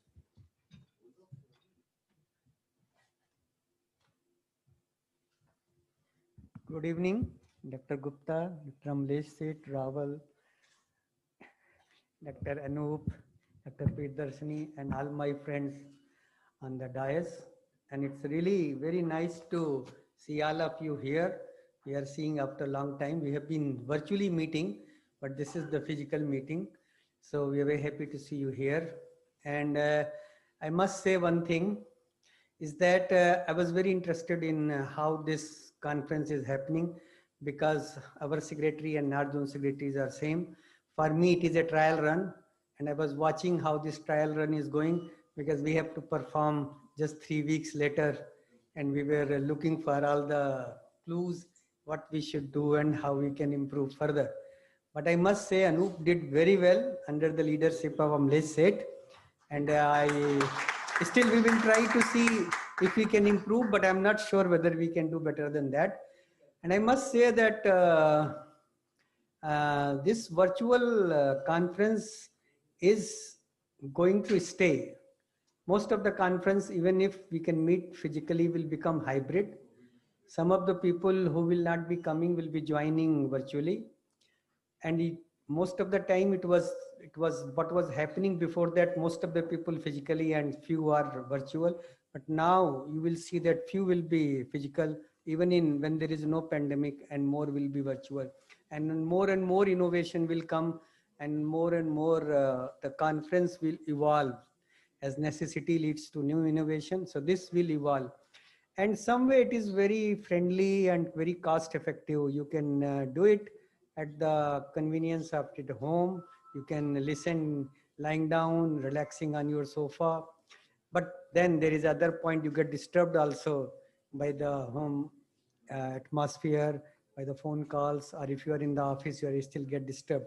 Because when you come to the conference, then you are only disturbed by your social networking, rather than there you have so many others, official networking, family networking, other things disturb the conference. But I must say that many people do like the virtual congress, because there are many advantages. Like just see, there's so many international faculty have joined, even in all the USI webinar and North Zone webinar.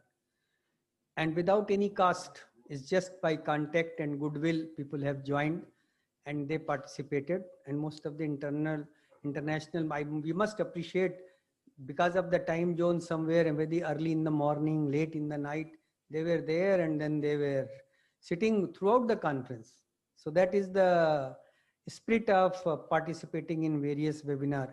And the content was very good. All aspects were touched throughout the year. So there was a conference going throughout the year. We used to have 3-4 subspecialty meeting, midterm meeting, but now we had every week meeting, and all, like, the residents were participating. There is workshop, there's competition, there's educational program, there is mock exam.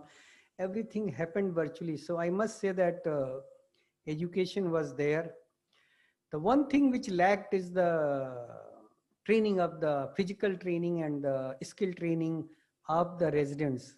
Many residents, especially in the government hospital, the private hospitals were still working, because I could see and have interaction with the DNB and MCH students.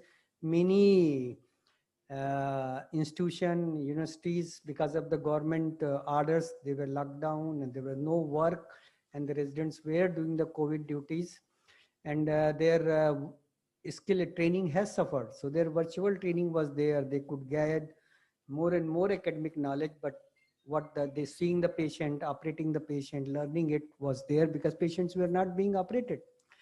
And their training should be extended to take care of whatever the time they have lost, so that their training become good. So that was the one thing. But when you are against the wall, you should do not go and bang your head. You have to see the find a way, go out. So we tried to find a way and did a lot of education with the students. Like students were presenting, teachers were telling, end up them telling them what is the right answers. Semi-live video workshops were done. So we tried to innovate and did what we could do it. And same way, this conference NARZone has also innovated a lot. And there was a 900 registration, which is a very good number. And by giving so many prizes, it induced a lot of people to do it. So a lot of innovation, Anup has done it, and he did a great job. We must appreciate his good effort. And I hope he will show the path to others how to organize the conference and how to get so many international speakers for the conference. And we will try to do, after 3 weeks, we have USI conference. I must request all of you to register. There is 2 registration. One, you have to register for the conference, and one you have to register for the AGM, because you know USI AGM is a very vibrant AGM. And for that, you have to send your latest photo also, so that we make sure that person who is joining is the same person. So, and the registration is free, but it is must. So if you don't register, you will not be able to participate. Registration is free, but you must register. And I request you to please, all of you register, because we need your support, we need your ideas, we need your suggestion, so that USI can improve further. And North Zone, I must say, it is one of the very vibrant zone. And it very soon there is a more people, then we might be matching with the West Zone, or sorry, South Zone. So North Zone is doing well. North Zone used to be the center of education, and most of the teaching educations were in North Zone. Still North Zone is a lot of very good corporate hospitals, lot of DNB and training centers are still in the North. So North Zone is heading in education, training and everything, and it is one of the very vibrant subsection of the USI, and we hope that it will further grow and become more vibrant. And with this, I again wish you very good health. You know, the vaccination is started, especially the frontline workers are getting it. And herd immunity is also itching forward. So I am hoping that next 3 to 6 months, probably pandemic will be in control, and we may not get the same wave which are seen in the Western world. Hopefully, let's pray for it. Till then, please stay safe, follow the guidelines, take care of yourself, your family, your loved one. And so that, and whenever the occasion, we will meet. And we will also like to do the USI, the meeting in a hybrid. We are planning to do it in Aero City. The hybrid meeting, whatever number is allowed, we will do it. All the council, all the prize winner, we will planning to give the prize physically. Whosoever can come, whosoever will not, will be sent by the virtual way. So we'll innovate and try to do whatever we can do it. So otherwise, the whole year I was the virtual president, but today you can see who I am. And I have a distinction to be the first and last virtual president of the USI. So at least one thing. So with that, I wish you all the best and good luck. Thank you very much, sir, for your enlightening words. Now we'll request our chief patron, Professor M.P. Gupta, sir, to give his remarks about this conference, sir.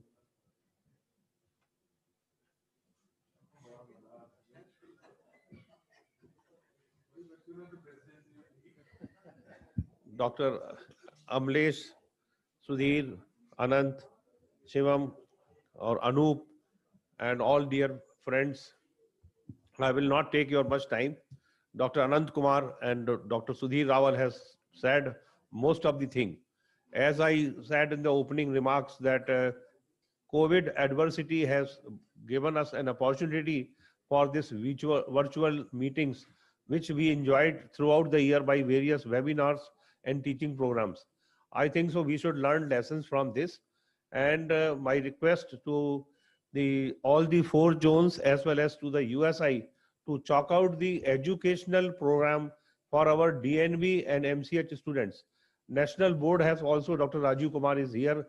They have also started these classes, DNB classes and all that. So I think so we should sit together and think for the universal education for all the postgraduates of the country by virtual meetings, maybe once a month or once in fortnight. I think so that is the one message. And second thing is, I really enjoyed this virtual meeting also, and all these webinars. I attended most of them.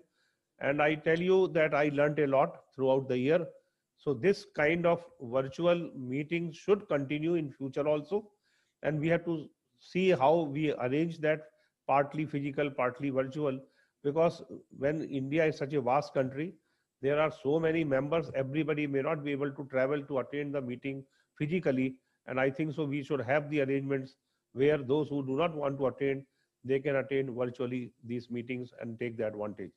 With this, once again, I like to thank all the organizing committee members of the North Zone, council members of the North Zone, especially President and the Secretary Anup for the hard work, and they have shown us the way. I learned I got the message also from these international faculty. They really enjoyed this virtual meeting. They said, you all have done a proud for the country. I think so. With this remark, I'd like to thank you all for giving me this opportunity. And I wish you all the best for the year 2021. And I hope you all remain safe and enjoy your life. Thank you very much. Thank you very much, Professor N.P. Gupta, sir. You have been always our strong pillar throughout the year. You have blessed us in all the webinars and in this virtual conference also. And it's your inspiration that has guided us throughout the year. Now, I will ask our few senior persons who are sitting in front of us to please give their experience about the conference, any shortcomings, whatever they want, they can speak now. So I will start with Professor Rajiv Sood. Please hand over the mic to him. And I request all of you to please give your comments. It's either positive or negative. We're welcoming all the comments.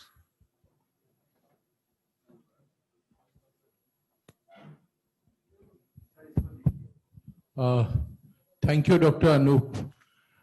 Professor N.P. Gupta, our President, Dr. Amlesh Seth, USI President, Dr. Anant Kumar, on the dais, our today's President, Dr. Sudhir Rawal, and the President-elect, Dr. Shivam, and all the past presidents of and office bearers, important office bearers in the gathering, Dr. Anil Goyal, Dr. Vashni, Dr. Batyal, Dr. S.P. Yadav, and I think I'm not missing any past president here. In presence of that, this opportunity which is given to express about the USICON, North Zone USICON had always been evolving for better and better. And COVID times, there was a scare, what we are going to do. And Dr. Anup is to be applauded, congratulated for this wonderful effort, which I have been watching silently. And this is unparalleled. It has never been done before. Thank you, sir. Thank you. So this is progress of North Zone chapter. It gives us so much happiness and the desire and zeal that this should become #1 chapter, not only in academics, but in number also. It is our now duty that all of us should work together, and we should all work for getting this goal realized. This was wonderful conference about unparalleled. You forget about the physical conferences. Physical conferences can be, you put more money, you make it more glamorous. But the academics, the content, the participation, the rewards and awards which has been innovative, these are all which has been seen in this conference. So when you ask me to comment on this particular conference, I'll say that this was the best conference which was done till date. And Dr. Amlesh Seth, who was the leader of this movement and who is today sitting there in front of us, has set an example that how to work in coordination with the executive. I have never seen any differences appearing. The election was such smooth process. The results and atmosphere which I am seeing here, everything is outstanding.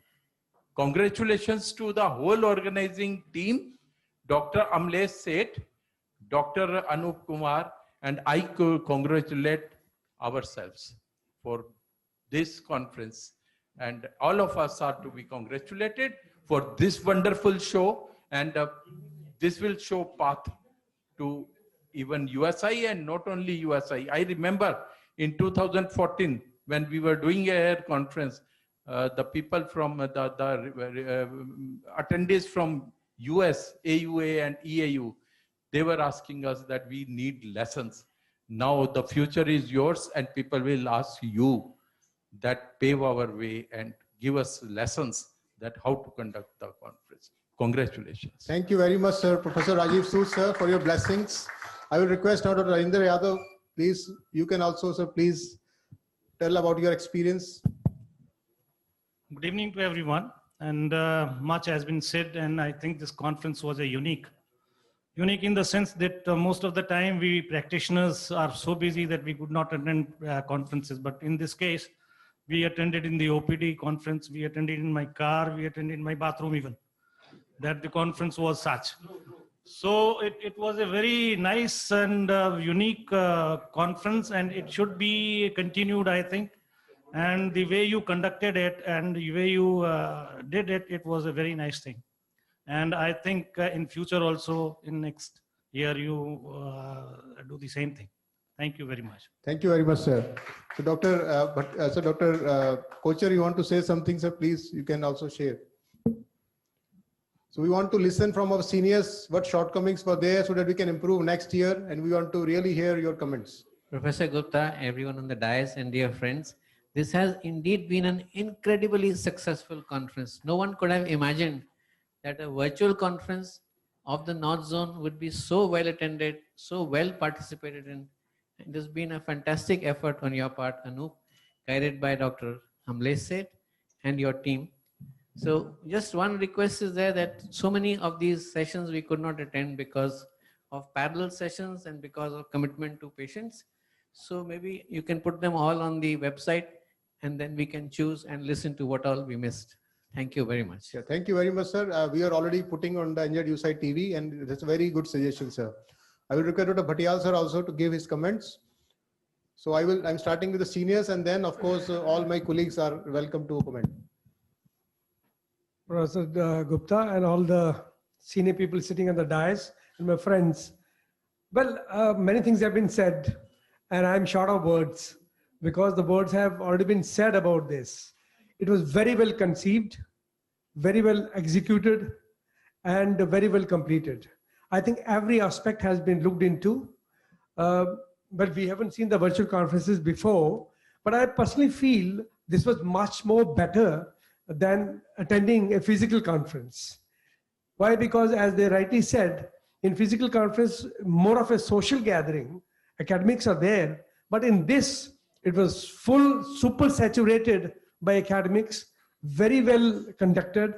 Hats off to the organizing committee under the able leadership of Dr. Amlesh Seth and the dynamism of Anup and the support of all the team members. I think you have done wonders, and it is an example you have set in. I feel that the next people will find it very difficult to go over it, but we always, see that a step further can be there. Thanks a lot. Thank you very much. Thank you very much, sir. Now I will request Dr. Ajit Saxena, please. Can you pass the mic, the audiovisual person? Yeah. Professor Gupta, other dignitaries on the dais and off the dais. You know, when I go for the physical conferences up to now, I don't think I have attended so many meetings inside as I did now. Maybe it was to escape doing the housework, but at least I was there in front of the idiot box and listening to the various seminars. So full marks to Amlesh and Anup. And one thing that you've done, Rajiv ko chup karana aasan nahi hai. He himself admitted that he was silently watching everything. So that's to your credit. Excellent conference. Only one thing I found, and that's I'm just trying to find nitty-gritty out, is that the muting and unmuting was a bit of a problem in this. So we've got to work on that. Thank you, sir. very much. Thank you very much. And for once this again, session. heartiest congratulations to the team. Thank you, sir. Thank you. We'll look into that definitely. Now, Colonel Rajiv Sood, sir. I guess, however, we landed in this situation of having a virtual conference, going forward, we'd probably be enriched continuing on this platform because the academics can be shared and listened to throughout the day. As far as complimenting everybody is concerned, over the years, I've always had a trained spokesperson in Professor Rajiv Sood, so I think he said enough. I don't need to add more. Thank you. Keep it up. Thank you very much, sir. So now, Dr. Nayak, you want to speak about your experience? Good evening, everybody. Everything has been said about this. Hats off to you, Anu. Thank you, Dr. Amlesh sir. Thank you, sir. Professor Rajiv Kumar, sir.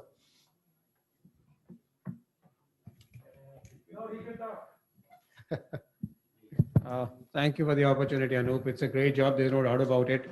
But I seriously hope we can get back to a physical one this year. Thank you, sir. Dr. Anil Goyal, sir. Thank you, Dr. Anup. Distinguished gathering on the dais, off the dais. I feel India is changing. Dr. Anant was saying he's learning from you. That's the best compliment to you. He said he will learn how to do USI conference from you. I think this is the best. You have turned adversity into opportunity. As I can say, we all have said that we have turned adversity into opportunity. We have learned lessons. And as far as the academics is concerned, obviously it is world class, 22 faculties and 52 in total in 1 year. That's right. So that is also USI asked you that how could you arrange so many faculty? The communication was good. Yes, definitely. At times there were problem of muting, unmuting, and also the video. That is what I felt. I specifically looked for that voting pattern yesterday evening. It was flawless. That I never thought it is so flawless. And previously we were thinking the online voting is difficult. Now actually it is much more easier than a physical voting. So from now on, online voting would be the answer, in which congratulations, Kamaljeet and Shivam, you were elected, and the two things. And obviously we are moving towards the hybrid conferences.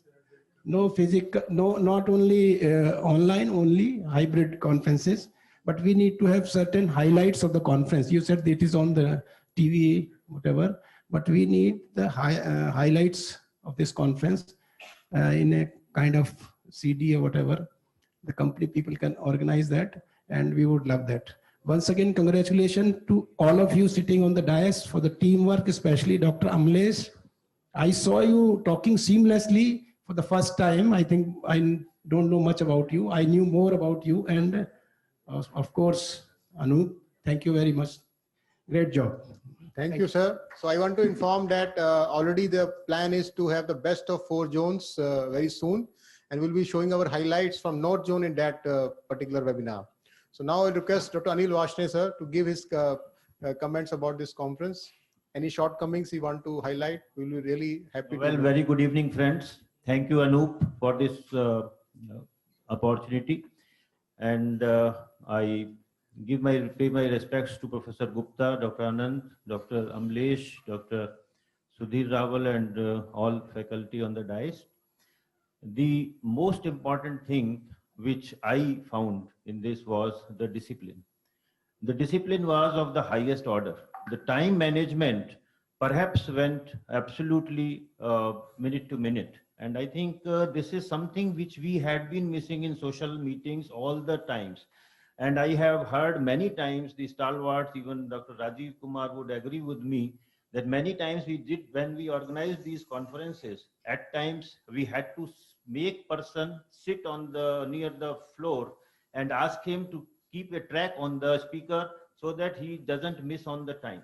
So we have learned a lot. We have come a long way. And in this 1 year, what we have seen is that people have prepared very well, because maybe that this adversity has given us such an opportunity that people had time. And in this time, the kind of preparations, the kind of literature review, because I could not attend all, but whatever I attended, I found that the hard work was behind all presentations. So this is something which has raised the standards of our quality.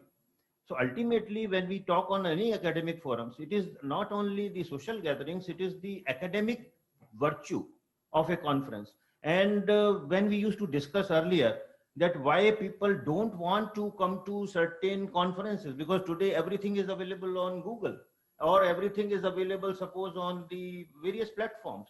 So the thing which used to be missed was the quality of presentations, or whatever somebody says something, but when we attend international speakers, we find that their presentation was totally at a different level. And when I saw this time that it was our friends, juniors, residents also, the kind of presentations were at par with any international presentation. So I think that opportunity which we have got must be capitalized. And this is the real time that we work on this. We don't leave this opportunity. And that is what Dr. Goyal and others have said, that this has given us a very big insight. And we must introspect ourselves to see that where we were lacking earlier. And this would be the future. The hybrid meetings should be the future. Semi-live this time we got in Goa. It was a conference in Goa, but majority of the presentations were international, full screen international. So I think the technology has also given us a big boom, because this Zoom platform and other platforms have revolutionized these conferences, because this was not practically feasible earlier. And lot of innovations is going on, and I think we will be seeing many new things which will come up.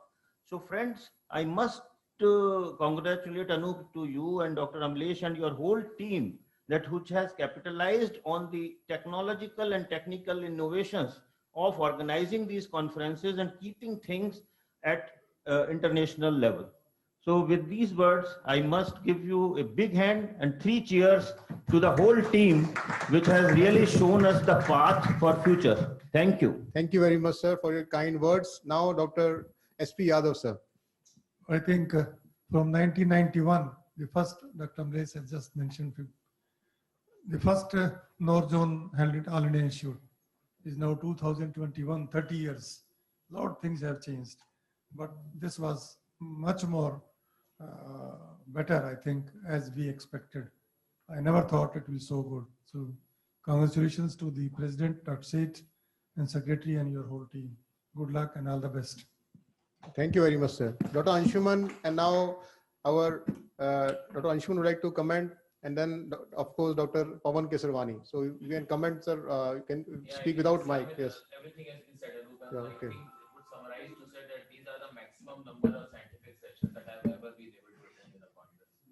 So I mean, as Dr. said, he attended one in the bathroom also. So I mean, so it was going on. Luckily, the cameras are off, and you can control that situation. So I think this is the way forward, and congratulations to the entire team for having this kind of mega event. So now Dr. Kesarwani is from our council only. So let's have the council opinion also. Anup, it was very good. We were preparing the conference for the past 3 months. We had a council meeting. We were afraid that what would happen in this. People would welcome this suggestions of going for a, because there was a hybrid meeting, and then we switched on completely to this virtual meeting.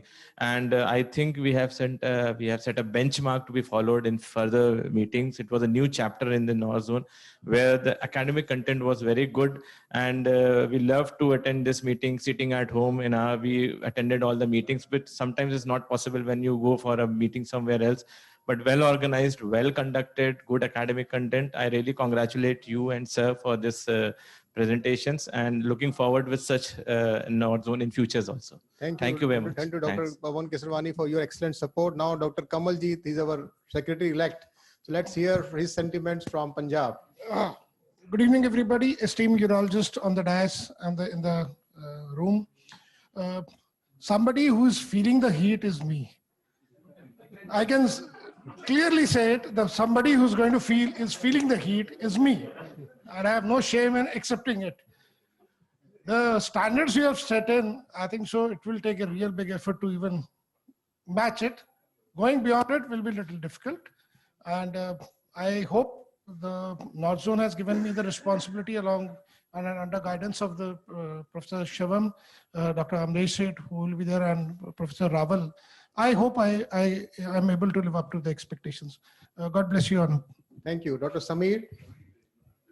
And then I will take a last comment from our young colleagues, our young faculty sitting behind. What's their comments? And then we'll go to Dr. Shivam, he's our president-elect. Okay. Good evening, all the officials on the dais and my seniors and colleagues.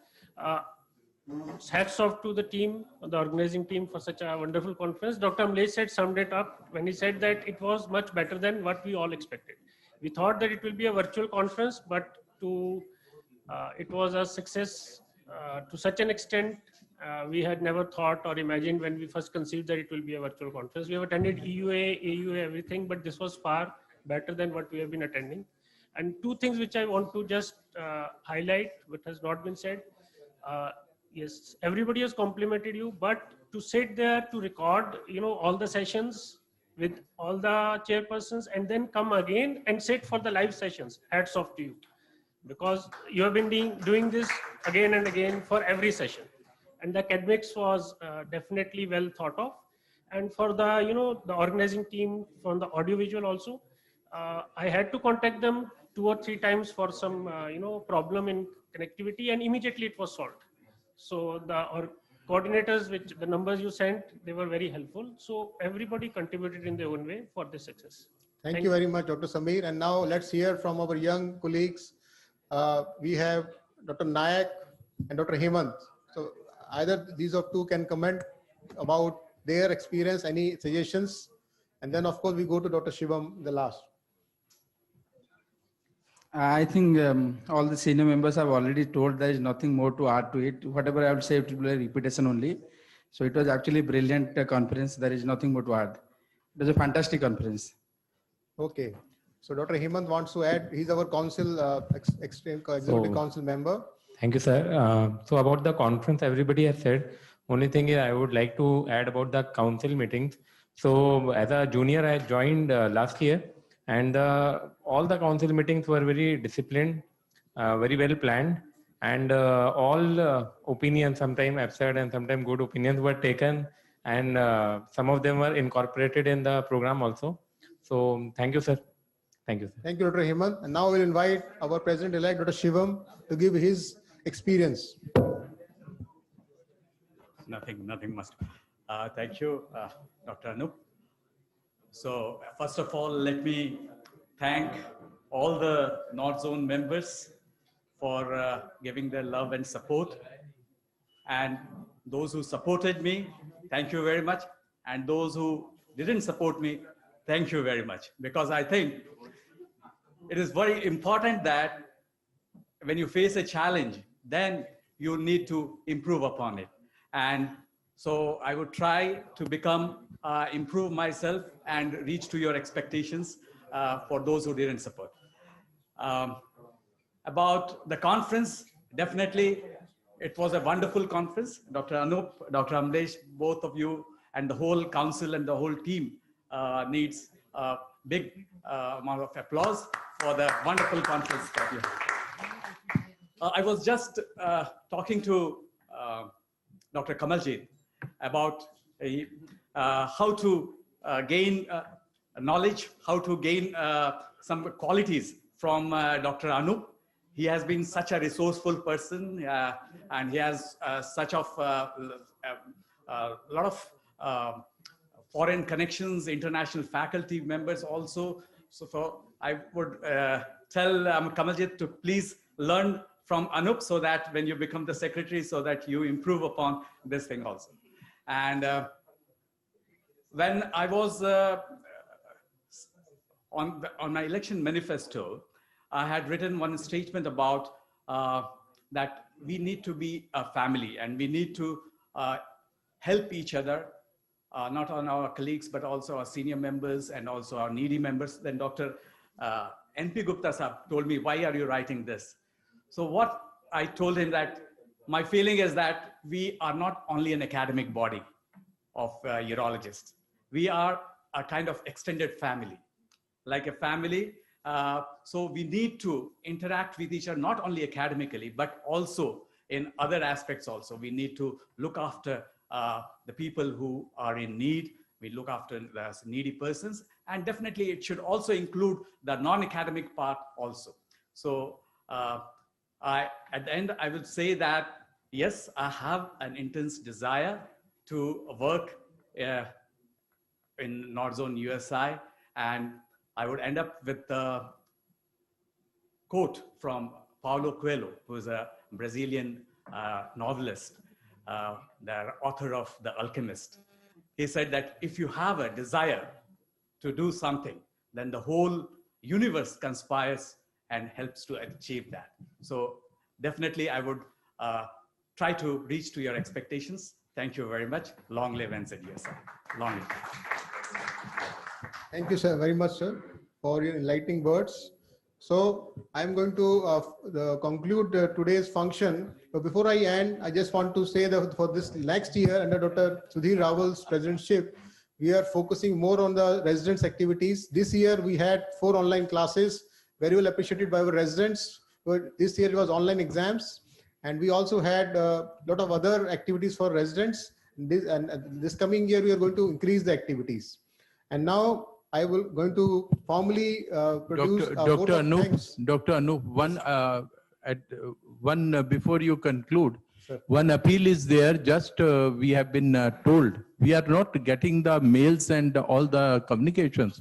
There is some emotional blackmail going on for the next year, and it is the responsibility of now Raval, Shivam, and Kamaljit, because it is going to be their time when Kamaljit will take over as secretary. And this whole year, 15 letters have been received, I have been told, by USI. We are more than 15 sitting here, and all should write that the daily conference of 2022 is to be held in Delhi only, and we are not going to be emotionally blackmailed and postpone it. It is 75th year of Indian independence. Pragati Maidan has been chosen as the venue, and Pragati Maidan is going to be in full swing and beauty in the International Trade Fair in November, and we are in January, February, we are doing it. It is going to be the world-class biggest convention center of India as on date. So Dr. Yadav is there, myself is there, we both, along with, I think Tamar is not there. We appeal to all of you to write one letter that when the meeting USI starts, it should be dropped from the agenda. They have entered in the agenda for discussion, and first it will come that you pass the agenda or not, it should be dropped. And before that, each one of you who are present here, as the West Zone is writing, everybody should write, and everybody should listen, everybody should write that this conference, North Zone, is not going to sacrifice. USI conferences, the calendar is finalized in North Zone conference, which you are concluding today, and you have passed in the AGM and council. So whatever happens in USA, it has to come back to June for final approval. So that time has gone, and we are not going to sacrifice. Please, everybody write to USI. President is sitting there, and if anybody has a difference of opinion, they can tell now. Otherwise, we are appealing to the president who is on the dais that we all request to you that this conference, and also President of North Zone, Dr. Raval, you both have to defend our case, right? Along with Anup. So this is not Zone Conference. This is not a Delhi conference or any conference. Each one of North Zone has to defend it. This is my final appeal. Please write today only. Thank you. Thank you, sir. So I'm just going to now start the final vote of thanks. I will start with the leader of our team, Professor Amlesh Seth, the president, NZUSI. Under his able leadership, we have done such a great things in the last 1 year. We also successfully conducted online elections smoothly, flawlessly, as you have already told. And this year, academically also, it was a wonderful year. So I want to sincerely thank Professor Amlesh Seth, sir, for inspiration, motivation. He's always there. Any problems I had, he was always there to help me. And then, of course, our esteemed council, all the council members, they attended all the council meetings. Very, very fruitful discussions were there, and we tried to incorporate most of them. And then, of course, I want to thank our seniors who are sitting in front of us, our past presidents of USI, NZUSI, other seniors, my colleagues, my younger colleagues. Whenever I asked them for anything, they never refused. And as you know, we have recorded this session before, so they have to come twice. And nobody had any objection. So they came first for the recording and then also doing the live. So I am really thankful to all the young colleagues also and other senior colleagues. And also, and then of course, I want to thank our audiovisual team. I think there were some glitches, but overall, it was really satisfactory performance from them, and hats off to the Grover audiovisual system, which have supported us. Then, of course, our sponsors, the platinum sponsors, without them, of course, this conference was not possible. And J&J and some form of the platinum sponsors, and then we have other silver sponsors. And of course, I want to thank our CEO, Mr. Navneet Arora, and Mrs. Kiran Arora. These both of them, they have been our backbone right from the day I took over as secretary. And they were always there to help us. Anytime I even was calling them in night, I was texting them, and they are always there to help. So I think it's hats off to both of them for their continuous support. And of course, I want to thank international faculties and our national faculties. They were again there during the recording and during the conference. And that's really, you know, time difference was there, but they were still there. So I really want to thank them. And of course, last but not the least, our audience. As I said, 2,500 from 20 different countries, it shows their participation. Without them, our conference was nothing. So really hats off to the audience. So thank you very much, I think, for blessing us and for making this conference successful. And now we'll have a final national anthem. I will request all of you, please stand up for the final national anthem.